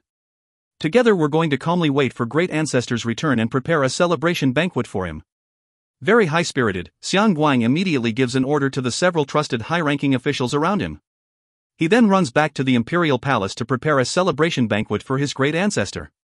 The terrifying battle ended a moment ago and the water of the river Wu has begun to calm down. There seems to have been no changes compared to before the battle, only that the dikes along the shores of the river have become a mess. The frightening explosion has torn large trees apart and sent swords flying all over the place. Its shockwave has even caused many ordinary people to bleed from their ears, eyes, noses and mouths, resulting in their deaths. Pooh! Qin suddenly spits out a piece of grass and stands up abruptly. At the moment he is being covered completely in dust, looking like a beggar. Fen Jiuzi also stands up on one side of him. The explosion just now was really too powerful. Ignoring the dust on his body, Qin hurriedly looks forwards. Before him, the river Wu, which is several km wide, is flowing east rapidly. There is basically not a soul to be seen on the river. Where's Yu'er? Qin has become worried in his heart. He immediately expands his holy sense, but because he has just reached the early phase of the Jindan stage, the range of his holy sense is only 1000 m and he simply cannot detect Qin Yu's aura within this 1000 m range. Yu'er! Qin shouts loudly all of a sudden. His voice resounds on the river Wu. Your Highness, don't be anxious. Fen Jiuzi hurriedly says to Qin. My holy sense has a much longer range. Just let me carry out a careful check. Hearing this, Qin calms down at once. He looks at Fen Jiuzi with expectation. Fen Jiuzi's holy sense spreads out in all directions. After a long time, he has no choice but to look at Qin, saying, Your Highness, I haven't detected anything yet. Qin's face slightly changes color.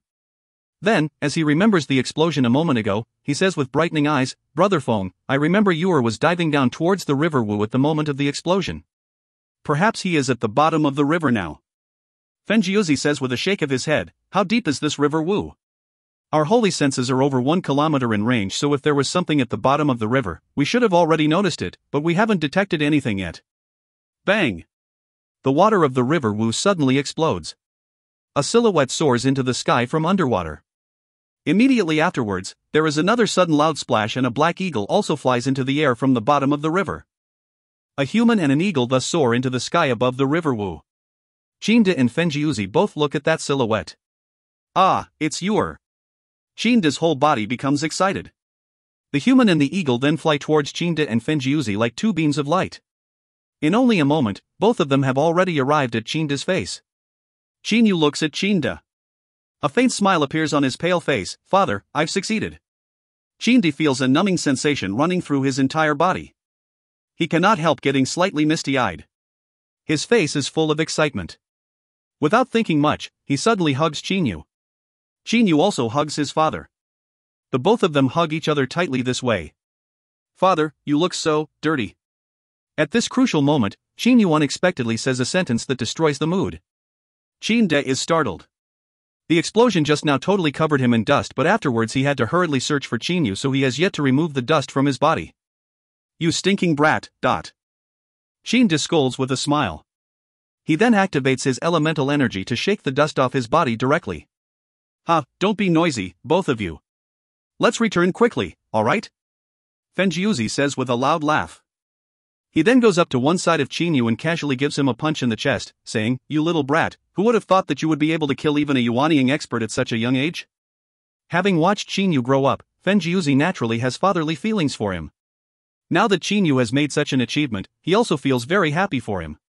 Qin Yu's body slightly shakes. His face turns even paler. Xiao Yu, what's the matter? Fen Jiuzi knows that something is wrong.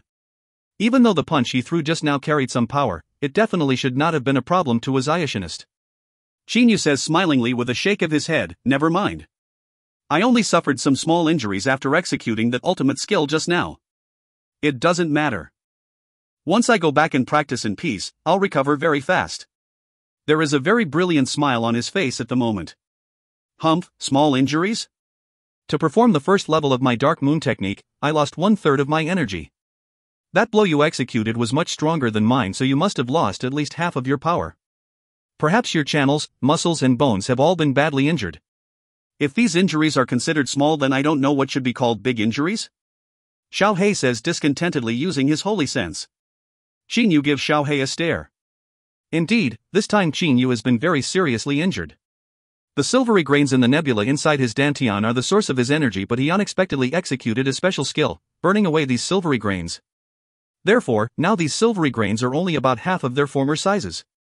Moreover, this was the first time he has explosively unleashed such a large amount of energy, so not even his body was able to withstand the pressure. As a result, his channels, muscles and bones have been severely injured. Father, let's return. Since Xiang Yang's dead, nothing else can stop the Qin clan. Now I can recover with no worries, so you can put your mind at rest. Seeing the expression on his father's face, Qin Yu says comfortingly at once. As soon as Qin De hears this, he secretly nods. Xiang Yang is already dead, so Qin Yu now can take his time healing his injuries. It's been hard on you. Qin De pats Qin Yu's shoulders, then says smilingly, alright, let's get back to the town of Xiang.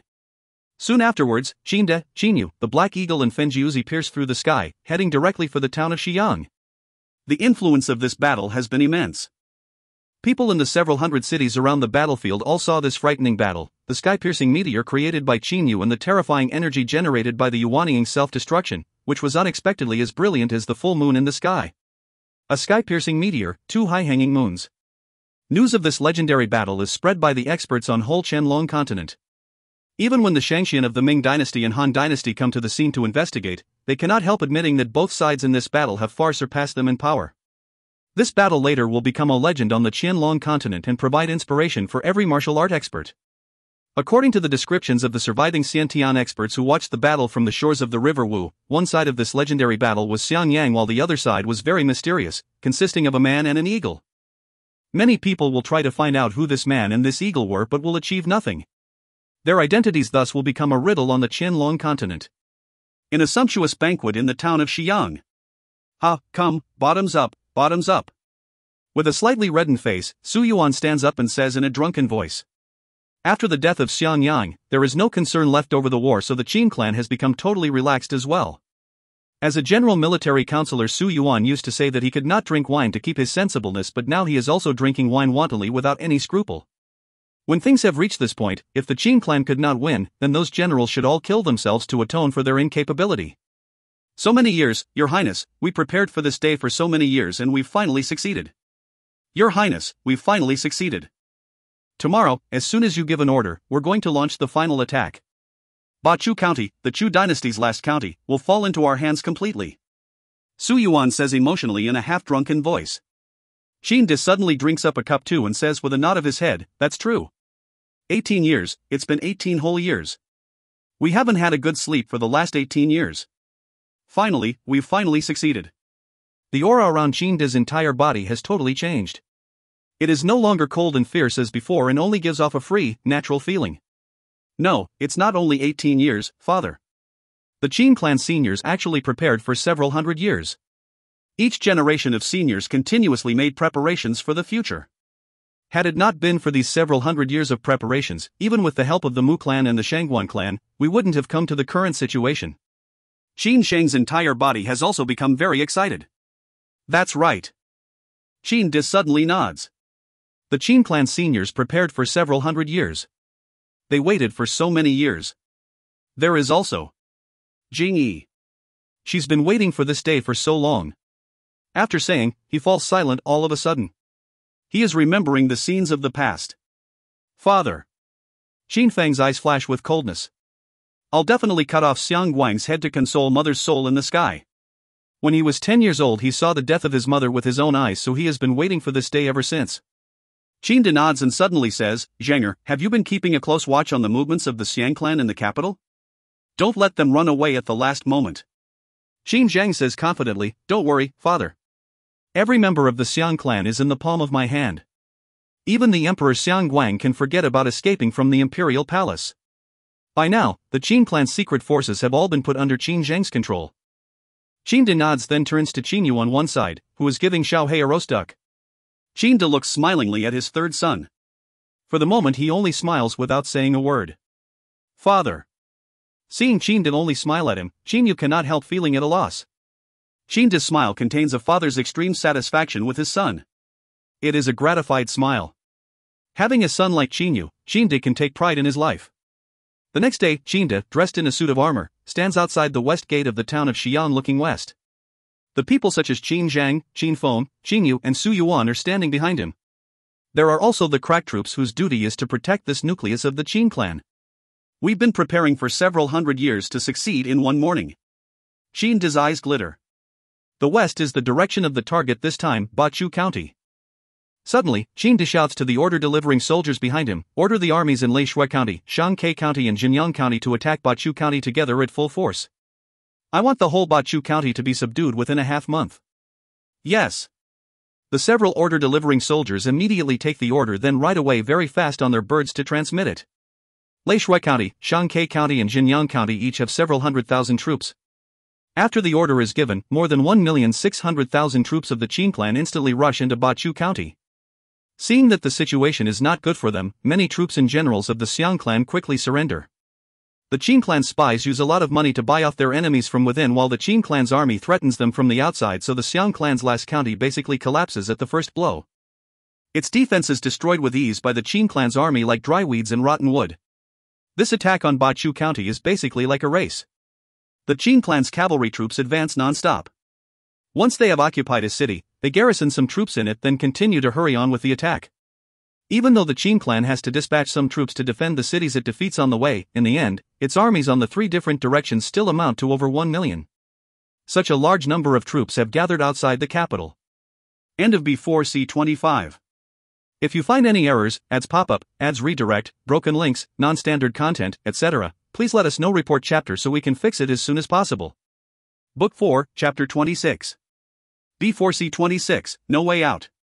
The Qin clan's 50,000 fierce tiger troops have completely surrounded the imperial palace. Every fierce tiger soldier's eyes are filled with pride.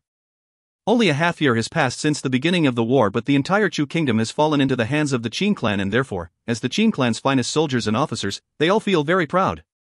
The imperial palace's forbidden guards have already scattered earlier. The head of the imperial palace's forbidden guards was an elite soldier of the Xiang clan, but he has been assassinated by the coward vice leader of the forbidden guards. Afterwards, the vice leader has led his men to surrender to the Qin clan, plunging the forbidden guards into chaos. In the past, all of the Xiang clan's members led by Xiang Yu were extremely heroic, but, after experiencing 1,000 years of a luxurious lifestyle, the Xiang clan is now made up of corrupted and depraved people. Seeing that their own clan is falling apart, these members all bring out their money and valuables to beg for mercy. However, the Qin clan's way of dealing with them is to confiscate their valuables, then to throw them in jail. By now, the imperial palace has become a mess. There have been members of the Xiang clan who have committed suicide out of despair. And bunches of eunuchs, ladies-in-waiting, and coward forbidden guards have begged for mercy from the fierce tiger troops. But there have also been loyal forbidden guards who have been trying to kill off the people who are afraid of death. Chaos, chaos, chaos. The Xiang clan's doomsday has come. All of the people in the imperial palace are in a state of anxiety. They are trying to plunder the royal clan's valuables and kill each other. The 50,000 fierce tiger troops, however, only watch everything happening in the imperial palace apathetically. None of them has attempted to get involved in the situation. In the audience hall of the imperial palace, there is only Xiang Guang sitting in the throne. A white-haired eunuch is standing on one side of him. Your Majesty. The head eunuch Wang Mang looks at the Chu Emperor Xiang Guang before him.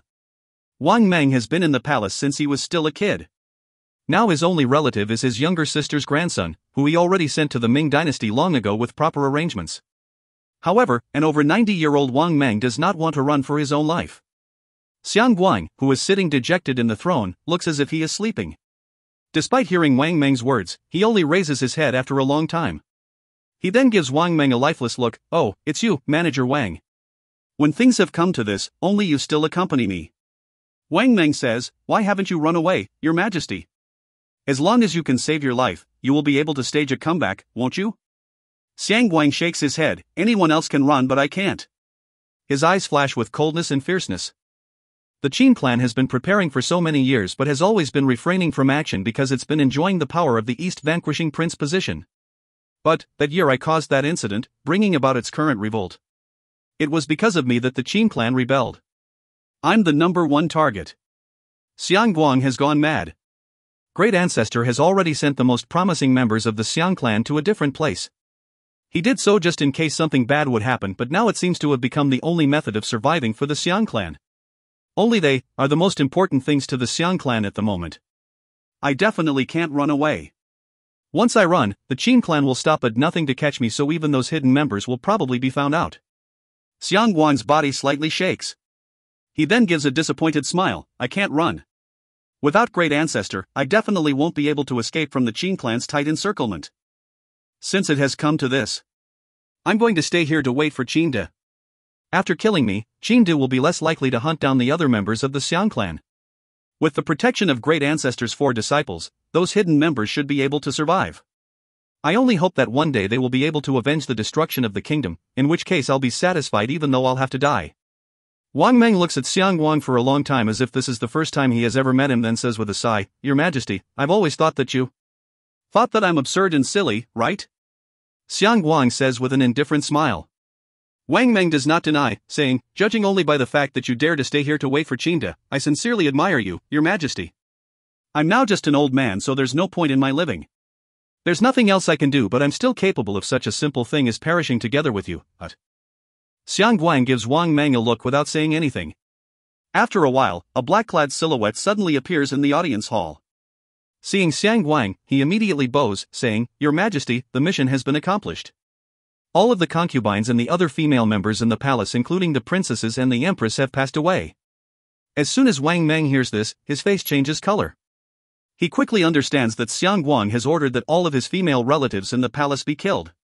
With an expressionless face, Xiang Guang however waves his hand in an unconcerned manner, saying, All right, I'll give you my last order. All of you are to change into Forbidden Guard's clothes.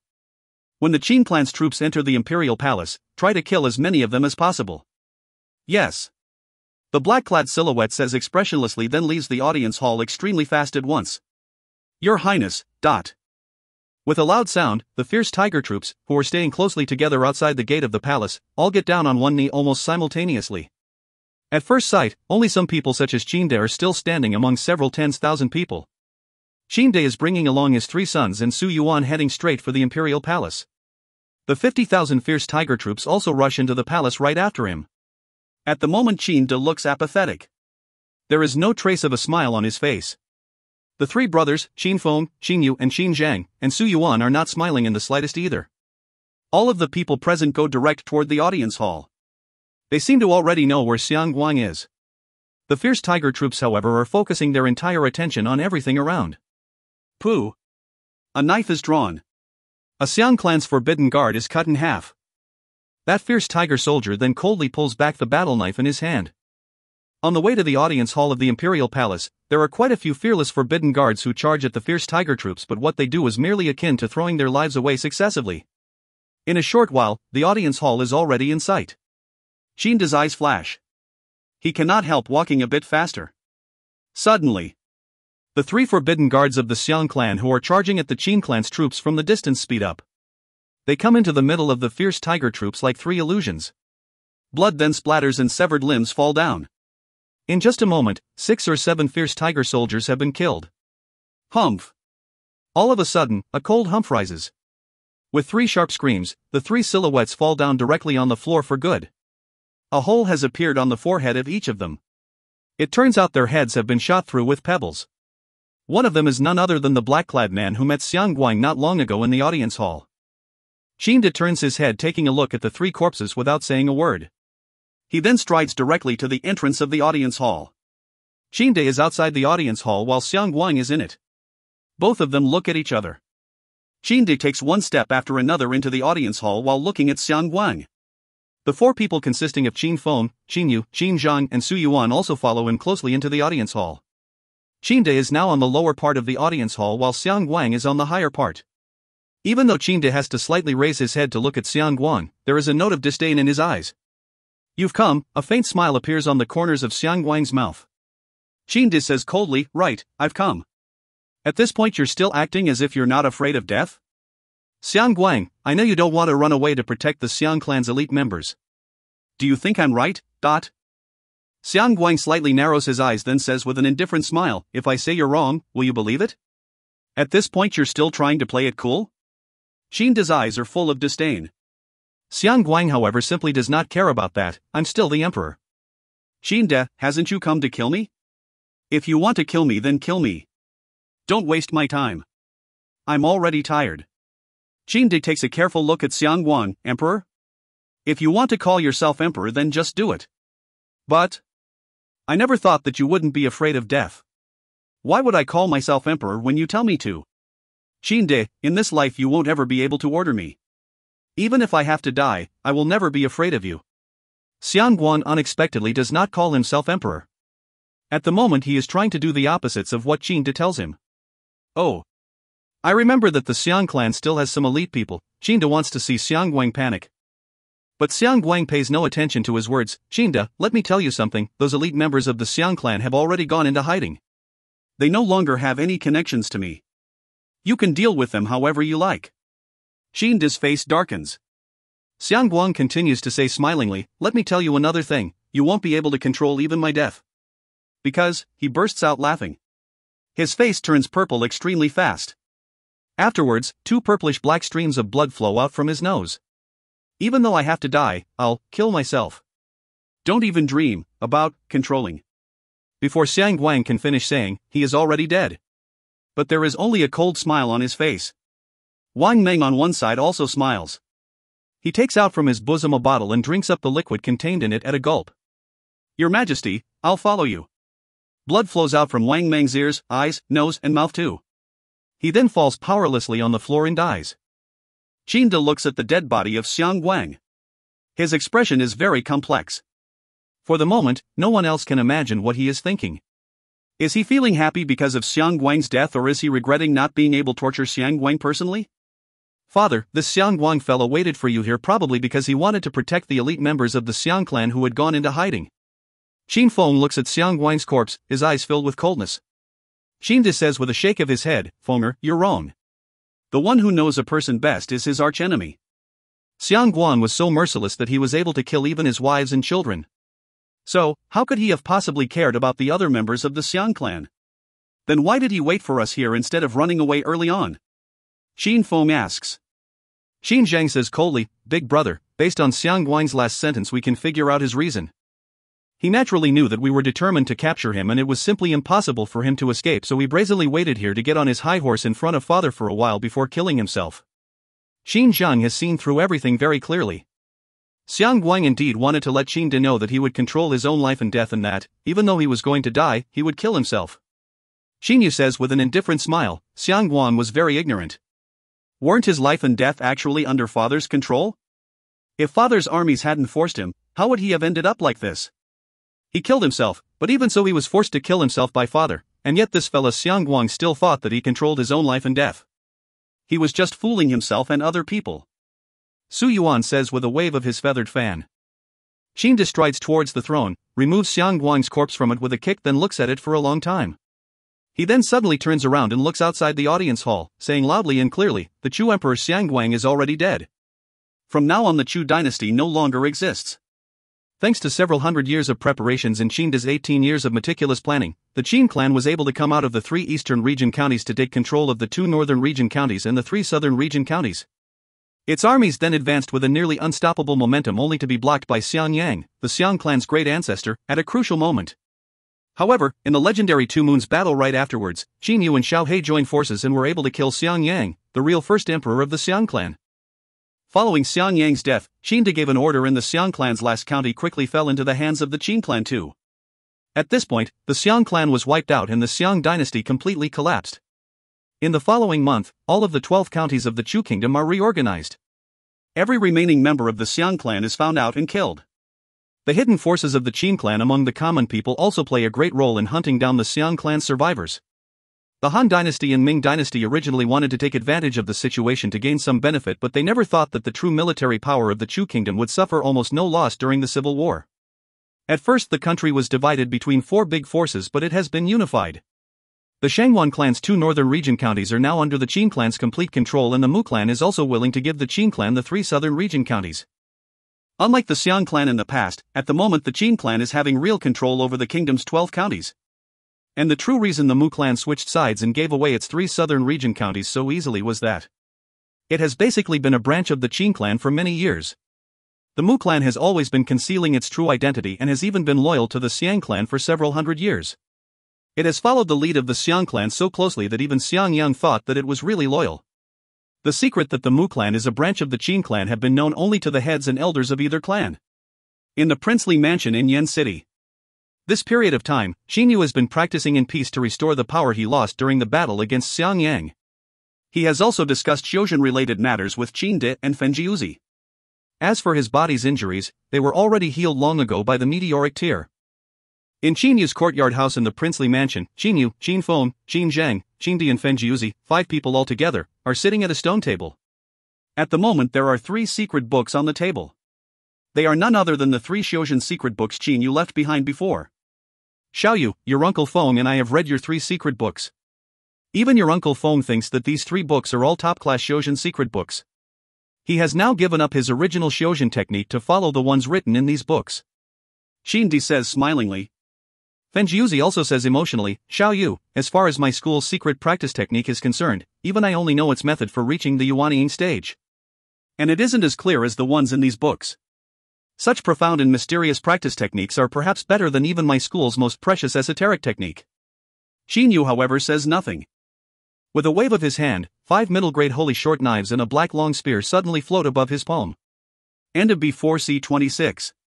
If you find any errors, ads pop-up, ads redirect, broken links, non-standard content, etc., please let us know. Report chapter so we can fix it as soon as possible.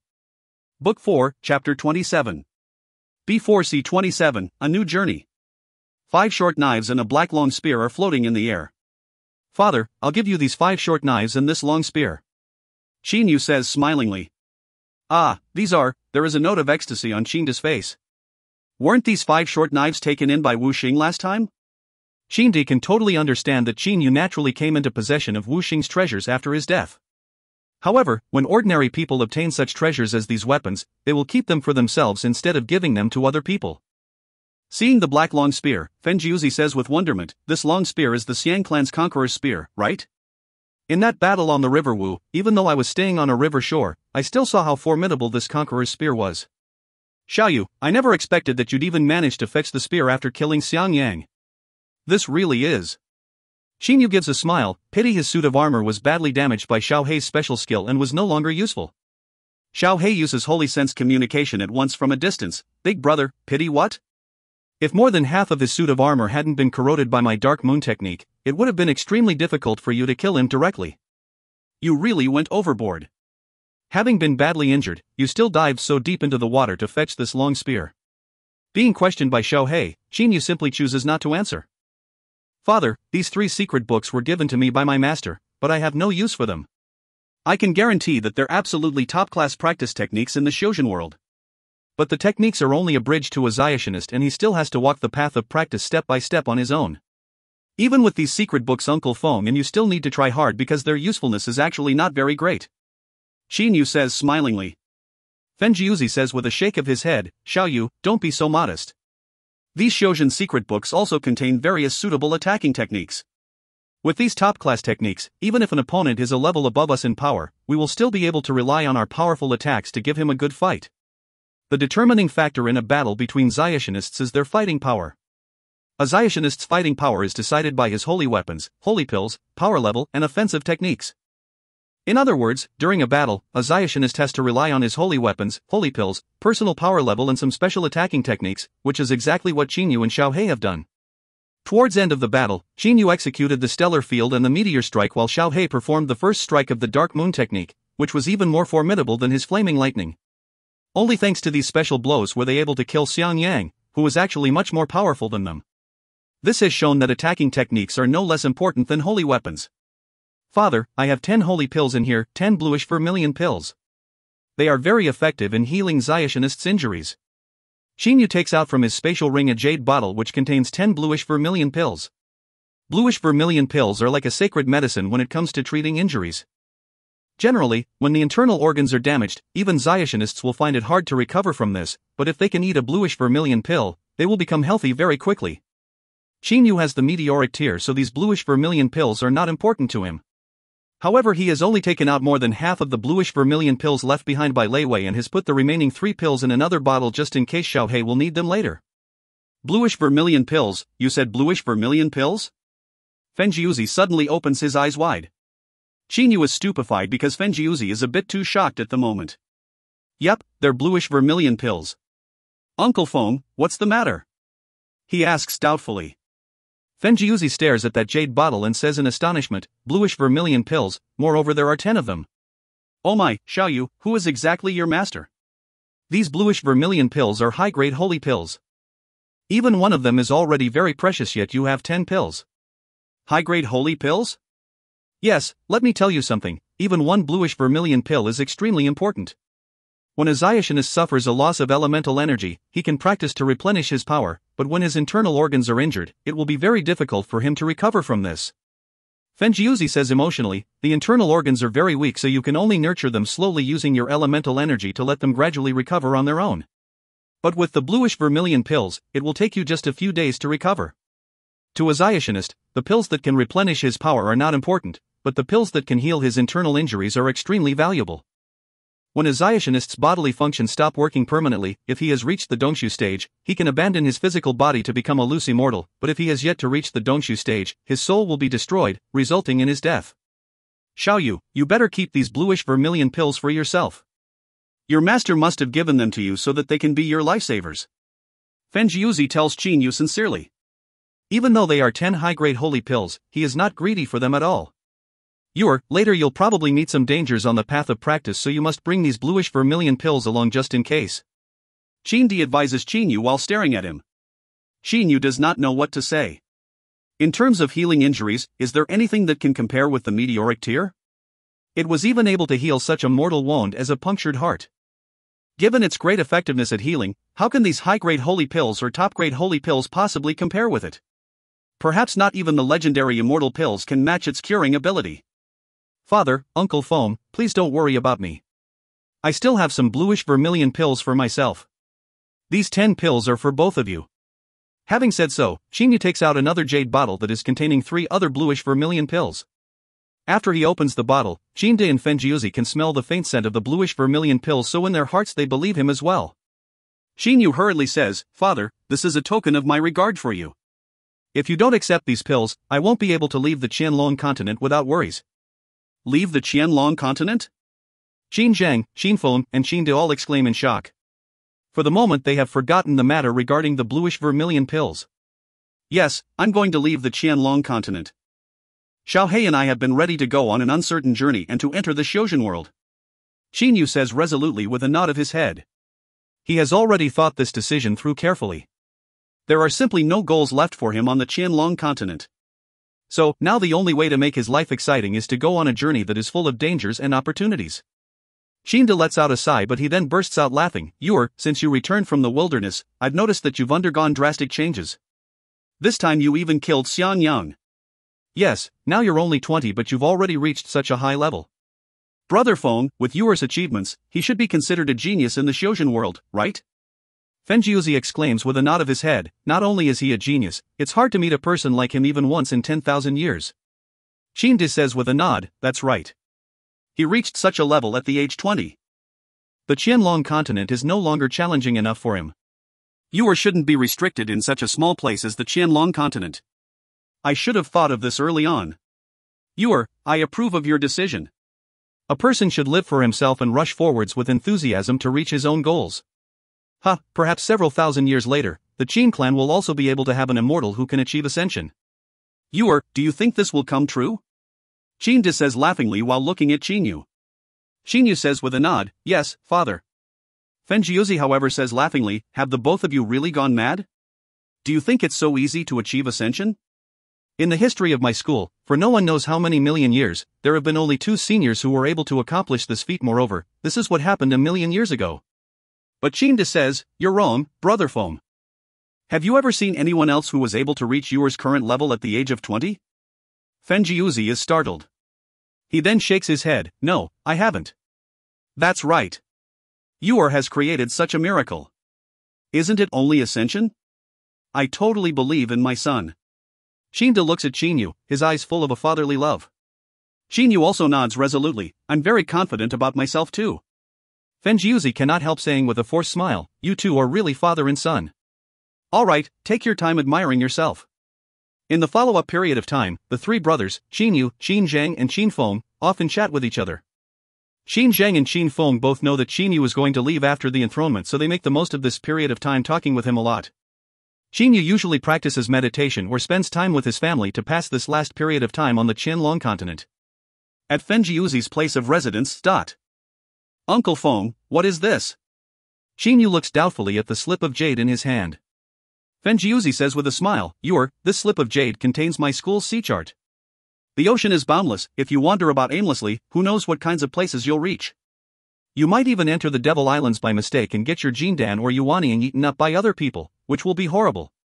Thank you, Uncle Feng. Chinyu of course knows Fenjiuzi's intention when he gives him this sea chart. Uncle Feng, you just mentioned the Devil Islands or something. Could you tell me about the overseas immortal islands? They seem to be a very complicated place. Chinyu has become doubtful. Fenjiuzi ponders for a while then says, I'll tell you about them carefully. Your Uncle Feng's school is called Pure Sword School. There is an immortal island called Pure Wind Island over 100,000 li away from the southern border of the Qianlong continent. The island has two big schools, one of which is the Pure Sword School. Chinyu calmly listens to Fenjiuzi. In fact, the Pure Wind Island is just one of the few ordinary immortal islands that are very close to the Qianlong continent. The farther from the shore an immortal island is, the larger it is and the more powerful its schools become. And no one knows how many millions of li to the south of the Qianlong continent, there is the center of the overseas immortal islands, the Panglai Immortal Region. Consisting of several hundred huge immortal islands, it has a great number of schools and tens of thousands of Shojin experts, Fenjiuzi slowly explains. I'm really ashamed that I have never been to this Panglai Immortal Region even though it's very famous. After all, it's too far while I'm too weak. Heaven knows how long it will take me to fly to that place. Also, there will be many dangers on the way. Perhaps before I can reach it I'll have already had an accident. Fenjiuzi says with a sigh. An outline of the overseas immortal islands quickly appears in Chinyu's mind. In the boundless ocean in the south, there is an immortal island over 100,000 li away from the Qianlong continent. There are also a myriad of islands in other places of the Southern Ocean. Quite a few of these islands have been occupied by Shojin schools. And the center of the overseas immortal islands, the Panglai Immortal Region, is located no one knows how many millions of li to the south of the Qianlong continent. Uncle Feng, you mentioned the Devil Islands just now. What are they? Chinyu asks again. Fenjiuzi says smilingly, the Devil Islands is the name of the islands occupied by Xiamoists, who are different from Xiaxianists. In order to achieve ascension, Xiamoists stop at nothing. They even dare to use vicious methods such as consuming other people's Jindans and Yuanyings. Consuming Jindans and Yuanyings? Chinyu's eyes pop out of his head. Fenjiuzi says very indignantly, that's right. Xiamoists are so vicious. They kill other Xiaxianists and consume other people's Jindans and Yuanyings to improve their own power. They are real lowlifes. Hearing this, Chinyu feels deeply ashamed. On the way back from the wilderness, he and Xiao He actually absorbed quite a few Jindans. In the battle not long ago, because Xiang Yang's Yuanying self-destructed, Chinyu even complained that it was such a waste of the Yuanying. But it turns out this technique of consuming Jindans and Yuanyings is widely used by Xiamoists. In general, Shojin is divided into three main types, Xiuxian, Xioma, and Xiuyao. Xiuxian pays attention to quietude and inactivity. Xioma cares about supreme power. Xiuyao, let's not talk about Xiuyao for the moment. Xiaoyu, you must remember to run away when encountering Xiamoists. Most of them are very cruel and bloodthirsty. It'll be terrible if your Jindan is eaten up by other people. Fenjiuzi warns. Chinyu secretly smiles, cruel and bloodthirsty? Who knows whose Jindan will be eaten up? Plus, I don't have a Jindan. Chinyu's practice method is different from the other methods. He is not Xiuxian, Xioma, or Xiuyao. In the boundless Southern Ocean, there are islands occupied by Xiuxian schools, but there are also islands occupied by Xioma schools. Over 100 islands near the Panglai Immortal Region have even formed the center of the Devil Islands, the Purple Flame Devilish Dungeon.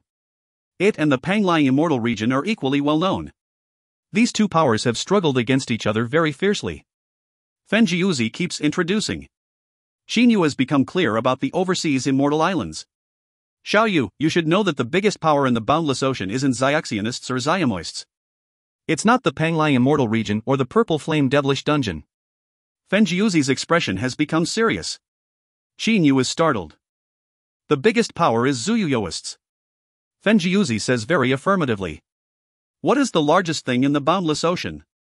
It's not the islands, but the waters. There are various kinds of marine demonic beasts in the boundless waters. The deeper you go down into the ocean, the stronger the demonic beasts you'll encounter. Qin Yu is astonished in his heart. The ocean is immense, but the entire waters are the territory of demonic beasts, so Zuyuyoists are indeed the greatest power here. The water's pressure increases with its depth. Ordinary Xiaxianists and Zuyuyoists basically can't withstand the terrifying water pressure after a depth of several to 10 kilometers. But there are some frightening demonic beasts that can live under such high pressures. Xiao Yu, remember, demonic beasts in the overseas waters are extremely fearsome. The entire boundless waters are the territory of these demonic beasts. No one knows the location of their headquarters, but both the Purple Flame Devilish Dungeon and the Panglai Immortal region have confirmed one thing: demonic beasts are the greatest power. In fact, Fen Jiuzi has only heard about these things, but they are what every school in the overseas immortal islands has been emphasizing to its disciples. In the depths of the ocean, there are many treasures. The deeper it is, the more treasures there are, but the water pressure increases with depth. Not even Shouyo experts can go deeper than several tens km down into the ocean. No one can imagine how many treasures there actually are at those depths. Fen Jiuzi's eyes glitter. Obviously, he is imagining the treasures at the deepest parts of the ocean. Once I have enough power, I'll definitely dive deep into the ocean to explore it. Qin Yu cannot help making a decision. This night-long talk has enabled Qin Yu to know a lot about the boundless overseas waters. In the overseas immortal region, there are a great number of Xiaxianists and Xiamoists, but the demonic beasts underwater outnumber even them. They can kill each other for treasures. The surface area of the overseas immortal islands is enormous. There are even islands as large as the Chu Kingdom, but these islands are a common sight in the ocean. And the Panglai immortal region is made up of several hundred such islands. It is extremely large, even larger than the whole Qianlong continent. The Panglai immortal region, the Purple Flame Devilish Dungeon and the demonic beasts' unfathomably mysterious headquarters form the entire overseas Xiuzhen world. And no one knows how many treasures there are in the depths of the ocean. A half-year later, Qin Zheng officially ascends to the throne, abolishing the Chu dynasty and creating the Qin dynasty. He becomes Qin Ming Wang. The Qin clan has discussed a lot about the name of the new dynasty. There were people who thought that it would not be a good idea to reuse the name of the Qin dynasty 1,000 years before. In the end, Qin Di resolved the problem with a few words. True is false and false is true. In any case, our surname is Qin, so it's appropriate to create the Qin dynasty. Also, since we've totally controlled the 12 counties, if the Han dynasty and Ming dynasty want to fight us, let's see if they have enough power. Thus the decision to establish the Qin dynasty was made. After taking revenge, Qin Di no longer wants to run about. Fen Jiuzi is basically an idle person too. The both of them therefore continue to practice in peace on the Qianlong continent, leaving all of the Qin dynasty's important affairs to Qin Zhang. Qin De, Fen Jiuzi, Qin Minghuang, Qin Zhang, Qin Feng, and Su Yuan have gathered in Yan City. Father, big brother, second brother, Uncle Su, Uncle Feng, you don't need to see me off. Qin Yu says smilingly to the close relatives before him. Xiao He is waving his wings on one side, seeming excited because of the journey that will happen very soon. Qin De takes a step forwards and says while looking at Qin Yu, the Xiuzhen world is very dangerous. Your Uncle Feng couldn't adapt to that kind of environment, so he came to the Qianlong continent. You must be careful and pay a lot of attention to other people, and shouldn't treat other people with too much sincerity. Qin De knows his son very well. What he fears the most is that Qin Yu will be too sincere to other people only to get betrayed by them. Don't worry, father. I know what I should do. Qin Yu says with a nod. He then walks up to Qin Feng and Qin Zhang, saying, Big brother, second brother, please take good care of father for me. Qin Feng's and Qin Zhang's eyes are filled with unwillingness. Even though they knew long ago that this day would come, they still find it very unbearable. Xiao Yu. Qin Feng, Qin Zhang, and Qin Yu hug each other. The three brothers only loosen their embraces after a long time. Qin Yu suddenly takes a deep breath. He continuously steps backwards and says to the others, it's really hard to say goodbye. Farewell, father, big brother, second brother, Uncle Feng, Uncle Su. He then turns around abruptly. Xiao He, let's go. Qin Yu says loudly. Immediately afterwards, he pierces through the air. While in the sky, he takes a look at his close relatives on the ground. Then, suppressing his attachment, he speeds up, flying south. At the same time, an extremely resounding eagle cry rises. Xiao He also soars into the sky with spread wings. A man and an eagle head south directly this way. In only a moment, they have already become two black points on the southern horizon. Xinyu and Xiao Hei's journey into the Xiuzhen world has finally begun. What will be waiting for them? End of B4C 27. End of Book 4. If you find any errors, ads pop up, ads redirect, broken links, non-standard content, etc., please let us know. Report chapter so we can fix it as soon as possible. Book 5, Chapter 1. Book 5, The Blood Red Cave. B5C1, Drifting. Xinyu and Xiao He fly south extremely fast, leaving cities, mountain ranges, prairies and lakes on the ground behind them one after another. A huge forest then appears before their eyes out of the blue.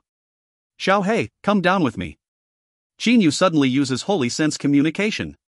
Xiao He immediately stops flying and asks doubtfully, "Big brother, now we shouldn't be far from the southern waters of the Qianlong continent. Why do you want to go into this forest instead of keeping flying?" He does not understand what Xinyu wants to do. "Ha, you don't understand this, right?" Smiling broadly, Xinyu explains, "Do you know the distance between the overseas Immortal Islands and the Qianlong continent?" "I don't know, but it shouldn't be very long." Xiao He looks doubtfully at Xinyu.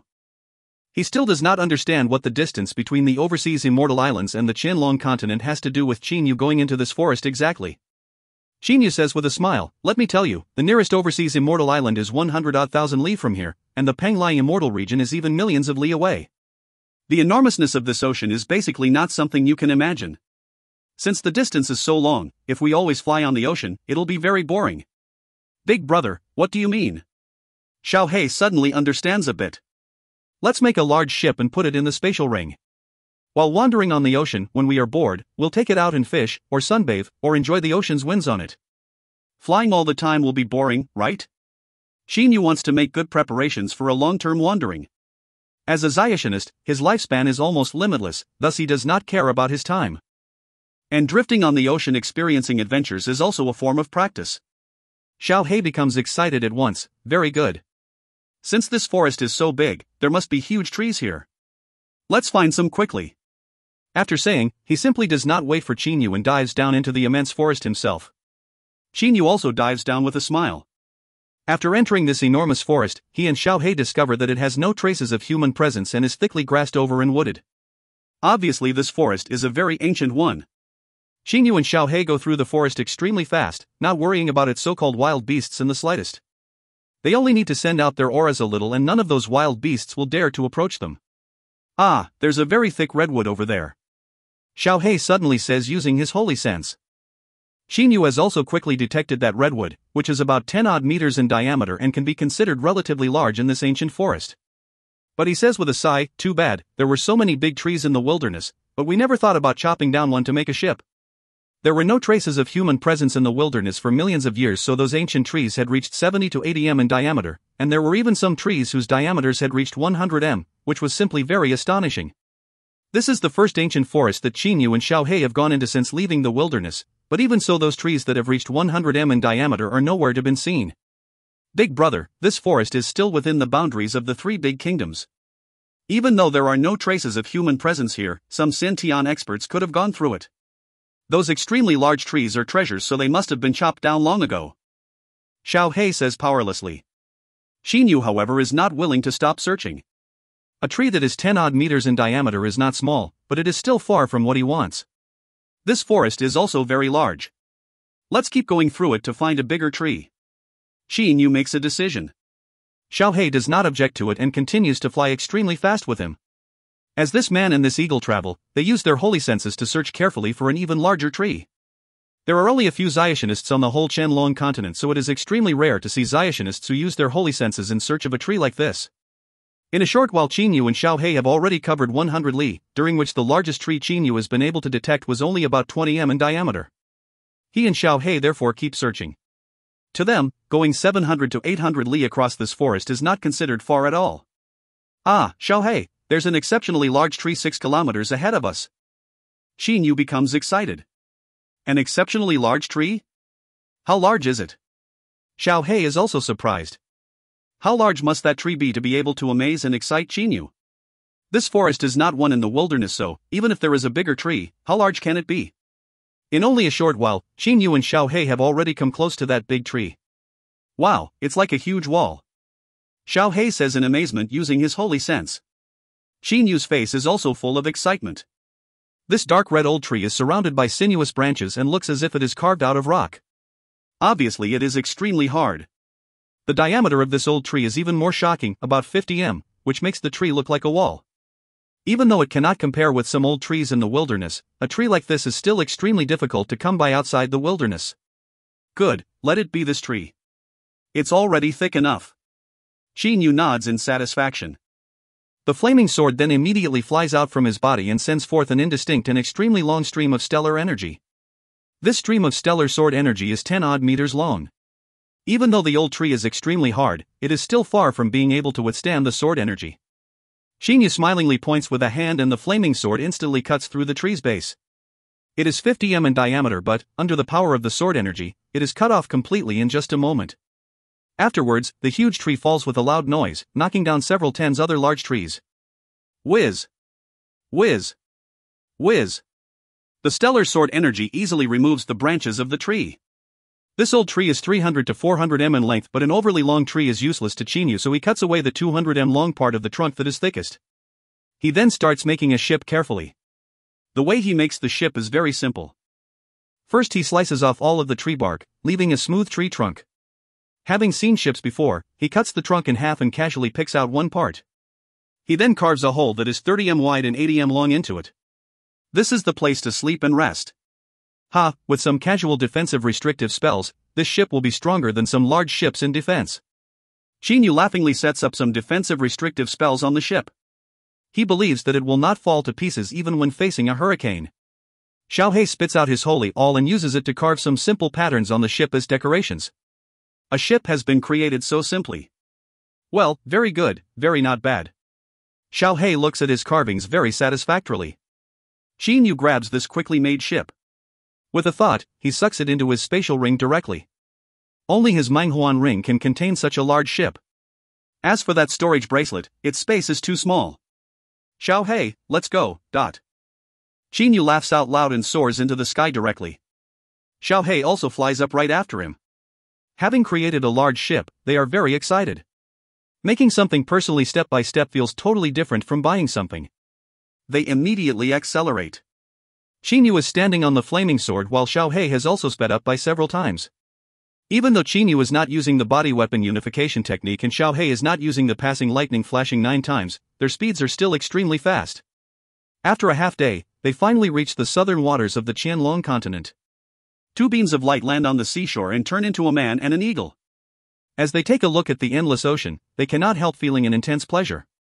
The blue ocean is refracting the sunlight into various colors such as azure and light purple, looking really very beautiful. Compared to this area of water, the Qianlong continent is really nothing. The difference in size between them is too great. Qinyu cannot help saying emotionally while looking at the boundless ocean. At first sight, the ocean seems to be very calm, but who knows how many undercurrents are surging in its depths, how many demonic beasts exist in it, and how many immortal islands and devil islands there are in the distance. Xiao Hei is very excited as well. Wow, Xiaxianists, Xiamoists, all kinds of demonic beasts, and perhaps some treasures too, even imagining them alone makes me excited. Big brother, don't think too much, let's go. After saying, he spreads his wings and flies straight towards the boundless ocean. Qinyu gives a laugh. A heroic spirit surges uncontrollably in his heart. The boundless ocean, this is the world of Xiaxianists. His body also rushes towards the endless ocean like lightning. A child who is collecting shells on the beach watches a man and an eagle fly towards the boundless ocean in stupefaction. After just a moment, this man and this eagle disappear from the horizon. Well, my eyes must have been dazzled. How can a human fly? And even fly so fast? The child rubs his eyes, then looks around carefully. But his surroundings are still quiet, as if that man and that eagle have never appeared. Well, looks like my eyes were really dazzled. The child laughs, then continues to play with those shells. Today, Qinyu, the Qianlong continent's unprecedented genius, who is comparable to a late Jin Dan stage expert at the age of only 20, the younger brother of the newly established Qin dynasty's emperor, Prince Yu of the Qin dynasty, has left the Qianlong continent this way. In the last 20 years, he has helped the Qin clan exterminate the Xiang clan, unify the Chu kingdom and create the Qin dynasty. A Zionist has an almost limitless lifespan, so 20 years is just like a blink of an eye. What is going to happen to him in the several decades, several centuries, and several millennia afterwards? In the boundless ocean. Ha, it feels so good. Qin Yu is going by treading on the surging waves, brandishing his hands between them. He is currently wearing the clothes that Lei Wei forged in the past, with a pair of pants on the lower half of his body and only a black sleeveless undershirt on his upper body. The muscles of his body's upper half totally stand out.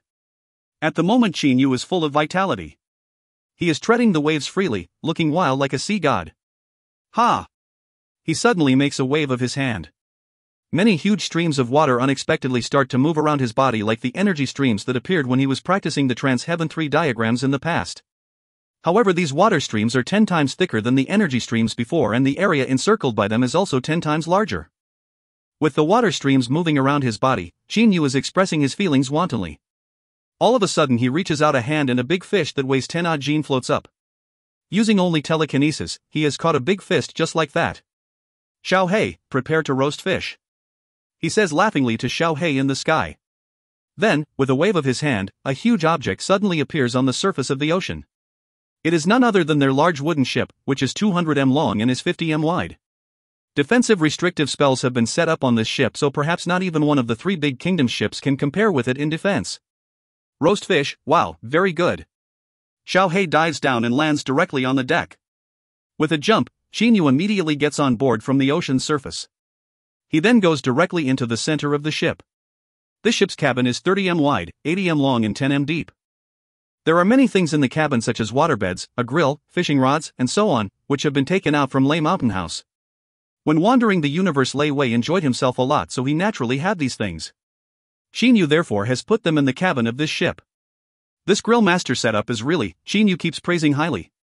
To be exact, this grill is similar to an 8 diagrams furnace that is used to forge weapons. It is even much more complex than an 8 diagrams furnace. If the stellar flame is used to roast ordinary foods directly, the foods will definitely be burnt to ashes, and therefore this special grill was made. Its various restrictive spells can alter the strength of the stellar flame to achieve a suitable temperature. Big brother, frankly, the Qianlong continent's spices are much inferior to the many spices your master left behind. Xiao Hei says to Qin Yu while staring at the fish that is being roasted in the grill with glittering eyes. Qin Yu has to admit this point. Lei Wei indeed had many spices, some of which were even mixed up by him personally. Many foods taste much better when those spices are added to them. Chi. The fat of the roast fish comes out all over. Xiao Hei is about to drool, but he must wait until the optimal temperature is attained. All right. Qin Yu cuts the fish in half directly. He and Xiao Hei each take a half of this 10-odd Jin big fish, then start to eat it very happily. They eat up such a large fish, but their stomachs do not change at all. Suddenly. Bang!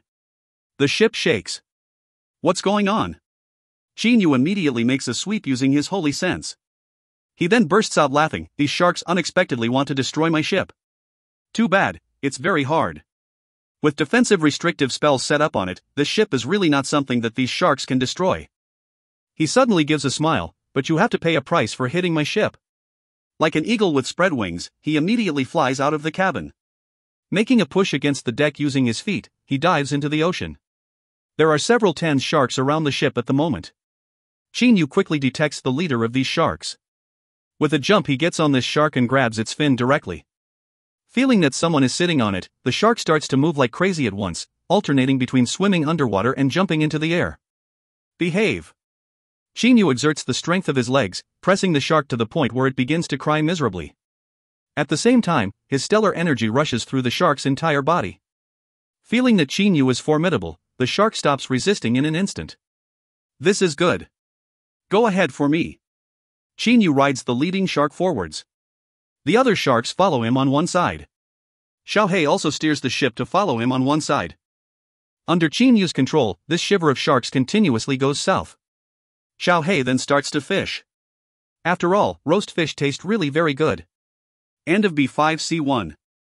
If you find any errors, ads pop up, ads redirect, broken links, non-standard content, etc., please let us know. Report chapter so we can fix it as soon as possible. Book 5, Chapter 2. B5C2, The Underwater World of Demonic Beasts. It has been a half-month since the journey on the boundless ocean began.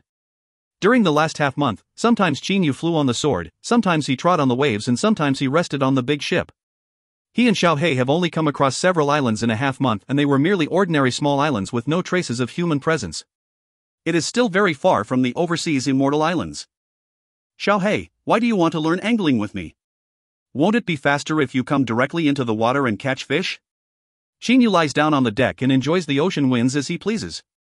But there is a fishing rod beside him. A stream of stellar energy is connecting his fingers with the fishing rod. As soon as there is a sign of a fish, he can easily pull it out of the water. A dark golden stream of energy comes out from Xiao He's body and is attached directly to a fishing rod. Xiao He has unexpectedly been fishing with a rod as well. Hearing Qin Yu's question, he says using his holy sense, "Then why are you angling, big brother? Won't it also be faster if you come into the ocean to catch fish?" The mood, angling is to enjoy the mood. The mood, do you understand? Qin Yu says smilingly. Xiao He uses holy sense communication, the mood, angling is to enjoy the mood.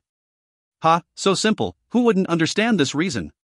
Could it be you haven't noticed that I'm enjoying the mood too? Xiao He even waves his wings proudly. Qin Yu does not know what to say. After a short while. The mood my arse, I haven't been able to catch even a single fish. Xiao He becomes impatient and throws his fishing rod directly into the cabin. Then, with a shake of his wings, he dives into the ocean like an arrow that is leaving a bow. In a little while, he flies back onto the deck with each of his sharp claws holding a fish. Xiao He gloats, "Big brother, take your time enjoying the mood. I'll go make some grilled fish." As Xiao He is very intelligent, after seeing Qin Yu use the grill, he has totally understood how to use it too and therefore now he is going to grill the fish himself.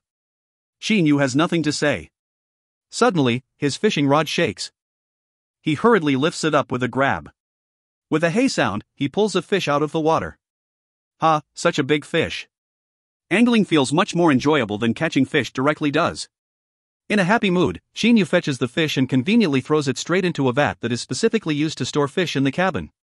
Xiao He looks at the fish then looks at Qin Yu. Why can't I catch fish with a fishing rod? He really does not want to accept this. Of course, he will not tell Qin Yu about this thought. Instead, he feigns a disdainful expression, "Isn't it just catching a fish with a rod? What's there to be proud of? How can it possibly be as fast as me grasping fish?" Hearing Xiao He's voice through his holy sense, Qin Yu cannot help getting astounded. "Xiao He, I'm not proud of this at all. Could it be, you're jealous of me?" Luckily Qin Yu can chat with Xiao He. Otherwise he would only be able to pass time by practicing. This one day, after enjoying a sumptuous dinner, Qin Yu and Xiao He begin to meditate and rest in the cabin. It is already dark. The ocean looks terrifying in the dark. With apparently not the slightest amount of light in sight, the only thing that is surrounding them is the surging ocean. However, to Qin Yu and Xiao He, the billowing ocean is not a danger at all because it is actually very simple for them to tread on the waves, not to mention such an easy thing to do as flying. The inside of the cabin is very quiet at the moment. Qin Yu and Xiao He are slowly practicing. An indistinct light silvery nebula is flickering in Qin Yu's vicinity while various flashes of lightning are moving around on the surface of Xiao He's body. Suddenly, Qin Yu's ears slightly move. He immediately opens his eyes and jumps onto the deck from inside the cabin. Staring south into the distance, he cannot help getting startled. Good heavens, so high, so big, Big brother, what's happened? Xiao He has also come out of the cabin. As soon as he takes a look south, he is stupefied too. He only sees huge waves that are 100 m high moving north non-stop in the south like a large army. There are even frightening cyclones behind the waves. Those cyclones are covering a very large area. At least Qin Yu can see at a glance that several hundred li in the south is full of cyclones. Big brother, should we go through the waves to have some fun, eh? Xiao He says via his holy sense. Looking at the huge waves in the distance, Qin Yu cannot help feeling his heart beating faster. He says audaciously, "All right, but this ship has to be put away first. If it gets lost in such big waves, it'll be very hard to find it back." He then sucks the ship into his spatial ring at once. Whoa, let's surf. With a shake of his wings, Xiao He pierces through the air directly, rushing towards those huge waves along the surface of the ocean. He then spreads his wings and cuts straight through the waves very wildly like a knife. Xiao He, wait for me. Qin Yu also rushes towards those endless billows on the surface of the water. One huge wave after another is pushing north unceasingly. Eventually they crash into Qin Yu. With a bang, Chinyu breaks through a billow directly, but it is immediately followed up by the second billow. When a huge wave that is over 100 m high strikes down, it creates a really deafening noise. Chinyu can only feel that he is being engulfed in explosions. However, Xiao Hei's voice rises in his mind through holy sense communication. Big brother, you're too slow. Quickly catch up with me. Don't get cocky, brat. Chinyu's entire body sometimes goes through the waves like a flash, sometimes flutters on the tops of the billows like a butterfly, and sometimes stands on the billows like a sea god. He is amusing himself as he pleases. He and Xiao Hei continue to go south for an indeterminately long period of time while the billows keep rushing north. They have totally come into the middle of the billows. Suddenly, Chinyu looks southwards in stupefaction. Good heavens! He finally knows the main culprit that has been creating these endless billows. Those cyclones are strong, but they still cannot shake him and Xiao Hei up. However, he finds the main cause of those immense cyclones and endless billows somewhat difficult to face head-on. Big brother, what's that? Xiao Hei has flown up to Chinyu. Both of them are looking southwards. At the moment, a huge maelstrom is spinning non-stop several tens li to the south of their location. The sky above the maelstrom is filled with dark clouds, which seem to be touching the ocean surface, and various thunderbolts are striking down continuously from them. This enormous maelstrom keeps absorbing the thunderbolts from the sky and even creates a huge tornado above it. That sky-high tornado in turn has been causing the cyclones within a several hundred li radius of the maelstrom. Even though Chinyu is very far from the tornado, he dares to confirm that he cannot resist the power of its rotation. Big brother, what should we do?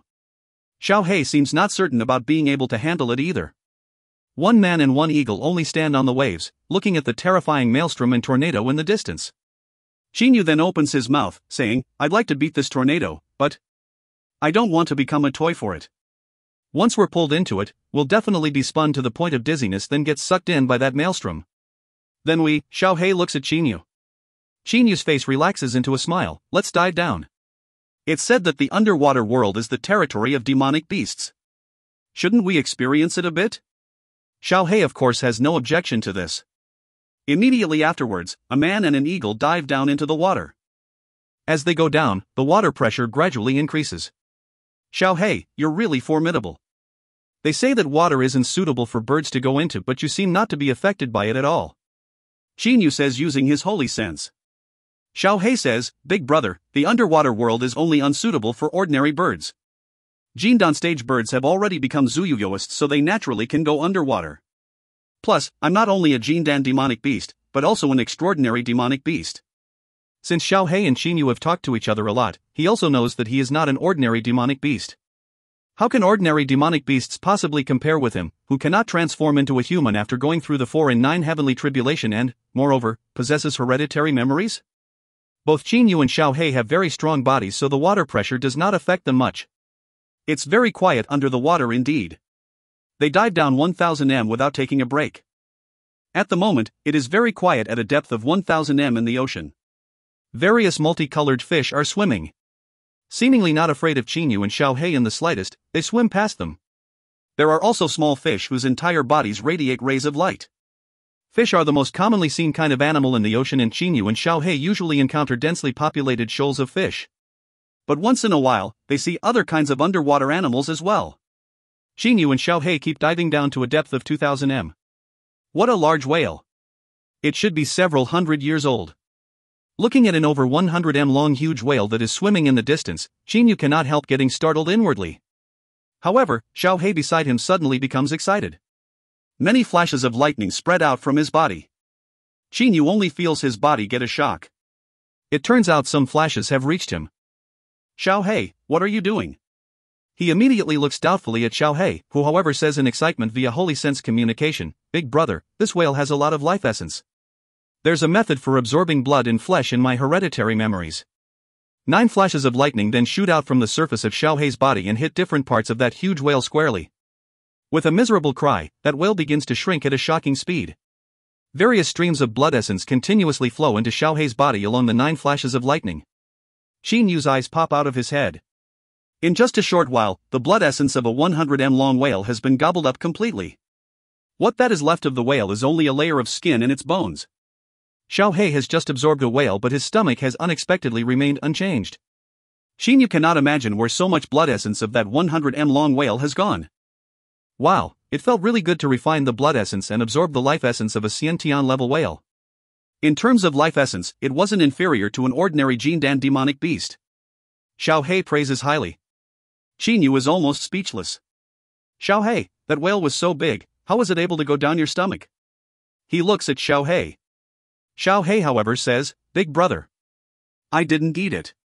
I only absorbed its blood essence and refined its life essence. But, absorbing blood essence and refining life essence are a special skill. According to my hereditary memories, not many demonic beasts can absorb the essence of flesh and blood like me. Qin Yu has nothing to say. Not many demonic beasts can do this? No kidding? The Shojin books he has read talk about demonic beast-related matters, and according to them, demonic beasts are only said to be able to absorb Jindans and Yuaniings, and no one has ever heard of a demonic beast that can absorb the essence of flesh and blood. Big brother, do you want to learn it? I can teach you if you want. Xiao Hei says to Qin Yu. Qin Yu is startled. Just kidding, this method of absorbing flesh and blood is only suitable for me. Also, it can only be executed with my dark lightning. Xiao Hei says using his holy sense. Absorbing other demonic beasts' flesh and blood is not something an ordinary demonic beast can do. Only some unusual demonic beasts can have such a special skill. A divine beast Hongluan cannot use such a skill, but this does not mean that Xiao Hei is more formidable than a Hongluan. A blood-red anaconda is not a divine beast, but it can absorb flesh and blood. Xiao Hei having such a special skill only means that he is unusual. Alright, let's keep going down. We haven't seen any formidable demonic beasts until now. Xiao Hei says smilingly via his holy sense. He then continues to dive down with Xiao Hei. On the way, Xiao Hei absorbs 3 huge carnivores successively, then stops. This is already his limit of absorption and he has to digest what he has taken in. At a depth of 3000 to 4000 m, Qin Yu eventually discovers the first Jindan stage demonic beast, a blue-shelled black turtle. As soon as that blue-shelled black turtle sees him and Xiao Hei, it transforms into a human and goes away extremely fast at once, seemingly scared. Qin Yu and Xiao Hei look at that fleeing blue-shelled black turtle with eyes popping. Big brother, what's going on? Why did he run away? We didn't want to kill him. Xiao Hei becomes doubtful. Just now he even tried to communicate with that blue-shelled black turtle in a friendly manner using his holy sense. Qin Yu also shakes his head. He and Xiao Hei keep going down to a depth of nearly 5000 m. There are many demonic beasts at this depth. Sometimes they encounter a demonic beast, but as soon as a demonic beast that is weak notices them, it immediately runs away. The strangest thing is those weak demonic beasts unexpectedly do not flee when encountering strong demonic beasts. It seems, those weak demonic beasts are only afraid of Qin Yu and Xiao Hei. This is strange, very strange. Where are those two fellas from? It looks like they don't know any rules. I bet they won't live more than a half day. A late Jindan demonic beast in the distance says to another demonic beast. At this moment, both of them transform into humans. These two demonic beasts do not avoid Qin Yu and Xiao Hei either. What they are saying via holy sense communication is even rising in Qin Yu's and Xiao Hei's minds. A half day? 2 foreign blokes, I bet they'll die within 2 hours. The other demonic beast in human form says disdainfully. Qin Yu and Xiao Hei exchange a look. They both find this strange. What is actually going on? The others can bugger off. These two fellas are mine. Suddenly a huge holy sense spreads out. The voice of that holy sense's owner rises in the minds of all the other demonic beasts, and even of Qin Yu and Xiao Hei. Those few humanoid demonic beasts go away in an instant. No good. Qin Yu has realized that the situation is not good thanks to his holy sense. But it is already too late. In just a moment, 10-odd huge blue octopuses come at him and Xiao Hei from all sides, surrounding them. There is no way for them to escape. These blue octopuses have all unexpectedly reached the Jindan stage. The voice a moment ago rises again. A huge red octopus appears. This one is 4 to 5 times bigger than the other 10-odd octopuses and has a much more terrifying aura. Its 8 tentacles are like aquatic dragons, looking very frightening. Qin Yu's and Xiao Hei's faces change color at once. That red octopus looks at them with blazing eyes, which flash with greediness. End of B5C2. If you find any errors, ads pop up, ads redirect, broken links, non-standard content, etc., please let us know. Report chapter so we can fix it as soon as possible. Book 5, Chapter 3. B5C3, Mortal Danger. Qin Yu's and Xiao Hei's faces have become very unpleasant to look at. There are currently 16 blue octopuses surrounding them all together. 12 of these octopuses are even in a formation. Various streams of demonic elemental energy have enfolded them in the center of the formation like a perfect net. 12 gates encircling formation. Chinyu's heart skips a beat. The 12 gates encircling formation is no profound formation, but the frightening thing is that its users at the moment are 12 Jindan stage octopuses. Octopuses have huge bodies and also, in general, extremely great amounts of demonic elemental energy. Even though these octopuses are only at the Jindan stage, they are much more fearsome than ordinary demonic beasts of the same power level. When 12 Jindan stage octopuses join forces, even if without the enhancing effect of a formation, the sum of their personal Jindan stage power alone will not be something that Chinyu and Xiaohei can defeat. Even worse, their power is being amplified by the formation. I never thought we'd get stuck in this place right after leaving home. Chinyu cannot help forcing a smile inwardly. During this period of time, it has been very relaxing for him and Xiaohei to drift and fool around on the ocean. However, he has only been on the surface of the ocean before. Now that he has come into contact with the real world of demonic beasts underwater, he knows that the path of Shojin is not so easy to walk at all. No wonder Fenjiuzi has never dared to enter the ocean and said that the most fearsome power in the ocean is the underwater demonic beasts. Big brother, what now? Xiaohei hurriedly asks. Chinyu quickly tries to come up with a solution, but seeing that big formation, he is speechless. A formation arranged by 12 Jindan stage octopuses is really not something they, a man and an eagle, can breach. Chinyu's mind becomes ruthless. I won't let whoever wants to trouble me get off scot-free. Even though he is sincere to his friends, one must remember that he used to be an assassin and therefore is really not soft-hearted. Big brother, 16 Jindan demonic beasts, and the 4 that aren't in the formation have reached the late Jindan stage. But that red octopus is the most fearsome one. It should be at the Yuanying stage. Xiaohei's voice has become ice-cold and is no longer as playful as it used to be. Since we can't run, prepare to fight. The muscle power in the depths of Chinyu's entire body seems to be wakened up. He is going to go all out no matter what, because he is really not a coward who will be easy meat for other people. The flaming sword and flaming gloves are his most powerful weapons. One man and one eagle lock their holy senses firmly onto the opponents and their surroundings. They do not dare to relax their concentration a little bit and is ready to attack at any moment. Both of them can totally feel that this is a dangerous situation. A mortal danger.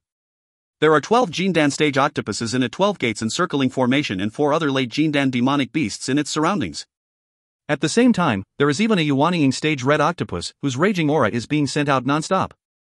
Suddenly, the red octopus transforms into a human with a turn of his body. He is now 2 m tall and dressed in a red robe, which is very large and seems to cover him in it completely. There is a faint smile on the mouth corners of this man, whose real form is the red octopus, at the moment. Taking a greedy glance at Xiaohei, he suddenly bursts out laughing. Ha, who would have thought a Jindan stage bird would come into the ocean? Oh my, this is really suicide. Birds are weakened quite a lot under the water. I'm Sang Mo, prepare to be killed by me. Xiaohei stares at Sang Mo with his glittering sharp eyes. His aura is not weaker than his opponent's a bit. Sang Mo then looks at Chinyu. As soon as he sees him, his eyes brighten. Ah, this is unexpectedly a Xiaoxianist. I'm really very lucky. Xiaoxianists' jindans and flesh are very pure. Absorbing them will be a real pleasure. Like a womanizer who has seen a beauty, this octopus called Sang Mo becomes very excited upon seeing Chinyu.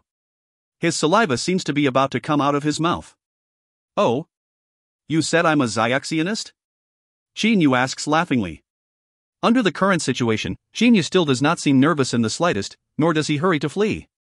Instead, he has even asked Sang Mo a question. Sang Mo says in a friendly manner as if he has seen a lamb, "Oh, my delicacy, I can feel that your aura is different from a demonic beast's. You must be a human. Moreover, the aura that your power gives off." Sang Mo, who is covered in a red robe, suddenly says in a resounding voice, "is burning hot. That blazing aura is so pure. Most Xiaomoist's auras are corrosive, evil, and impure. Perhaps only the energy of top Shoma school's disciples can be pure. But how can that kind of top school possibly have such a stupid disciple as you, who have even gone into the ocean?" He is not worried at all at the moment. Within several tens thousand li of this place is his territory. Even if other experts came, they would not be able to compete against him, or else they would violate the rules. And once the rules are violated, then. Therefore Sang Mo is not worried a bit. Chinyu slightly frowns. He remembers clearly that after he and Xiaohei dived into the ocean, as soon as weak demonic beasts saw them, they ran away, but strong demonic beasts bet on the time of their deaths. All of these demonic beasts seem to be able to quickly spot that he and Xiao Hei were outsiders. Diving into the ocean is stupid?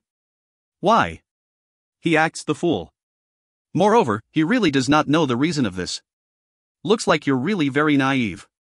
But, a man who dies unwillingly has very chewy flesh. I like to eat that kind of flesh the most. So, I won't tell you the reason. Ha, just prepare to die an unwilling death. Sang Mo's sharp laughter comes out from inside the red robe. He then makes a wave of his hand.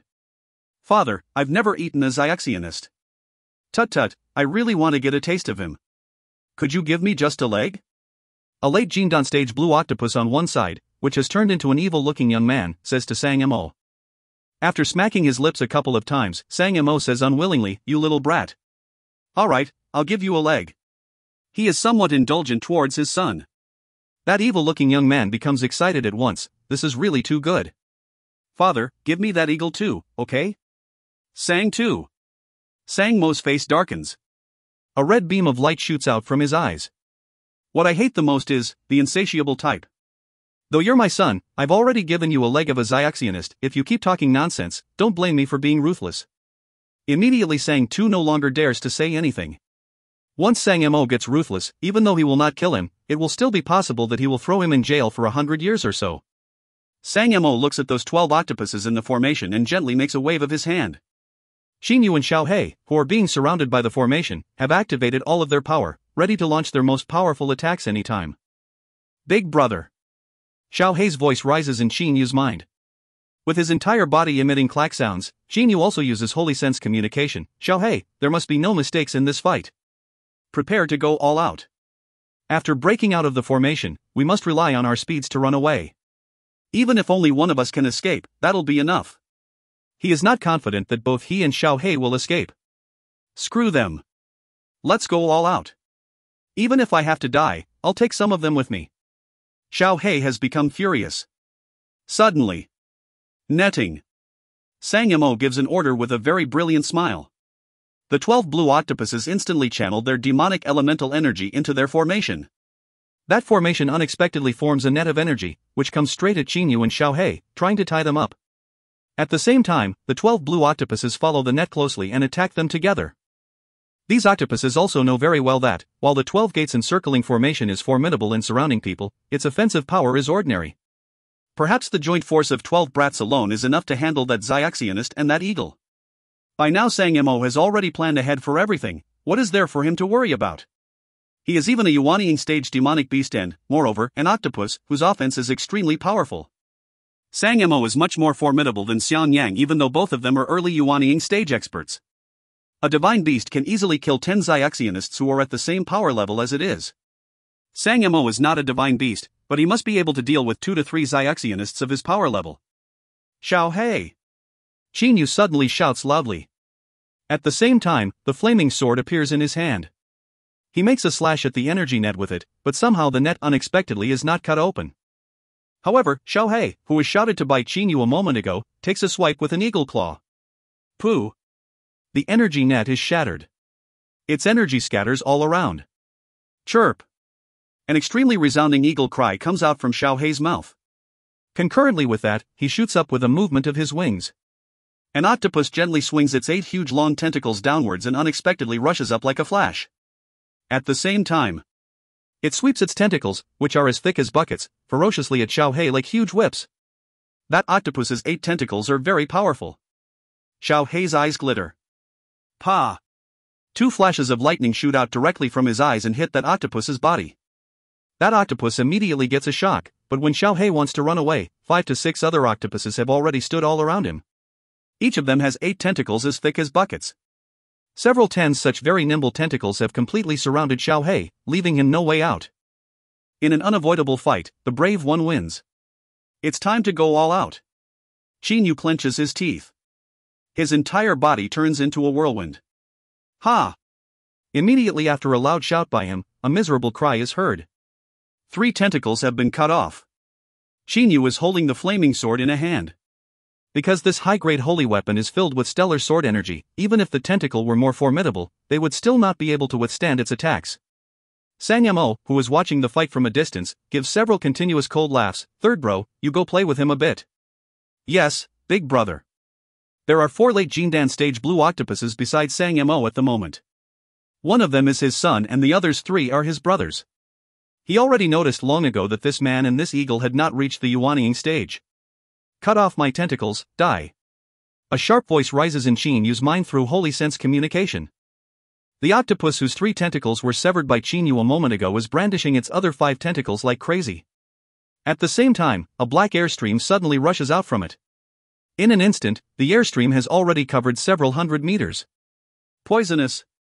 Qin Yu holds his breath at once, but that black poisonous air unexpectedly can enter his body through his pores.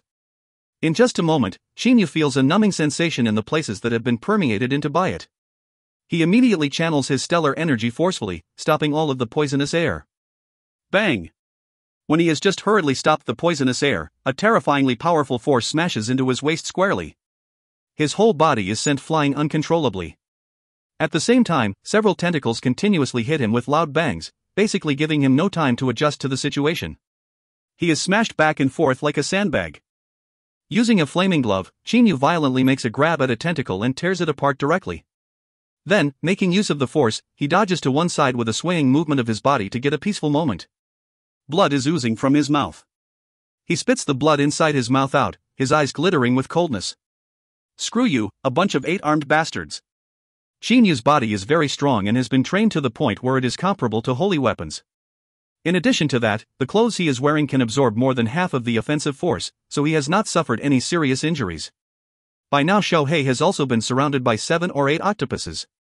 The number of octopuses surrounding Qin Yu starts to increase. Their tentacles are swung at him non-stop. Sometimes there is even demonic elemental energy moving around on the tentacles. There are too many tentacles. With a shake of his body, he evades one wave of attacks, but it is immediately followed up by the smashes of 6 or 7 tentacles. The octopus's frightening demonic elemental energy keeps surging forth, bombarding him as well. For the moment Qin Yu is like a small fish in a net. His holy sense has been expanded to the utmost. He is totally aware of the overall situation. Xiao Hei is currently also in a tight corner. His flashes can only numb these demonic beasts for a while at best. His flaming lightning is capable of killing one demonic beast, but how can he possibly shoot out several streams of flaming lightning? Even though he has other special skills, all of them require him to put his life on the line to execute. That Yuanying demonic beast hasn't got into action yet. If I don't go all out again, there'll be no hope of escaping. The corners of Qin Yu's eyes slightly tremble. His eyes also begin to redden. In just a moment, the energy inside his body has reached its limit. Xiao Hei, get ready to use the passing lightning flashing 9 times. Qin Yu's voice suddenly rises in Xiao Hei's mind. Hearing this, Xiao Hei however says using his holy sense, "Big brother, I'm being surrounded by several tens tentacles. How can I use the passing lightning flashing 9 times? He is deeply distressed. But, as soon as he finishes saying, a scene that shocks him takes place. Boom! Seeing that scene, Xiao Hei totally understands that Qin Yu is using the stellar field. The stellar energy, which is moving extremely fast, forms a huge nebula around Qin Yu, increasing the speed of his entire body by almost 10 times in an instant. Break, break, break. His body moves like a flash. He simply does not attack Sang Mo. Instead, he rushes towards Xiao Hei. Using the flaming sword, he cuts off the tentacles that get on his way like crazy, totally disregarding their smashes on his body. Even though blood spurts from the severed tentacles, it still cannot block his vision. He stares at Xiao Hei, shouting loudly, "Xiao Hei, run!" After this one act by Qin Yu, the original 10-odd octopuses have become totally confused. Xiao Hei immediately comes to his senses. He performs the passing lightning flashing 9 times technique, rushing upwards extremely fast. Following this, Qin Yu is ready to run for his life on his flying sword too. Suddenly, bang! A bulky tentacle smashes into his body squarely with a terrifying force that is much more powerful than those of the previous attacks. Qin Yu's entire body gets a shock as if struck by lightning. Blood spouts from his mouth like water. Big brother! With a shake of his wings, Xiao Hei unexpectedly rushes back. End of B5C3. If you find any errors, ads pop-up, ads redirect, broken links, non-standard content, etc., please let us know. Report chapter so we can fix it as soon as possible.